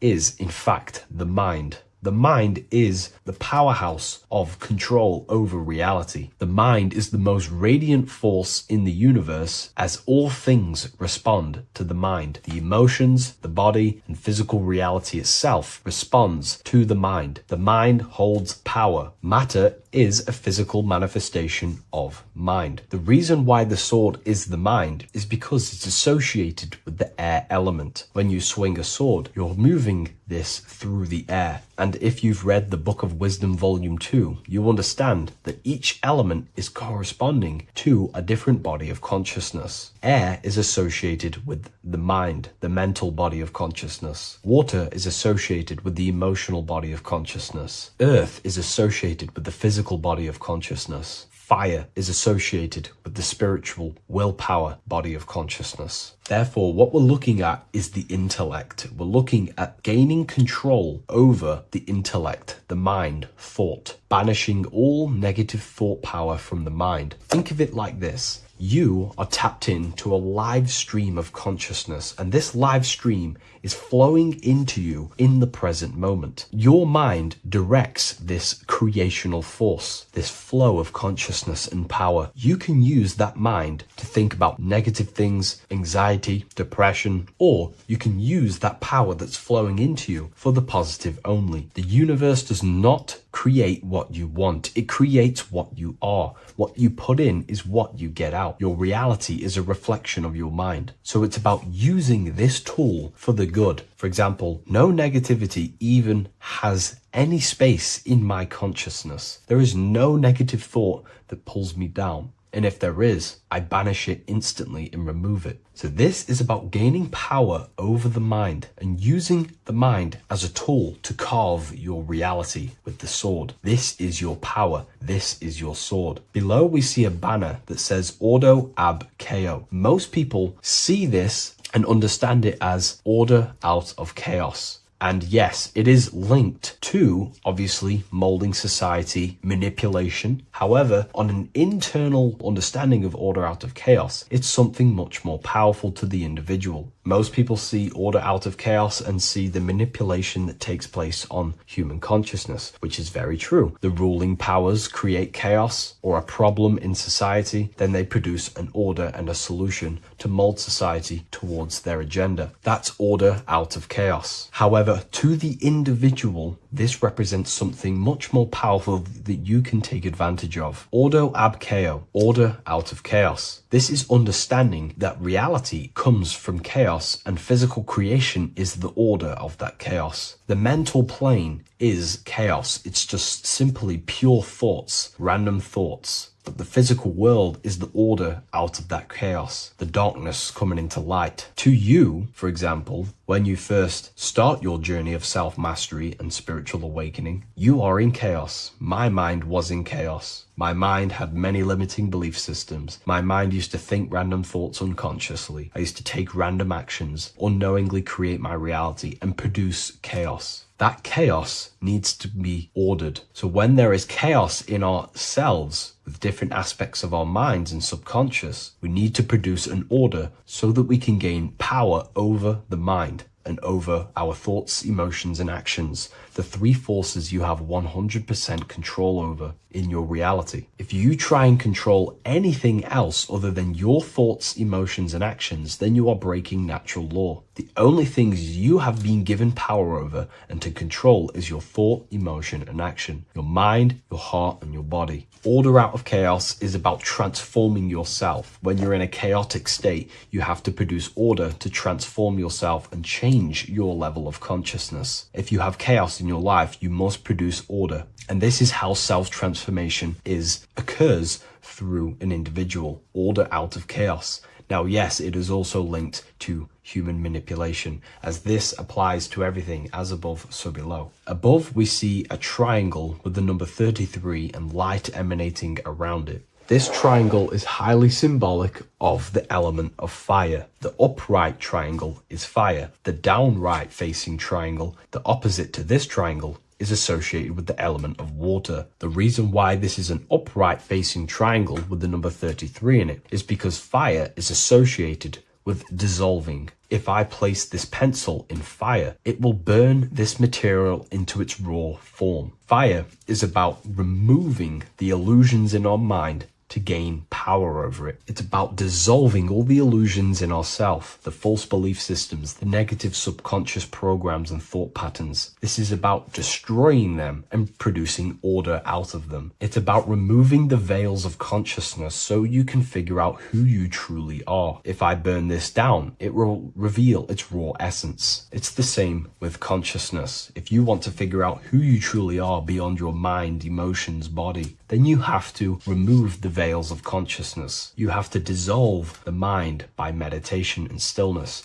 You have to dissolve the nervous system by keeping very, very still. And you will connect with pure awareness and can connect with lucid dreams and out-of-body experiences. It's like finding a needle in a haystack. If you want to find a needle in a haystack, you don't go looking through the haystack to find the needle. You burn the haystack and the needle reveals itself. That's how you truly connect with who you truly are. And this is why it's associated with the number 33 also, because the number 33 is the symbol of rebirth. Jesus dies at 33 and ascends to heaven. The human mind is fully developed at the age 33. Ice melts into water at 33 degrees. It's symbolic of transforming states from death to rebirth, rebirthing the self. And this is how you rebirth yourself, by figuring out who you truly are. Because when you actually figure out and have an out-of-body experience, or you figure out who you truly are, you go through a mental rebirth. Everything you thought once was true has been completely burnt away, and now you are reborn into a new mind and a new perception of self and reality. So it's about being reborn again. At the 33rd degree, you are reborn again by the understandings and experiences that you've had with yourself. And the crown is a symbol of mastery. People in position of power wear crowns. It is a symbol of power over something. This whole symbol reveals your own personal power, the level of power that the 33rd degree Mason has over themselves, not over other people, but themselves. But of course, once you gain your personal power, you understand how the mind works. You can use that against people. It's how you use the knowledge that determines whether you are bad or good. Again, if you think I've missed anything, leave a comment in the comment section. Please like, comment, and share if you love this content. I'll see you in the next one. And if you wish to get your hands on this book, I'll leave an Amazon link in the description. There is a massive mystery around the Freemasonic G, and in this video we're going to be discussing it. Some people call it geometry, God, gnosis, genesis, generation, but in fact it's all of these things, and all of these things relate back to one concept that links them all. And in this video, you will be discovering this secret force, which pretty much creates everything in your reality, in your life, and has done unconsciously, whether you are aware of it or not. The Freemasonic G is the 7th letter in the English alphabet. This is important because the number 7 has many mysteries inside the esoteric and occult traditions. Some people say the number 7 represents the 7 colors of light, the 7 major planets, or the 7 musical tones, 7 days of creation. The number 7 is a massive mystery. But what we have to understand is that in the context of Masonry, Freemasonry is all about building the self. Every day we wake up, we are either building our prison of our mind or freedom of our mind. Everything inside of esoteric Freemasonry is about building the self and reconstructing our consciousness, our inner dialogue, the inner voice. We're transforming the mind from low awareness to high awareness. This is why Freemasonry uses the allegory of stonemasonry, stones, chipping away at stones. The stone is in fact you, and we are perfecting the stone, which is your very own mind. Because the universe is a mental construct. Life is happening to us inside our minds. We are all the universal mind expressed and clothed in a different body. Therefore, now we understand that everything is about the internal inside of Masonry. This G relates to something inside of you. Hence why you see the G inside of the square and the compass. It's something internal in you. G is the 7th letter of the English alphabet, and the number 7 symbolizes the 7 cognitions of the mind. In esoteric and initiatory traditions, the 7 psychological cognitions of the mind refer to the 7 distinct modes through which human consciousness perceives, interprets, and transforms reality. Different schools use different names, but across Hermetic, occult, Gnostic, and mystical systems, the same underlying pattern emerges. The mind has 7 functional powers, each representing a layer of awareness and a stage of inner development. Number 1 would be perception. The first cognition is the raw reception of sensory and subtle impressions. It is the gateway where the outer world enters the inner world of our minds. Perception involves learning to see without distortion, to notice the symbolic dimension behind ordinary appearances in an occult interpretation of perception. The second one is interpretation. After perception comes the act of making meaning. The mind organizes impressions into patterns, beliefs, and judgments. Esoterically, this cognition determines whether a person interprets life through the ego or through the higher insight of their higher consciousness. The goal is to purify interpretations so that the intuition can speak through it, to clear our minds of the clutter, master it, and let our higher consciousness shine through it. Number 3 is the imagination. This is the creative faculty that produces images, symbols, and visions in the mind's eye. This is associated with the astral plane. We live in a mental universe of thought. Thought wraps itself inside of imagination. The thought alone has no true form, but then the thought wraps itself in a vehicle of consciousness, what we call imagination, and we give form to the thought. Imagination becomes active. Imagination becomes active imagination, the foundation for rituals, alchemy, meditation, and visionary insights inside of occult traditions. Working on your imagination is a key part on developing your consciousness, as it is literally the sight into the astral plane, your internal vision of the mind. The 4th cognition of the mind is emotion.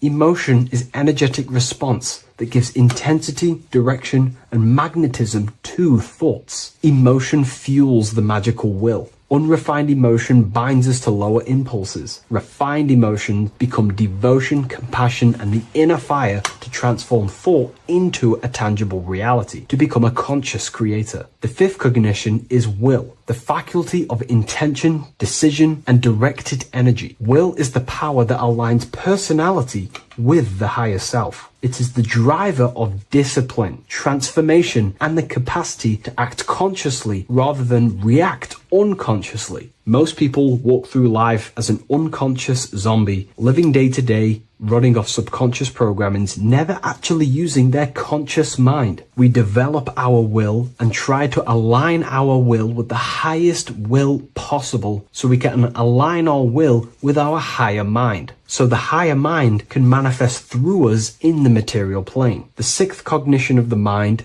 is memory, the storehouse of experience, impressions, and archetypes. It shapes identity, determines how one repeats and transcends past patterns. Memory includes not only personal memory, but also a deep strata of the subconscious and the collective subconscious field, what we call the Akashic records. Memory is a massive quality that you must work on inside the Masonic system. You are required to remember certain rituals and certain things so that you can regurgitate them to pass on along the degrees. Based off my research, I myself personally am not a Mason. The 7th cognition of the mind is intuition, the highest cognition possible. It's direct knowing. It bypasses the linear reasoning and reveals truth as the inner illumination. Intuition is the voice of the soul. It is the guiding force, guiding our physical vehicle of consciousness through this physical experience, providing revelations, insights, and even sometimes gnosis and higher understandings. They are the 7 principles and cognitions of the mind that we should work on. Sometimes they're symbolized as 7 luminary planets, because lumen is light. The planets are light. Light is consciousness. Consciousness is light. Now moving on to the true understanding of the G, the higher understanding of the G, as I mentioned previously. This is what we call the generative principle, the care principle, the human heart principle, the female aspect of consciousness within yourself. All creation is built upon a care. All action is built upon a care. You only act on what you care about. You care about paying the bills and staying inside your house and looking after your family, for example. Therefore, you take the action to generate the reality and generate money to pay the bills. Them actions are driven by the force of care. If you care about a plant, you take the action to water the plant and it grows. If you care about your partner or relationship, you give them attention and care and love, and you grow the relationship. As soon as you stop providing care, watch the relationship crumble and the reality destroys itself.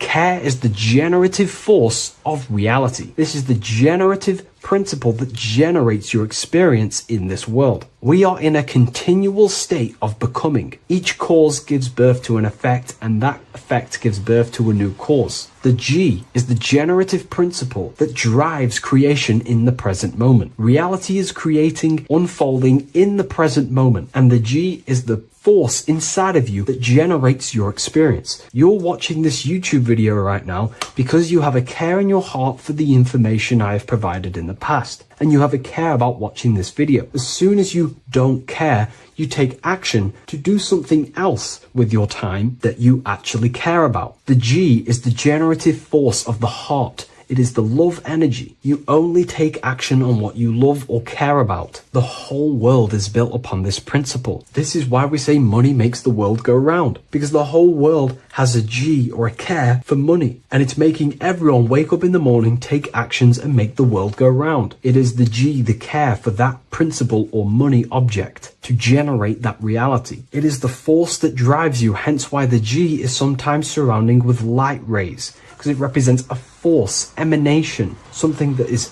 invisible but driving the physical body. The G is the internal force that focuses thought into an action. We can think many thoughts, but the thoughts you don't care about, you don't take action on. But the thought you care about, that you have a G for, intensifies that thought, focuses and directs it into an action to generate that experience and reality. The whole world is built upon this principle. The sun is a perfect example of the generative principle. The sun gives all of its life, light, never asking for anything back, making everything grow and generate on the earth. Everything in your life is built upon this principle, and gaining control over your care gives you control over your actions and your reality and what you generate. Once you see this, it is truly beautiful that the world is actually built upon love. This is why they say love is the force of God. It is. Truly. This is the reason why God begins with a G. It's about Genesis.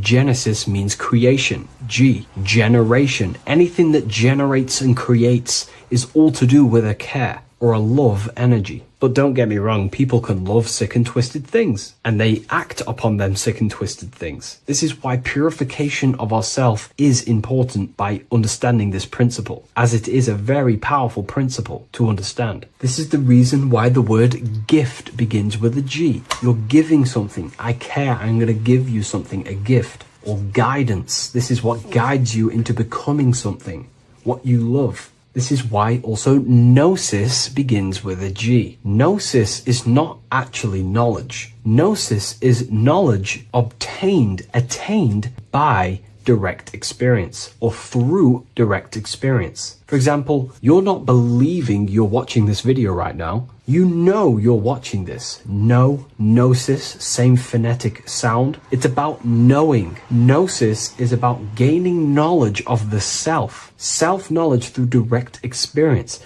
Instead of believing in God, I seek to know God through direct experience, by altered states of consciousness, transcendent meditations, understanding human anatomy, understanding the laws that govern my mind, understanding creation. That is direct gnosis, knowing that God exists instead of believing he exists. By going within the self, questioning the self, and gaining a deeper relationship with the inner observer, you start to gain gnosis, self-knowledge through direct experience. And in order to gain gnosis, you have to care, because gnosis requires action. It requires you to meditate and go within yourself. It requires you to study yourself. It requires you to go within yourself. And in order to do that, you have to care. If you don't care about knowing yourself, you won't take the action to generate the gnosis. If we take a look at this piece of Freemasonic artwork, we can see a whole lot going on here. But if we focus down here with the temple with the letter G on, and when you walk through the temple, there is a pathway leading up a hill towards the light. The light reveals things. If something is in darkness, you can't see it, but the light reveals something. It's symbolizing truth, the light of gnosis, knowingness. And in order to walk this path, you have to go through the temple, which means entering in yourself. This is symbolic of the path. The Masonic path is about the the self, reconstructing and learning about the self. In order to walk up that hill, it takes a lot of effort. It's not easy walking up a hill. You're going to be tired. It's not easy. It's horrible. Who likes walking up a hill? I know I don't, but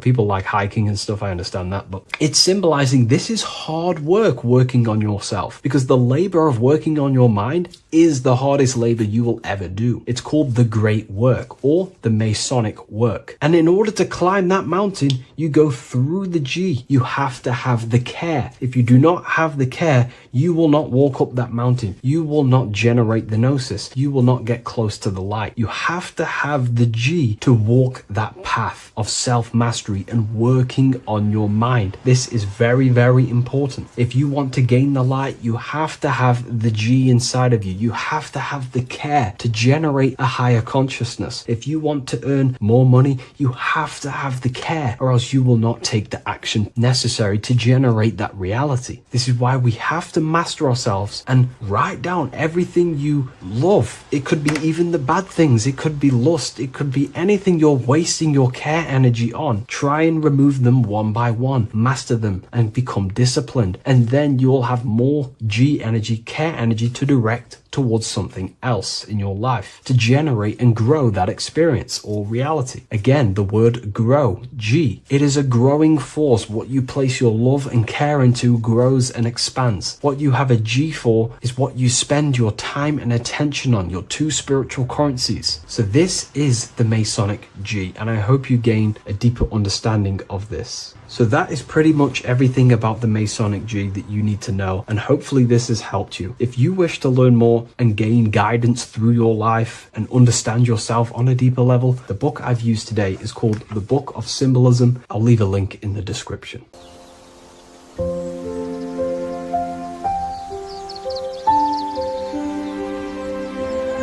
bookofwisdom.com.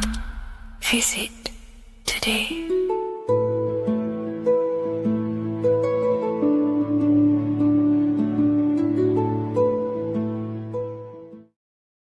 In this video, we're going to be talking about the evolution of consciousness. You are born human, however, you possess consciousness, which is the awareness behind your being, the awareness behind your thoughts, the experiencer behind your five senses, the experiencer, the observer behind your thought, emotions, and senses. You are an eye, an invisible consciousness looking through a lens, which is your body. Your body produces this physical world that you experience. Your brain produces this world. Your brain and body is a technological computer. However, you are an infinite, ever-expanding consciousness behind this physical body. And there is an evolution of consciousness, a cosmic journey of expansion. And this is why we see so much pyramid symbolism in the occult and esoteric world, and especially within Freemasonry. Because the pyramid represents climbing, an evolution, a raising state of consciousness, a journey. Steps symbolize a journey upwards. This is the raising and the evolution of consciousness, our inner world. The transmutation of our inner selves, of our souls and consciousness and our minds. So when we see this pyramid, we're seeing a evolution, a way up to source consciousness. And the eye in the pyramid represents your source consciousness. It represents illumination. It represents divine guidance through this evolution of consciousness. This is why we see the ladder. Consciousness is ever expanding on an infinite journey of evolution. Each individual is a part of this cosmic process, contributing towards the ongoing expansion of both mind and awareness. As we evolve, we collectively explore deeper levels of existence, expanding the boundaries of thought and consciousness. The mind has the ability to expand infinitely into new realms of thought, into new dimensions of mind. The mind cannot be filled up. It is not a physical substance. The body can be filled up because it is a physical thing, but you cannot fill the mind. Therefore, the mind is constantly expanding, ever expanding into new fields of thought. So what we see in Freemasonry, the ladder, is again a journey, an elevation of consciousness. When we are born with an infant consciousness, and as we gain older, we gain an adult consciousness. Our inner world, our inner mind, and our emotional intellect changes and evolves. We are significantly different from when we were very young as an infant. It's because our consciousness evolutes, it changes, it alters like water. So, just like this evolution of your own consciousness as growing up, there is consciousness of beings existing in cycles beyond our own. And their consciousness is unimaginably different from ours. They operate on a higher level of understanding and knowing, experiencing reality in ways that transcend our current comprehension. Our minds right now cannot comprehend the highest states of consciousness.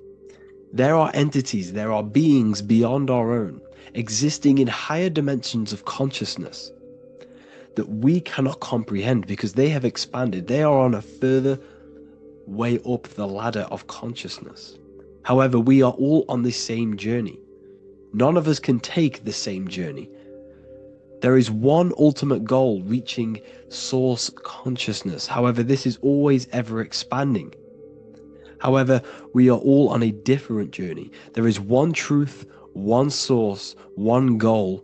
However, there are billions in different ways of reaching it, and we are all on these different paths to source consciousness, to this ladder, this evolution of universal evolution. Okay?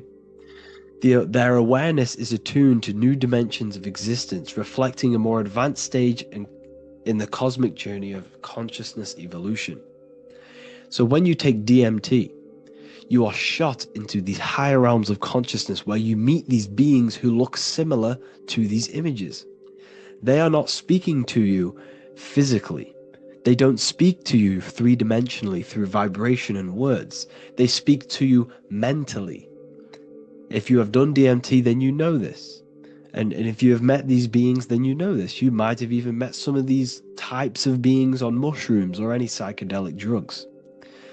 Because ultimately, when you take these mind-altering substances, it's altering your consciousness. It's merging your consciousness with the spirit of that substance.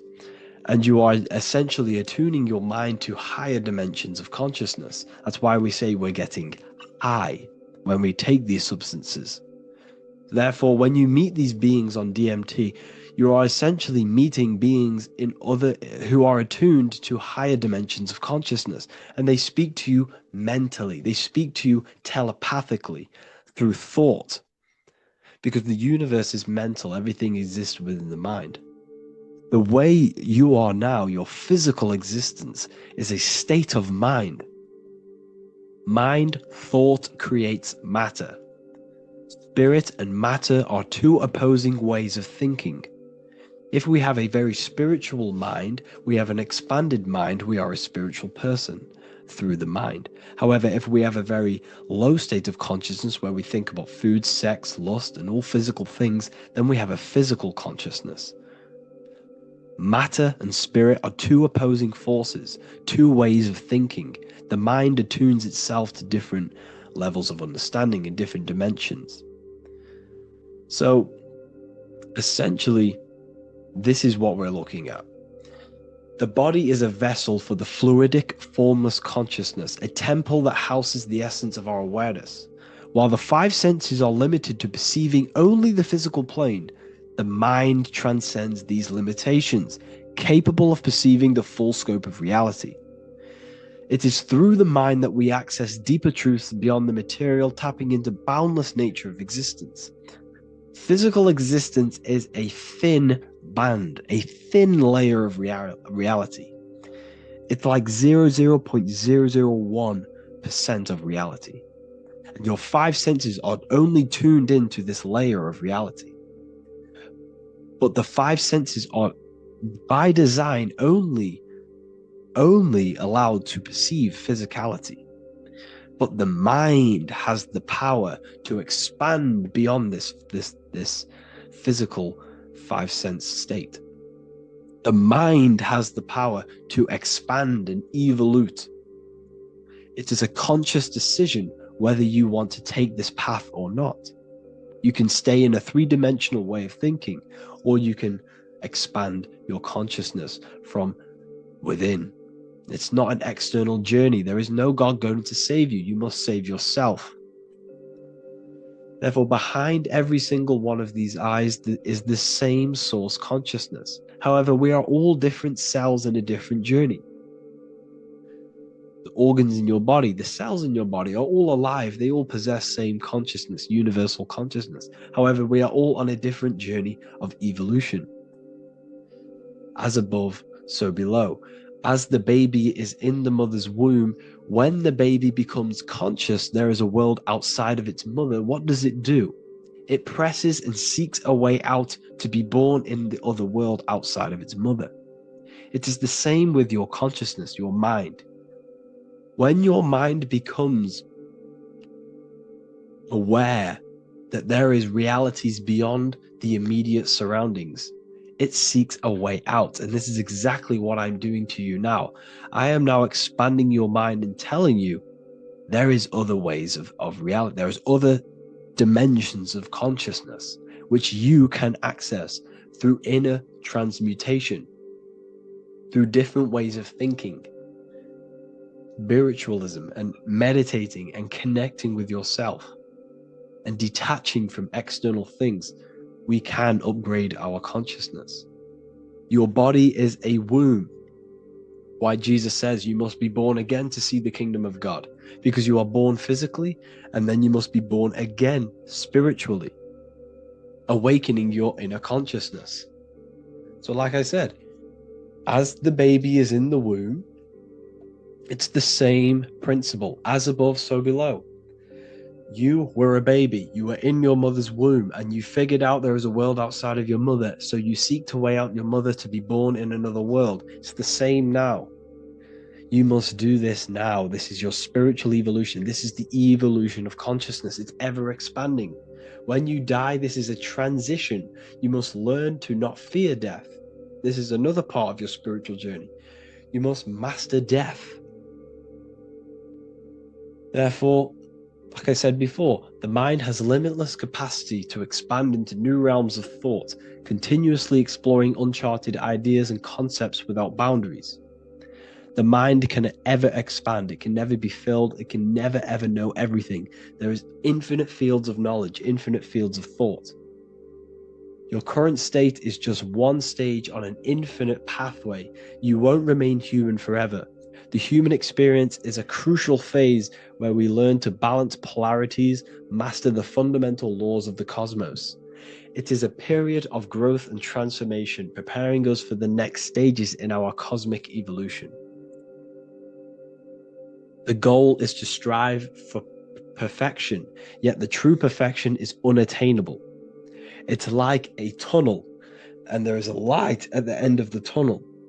And as you walk through this tunnel, the light is ever moving backwards. You should forever seek to meet that light, but you will never meet that light because consciousness is ever expanding. You should strive for perfection, yet knowing that perfection is forever unattainable. The journey is endless, with each step revealing deeper layers of understanding and experience. The pursuit of growth and expansion is itself the essence of our evolution. You can find all of this knowledge in the amazing book that I have read for years. I have read this book, The Emerald Tablets of Thoth, the Atlantean, by M. Dorial, translated by M. Dorial. I'm telling you now, this book, now that I've told you this, you have some context on the book. The whole book is about evolution of consciousness. He's talking about higher dimensions beings. He's talking about how you can transcend this physical plane. It is truly the most amazing book you will probably read. One of the best spiritual texts you'll see. It's hard to understand, so you must read it over and over again. And the more your mind progresses, like for me, I read this every couple months, and the more I learn about consciousness, the more I expand my own consciousness. And every time I read this book, I pick out something new that just completely blows my mind, because you can only understand this book to your level of consciousness, to your level of understanding. So now that I've told you all this information, go and read this book and it will absolutely blow your mind. And so will the Book of Wisdom Volume 2, which is now available. I released it the other day. I'm just going to read a page out now. This page is called Spirit and Matter. The Earth is not merely a dense, lifeless rock drifting through space. It possesses spirit, a living essence that animates its form. But what do we mean by spirit? Spirit in esoteric terms refers to the energy, the life force, animating the principles infused in matter. So essentially, what this page is talking about is how everything has spirit, consciousness within it. You are the middle, you are spirit and matter. You have the ability to expand your mind to the God self and raise above our animal instinct, our material self, and know the divine and expand. Animals cannot do this. Animals are not self-aware. Humans possess self-awareness. We can observe our consciousness. We can say, why do I exist? We can look in the mirror and know that we need growth. And this is what Anunnaki means. Anu means above. Anu was the supreme god of the sky, which is a metaphor. He represents spirit above, heaven. Anu came down to earth and married Ki, the goddess of the earth, which represents matter. It's a myth, it's an allegory. Anu married Ki and gave birth to the Anunnaki. Spirit came down and infused with matter and gave birth to the human, which is you. You are spirit infused in matter, Anu and Ki, Anunnaki. You are the Anunnaki. And this is just one of the teachings in my book. Honestly, this book is absolutely amazing. If you truly, truly want to expand your consciousness, give this book a read. And obviously, if you're inside the university, I give you this book for free. A paperback version. If you join the university, follow the steps inside of the general chat. You'll be able to download this book. Sorry, not download it. Order a paperback for free. All you have to do is pay for the shipping. You'll also gain amazing knowledge inside of my library, where your mind will just be overblown with the amount of esoteric books. There's over 45 rare occult books, plus you get a PDF of the Volume 1 and Human Health Guide. You get reoccurring updates where I expand on symbolism, occultism, where you will just feel absolutely amazing once you understand esotericism in yourself. You'll also learn how to create the dream reality that you want with the Manifestation Mastery course, where I teach you how your consciousness creates reality. You'll have a real lectures where I post lectures on symbolism, occultism, esotericism. There's a conscious community and live calls and Q&A where you can ask me questions and I'll answer your questions. I just want to say thank you to everyone who has joined the university. Thank you for even liking and watching this video. Any support I just appreciate every single one of you. Please, if you can, leave a comment and a like on this video and let me know any videos you want me to make in the future. And I will start uploading a lot more to the YouTube. So yeah, thank you all for tuning in today. Have an amazing day.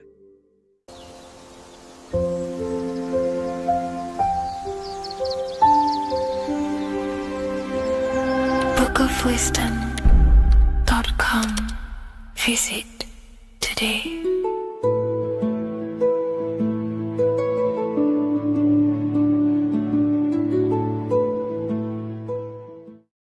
What is good, people? We're back with another video, and this is going to be talking about the connection between the micro and the macro. You know, you are the universe, everything is inside of you. So the first thing you need to understand is that the law of mentalism, we are a thought in the creator's mind, everything's being thought into existence. We have a spark of this mind, this same mind of the creator. And everything is a state of mind. Particles or atoms, whatever you want to call them, are a mental thing. They're a product of the mind. Everything's thought into existence.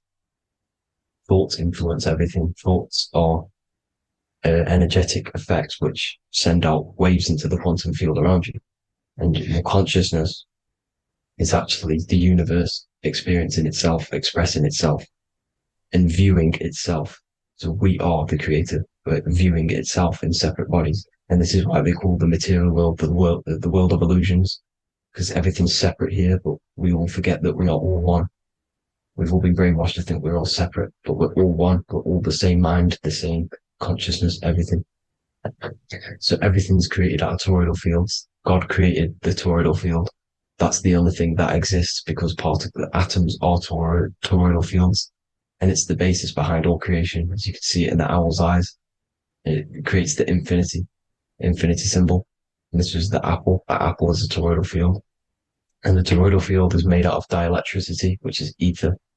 Ether is black light, and this is counter space. This is another realm. This is what creates God to be omnipresent, to be everywhere at one place at all times. He is everywhere because ether is everywhere.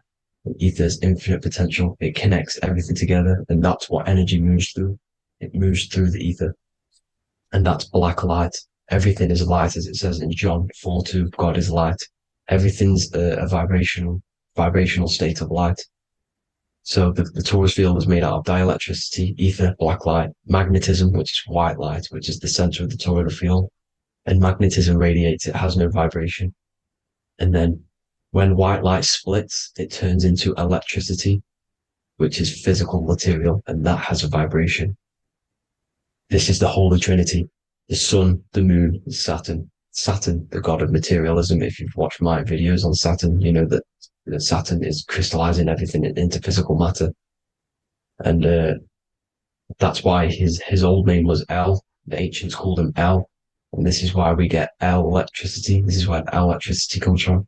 Because El electricity is only a product of the physical world, which is redshift, blueshift, Adam and Eve. And this is what creates the redshift, blueshift is a product of magnetism. When magnetism, white light splits.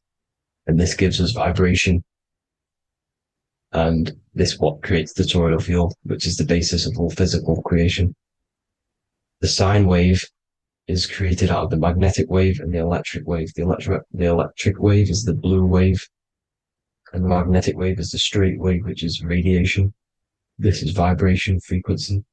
So the magnetic wave is straight, and then you have longitude and amplitude, which is depth, which is dimension. You see how the electric wave has depth and a dimension.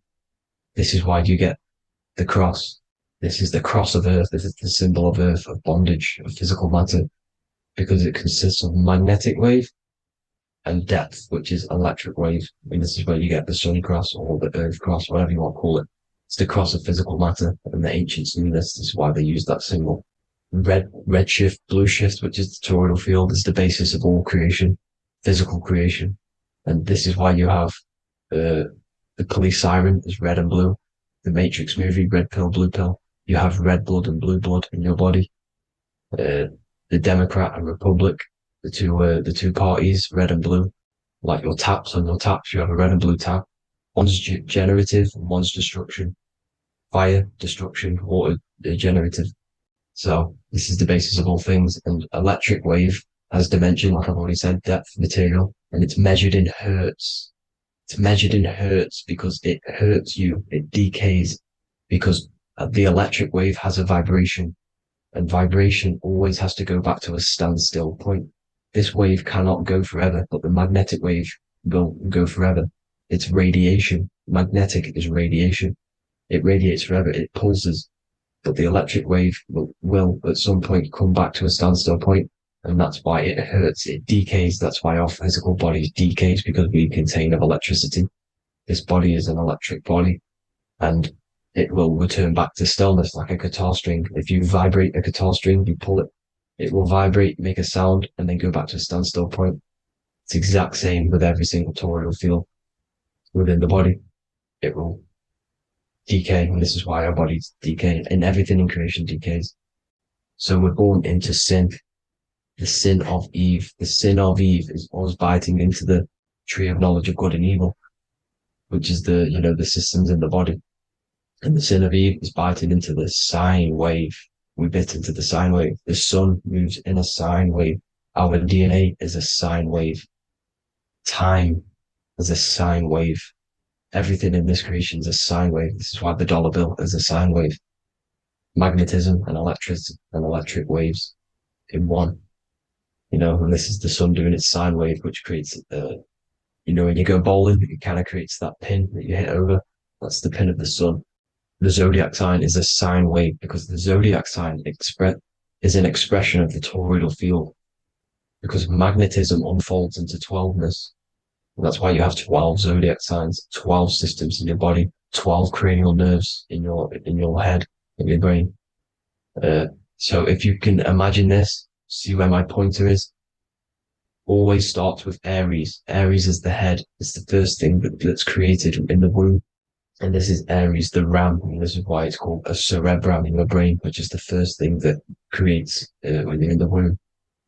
And what's the element of Aries is fire. Fire is the first element. F-I-R, first, because it's the first thing on the wheel, the first expression of energy. As you can see here, my pointer, this is the center of the toroidal field. It would go Aries, Virgo, Capricorn, Pisces, Scorpio, Cancer. Then we go back to Libra. Libra would be center. But you see how the toroidal field is the expression of the 12 energies. That's what the constellations are, the energy expressions of the toroidal field. So it would go outward, starting from Aries here, all the way back to Pisces, which is beyond the bottom half. But Libra would be the center. That's why Libra is the equinox. It's the equinox. Libra is when it goes from summer over to autumn. It's the equal. It starts to transition into the winter side. Equinox, equal, which is Libra. And that's why Libra has the two scales.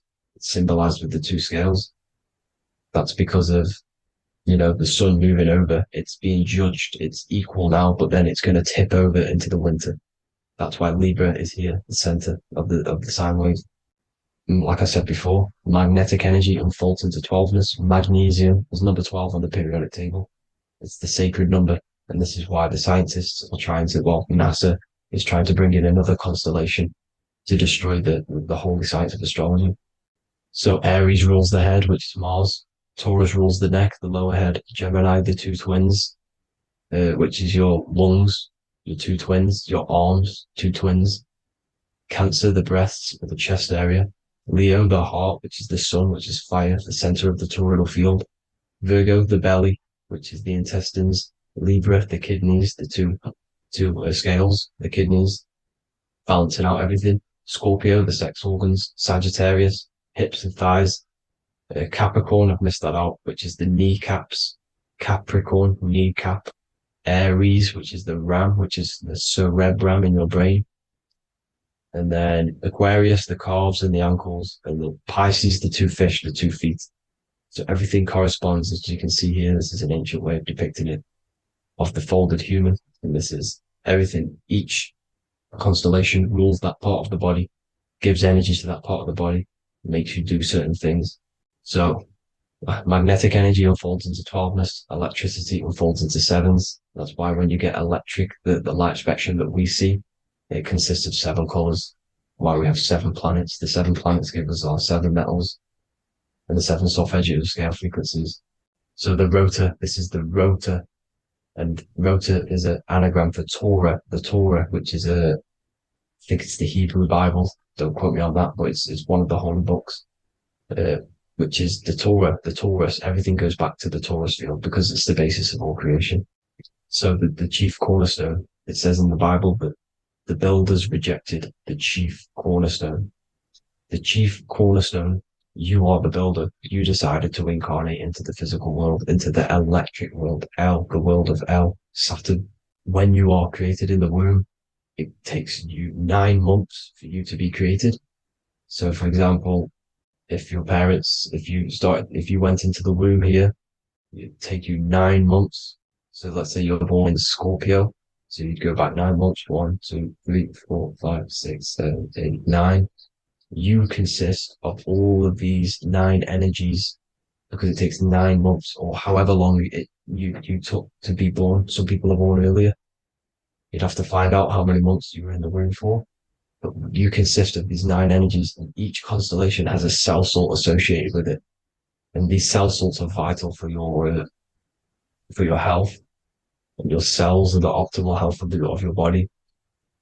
So the chief cornerstone that you rejected is these 3 cell salts, these 3 constellations.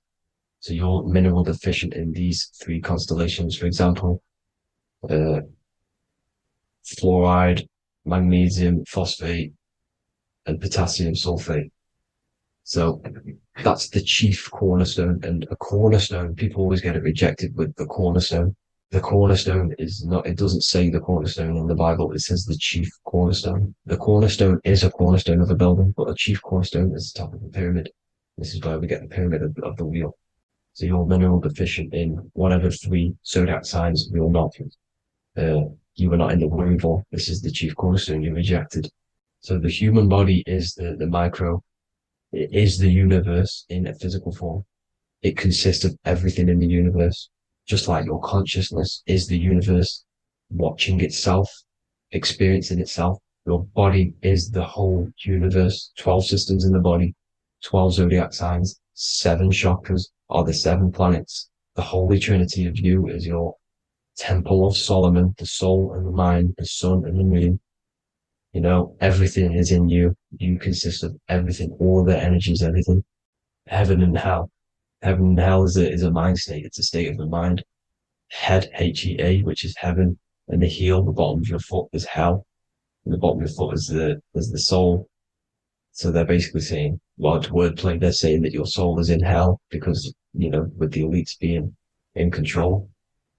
So they call the bottom of your foot the soul, trying to say that you're in hell. The Christ is in you. And this Christ is Greek for what? Christos. And Christos is Greek for the oil. And this oil is produced in the cerebrum, the Aries, the ram, the cerebrum, it goes down the pineal, the pineal and the pituitary are underneath the cerebrum, goes down the pingala and the ida, the pingala being the positive charge connected to the pineal gland, pin, and the ida connected to the pituitary. And this is the 2 serpents going down the spinal column. And this is why Jesus goes from Nazareth to Bethlehem, and then Joseph and Mary are waiting for Jesus in Nazareth. Joseph and Mary are the pineal and the pituitary gland waiting for Jesus to come back up the River Jordan, your spinal column. So this is the oil. This is the story of Santa as well. Santa comes from the North Pole. Why? Because the North Pole of the Earth is the center of the toroidal field, and the North Pole of you is your spinal column, which is the North Pole of the toroidal field. The North Pole, he comes from the North Pole. This is the North Pole. This is the South Pole of the toroidal field. Comes from the North Pole, which is your mind. And he goes down the chimney and then back up the chimney. This is the chimney. And he drops off the present, which is the Christos, the oil. And this is why Jesus is crucified at 33, because he crosses over the vagus nerve at the top of your spine. When this oil comes back up the 33 vertebrae, these are your vertebrae here. When it goes up to the 33 vertebrae, it gets crucified at 33 because it crosses the vagus nerve, and he's crucified on a cross at 33. This is the story behind Jesus and Santa. The Ark of the Covenant in the Bible is the 2 hemispheres which cover the vital parts of your mind, the brain side, which is the cerebrum, the pineal, the pituitary, etc. So the 2 hemispheres are the 2 angels, the Ark of the Covenant. This is the Ark of the Covenant covering the 2 vital parts of your brain. So these are the optic thalamus is another part, and it protects the Christ oil, which is inside at the center of the brain. See, the Bible is all a massive metaphor about yourself because you are the universe. You are a microcosm of the universe. Your consciousness has experienced itself, and the universe experiencing, and your body is the whole universe. Your head's heaven. So Moses crosses the Red Sea. These are the 2 hemispheres of your brain. This is the corpus callosum, the Red Sea. So he's pretty much saying that he's uniting the 2 hemispheres of your brain, because most people in this generation are stuck in the left brain, which is just logic, reasoning, science and maths, writing. You know, this is what school teaches you to do. It keeps you stuck in your left brain. and you want to cross over to you want to cross the Red Sea, which is the corpus callosum, to the right brain, which is awareness, creativity, imagination, intuition, insight, using the higher mind, creativity, imagination. If you don't have intuition, then you can't read energy, you can't pick up on bad things. This is what Moses is symbolizing by crossing the Red Sea. And it's also the upper room where Jesus met the 12 disciples. 12 disciples are the 12 cranial nerves in your brain. It doesn't just represent the 12 zodiac signs, the 12 disciples. It symbolizes many different things. It's like I said, energy the universe consists of 12ness. So you have 12 cranial nerves in your brain. And that's the 12 disciples as well. And they want you stuck in your left brain, which is the five senses, materialism. So they say in the Bible that Satan blinds the mind. Satan is Saturn. If you've watched my videos, Satan is Saturn. And you consist of the Holy Trinity, which is the sun, moon, and earth. The soul, moon, the soul being your sun, the solar, the moon being your mind, the earth, your physical body. And Satan blinds the mind. Why? Because we enter a soul system. This is a soul system, not a solar system. And Saturn is the Lord of the Rings, which is the outer ring. When your soul enters the soul system, your soul starts to materialize. It hits Saturn. Why? Because Saturn starts to materialize you. You take on the 7 virtues, which are the 7 planets, which are your 7 chakras. And to get out of this soul system, you must get out of your lower nature, your animal nature, which is lust, desire, greed. The number of the beast, 666, which is Saturn, Satan. So you enter the soul system, you take on the 7 energies, which you turn into physical matter. And this is your descension from heaven to what you say hell. And then you must raise back up from matter to spirit. They say Satan blinds the mind. Why? Because your mind gets materialized. Your soul and mind get materialized.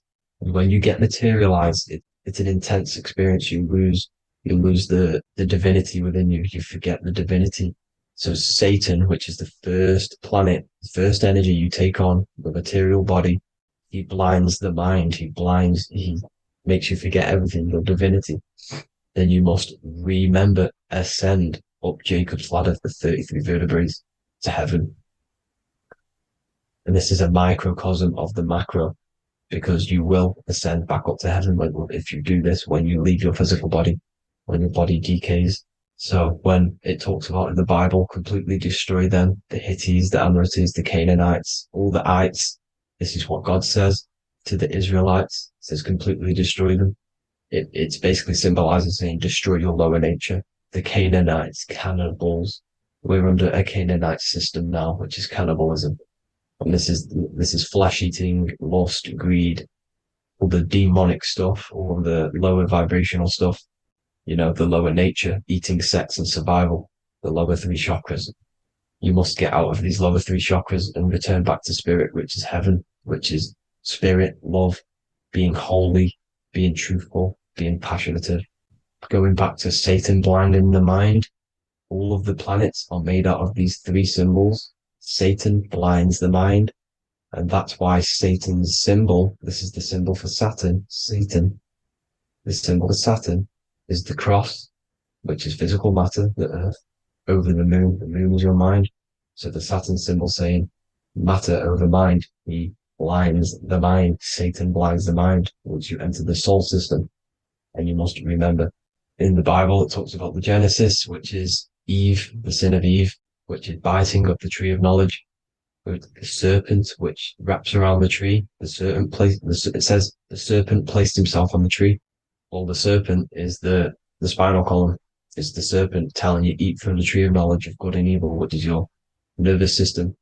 And eating from the tree of knowledge of good and evil is doing bad things. For example, over-sexualized, overeating, eating the wrong food. That's eating from your nervous system. It's decaying you, and it's preventing you from achieving the God self, the God consciousness. This is the symbolism of, the tree on the serpent, telling you to eat from the left brain, with the left brain being the sinister, Sinister is Latin for left.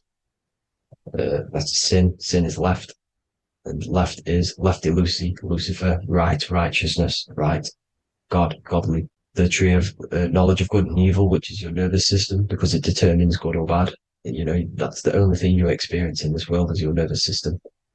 And then the tree of life is the cardiovascular system, and the Garden of Eden is your body.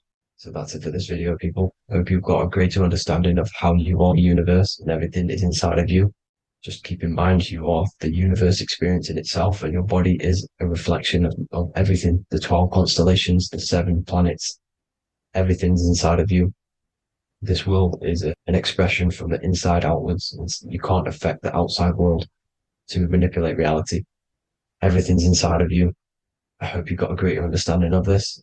God bless.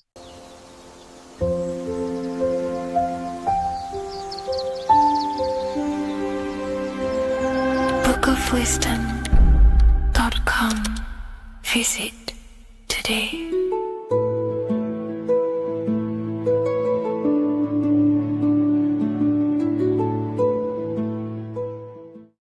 The scariest thing about having your first out-of-body experience and leaving your body is the realization that you have after. You realize everything you've been told about yourself, reality, the earth, what you're doing here on earth is a complete, utter lie. Your self-belief of what reality is and what you are is completely shattered. You now fully understand that you are more than your physical body that you inhabit. My first out-of-body experience happened a few years ago, but before all of that, I remember being a child, going to bed and closing my eyes, and I remember as a child feeling like I was floating above my body and moving. And maybe subconsciously this has led me into knowing intuitively that there is more to reality, and I've gone down this path of esotericism, occultism, consciousness. Maybe that has led me to this, I don't know, but I've always had this subconscious intuition in my mind that there's more to reality than what we've been told. And maybe it came from having these experiences as a child. And I'm pretty sure some people in the comments will also have that experience, feeling like you're floating when you close your eyes in bed as a child. I remember this very vividly. But a few years ago, I had my first out-of-body experience, and it completely shattered everything. And it confirmed to me that I am eternal, and there is so much more to the self, to consciousness. I then realized after my first out-of-body experience that our self is not just here in the physical dimension, it's existing in every dimension there is in the universe. However, our mind is focused primarily on this physical time space. When your mind is totally giving its attention and time to this particular time space, it locks in the mind or consciousness into that particular body of consciousness, such as the physical body, right? But for example, let's say you have a daydream and your full focus isn't in the present moment and your environment that you're in physically. Your mind kind of wanders off into a daydream, what we like to call it. That again is shifting time space. Your consciousness is 40% here in the physical plane because your body's there, but then the other 60% is in this daydream, this imagination. So you're shifting time space, and what an out-of-body experience does is allow your mind to reduce that attention to the physical body and access attention to this altered body or dimension of consciousness. So I'm going to give you the story of my first out-of-body experience, because I know when I was researching this, I was always looking for personal stories about someone's out-of-body experience, and there's not many out there, to be honest with you. Well, based off my research, I couldn't find many, you find a few, but I'm going to give you my experience of my first out-of-body experience that happened a few years ago. It was early in the morning. I kept on waking up and falling asleep to my alarms. I went back to sleep after waking up for like the third time in the morning. When I fell back to sleep, that is when I had my out-of-body experience. It's also good to mention that I have been listening before that about podcasts, books about out-of-body experiences, astral projection, and things along them lines. So this was stored in my subconscious, this topic. And I had a desire in my heart to actually experience this for myself. Long story short, I went back to sleep early in the morning because I kept on waking up, and it began with this tingling sensation, a high energy sensation. It was like bursting, intense, high frequency energy. My attention was no longer in the time space of my body, but my attention shifted into this energy body, which I now understand. I didn't understand at the time properly, but I now understand that as my consciousness started to feel like it was being pulled upwards, right now, our time space, our attention is in our body, and you feel all the data of the senses, right? And that's what I'm feeling right now. That's what you're feeling right now. But imagine that was completely stripped. My attention was no longer feeling the sensations of my body because my body kind of just dissolved as I fell back to sleep. So this was a natural out-of-body experience. I didn't force it. I didn't meditate. I didn't do anything. This was just a natural out-of-body experience that I had. And a lot of people get these that I've read about. So my attention started to feel like I was being pulled upwards, and I no longer felt my body, but I felt this intense energy, frequency, sensation all around my body. It felt like this, it felt like illuminating energy that's moving very, very, very fast. So my conscious awareness was now shifting. I now understand. My whole body faded into this sensation. My whole mind faded into this energy sensation, this tingling, free, and it was very, very intense. I was not feeling my normal senses anymore, only this energy. This energy was also pulling me up. The more I was lifted up, the more intense the frequency became. So think of it like just a frequency resonator, how it just goes up and down, up and down. But then imagine the frequency resonator just going higher and higher and higher frequencies, and it was just getting more and more and more intense. The energy was moving faster. This tingling was faster and faster and faster as I was being pulled up. Part of my mind began to fear this. My arms and legs grew very tense. I started to tense up because at this moment in time of the experience, I was very vaguely conscious. I was half there, half not. And as I was being pulled up, my physical body started to tense. And this is again when I started to feel my body again. But then I remembered what I heard out of body experiences is that you have to submit to the process. If you try and force an out-of-body experience, it will never happen, because an out-of-body experience is not truly out of body. What we're trying to do is trying to find a needle in a haystack. If you're trying to find a needle in a haystack, you don't go rummaging through the haystack to find the needle. What you do is you burn the haystack and then the needle reveals itself. It's the same with an out-of-body experience. We dissolve the senses of the body, so the body falls asleep, but the mind stays awake. As soon as I let go of this fear and I let go of the tensations in my body,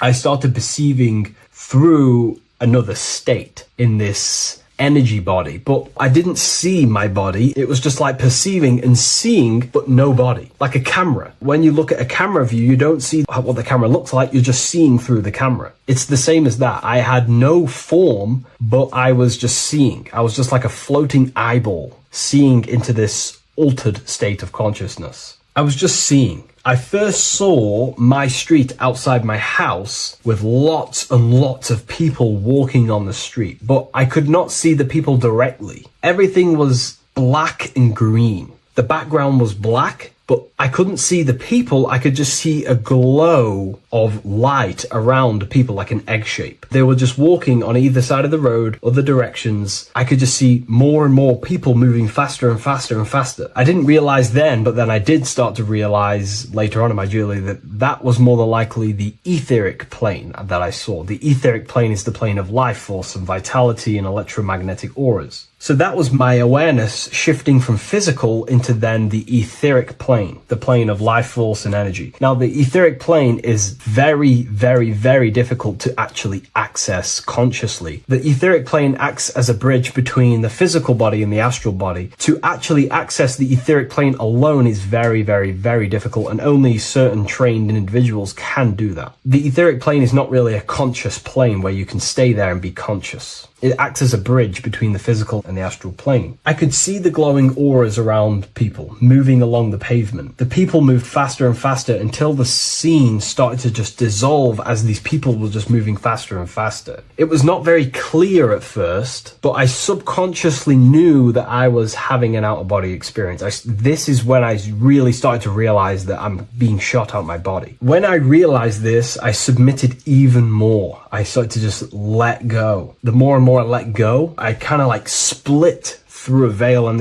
everything became super clear. Before, in the etheric plane, that I think it was, the ethereal plane, things weren't very clear. I could only just see glowing auras. However, as I split through the veil of the etheric, this bridge, this place that I was going to, I then split and everything just came super, super clear. I was floating in the sky. I subconsciously knew that I was having an out-of-body experience when I realized this. As I was still being lifted upwards, I then split through the layer where everything just suddenly became super clear. But then I was awake, fully conscious, but I was not in my body. I was just like a camera in the sky. I had no body, no form. I could just see. When I entered this plane, there was some sort of voice guiding me through this whole process. It was a male voice, and it was basically guiding me where I was going. It was telling me what I can do here. This voice was pretty much saying, you can fly, you can think things into reality, you can do this, you can do that. While he was saying this voice, there was no being around me, but I felt a presence of another being. But this voice was just speaking to me mentally. Like, you can't hear it, but I just knew what it was saying. It was so weird to describe. It was like telepathy. You couldn't hear it, but I just knew what it was saying. But it was a male voice. It's so hard to describe. I still could not see any form of myself. I was not seeing my astral body or any shape. I was just perceiving a point of awareness, like a floating eye, like I said earlier. While this voice spoke to me, I saw fractal patterns as he was saying, you can do this, you can do that. And while he said, you can fly, I remember just seeing this line, like splitting and creating fractals. It was like this black line that was just splitting off into duality, creating fractals. But then my physical body just went through this line, split, and then split into fractals again. So strange, very difficult to explain because it's four-dimensional. To explain it in physical language, it's very difficult to actually explain what was going on. So as he was saying what you can do, I was seeing these fractals dividing and then creating fractals. When he says you can think things into reality or something along them lines, my awareness just did a full 360 as if I did a backwards flip. I had no conscious control over this. That's something that you later develop as you keep having these out-of-body experiences. Your first out-of-body experience, you probably won't be able to control what's going on, but you will have an out-of-body experience if you seek them. I could see all around as I rotated. I looked all the way down and then back to my original angle and point of awareness. During that rotation, when I started to turn upwards to do the backflip, I looked up and it kind of looked like the sun in the sky. It was very dark and gloomy. Now I know that was more than likely the lower astral plane because very dark and gloomy, and it was very kind of dense there. I looked up and I could see this. It was like the sun, but it was white, pure white light, and it was shining down over the astral plane, and that was the only light in that place. That's why it was so dark and gloomy there. And I then realized in that particular state, at that time, I thought that was God. I don't know what it was, maybe it wasn't. Maybe it's the light of the higher mental plane shining through into the astral. But I looked up at it and I realized that was God, that was the source, that was the higher dimension beyond the astral plane, which is the mental plane, the higher astral planes and then the mental planes, the planes of thought. Then once I saw that, I was in complete shock. As I rotated backwards even more, I then get the view of seeing down, completely down, like a bird's eye view. And I could see like an old medieval gloomy town. It was dark, almost night, with very little light. The only light present was the light from above. The town was old-fashioned, gloomy, misty. I looked over it from above. Then the experience began to fade. I don't remember anything after that process. But I'll be honest with you, the process of leaving my body for the first time was extremely intense. The frequency, the energy were overwhelming but powerful. Letting go and choosing to have no fear was the key to that experience. Just to give you a little bit more wisdom on what I actually experienced, now what I realized what was happening, I now understand that the voice that I was hearing was not an external being guiding me. It was actually a higher aspect of myself, a part of my own consciousness that is not focused in the time space of the physical world. My physical mind is focused here in this timeline, but once I exited this timeline and focused elsewhere, the higher part of myself guided me towards that experience. This higher version of ourselves that we call the higher self is a higher dimensional being, but we're just unconscious of it. This being exists beyond our ordinary thinking mind. Our self exists everywhere in the universe, and we can unlock higher versions of ourselves as we progress on our journey of awakening and self-realization. Because let's say right now, only 10% of your awareness is actually in the physical plane. Science tells you that 90% of you is actually in your subconscious mind. 10% of your awareness is your conscious mind. So there's 90% of you that your conscious mind is not aware of. But our conscious mind becomes so addicted with the physical world and distracted with the physical world, it just gets totally locked in with the physical. And we never pay attention to the hidden aspects of ourselves, the unconscious aspects of ourselves. And that's why everyone in the esoteric and occult space talks about gnosis, seeking knowledge of self. Gnosis is not knowledge, it's knowledge of self obtained through direct experience. So gnosis is about rediscovering who you truly are. And another bit of wisdom that I could give you from this is that the observer is the same observer that is observing this video right now. You're watching this video, but who is the one seeing the screen? Who is the one seeing the screen of your reality, of what you call life? There is an inner witness consciousness within you who experiences and observes your thoughts, emotions, and actions, experiences and observes the screen you call reality. And that witness also witnesses your dreams. When you shift your awareness from your time space of this body into your dreams, that same witness is witnessing your dreams. So when you meditate, connecting with this witness aspect of our consciousness really does help to excel the process of having an out-of-body experience. Because a lot of people have out-of-body experiences, but they don't understand what's actually going on. They don't understand the nature of it. But it's all mental. You move mentally in that dimension. You create mentally in that dimension. The same that you do in this dimension, but just on a quicker scale, because things manifest in the astral plane instantly as soon as you think of it. Just like the screen in your mind, you think of something, you have a screen of an object in your imagination. That plane, it manifests instantly, but down here, it takes a longer time for things to manifest and condense. Once you understand that thought rules the universe, thought is the creative force of the universe, you start to understand, these different dimensions and these experiences that you have. But really connecting with that witness consciousness, that part of yourself that observes everything, really does help with excelling the process of having an out-of-body experience, or mystical experiences, or lucid dreams. Because connecting with that witness consciousness just makes you more conscious. Even in your physical life, staying conscious. Most people aren't conscious. They think, feel, and act unconsciously throughout their day, and they unknowingly create their reality. Connecting with that witness consciousness allows you to actually stay conscious over your thoughts, emotions, and actions, because they are giving birth to realities. That's pretty much my experience, my first out-of-body experience. What that did for me was make me so much more confident and powerful. Most of my fears just disappeared overnight. The fears of death, the fears of unknown, the fears that I had of things shattered, disintegrated, because I understood that I am eternal. No one can use death against me to control me, because I know I am eternal. I now take riskier actions because I know I am eternal. I know that I will never truly disappear or die. So it really, really does help you, and it gives you a lot of internal power, because no one can make you scared of anything. You should not fear someone who can hurt you physically. You should fear someone who can corrupt your soul. That is the worst thing, who can corrupt your internal world, because that is what truly matters. So I hope this helps you understand out-of-body experiences. Hopefully this can help you move along in your journey. It's good to hear other stories, because this is exactly what I was seeking when I was researching this stuff. Maybe in the future I can share some more stories about my out-of-body experiences now I'm a bit more advanced. But yeah, please leave a like, comment, and subscribe on the video, and thank you all for watching.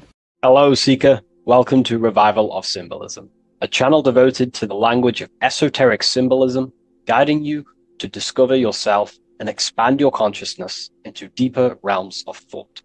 I'm Harry B. Joseph, also known as Revival of Wisdom, and today we're going to be discussing the symbol of an eye inside of a triangle.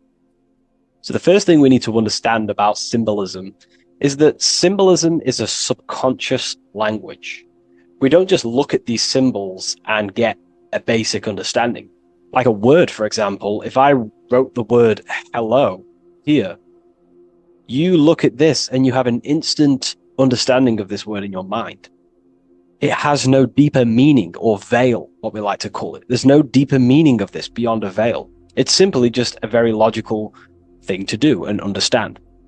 But symbolism, on the other hand, goes deep within the subconscious mind. It forces the individual to go inward on themselves. This is why symbolism is so powerful. It makes you turn inward. When you look at this eye in a triangle, you're not just looking at a word, you're looking at a picture.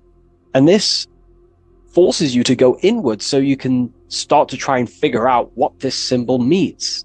You start to think critically. You also start to follow the chains of thought. This is very important inside the occult. Symbols have many layers and veils of meaning. They don't just have one layer or meaning. On the surface level, it has a surface level understanding. But then as you follow the deeper chains of thought, you start to unveil and unravel its deeper meaning.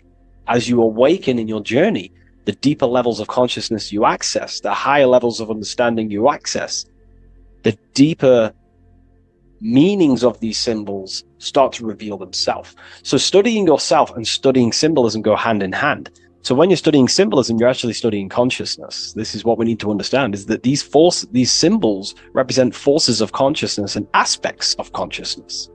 So what we need to do is to follow the chain of thoughts. And what do I mean by the chain of thoughts? If I think of a triangle, it instantly in my mind, I get the number 3. Then if that number 3 leads to another thought, for example, father, mother, child, father, mother, and child. Father, mother, and child then leads to another thought, then another thought, then another thought. So this is the chain of thought that we have to follow. This is why symbols must be meditated upon. We meditate upon symbols to unravel the deeper meanings of these, so we can unlock deeper levels of awareness.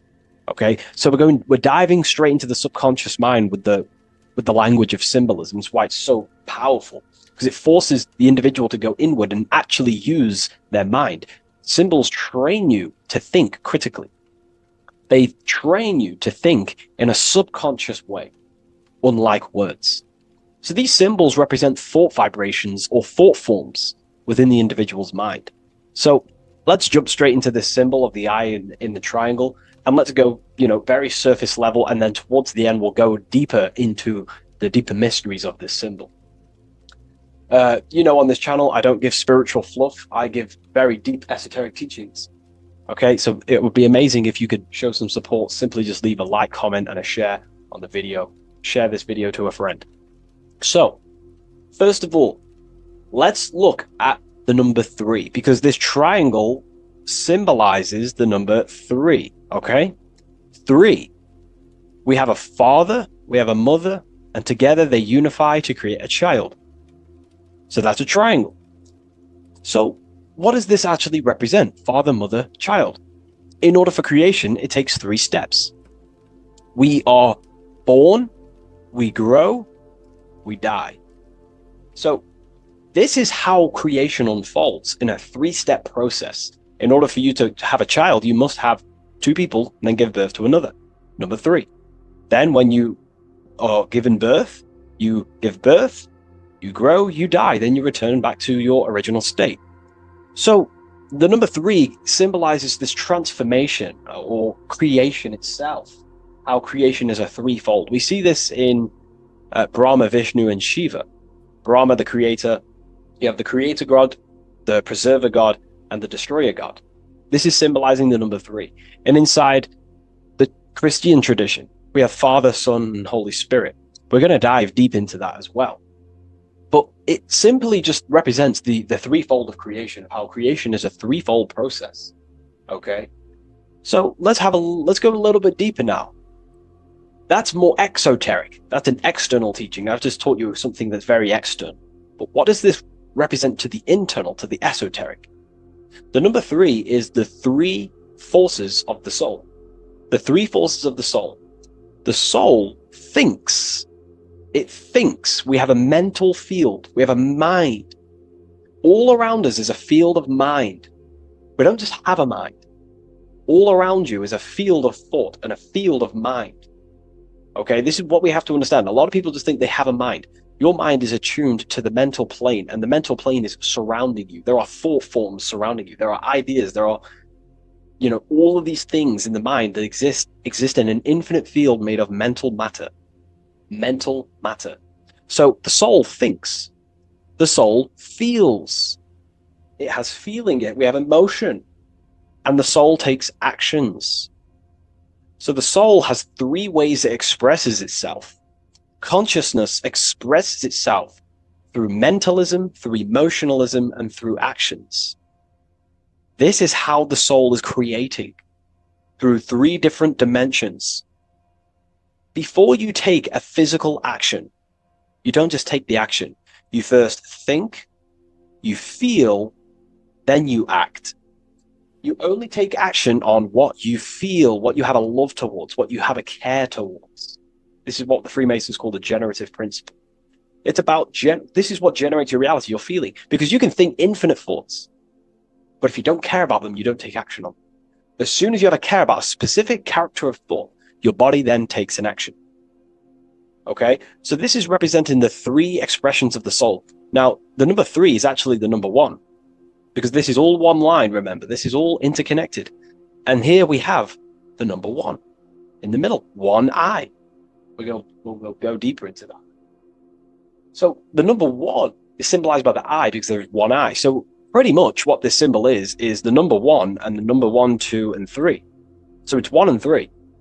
The 1 is expressed in 3 ways, which is the soul expressing itself and creating reality through 3 ways. Thought, emotion, actions. Okay? These are all actually one force. These are all one force. When we think, we feel, we act. When we act, this gives birth to a new thought and feeling. They're all one. They're all interconnected. So if I take an action, that can lead to a different thought. Or if I think, if I start to feel something, I don't know, hate, that then gives birth to a different thought or a different action. So you can see how each body of consciousness is actually affecting each of them. If we have an unhealthy mind, this will affect having an unhealthy emotional state and an unhealthy body. Because what we think, the mind holds power over the body. Every single thought commands 50 trillion cells in your body. Think of that for a second.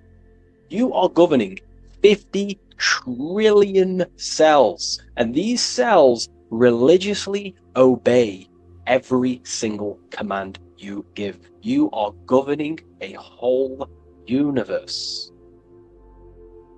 50 trillion living conscious cells. Okay? Think of that for a second. 50 trillion cells, and you are commanding them, and they religiously obey you.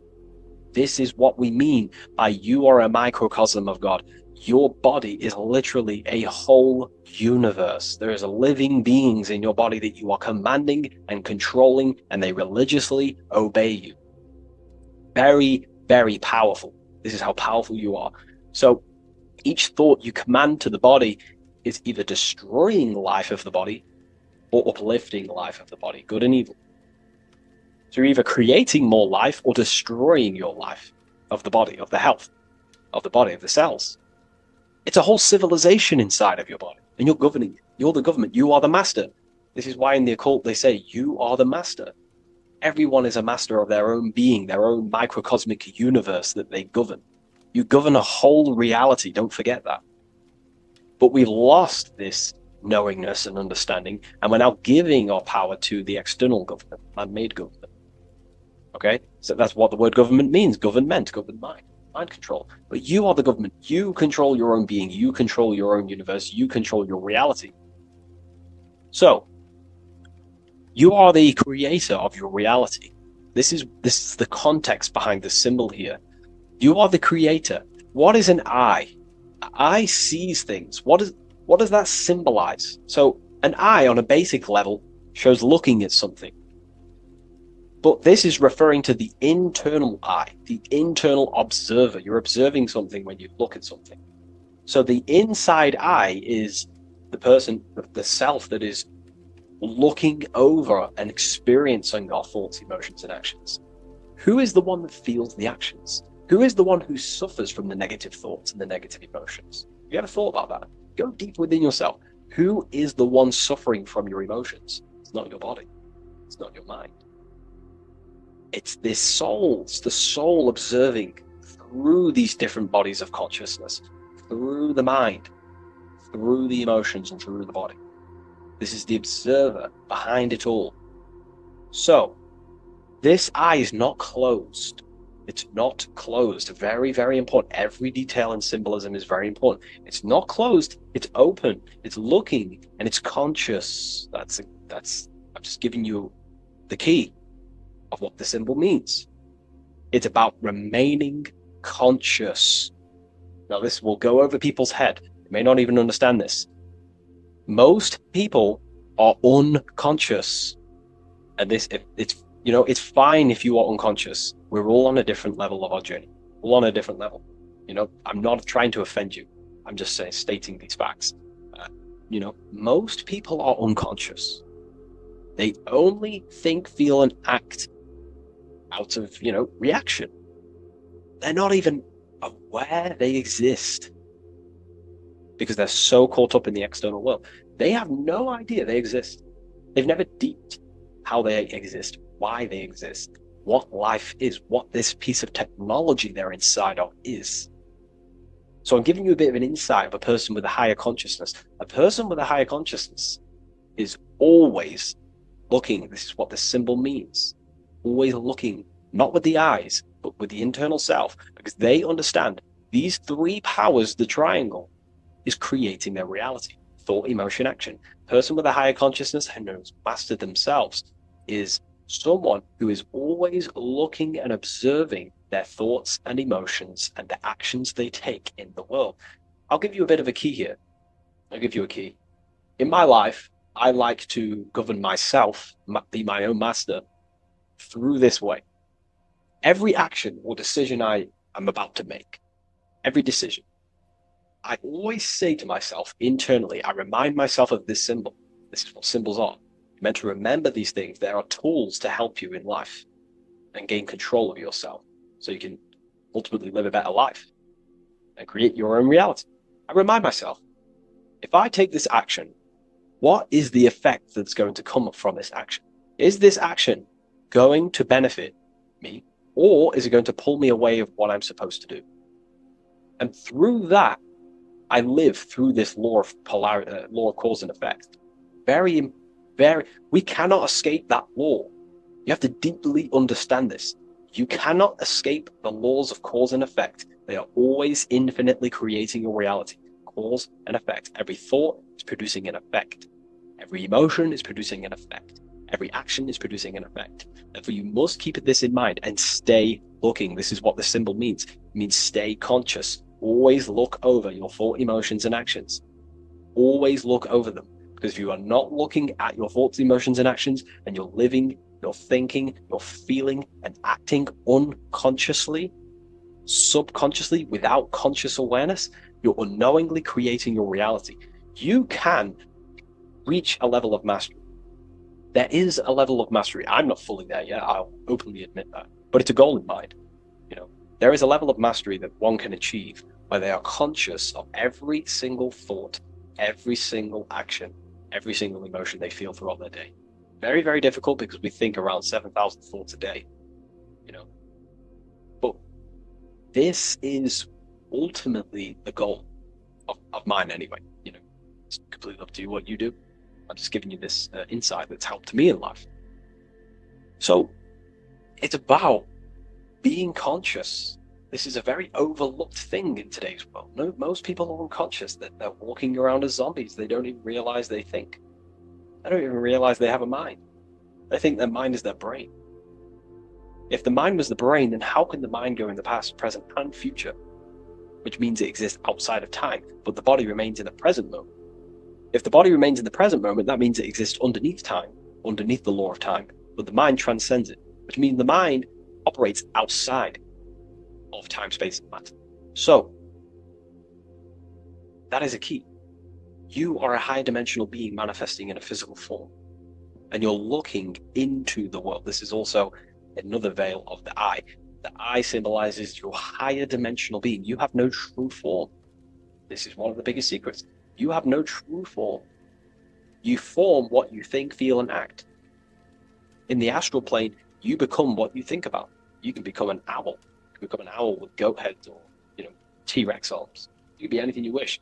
Anything you think about, that's the form you take in the astral and imagination. But beyond the very causal plane, the higher dimensions, you are formless. You are nothingness. But that formless is connected to God. That is the unmanifest. That's the source of all creation. So you are something but nothing. Very difficult to get your head around, but essentially you emerge out of darkness. Emerge out of nothingness. Okay, and that's what the mental plane is. The mental plane is kind of like the first dimension that basically expands into infinite realities. The mind can think anything. There's nothing impossible in the mind. Nothing. But there are things impossible in the physical plane, because the physical plane is more dense and it's governed by more laws.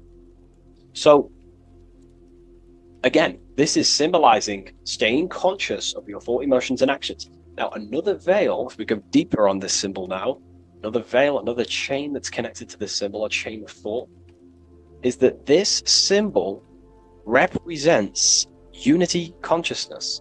Person who thinks, feels, and acts in unity. Their soul is operating in one force. The soul is operating in one force, which means they think, they feel, they act. For example, I'll be writing my book sometimes. The book of symbolism, my third book, is coming out very soon. I'll leave a link in the description for you can sign up to the email, the waiting list. We've got a lot of people in there already. This next book's going to be insane. But yeah, you can get notified when that comes out. I'll put a link in the description. When I'm writing my book, I'll get an idea to, go play Call of Duty or go play the Xbox. But then I instantly remember this symbol, thought, emotion, action. Instantly, I then unify my consciousness, my three powers to create reality. These are your powers. These are your rights. These are your things that you have full control over. These are the biggest gifts in life. This is so overlooked. So overlooked because people are so unconscious. These three things are your biggest gifts. They're so beautiful. You have been given the gift of creation. You can mold a whole world, your own world. You govern it. You can think infinite thoughts.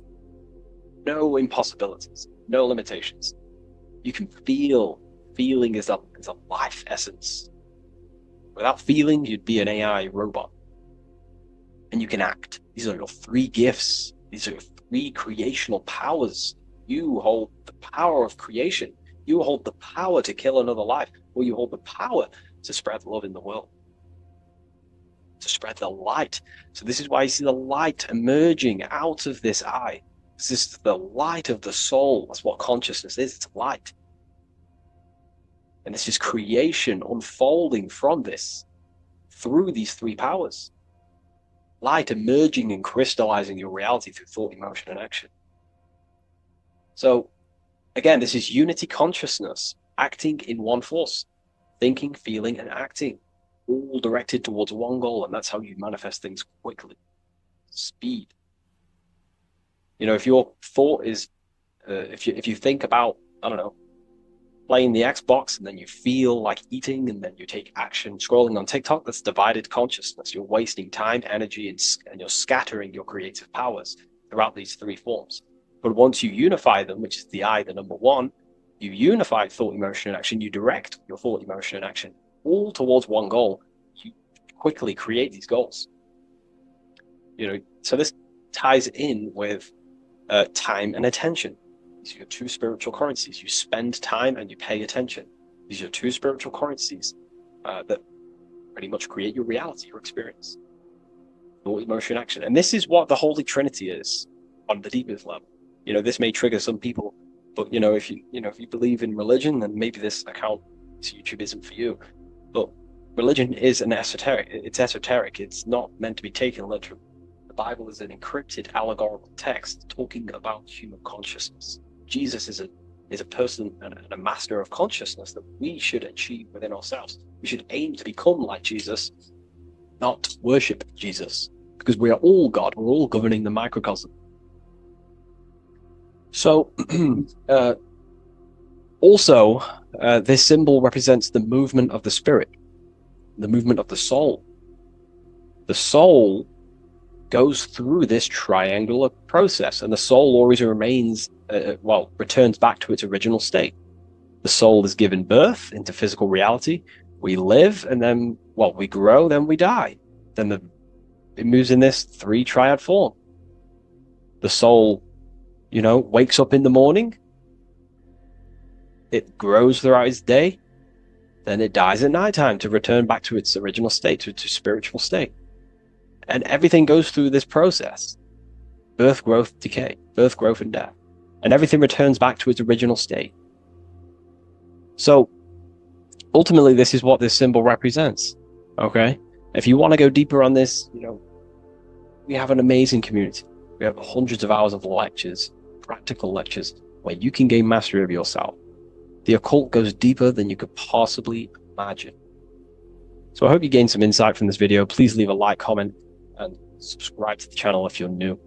And let me know any symbols you want me to break down in the comments section, and I'll hopefully get them broken down for you so you can understand them, deeper, on a deeper level, and you can understand yourself on a deeper level. So yeah, all the links in the description for everything that I mentioned, the community, and the Book of Symbolism waiting list. And I'll see you in the next video. Take care of yourself, everyone.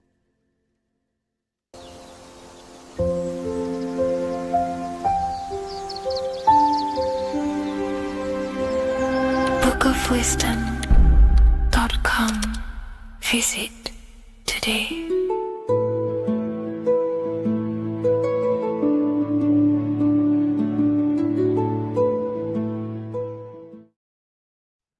Hello everyone, today we're going to be discussing the esoteric and occult meaning behind the story inside of Genesis, the story of Adam and Eve. This is a widely known story, but not many people know the true esoteric meaning behind it, okay? So today we're going to be breaking this symbolism down. Before we get into this, please leave a like and a subscribe on the channel. I would greatly appreciate it. And please comment below any lectures or anything you wish to know, and I could maybe make it in the future. The first thing we must understand about the Bible is that it is an esoteric and occult book. It is written in allegory. It is written in such a way that we understand the book compared to our level of perception. Now, what do I mean? If a child read the Bible, they would gain a standard meaning and story behind it. They would gain a normal interpretation of the book, of being good, praise God, and be a good person. However, me, who have studied the occult and esoteric and symbolism for a very long time, when I read the Bible, I see a deeper meaning. I can read between the lines of the allegories, which means the Bible is written in such a genius way that it speaks to your level of intelligence. Depending on how advanced you are mentally and with knowledge will depend on how you decipher this book and how the parables inside the book can speak to you in your personal life. Okay? So the Bible is the greatest psychological book ever written in history. This is why it's known as the greatest story ever told. It's a story. What we must understand with the Bible is that the Bible creates on the surface a logical way of thinking, which is what we call religion. We read the Bible and if we think logically and we take that book literally, then we gain a religion. But if we look beyond the surface, this is what we call esoteric, metaphorical, symbolic. You can read between the lines using our right hemisphere of the brain in deciphering this book, in what it truly means to us and the evolution of our mind, body, and soul. What this book actually reveals between the lines is instructions and stories which teach you how to level up your consciousness, how you can sync the mind, body, and spirit and the soul all together so you can live like a god. This is what the esoteric is. It's the purification of consciousness. Now, when it comes to Adam and Eve, okay, what we must understand is that this is the beginning of creation. This represents the beginning of your life in an esoteric way. This is symbolic for the beginning of your incarnation into this physical world. Okay. And we have Adam, masculine, Eve representing feminine. These are the two masculine and feminine energies which create the whole material universe. Okay. And as we are born with a pure consciousness. We are born with pure consciousness. Well, now, what do I mean? As a baby, we have no knowledge. We are pure essence of the soul. You know, we don't gain the knowledge of good and evil. We are pure. Yes, we're not happy all the time as a baby, and we're not sad all the time, but we have no ego. This is what I mean. Our consciousness is not split. As a baby, you are whole. You have a whole consciousness. You are yourself. You have no false identifications, no limiting belief systems, nothing. You are pure awareness and the pure soul and the pure mind. Now, this is what Genesis is representing. As we grow older, the more experiences we gain, the more thoughts we start to think, the more knowledge we gain of this world, the more impure our mind, our heart, our soul, our spirit becomes, the more impure our body becomes. As we grow older, we're infected with negative beliefs, negative thoughts, and society norms. This is a big one. As we grow older, we are molded by society. We shut off areas of ourself and we push them away so that we fit in with society. We all know this. We all did this in school. We pushed away parts of ourselves to act cool or to fit in, whatever it may be. Whatever type of person you were in school, we all went through this because society and culture is programmed. So as we grow older, our consciousness splits. We gain a persona, an ego, and we gain a shadow self, the subconscious, and we gain an ego. Now, the ego is what you show to people. It's that character that you show, that you put on to your culture, to your family, to your friends. This is a false identification. And we also gain a shadow self. The shadow self is gained through experience. This is the subconscious. Our ego is created through experience. And so is the subconscious and the shadow self. Okay. So as we gain age in this material body, we fall from the Garden of Eden. We gain the knowledge of good and evil. This is what the symbolism represents of us leaving the garden, us eating from the fruit. Now, the fruit represents the knowledge, it represents the insight, the experience, which splits our pure consciousness. Our soul splits. Okay? We lose connection with the divine. We lose connection with our pure self through material experiences. We may lose ourselves in material experiences. We may lose ourselves in lust and material gain, wealth, and all of these lovely things that the material world offers. We lose ourselves in this. Okay? And not only that, there's another symbolic thing that we're missing with being a child. There's another symbolic meaning behind this tree in this story of Adam and Eve. And this is sexual energy. Okay. As we are a baby, we have no ability to create another human life. We have no sexual urges. We have no desire for the material things as a baby. Nothing.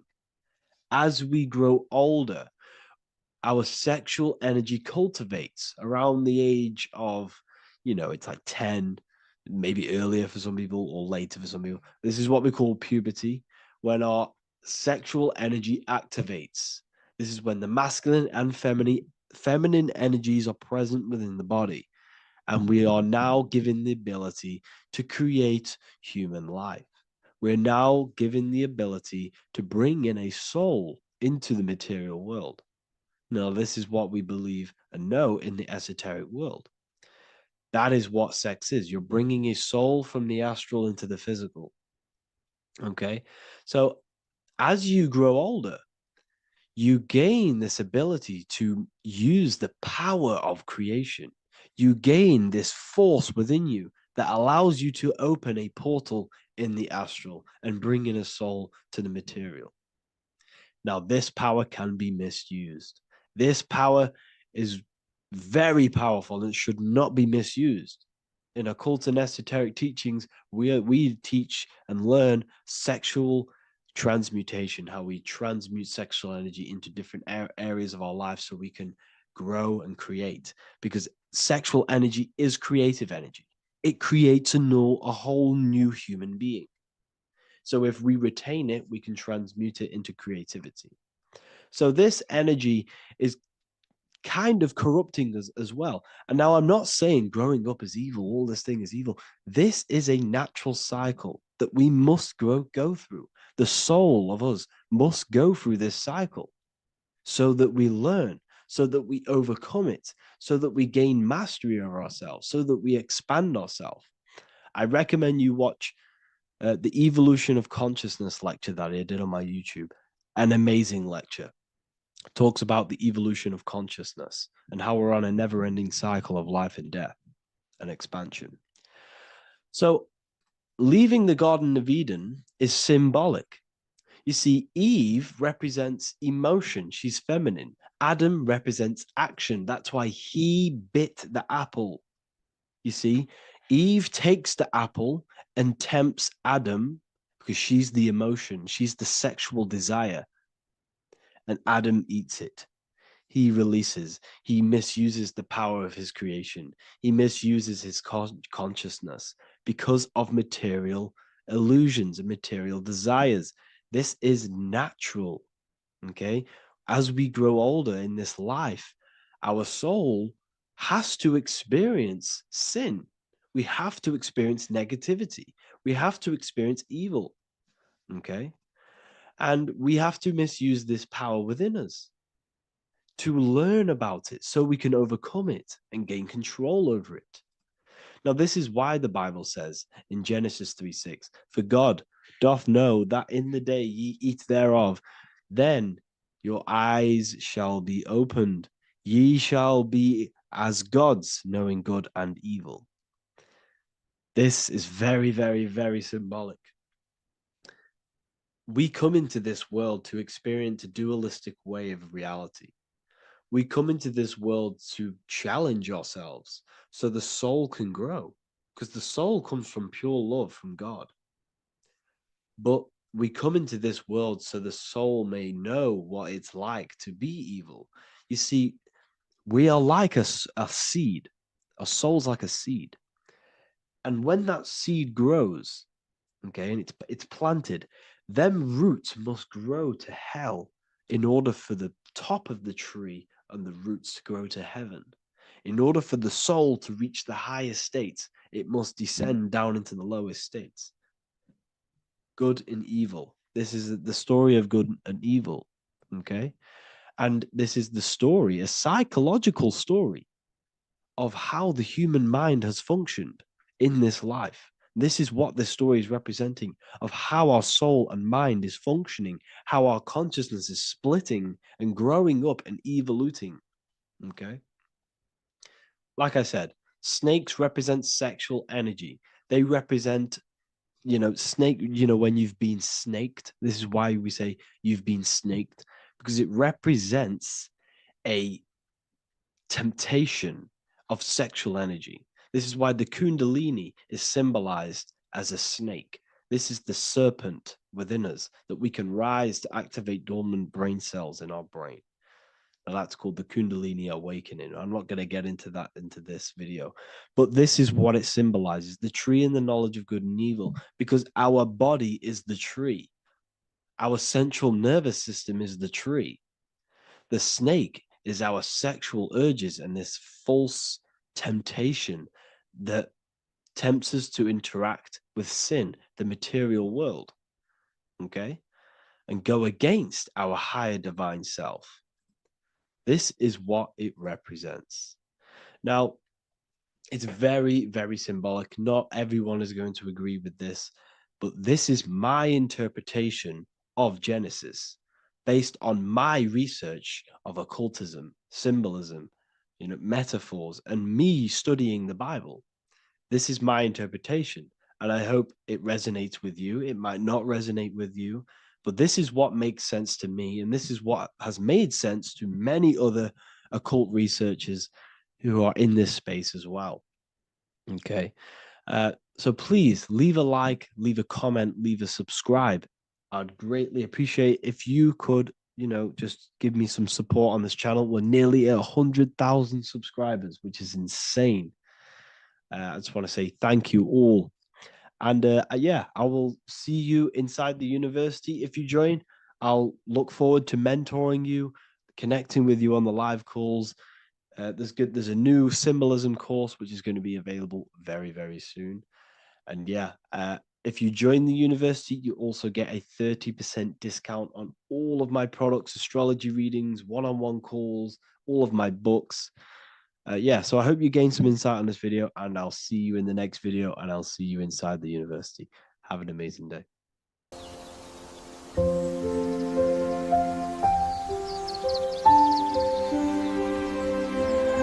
bookofwisdom.com. Visit today.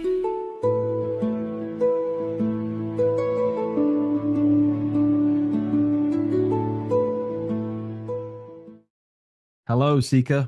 Welcome to Revival of Symbolism, a channel devoted to the language of esoteric symbolism, guiding you to discover yourself and expand your consciousness into deeper realms of thought.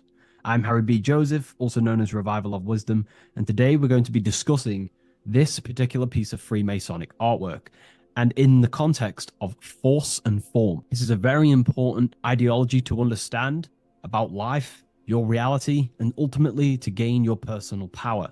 So if you want to gain your personal power, you have to understand force and form, which is one of the most basic understandings and teachings within the occult schools of thought. So if we look at this piece of artwork that we have here on this Freemasonic drawing or painting, whichever it is, we see in this context force and form. Now, there is a lot going on in this piece of symbolism. There's so much more than just force and form. However, in this video, we're just going to be breaking down the force and form aspects so you can gain an understanding. Here at the very top, we have light rays. This represents force.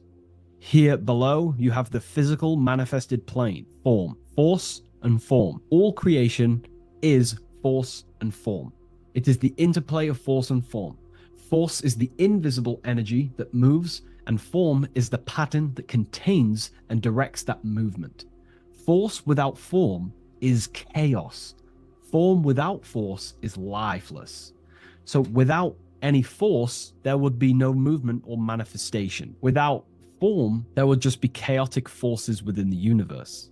So force and form are the opposites in duality, force and form, okay? So without any force, which is your spiritual life force, your consciousness, which is force, your body wouldn't even exist, because your body is the formation of the spiritual forces. Your life is a creation of your forces, such as thought, emotion, imagination, desire. We're going to be breaking that down in detail so you can use these forces in your life, okay? So we have light rays here. This is a force. This is light emanations coming down from above into the world of form. We have to understand no physical action on the physical plane. There is no force. All force takes place within the astral and etheric realm. So that's what we must understand. Force takes place in a higher dimension. What you see in the material realm is the formation of that force. So every movement in the material is made manifest through the invisible forces. When you take an action, there is a reason why you are moving the body. And for me, for example, I've written the new book of symbolism, and it's out November 17th. The force that driven me to build that, to take the actions to build that, is a force, and that is an emotion or a desire. So that we all have a desire, which is the force that moves us. And that desire is not a chemical reaction within your nervous system. That desire is, in essence, a spiritual force what takes place within the astral plane. So we have the mental plane. Below you have the astral plane. Below that you have the etheric plane. And then below that you have the physical plane.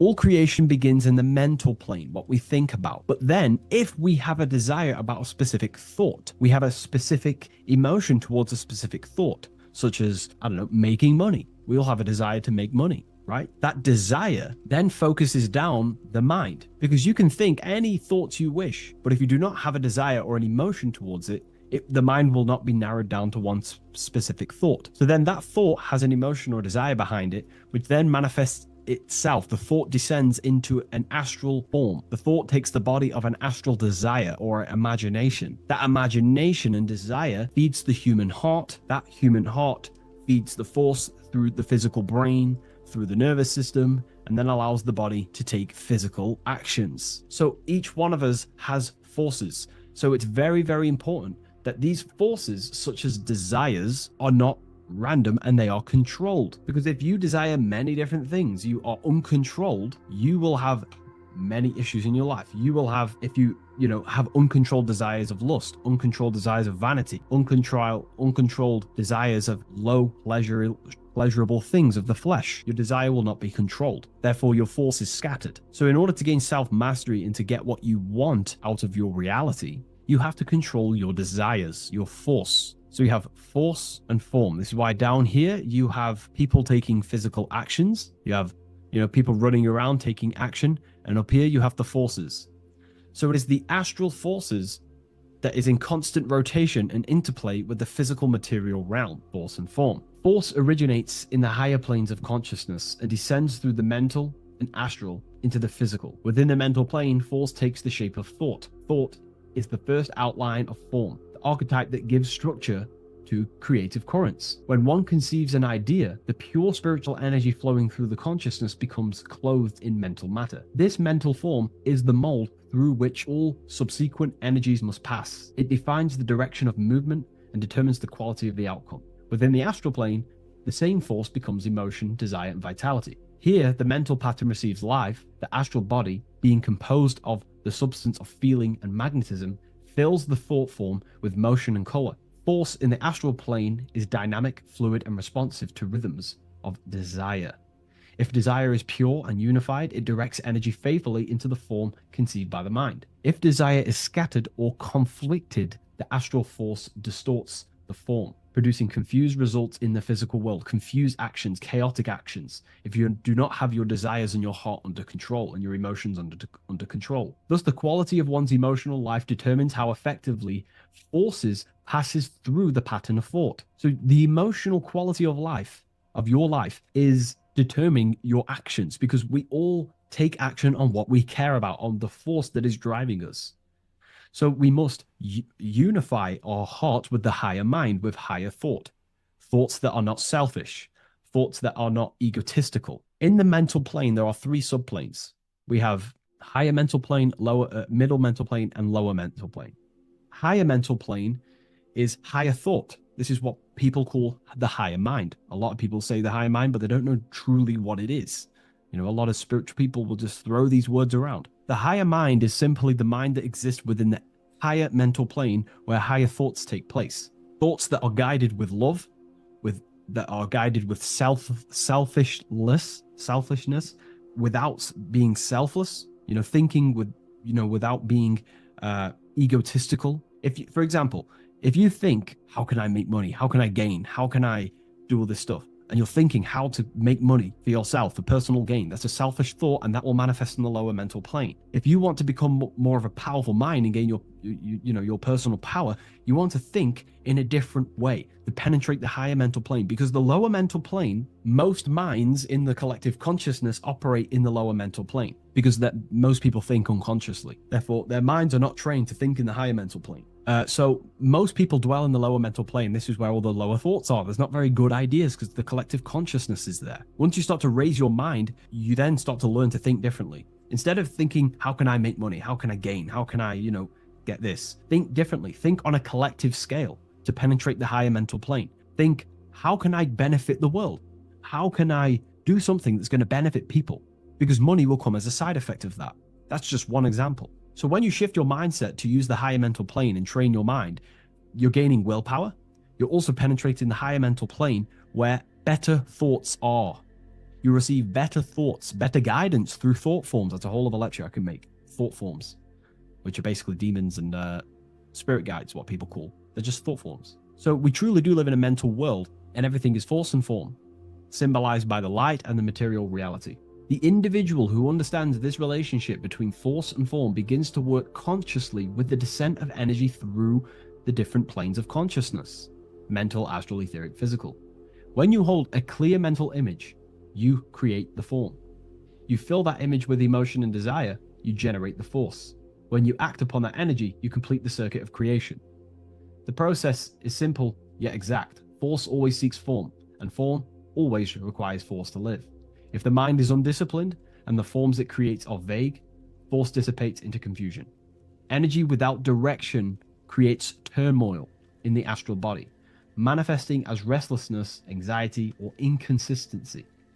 If the emotions are intense but the form is weak, the force becomes misdirected, often leading to chaos in one's actions. Conversely, if the mind creates a strong form but the emotions are dull or lifeless, the form remains unanimated, a structure without vitality. True creation requires the balance and union of a defined mental pattern and vibrant astral current. So it's about aligning your mental and emotional states, symbolized by these two pillars here. Well, they are the extremes.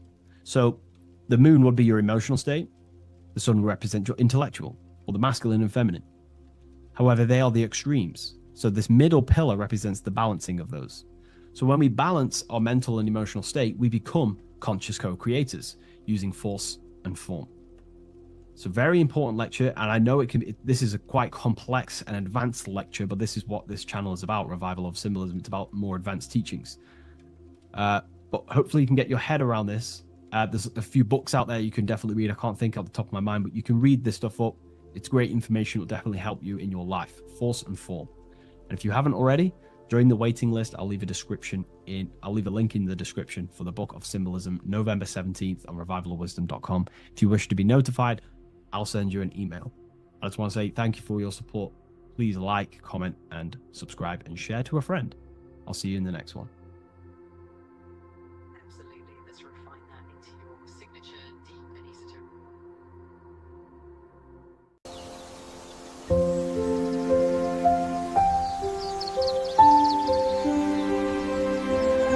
bookofwisdom.com. Visit today.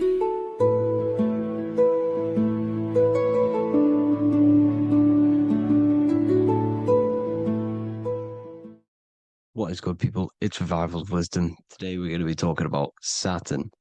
I've done this video in the past. However, this video is going to contain a lot more in-depth explanation of Saturn. So the 33rd degree Mason, Manly P. Hall, said, Saturn is the key to crystallization, physical matter.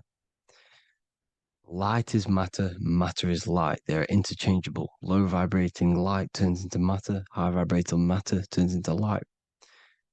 And Saturn is the god of this world, this physical world. He crystallizes light into matter. This is symbolized as the Masonic checkered board, matter and spirit, matter and light, light and matter. He's also the god of time, destruction, justice. He creates and destroys because all things in time die. He creates and destroys you. So, because we live in this physical world, which is the electric world, this is why we say electricity, because it comes from the root word of El, Saturn. They used to call Saturn El, E-L. This is why we used to say Elohim is God. The real God of this world is Saturn, but it's being hid. This is being hid. Jesus is Saturn. All of this is Saturn. It's all Saturn worship. It's the real God of this world, So, physical matter is a result of two opposing forces equalized on the plane of inertia, because everything is created out of electromagnetic toroidal fields. And these two poles equalize on the plane of inertia, which gives you planet Earth, plane of inertia. The plane of inertia is what Saturn is. It's the ring around the center of the plane of inertia. Thank you to Walter Russell saying, physical matter is a result of two opposing forces on the plane of inertia. This is what Walter Russell says, so please check out his work. He's got many books, many books on light and electromagnetism and stuff like that. So I advise you to check him out.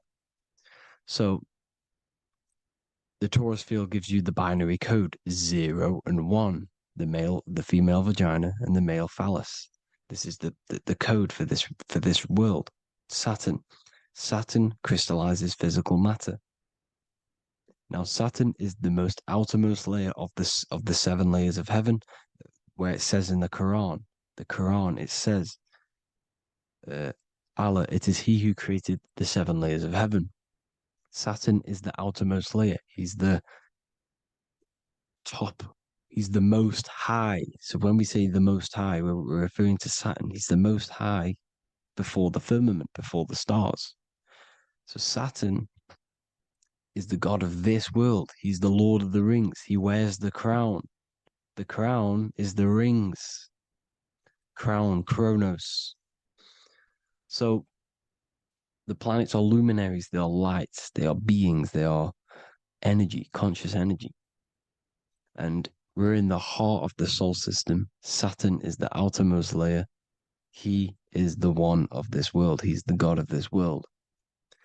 Now, on the North Pole of Saturn, you have the hexagon. Add up all the sides. It creates the 6-pointed star. Or it can be created as a cube. The cube is very important. The 6-pointed star is very important. 6 points, 6 triangles, 6 side, 6, 6, 6. Black cube adds up to 6 in gematria. Now, what did I say in the beginning? Saturn crystallizes the physical world. He creates physical things out of light. You are a light being. This is why we say human. Hue means the light spectrum. Hue, man, we are light manifested into physical forms. Human. And we are incarnated through Saturn. Satan, same thing. The number of the beast is 666, and the 666 comes from the 6.6 triangle, 6 sides of Saturn, 666. We are all known as carbon-based life forms. Carbon, the atomic structure of carbon, is 666, 6 protons, 6 electrons, 6 neutrons. We are materialized into our physical bodies through Saturn, through the number of the beast. These bodies are the beast, it's the animal. The divine, the Christ, is the consciousness within, because you're a physical, spiritual being combined into one, hexed into one. Hexagram. This is a hexagram. You're hexed into physical matter, spirit and matter, light and dark, combined into one. Now you contain of the mark of the beast, the mark of your body. Your body's the beast. It says in the Bible, Satan, who is the god of this world. This world. There are many different worlds, but this world is run by Saturn, and it says that in the Bible. Saturn is Satan. It's the same thing. And look at the crown of thorns are wrapped around the heart. The soul is in the heart. The mind is in the brain. The soul is wrapped around the rings of Saturn. You're wrapped in physical matter. This is what it's showing you. This is symbolizing the rings of Saturn wrapping you. And the cross on top is the cross of the cube. The cube, the black cube of Saturn, unfolds into a cross. So Satan, who is the god of this world, Corinthians 4:4 in the Bible, Satan, who is the god of this world, has blinded the minds of those who don't believe. Satan blinds your mind because the god of this world materializes you and he blinds your mind when you incarnate into physical matter.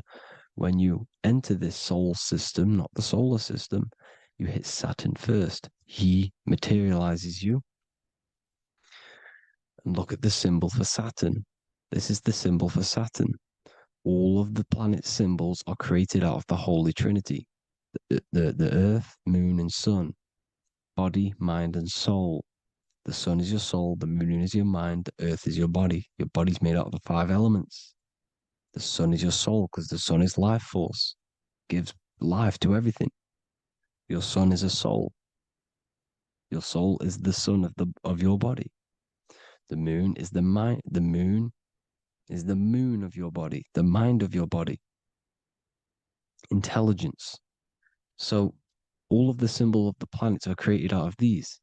The Saturn symbol is created out of the Earth cross, matter, and the Moon crescent, moon, mind, matter over mind. This is why Satan, who is the god of this world, has blinded the minds of those who don't believe. He blinds your mind. Look at the symbol, it's showing you. The Saturn symbol is matter over mind when it should be mind over matter. So we descend into a soul system, into our 666 Saturn carbon suit bodies, and we are matter over mind. Then we have to move up the spine to go back up to spirit, to mind over matter, where you manipulate your own reality. Now look at this. It creates the number 5. 5 is the number of change. You're moving from this side of the number sequence over to the right side. You're moving from the spiritual into the physical world. You're incarnating into the 5 elements, the 5 senses. So the cube, the black cube of Saturn, is another major symbol. Very important symbol. Here you see the cube, and the color black is associated with Saturn because Saturn's associated with death. He creates and destroys. Light and dark. Death is associated with black, spirit, because you can't see spirit, which is blackness. So the black cube is black because Saturn rules the nighttime, which is dark, blackness, and he rules the winter, which is death, blackness. So Saturn is the black cube. Cubes have 6 sides. Up, down, right, left, back, and forward. Cubes are 6-sided. Everything is 6-sided inside of this creation because you're incarnating, you're materializing, crystallizing into the cube, the world of the cube. Everything's a cube. Everything's got 6 sides. Here's Leonardo da Vinci showing you that you're in the cube. Leonardo da Vinci did this famous painting. You're in the cube, you're hexed into physical matter. We're incarnated into the 3rd dimension, the 3-dimensional world, which is a cube, 3D. And black cube adds up to 6 sides of the black cube. The Kabbalah means cube god in Arabic. And look at what they do. They worship the cube, the black cube, and they stand in rings like the rings of Saturn. Australia, Denmark, Manhattan, Santana all have these black cubes. You go to New York, you will see the black cube there as well. These black cubes are everywhere because it is the real God of this world, So look at the cross. The cross unfolds into the cube. Xbox, Nintendo GameCube, Sega Saturn, anything to do with a simulated gaming reality, they put Saturn in it because we're in the simulation of Saturn. This is a simulation. And this is why they reflect this through the Xbox, GameCube, Sega Saturn, anything to do with gaming, simulations, is all Saturn. Because we're in the cube of Saturn, the black cube. We're in the GameCube, the Xbox, the Sega Saturn. As above, so below. So they reflect it through the simulations that they create inside of this simulation. Cubes have 8 points for the 8 points of time and space. 8 is the number of time. Everything's cycling, infinity. So look at the cube. The cube is symbolized as in Judaism. The Judays have the black cube. They wrap themselves in a black band and they cover their eyes into blackness. The black cube, for the black cube of Saturn, they use the star of Saturn and they worship their god on Saturn Day because it's all Saturn worship. And look how the Saturn god is wrapped around with these thorns or leaves, just like Jesus is wrapped around his heart. And Jesus on the cross is us on the cross. We are in the cross. We are in the cube. The cross is the cube. And the cross is even in the Saturn symbol. This is another symbol for Saturn. There's two symbols. You got this one, the one I've just broke down. And there's this one. This is the cross of Saturn, the cube god, the simulation, the game cube. Now, Chronos is another word for Saturn. Chronos means time. When you clock into work, you go to the Chronos machine. Well, I did anyway. And I'd tap my card on the Chronos because Chronos is time. Anything to do with time is Saturn. He creates and destroys. Look at the artwork of Saturn with the sand, the time. Look at this, how he's cutting off the baby's wings. He's crystallizing the spirit into matter. He's cutting off your wings. Satan, in the Bible, he falls from heaven into earth and he loses his wings. He becomes a serpent. You see, it's all symbolic for us. We are the fallen angels, fallen angles of light. We're fallen angles of light. We are light beings. Now we're fallen into physical matter. Saturn's chopped off our wings. He's chopped off our spirit wings because when you astral project, you can fly.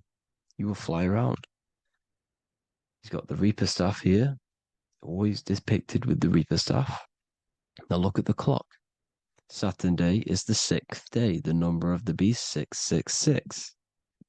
Look at the clock. 6 take away 12. 12 take away 6 equals 6. 7 take away 1 equals 6. 8 take away 2 equals 6. 60 seconds in a minute, 60 minutes in an hour, 24 hours in a day, 2 plus 4 equals 6. That's 666.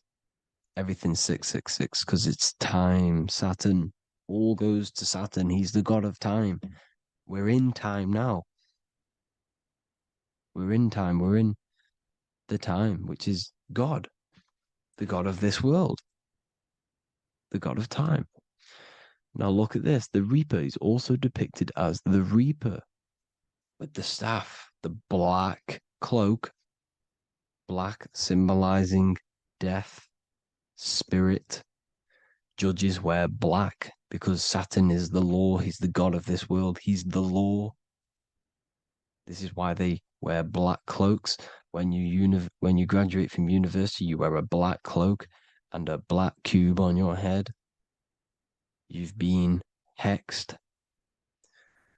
Funerals, you wear black because it's all to do with Saturn, Father Time, Father Crystallization. Now, Saturn, here's another one of him cutting off the wings of a child. Because he cuts off the wings. He creates and destroys your body. We're in the electrical world. Everything that is electrical vibrates. All vibrations have to come back to a standstill point, which is death. This is why your body dies. Your atoms stop vibrating. Corona. Look at the crown. The crown is the corona. Corona means crown. And look at this is an alcohol brand for beer.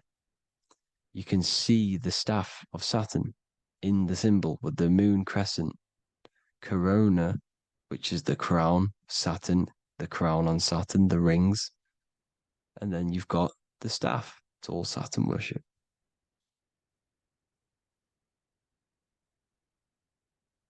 Is the black cubes of 9/11. 2 black cubes. This was a ritual for Saturn. It's all ritualistic. And look at the Star of David, the Star of Saturn. It's not the Star of David. Creates IXXI, the sigil of Saturn. IXXI means 9/11 in Roman numerals. 9/11. It's all a ritual for Saturn, and they have the 2 black cubes of Saturn. Now look, XX. There's more symbolism of Saturn now. We're going deeper. XX is more symbolism for Saturn. The sigil of Saturn is XX, as above, so below. Same with the Star of David. You split it in the middle, as above, so below, as above, so below. XX, this is a Knights Templar Cross of Lorraine. XX, Knights Templar, High Order of Masonry. They all worship Saturn. Well, Saturn's the real god of this world. X Eon with the XX, XXL magazines, which is all to do with famous rappers and stuff like that. When you die, you put XX on the eyes because it's Saturn. He's the Reaper.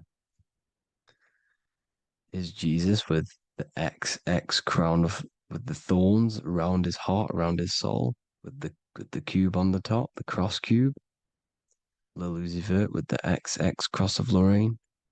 Jay-Z with his alcohol brand, XX Cross of Lorraine. The X Factor with the rings of Saturn. All Saturn worship. The seal of Melchizedek is also Saturn. This is the cube. This symbolizes the cube with the 8 points for the 8 points of space and time. And this is the cube. It's another ancient symbol for Saturn. Here you see the star of Saturn with the Melchizedek symbol around it, which is all to do with Saturn. Here you see an altar, the Holy Grail, the Melchizedek symbol on it, and they're worshipping it. This is why we wear rings, wedding rings for the rings of Saturn. It all goes back to Saturn. Earrings. The 8-pointed star of the ancient Sumerians is all Saturn. It's all Saturn. So the ancients, the symbols of Saturn goes on forever. It's in all of the major corporations. You can see it everywhere, the rings of Saturn. Toyota is an obvious one. Internet, Nike, Target, Sega, Saturn. It's all Saturn worship.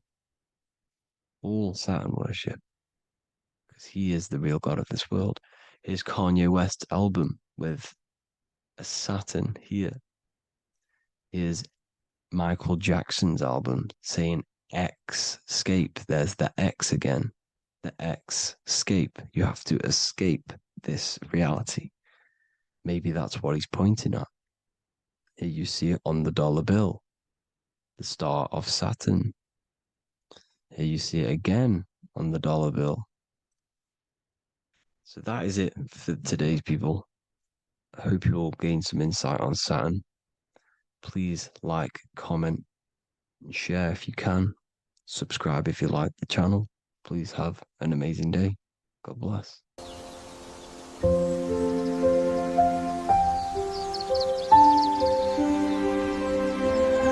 bookofwisdom.com.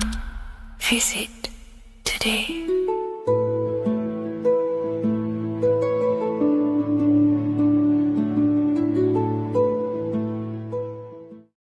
What if dreams Dreams aren't random at all, but messages from a deeper part of yourself trying to show you things. In this video, you're going to learn exactly what dreams are from an esoteric view, how to control dreams, and how to dream more frequently. Dreams are not nonsense. They are expressions of the subconscious mind. In the daytime, we're using our conscious mind, what we are aware of. This represents the daytime, the sun, the external world. We're operating in the external, outside the body in the day. But when we go to sleep, we return inward. Everything does this breath. We breathe in through the nose and out through the nose. Everything does this in and out process in the universe. We live, we die every single day. We wake up, we express things in the external. Then at nighttime, we return back to darkness, back to the internal. This is the breath of the universe. We have summer, we have winter. This is the breath of the sun and the seasons with the earth. You have an internal world and an external world. External is physical, the internal is spiritual. Like I said, when we go to sleep, we are returning back to the internal world of your own consciousness and subconscious mind. Your subconscious mind holds everything about you, your memories, your traumas, everything you've ever learnt, your language, your name, your job, everything you identify with is stored within this vast network of the subconscious mind. It is your own personal consciousness. Therefore, when we dream, we return back to the subconscious mind, and we are in fact thinking, but in a subconscious way. The subconscious does not speak the same language as the conscious mind. The conscious mind uses language, thoughts, and all things that are very logical and very easy to understand. The subconscious is the complete opposite. It is very indirect, metaphorical, and symbolic. The subconscious communicates and works in symbols. Ultimately, symbolism is the language of consciousness. This is why in occultism and esotericism, it is filled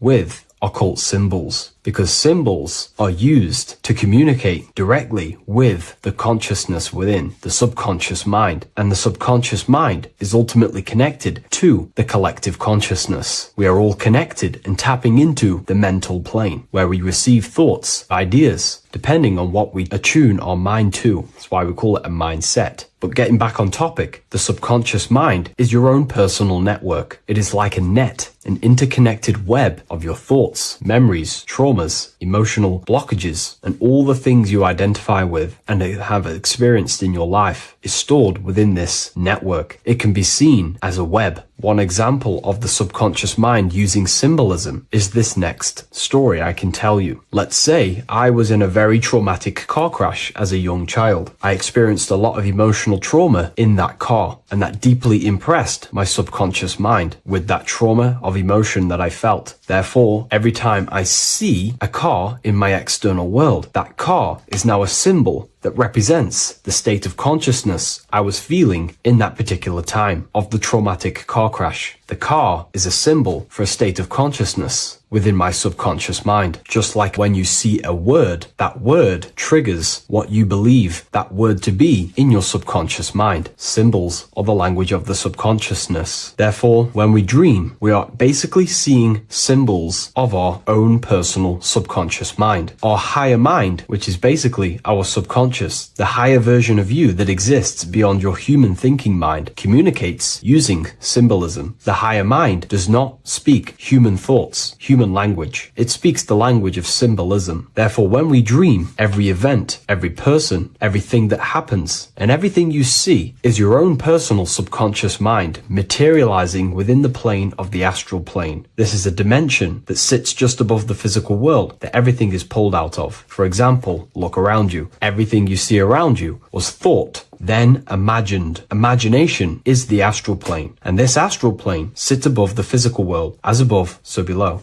These objects were thought, imagined within someone's mind, and then pulled into a physical reality. Therefore, the imagination is what you're experiencing within a dream. It is your subconscious mind thinking and materializing within the imaginative plane. For example, let's say you are a Christian, you believe in Jesus your whole life, you have lots of emotion towards Jesus. This deeply impresses your subconscious mind. You believe in him so much, you go to sleep, you have a dream that you meet Jesus. You did not meet directly with Jesus. You met with your own belief. It was your own belief materializing within the imaginative plane and revealing itself to you. Dreams are materializations of your memories, your subconscious beliefs, traumas, and anything that could be inside the subconscious mind. It is your subconsciousness revealing itself to you in a material form. Let's say you have a nightmare. There is a big dark figure chasing you and you are running away in fear, away from this dark figure chasing you. That dark figure is not an external entity. It is not a spirit or a jinn or a demon. It is in fact an aspect of your own mind. It is a symbol that represents maybe a fear, a trauma, or something you are running away from internally inside your subconscious mind. Something that you are not addressing, but something that is fearful, something that can be controlling you on a subconscious level. Let's say you have a fear to address something in your personal life. You want to address someone who is getting on your nerves at work. You continuously put this off and you fear doing that situation. Over a long period of time, this can slowly control you subconsciously. You start to avoid the person, avoid any contact. It is subconsciously controlling you. This is not the best example, but you can see what I mean. Hidden fears and traumas in the subconscious mind can subconsciously control your actions and ultimately lead you to low states of consciousness, keep you from reaching your higher potential, and ultimately create blockages within your own consciousness. That figure in the dream is a materialization of something that you are fearing and running away from and not addressing. This is why people always have dreams of traumas that they have experienced as a child or when they were younger, or maybe from a year ago or two. It's because that emotion is deeply impressed in the subconscious, and the subconscious is always trying to reveal things to you, communicate to you that you need to change, purify, and maybe heal within your own consciousness. This is how the higher self communicates to you through the language of symbolism. Once you understand this, dreams can become a very powerful tool, not just entertainment at night time. Your consciousness never rests. Your consciousness is eternal. It is the very spark of the divine. Your body needs rest. Your consciousness is not physical. It does not need rest. So this is a way you can identify what your dreams are trying to show you is by writing them down. A dream journal. Every single dream that you have a book placed near your bed. Every time you wake up, first thing you should do is pick up the book and write every single detail that you can remember about the dream. The people that you met are all symbols or aspects of yourself. Maybe it is a friend you saw in your dream. That friend represents a state of consciousness that is within you and is trying to reveal something to you. It's about making the subconscious into the conscious, to become conscious of the unknown. Write down every detail, everything you saw, every event that played out, even the details of the clothes that they were wearing. Everything is symbolic within dreams. Write everything down and then analyze the dream. Don't analyze it from a logical mind. Analyze it with the right hemisphere of the brain, which allows you to see metaphors, read between the line. Try and gain the message that it's trying to show you. What does this overall mean to you? And what could this reveal about aspects of yourself that you need to heal or maybe take action in your life and world? Because your higher self is always guiding you towards awakening and fulfilling your mission in the manifested physical world. Dreams speak in symbols, not logic. Ask about your dreams. What is this trying to tell me? Don't take things literally. Look for an emotional tone and symbolic resonance. With practice, you'll begin to understand the personal language of your subconscious mind. Now that you understand that, again, please leave a like or a comment on this video. This is now a technique for lucid dreaming and dreaming more often. This is not going to happen overnight. This is not an easy method. It simply takes practice and dedication. Every morning, choose 3 time slots. For me, I choose 4:30, 5 a.m. and 6 a.m. 3 alarms that are going to go off at these 3 times, half an hour apart from each other. Each time you wake up, stay awake for 5 to 10 minutes. Turn off the alarm. Try and keep your conscious mind awake, but drift back into sleep. There's no other better way for me to explain that. It's very difficult, but try and keep the mind awake, but the body falling back asleep. More than likely, you will drift off back to sleep. Then the next alarm will go off half an hour after. This will wake you up again, guaranteed. You will probably drift back to sleep by repeating this process. After the 3 alarms go off, each one of them times, you're either going to have a dream or a lucid dream, but definitely you will have a dream. And if it doesn't work one time, keep trying it. I've been using this method for a very long time, and I can tell you 70-80% of the time it triggers a dream, and a very vivid dream. And it's ideal for lucid dreaming because keeping the conscious mind awake while letting the body fall asleep, you can become conscious within these subconscious realms of your mind. But when you are conscious inside the dream world, you can do what you want, but you also want to let the dream naturally unfold. If you try and take too much control, then you will wake back up. If you feel any fear in your dream, you will wake back up into the material world. Another tip to dream more often is to meditate before bed. Simply close your eyes and think about nothing for 5 to 30 minutes. Detach from everything outside you, your name, your job, work, thoughts. Mentally detach from the world and the physical pleasures and become pure awareness before you try and go to sleep. This will help you become conscious while being within the self. If you wish to learn more about consciousness yourself, the Book of Wisdom Volume 2 can definitely help you. I'll leave a link in the description. Thank you for watching this video, and I'll see you in the next one.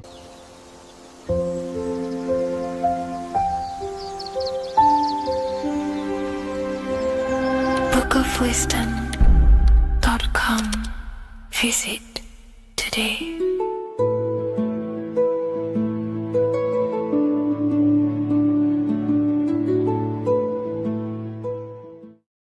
Welcome to Revival of Wisdom. Welcome people, we're back with another video, and this video is about Freemasonry and the connection to the Illuminati. Please, as always, to make sure to hit that like and the subscribe button and turn on the notifications to never miss a video. On May the 1st, 1776, the founder of the Illuminati, Adam Weishaupt, founded this secret organization, and this date can be found in Roman numerals underneath the all-seeing eye pyramid on the $1 bill. This $1 bill also says Anu Coptus Novus Ordo Secularum. This is Latin for announcing the birth of the New World Order. This New World Order will be headed by Lucifer, the all-seeing eye, and followed by the 13 layers of bricks for the 13 elite bloodlines. So your Orsini's, Rockefellers, Rothschilds, Soroses, and the other 9 elite families. So when Adam Weishaupt created the Illuminati, he made it consisting of high-level degree Masons, French and Latin philosophers, and many more powerful people to all become one society. So this is why you see Masons using this same symbol of the all-seeing eye inside the pyramid. But not all Freemasons are part of this Illuminati secret society. As the 33rd degree Freemason Manly P. Hall said in his book The Secret Teachings of All Ages, Freemasonry is a fraternity within a fraternity, an outer organization concealing an inner brotherhood of the elect. So what he's saying here is that Freemasons have to go up the degrees of Freemasonry, and once they hit the top, they either get elected or not into these secret societies like the Illuminati, Skull and Bones, and Knights Templar. So when you see celebrities doing this one-eye symbolism, either covering one eye, doing the triangle, or doing 666 over one eye, this is showing and reflecting the symbolism of Freemasonry. They have taken the oath to never speak on anything they learn about Freemasonry. Duncan's Ritual of Freemasonry book states the oath they have to take. Quote, I ... of my own free will and accord, that I will ever conceal and never reveal any of the secrets, arts, points of Master Mason's degree to any person whomsoever. All this most solemnly, sincerely promise and swear. Now, this is what happens when they break the oath. stated in this book, quote, "Myself severed in two, my bowels taken from thence, and burnt to ashes." So this states that Freemasonry comes first. Before any law of the land, it has the right to kill you if you break your oath. This is the hand gesture they have to do every time they enter the ritual room inside the Masonic lodge. This is the cutthroat symbol, showing you and reminding you of the oath and what will happen if you break it. Now in this book, Richardson's Monitor of Freemasonry, it states, "If you break your oath, binding myself under no less penalty than to have my throat cut across, my tongue torn out by the roots, and my body buried in the rough sands of the sea. If they do not decide to kill you," this book states this by pointing him out to the world as an unworthy vagabond, by opposing his interest, by dearranging his business. In other words, they have the power to frame you and destroy your reputation to the world, and destroy your business if you break this oath. So yes, they do kill to keep this truth hidden, because this truth of this reality is what keeps them in power. They have the ability to manipulate people, because people do not know what manipulates them. This is why they call themselves the government. They govern the ment, which is the mentality, because the mind is the root cause of reality. They control what you perceive to control what you manifest. By knowing the truth, you are set free, and you no longer need no controller above you. So this is why they are willing to kill and do whatever it takes to keep the truth concealed within these high-level degrees of masonry and these secret societies. However, going back to Manly P. Hall's book, it states, "Part of the symbols are displayed here to the initiate, but he is intentionally misled by false interpretations." So this is saying even Freemasons are intentionally misled and told lies to conceal the truth, to make sure the truth is hidden in the high degrees of masonry. So that's it for this video, guys. Thank you all for tapping in. Please leave a like and a subscribe. God bless.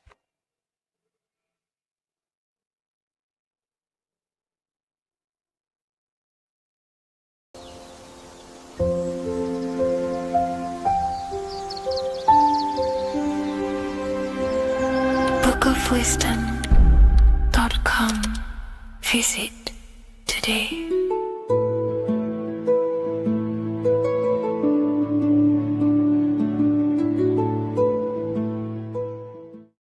Welcome to Revival of Wisdom.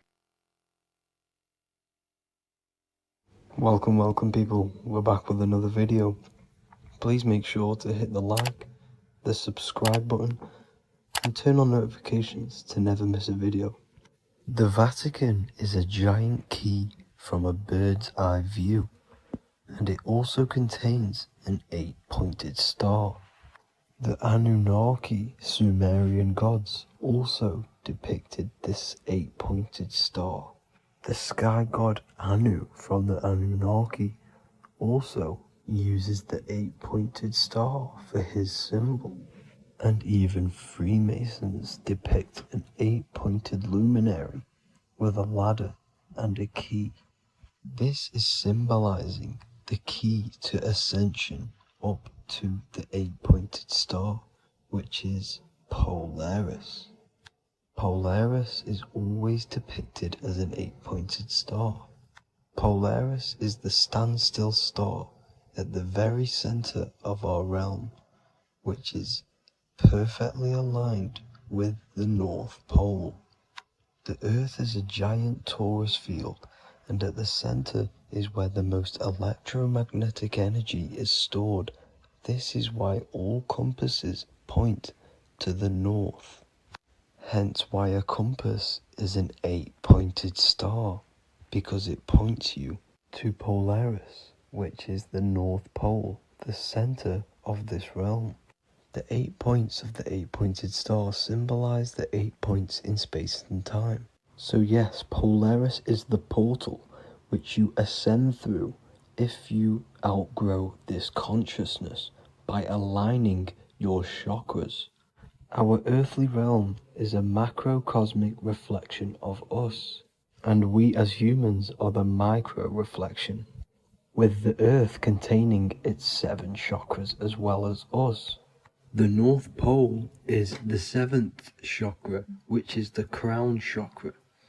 So the key to ascension is held by the Vatican, hence why it's a giant key, because they mislead the masses through their religions, which teaches the masses to look outside of themselves. As stated in the 20,000-year-old emerald tablets, written by the Egyptian god Thoth. On Earth, man is in bondage, bound by space and time to the Earth plane. Encircling each planet, a wave of vibration binds him to his plane of unfoldment. Yet within man is the key to releasement. Within man may freedom be found. So the 7 planets are associated with each 7 chakras. The lowest chakra being the root chakra, which is associated with Saturn. This is why the elites love Saturn and reflect it in all of their symbols. Because the chakras are an ascension of spiritual principles, starting from the material and ascending up to the spiritual, the crown chakra. However, evil love bondage, and they are trapping souls in the physical realm by stopping and provoking the ascension process. They do this by abusing the energy of Saturn, and Saturn is associated with the lowest chakra. The lower 3 chakras are associated with survival mode, which keeps the consciousness in a constant state of fear and only aware of its surroundings. Once you start to ascend up your chakras, you become more consciously aware of spiritual deeds. And this is the process of returning back to your true spiritual form. Going back to Polaris and its connection to ascension, Kanye West symbolizes this on his music video 24. As you see him rise up into the sky, you see an 8-pointed shape around him, which symbolizes the 8-pointed star, as you see the beam of light. And even NASA symbolize this in their Space Delta logos, a bear holding a key with an arrow up to Polaris, the 8-pointed star. Here's another NASA logo of an arrow from the Earth to Polaris. The series Lock and Key on Netflix is all about portals and doorways, and they have the Kundalini energy as one of their keys. Kundalini energy is the energy which rises up the spine, the 33 vertebrae, and activates the third eye. The third eye is the spiritual gland which connects humans to other spiritual realms. We are not the body. Our spirit, our soul inhabits the body. We exist physically, spiritually, and mentally. Therefore, we are multidimensional. The intellectual and spiritual inhabit the body. Therefore, this is just an avatar within this timeline. However, within each and every one of us, we all have the key to releasement, as says in the Emerald tablets. This releasement is ascension, up until higher states of consciousness. As stated in the Emerald tablets, man is in process of changing to forms that are not of this world. Grows he in time to the formless, a plane on a cycle above, and another one saying, man is a flame bound to a mountain, but we in our cycle shall ever be free. Know ye, O man, that when ye have progressed into the cycle that lengthen above, life itself will pass to the darkness, and only the essence of the soul shall remain. That's it for this video. I hope you all enjoyed. Please feel free to leave a like, subscribe, and comment any subjects you want me to talk about. God bless you all.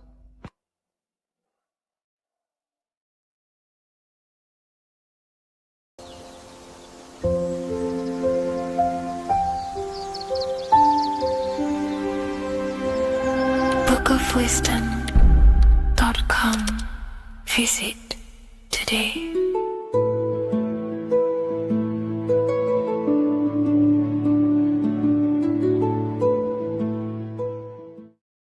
Welcome to Revival of Wisdom. Welcome people, we're back with another video. In this video we're talking about how Jesus Christ and Christianity is all sun worship. The Holy Bible of Christianity is not meant to be taken literal for history. It is a story and has lots of metaphors. Starting with the symbol of the cross of Jesus. This cross originates from this ancient cross of the sun. This symbol has been used for thousands of years, way before Jesus was a thing, in Europe, America, Asia, and all around the world. In fact, this symbol is still being used by Christians today, not knowing it represents the sun. This is a 4,500-year-old artifact, a golden plate with an equal-armed cross found in England. The gold to symbolize the sun, and the equal-armed cross for the 4 equal seasons of the year. So this is why in the Bible you have Matthew, Mark, Luke, and John, symbolizing the yearly cycle of the sun and the 4 equal seasons. Also in the Bible, Jesus is referred to as the light of the world. So yes, Jesus represents the sun. He is a metaphor for the sun. Hence why in all of these pictures and images and paintings of Jesus, there's always a sun behind his head, and some even with the sun cross behind his head. Jesus also has 12 disciples, which represent the 12 zodiac signs and the 12 months of the year. This is the Last Supper by Leonardo da Vinci. As you can see, the sun, being Jesus, is in the center, because the sun is in the center of the zodiac signs. There are 4 groups which symbolize the 4 equal seasons. Each group contains 3 people symbolizing the 3 months and the 3 zodiac signs in that season. There is only 1 female in the painting, which is Virgin Mary, who symbolizes Virgo, the astrological sign. So yes, Jesus symbolizes the sun with his 12 zodiac signs and 4 gospels for the 4 seasons of the year. However, there is another phenomenon. The 25th of December is known as the birth of Jesus Christ, which is known as Christmas today. Jesus symbolizing the sun and is born on December 25th. This is the day the sun moves 1 degree northward, bringing back the warmth, the growth of crops, the life and light back to the northern hemisphere. Everything is springing back to life, as we call it, spring. So it is said that the sun is born again on the 25th of December, and Jesus is known as the risen Saviour, because the sun is our risen Saviour, because it gives life to the whole of this realm, the warmth, the crops, and without the sun rising in the morning, we'd all die in about 2 weeks.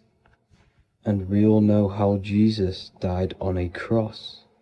The sun also dies on a cross in the southern hemisphere. It dies on the Southern Crux constellation. And on December the 22nd, 23rd, and 24th, the sun remains in the same position. So the sun dies for 3 days and it is born again on December 25th. when it moves 1 degree northward. And this is when the sun is born again, or resurrected, just like Jesus. Constellation Virgo is prominent in the spring sky in the northern hemisphere. So therefore, the sun is born a virgin, Virgo. And as you see in this image, you see Virgin Mary holding the sun. Us as humans do not own the sun. So therefore God owns the sun. So yes, the sun is the Son of God, and this is what Jesus is symbolizing. And just how Jesus sacrifices himself for humanity, that's what the sun does. The sun gives out all of its energy so we can live. There are many other Bible verses which represent Jesus as the sun. Now in Matthew 8:23-27, his disciples are in a boat and there is a massive storm. Jesus is asleep, meaning the sun has not arose. And the disciples say, "Save us, Lord, we are perishing." Quote, "Then he rose and rebuked the winds and the sea, and there was a great calm." End quote. Now this is a metaphor for the sun rising and calming the storm, because in the ocean, when the sun is down, that's when there are great storms. The worship of celestial bodies go back thousands of years, and it's called astrotheology, and it can pretty much be traced back to all ancient civilizations. Now going back to the ancient Egyptians, the god Horus, the god of war, and he symbolized the sun in the morning. Ancients used to say that he walked over the sky in 12 steps. Yes, this could symbolize the 12 zodiac signs. It also symbolizes the 12 hours of daylight. So we have 12 hours of Horus, but now they've rearranged the word to hours. Horus and hours. And when the sun rises, Horus rises, we say horizon, which is Horus is rising. That's the etymology of horizon. Another Egyptian god called Amun-Ra was known as the god of all creation. He was the first god of them all. Amun was also a sun god. Therefore, after every Christian's prayer, they say Amen, sending their prayer through the sun to God. So this all goes back to the worshipping of the sun. Sun worship was around way before the Romans. However, in the Roman times, their sun god was called Mithra. Mithraism was the main religion before Christianity came into play. Mithra was the son of God. He died on a cross, and he was dead for 3 days and resurrected, just like Jesus. So the Catholic Church was not made in heaven, it was made by the Roman Empire. They mixed all the sun religions of Judaism, Mithraism, and other Arabic religions, and combined it into one, so Caesar, the Roman emperor, could gain his own religion. So yes, Christianity was a political move to gain more control over the masses, because it was a worldwide government at this point in time. So here is a Sumerian helmet with the rising sun symbol. And then the Romans also used this rising sun symbol on their armor. So sun worship has been going on for thousands of years, and it still goes on today. However, with all the programming and the low IQs, today we do not get the full interpretation of the Bible and these stories from the past. And Christians and other religions are all brainwashed to not question their religion and not realize their true origins and where they come from. I do advise you all to do your own research and come to your own conclusions. However, I'm just pointing out the facts and connecting dots for you all to see. That's it for this video, guys and girls. Thank you all for tapping in. God bless.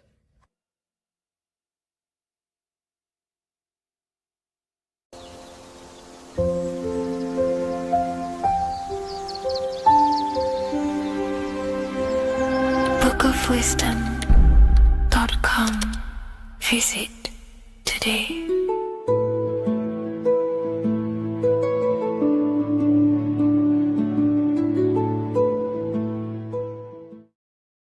So depression doesn't actually exist, and in this video I'm going to show you how depression is actually a choice. And I'm going to give you some solutions on how to deal with it. And this is probably going to change your life forever just by doing this alone. Okay, so the first thing you need to understand about depression is that it exists in your conscious mind. It exists in your thinking mind. So what is inside your thinking mind? You have your body, your name, your reputation, your trauma, your memories, your family, your worries, your interests, your bills, your passion, dislikes, goals, right? Most people identify their lives with this. They identify their lives with their thinking mind. They think they're their name, their job, their reputation, their memories. But this is not who you actually are. Who you actually are is the observer of that. What happens if you stop thinking? What is left? You're left with unconditioned consciousness. You're left with the self, which is what we refer to as I. We are the consciousness, not the thinking consciousness. You are not these labels. You are not your thoughts. You are not your job, your name, your reputation. Okay? And the reason why I'm telling you this is because it's very important, is that we are something beyond this body, beyond this name, beyond our thoughts. We are the consciousness. So depression exists inside of the thinking mind, the conscious mind. Okay? So if you want to get rid of depression, you must learn how to escape the thinking mind. And not only just escape, but that's step one. In meditation, you do meditations, right? We sit still and we have to learn how to control the mind and turn off the thoughts. And when we turn off the thoughts, depression goes out the window because there's no thought present in your mental field of consciousness to be depressed. Okay? You must understand, who is the one suffering from the negative thoughts? Who is the one suffering? Your mind is not suffering because the mind is producing the thoughts. Your body's not suffering from the negative thoughts. You are suffering. And who is you? You are a soul. You are that feeling. You are that person beyond the thoughts, beyond the feelings, beyond that. You are the one experiencing. You are that. Meditation gives us the ability to turn off the thinking mind. This allows us to escape our thoughts. Okay? And it gives us, over a long period of time after meditation, you'll be able to turn this switch. And this switch will be able to turn off your thoughts.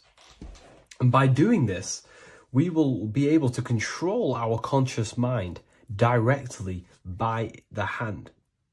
So when you notice yourself gaining them negative thoughts, we can then turn off the switch of turning off the conscious mind and rising to our authentic self and knowing the thoughts are just illusions. Now, let me tell you something that's very powerful. Most of your thoughts are coming from beliefs. Most of your feelings are coming from beliefs. So if you have a feeling of lack, this is coming from a belief that you don't have much.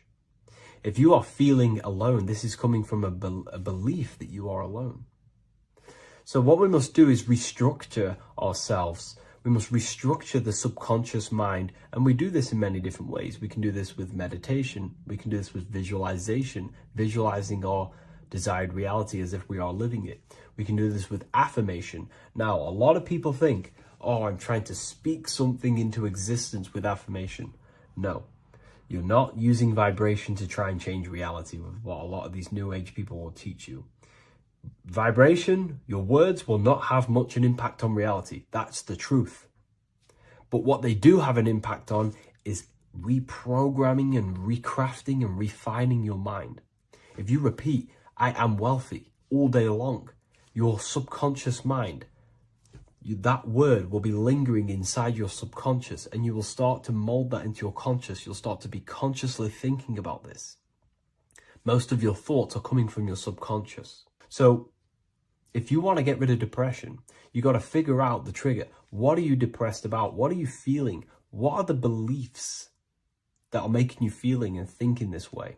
And that's what you must restructure. You must restructure your subconscious mind through visualization, meditation, and affirmation. You do these all the time. You do these every single day, and you will slowly, if not surely, restructure your subconscious mind. While by doing the practice of meditation, you'll gain the off switch as well. Sometimes depression comes from not living in your authentic self. You're not doing the things that your soul is telling you to do. We all know what we should be doing at all times. I don't care what you have on. We all know we should be doing something. We all know that we have there's a higher aspect of our mind that tells us, oh, we need to be doing this, but I'm actually sat here on my phone. Oh, I shouldn't be eating this, but I'm doing it anyway. There's always that higher voice. And that is the voice that has to be connected to. And when your body's not acting out the voice of the soul, then the soul becomes sadder, and suffers more and more and more. There has to be a connection between the soul, the mind, and the body. They have to work in unison. Okay? So I hope this video helps with depression, with whatever you're going through mentally.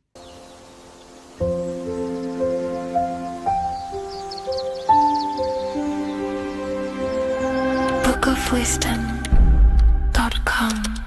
Visit today.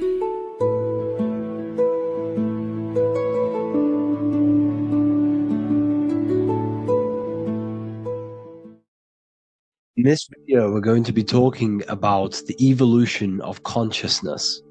You are born human, however, you possess consciousness, which is the awareness behind your being, the awareness behind your thoughts, the experiencer behind your five senses, the experiencer, the observer behind your thought, emotions, and senses.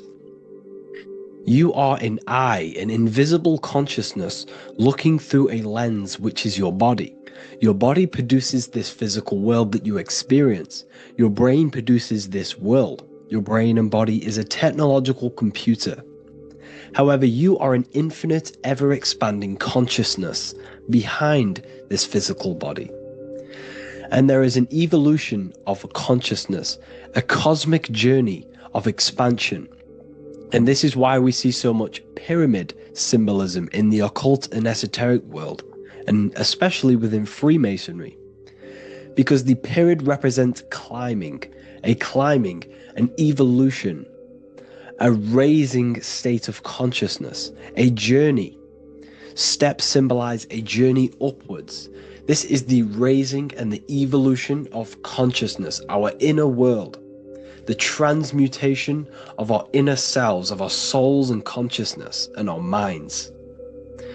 So when we see this pyramid, we're seeing a evolution, a way up to source consciousness.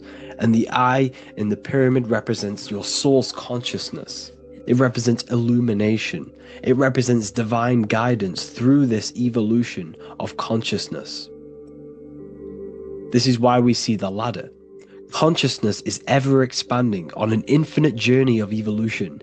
Each individual is a part of this cosmic process, contributing towards the ongoing expansion of both mind and awareness. As we evolve, we collectively explore deeper levels of existence, expanding the boundaries of thought and consciousness. The mind has the ability to expand infinitely into new realms of thought, into new dimensions of mind. The mind cannot be filled up.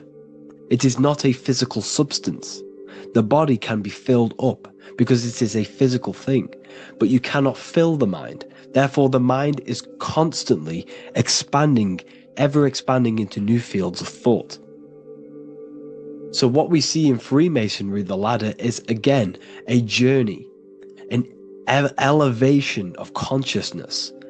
When we are born with an infant consciousness, and as we gain older, we gain an adult consciousness. Our inner world, our inner mind, and our emotional intellect changes and evolves. We are significantly different from when we were very young as an infant. is because our consciousness evolutes, it changes, it alters like water. So, just like this evolution of your own consciousness as growing up, there is consciousness of beings existing in cycles beyond our own. And their consciousness is unimaginably different from ours. They operate on a higher level of understanding and knowing, experiencing reality in ways that transcend our current comprehension. Our minds right now cannot comprehend the highest states of consciousness. There are entities, there are beings beyond our own, existing in higher dimensions of consciousness that we cannot comprehend because they have expanded. They are on a further way up the ladder of consciousness. However, we are all on the same journey. None of us can take the same journey. There is one ultimate goal, reaching source consciousness. However, this is always ever expanding. However, we are all on a different journey. There is one truth, one source, one goal. However, there are billions in different ways of reaching it, and we are all on these different paths to source consciousness, to this ladder, this evolution of universal evolution. Okay? Their awareness is attuned to new dimensions of existence, reflecting a more advanced stage in the cosmic journey of consciousness evolution. So when you take DMT, you are shot into these higher realms of consciousness where you meet these beings who look similar to these images. They are not speaking to you physically. They don't speak to you three-dimensionally through vibration and words. They speak to you mentally. If you have done DMT, then you know this. And if you have met these beings, then you know this. You might have even met some of these types of beings on mushrooms or any psychedelic drugs. Because ultimately, when you take these mind-altering substances, it's altering your consciousness. It's merging your consciousness with the spirit of that substance. And you are essentially attuning your mind to higher dimensions of consciousness. That's why we say we're getting high when we take these substances. Therefore, when you meet these beings on DMT, you are essentially meeting beings who are attuned to higher dimensions of consciousness, and they speak to you mentally. They speak to you telepathically through thought, because the universe is mental. Everything exists within the mind. The way you are now, your physical existence, is a state of mind. Mind, thought creates matter. Spirit and matter are two opposing ways of thinking. If we have a very spiritual mind, we have an expanded mind, we are a spiritual person through the mind. However, if we have a very low state of consciousness where we think about food, sex, lust, and all physical things, then we have a physical consciousness. Matter and spirit are two opposing forces, two ways of thinking. The mind attunes itself to different levels of understanding in different dimensions. So, essentially, this is what we're looking at. The body is a vessel for the fluidic, formless consciousness, a temple that houses the essence of our awareness. While the five senses are limited to perceiving only the physical plane, the mind transcends these limitations, capable of perceiving the full scope of reality. It is through the mind that we access deeper truths beyond the material, tapping into boundless nature of existence. Physical existence is a thin band, a thin layer of reality. It's like 0.001% of reality. And your five senses are only tuned into this layer of reality. But the five senses are, by design, only allowed to perceive physicality. But the mind has the power to expand beyond this physical five-sense state. The mind has the power to expand and evolute. It is a conscious decision whether you want to take this path or not. You can stay in a three-dimensional way of thinking, or you can expand your consciousness from within. It's not an external journey. There is no God going to save you. You must save yourself. Therefore, behind every single one of these eyes is the same source consciousness. However, we are all different cells in a different journey. The organs in your body, the cells in your body are all alive. They all possess same consciousness, universal consciousness. However, we are all on a different journey of evolution. As above, so below. As the baby is in the mother's womb, when the baby becomes conscious, there is a world outside of its mother. What does it do? It presses and seeks a way out to be born in the other world outside of its mother. It is the same with your consciousness, your mind. When your mind becomes aware that there is realities beyond the immediate surroundings, it seeks a way out. And this is exactly what I'm doing to you now. I am now expanding your mind and telling you there is other ways of reality. There is other dimensions of consciousness which you can access through inner transmutation, through different ways of thinking, spiritualism and meditating and connecting with yourself and detaching from external things. We can upgrade our consciousness. Your body is a womb. Why Jesus says you must be born again to see the kingdom of God, because you are born physically and then you must be born again spiritually, awakening your inner consciousness. So like I said, as the baby is in the womb, it's the same principle. As above, so below. You were a baby, you were in your mother's womb, and you figured out there is a world outside of your mother, so you seek to way out your mother to be born in another world. It's the same now. You must do this now. This is your spiritual evolution. This is the evolution of consciousness. It's ever expanding. When you die, this is a transition. You must learn to not fear death. This is another part of your spiritual journey. You must master death. Therefore, like I said before, the mind has limitless capacity to expand into new realms of thought, continuously exploring uncharted ideas and concepts without boundaries. The mind can ever expand. It can never be filled. It can never ever know everything. There is infinite fields of knowledge, infinite fields of thought. Your current state is just one stage on an infinite pathway. You won't remain human forever. The human experience is a crucial phase where we learn to balance polarities, master the fundamental laws of the cosmos. It is a period of growth and transformation, preparing us for the next stages in our cosmic evolution. The goal is to strive for perfection, yet the true perfection is unattainable. It's like a tunnel, and there is a light at the end of the tunnel. And as you walk through this tunnel, the light is ever moving backwards. You should forever seek to meet that light, but you will never meet that light because consciousness is ever expanding. You should strive for perfection, yet knowing that perfection is forever unattainable. The journey is endless, with each step revealing deeper layers of understanding and experience. The pursuit of growth and expansion is itself the essence of our evolution. You can find all of this knowledge in the amazing book that I have read for years. I have read this book, The Emerald Tablets of Thoth, the Atlantean, by M. Dorial, translated by M. Dorial. I'm telling you now, this book, now that I've told you this, you have some context on the book. The whole book is about evolution of consciousness. He's talking about higher dimensions beings. He's talking about how you can transcend this physical plane. It is truly the most amazing book you will probably read. One of the best spiritual texts you'll see. It's hard to understand, so you must read it over and over again.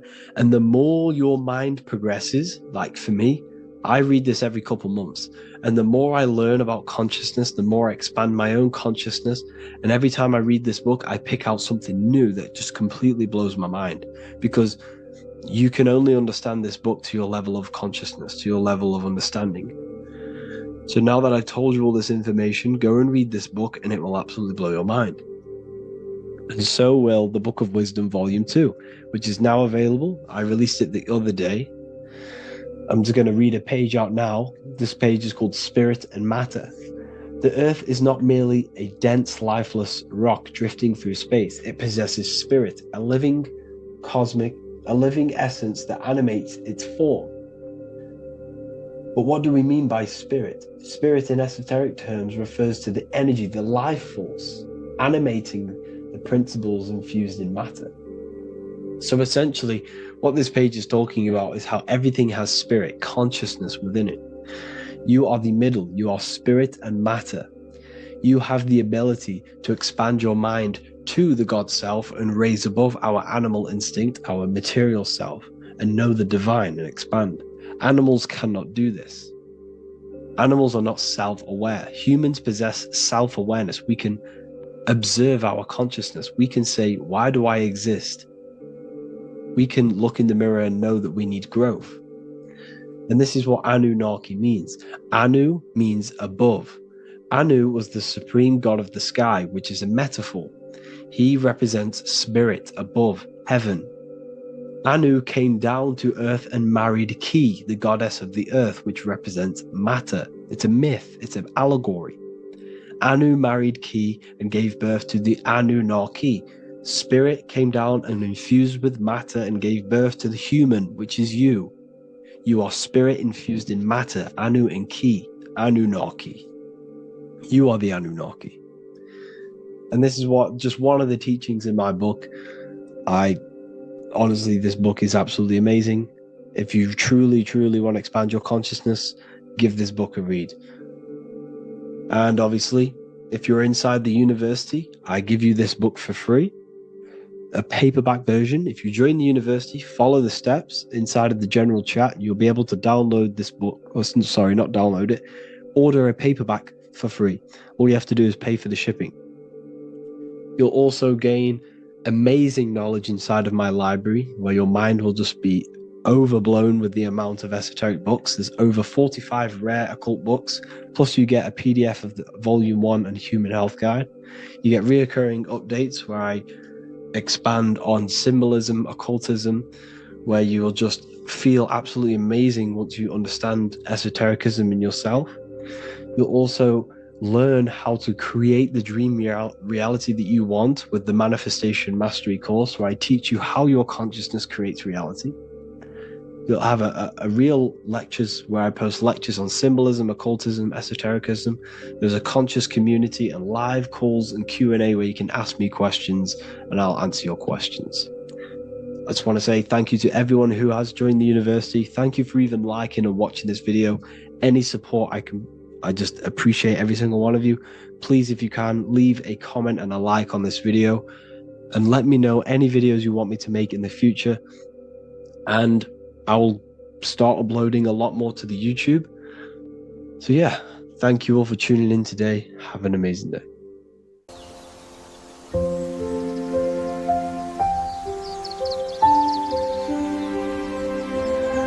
bookofwisdom.com. Visit today.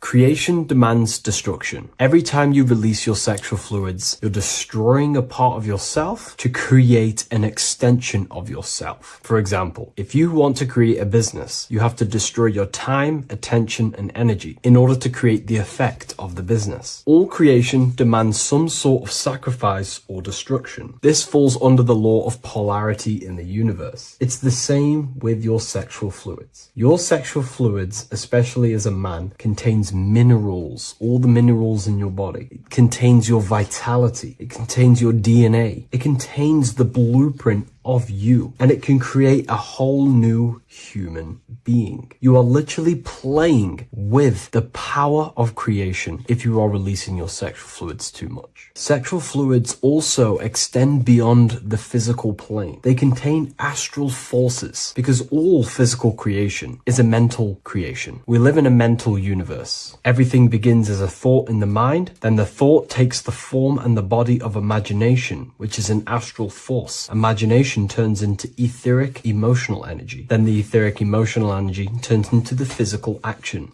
and the physical manifestation. We live in a mental universe. Therefore, these dimensions do not exist separately. They are permeating and mixing in with all. Your physical body has an astral body. Everything physical has astral forces behind it. Semen is known as the astral fluid of the soul. It feeds nerves, the channels of life force and consciousness within the body. And every time you release it, you're destroying a part of your vitality, your brain, your nerves, your energy levels, your creativity, and your DNA to create an extension of you. Therefore, it is a sacred fluid within your body and not something to be played with and to be released too much. Think about it. This is a very creative energy, your sexual fluids. It can create a whole new human being. This is how powerful it actually is. It is the power of creation, and the misuse of this power can destroy your own vitality and your life of your body. Because that life you are giving in order to create an extension or a child is the same life you could keep inside of you and not waste to recycle and regenerate the body. Sexual energy has been for thousands of years associated with regenerating the body, longevity of life, and maintaining youth. Not only that, every time you release your sexual energy, it floods the brain with dopamine. Dopamine is the brain's reward system, created within the middle of the brain. It releases every time you've achieved something. However, sex or an orgasm is the most powerful feeling you can feel. It's the most amazing, intense feeling and release of dopamine you can possibly feel as a human. Therefore, if you flood your brain with this high amount of dopamine every single day, you are getting the epitome of human feelings every single day. Therefore, you will become numb to everything else in reality. You won't be able to enjoy the small things in life. And I know this firsthand because I experienced this myself. As soon as I stopped, this is when I started to enjoy the little things in life, seeing family, and I actually gained more energy, more ideas. We'll get into this a bit later. It is a creative energy. It creates a whole new human being. Therefore, if we maintain this energy, we can maintain our creative power within us, because that's what we are. We are all creative beings, moving energy from higher dimensions of consciousness,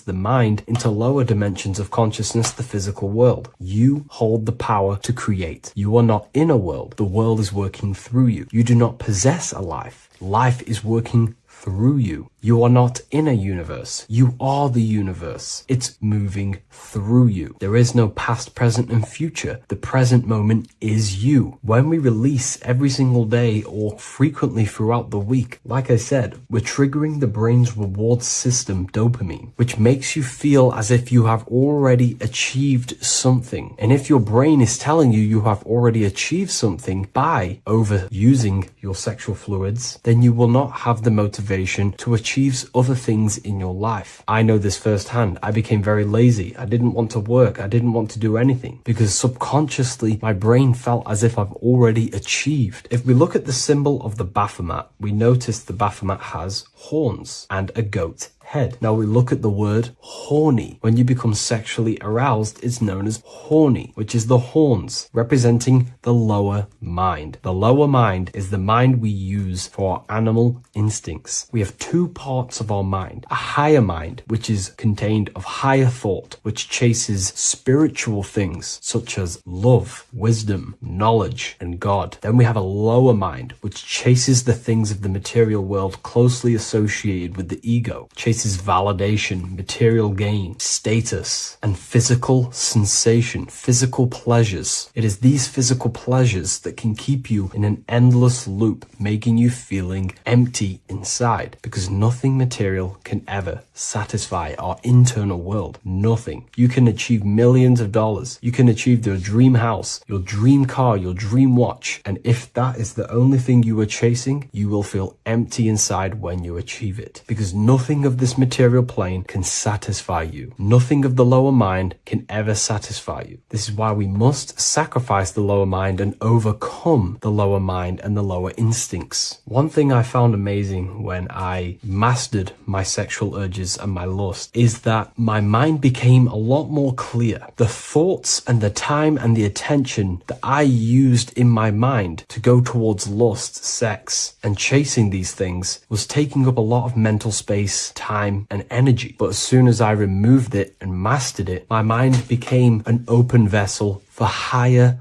thoughts to be received from the higher mind. The mind is like a radio antenna. Whatever we attune it with, that's what we receive. If we're constantly thinking about lust and low-level pleasures, we're going to just receive low-level thoughts. But once we remove all of the lower mind and we conquer our physical body and physical urges, our mind becomes an open channel for divine thoughts and spiritual thoughts. This is what most people call today as downloads. You receive wisdom from your higher self. Not only do you receive more wisdom, you just receive more power to create. The male and the female come together to create a child. That's how you were created. Now, the law of correspondence teaches as above, so below. It refers to everything in the universe. Therefore, in order for you to create a reality, to give birth to something, you have to bring together the masculine and the feminine. Your masculine forces are willpower and actions. Your feminine forces are emotions and imagination. When you combine the willpower, action, emotions, and imagination and combine them together, you can give birth to reality. But it's important to only give birth to things that are spiritual, that are good,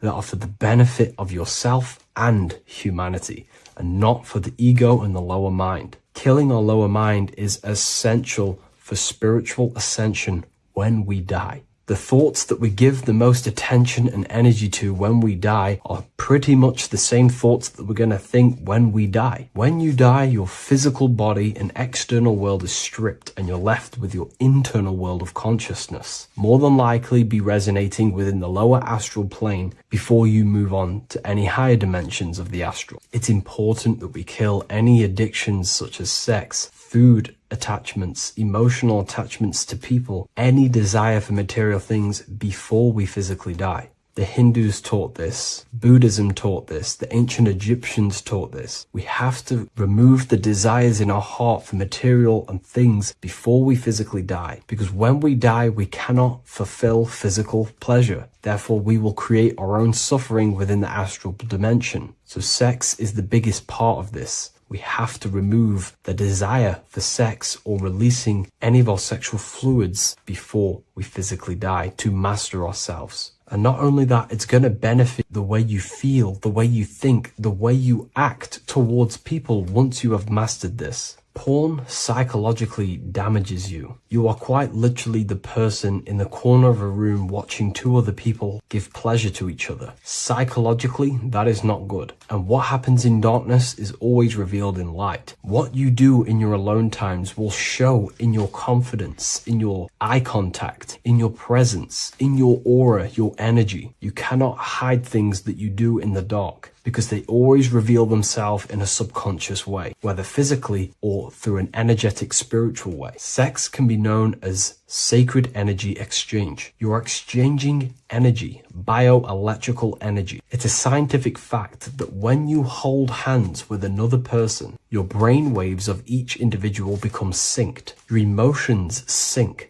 And you exchange electromagnetic energy because you are an electromagnetic being. But when you have sex with someone, you are literally exchanging emotional energy. Your aura is not just an electromagnetic field. It is literally a manifestation of your internal consciousness. Your consciousness contains your thoughts, your beliefs, your traumas, your emotional state. And this manifests externally through the vortex of your heart into an energy presence around your body. This is why you can feel sad when someone else is sad next to you, because their energy is merging with yours. When you have sex with someone, you are quite literally exchanging consciousness, beliefs, traumas, emotions, feelings, vibrations, and your consciousness merges with their consciousness. So be careful with just having casual sex. Now, I'm not here trying to say never release, never have sex with your partner. I'm not saying that. I'm saying take caution with these things. Take my teachings with a pinch of salt. If it benefits you, that's great. I'm not here to tell you how to live. I'm simply giving you my research and the things that have helped me in my life on my esoteric research, awakening, or spiritual path. I don't like calling it a spiritual path because it's not spiritual. It's simply just life, the knowledge of consciousness and the self. So I hope this video helps. If you'd love to read this book, I'll leave a link in the description. This book I wrote myself called The Book of Wisdom, Volume 2.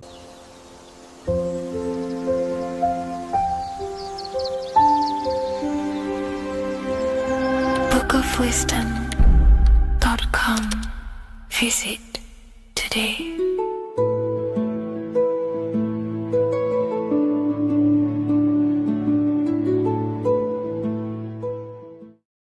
What if I told you that the Egyptians were trying to give you instructions on how to not reincarnate and come back to this material world and ascend your consciousness, your soul, to a higher plane that exists in the various dimensions of consciousness? This is Anubis, and this is his scales. You can find this image in the famous Book of the Dead, which is a famous Egyptian book and text talking about death, reincarnation, and the different things that go into death and how to prepare our mind, our souls for death. The Egyptians saw this as a massive thing in life. We must prepare our consciousness for the transition from a physical reality to a non-physical, tangible reality. The first thing we must understand in order to understand death is the term as above, so below. We die every single night. Consciousness goes to sleep, which is the withdrawal of consciousness from the material body into the inner realms of the mind. At nighttime becomes the darkness, and consciousness goes within itself. When the daytime comes around and the sun becomes more powerful, the rays of the sun increase the brain waves, and the body becomes active again, and consciousness manifests things externally. So the nighttime is the internal world, death or sleep, and the daytime is life, the external world. When we die, it's just a bigger version of sleep. We enter into our inner realms of consciousness. However, this transition needs some preparation. In order to understand the universe, understand what happens after we die, we have to understand that life is mental and the mind is not the brain. The brain is just a physical computer for the mind to operate the physical technology of the physical body. What you are seeing right now in your eyes is a simulation produced by your brain. Light waves entering in your eyes and the visual cortex at the back of the brain producing an image of what you call reality. Therefore, reality is not outside of you, it's a simulation produced by the body. The five senses are just electrical threads of light, all sending information back to your brain, and your brain is interpreting these electrical signals as senses: touch, taste, smell, and hear, and see. So everything you're experiencing right now is a simulation produced by the brain and the nervous system. But you are the observer of that reality, of that simulation produced by the technology of the body. So when you die, the technology, the simulation produced by the electrical system called the human body, is no longer running. Therefore, we don't actually leave anywhere, but the simulation stops running and we are dissolving one layer of ourself. So most people think they leave the body when they die, but we're not. We're simply just removing an aspect of ourself, a different dimension of ourself, and casting off that dimension, removing a veil or a layer. And we're seeing what is behind that layer. And what behind the layer of the physical reality is simply the world of imagination,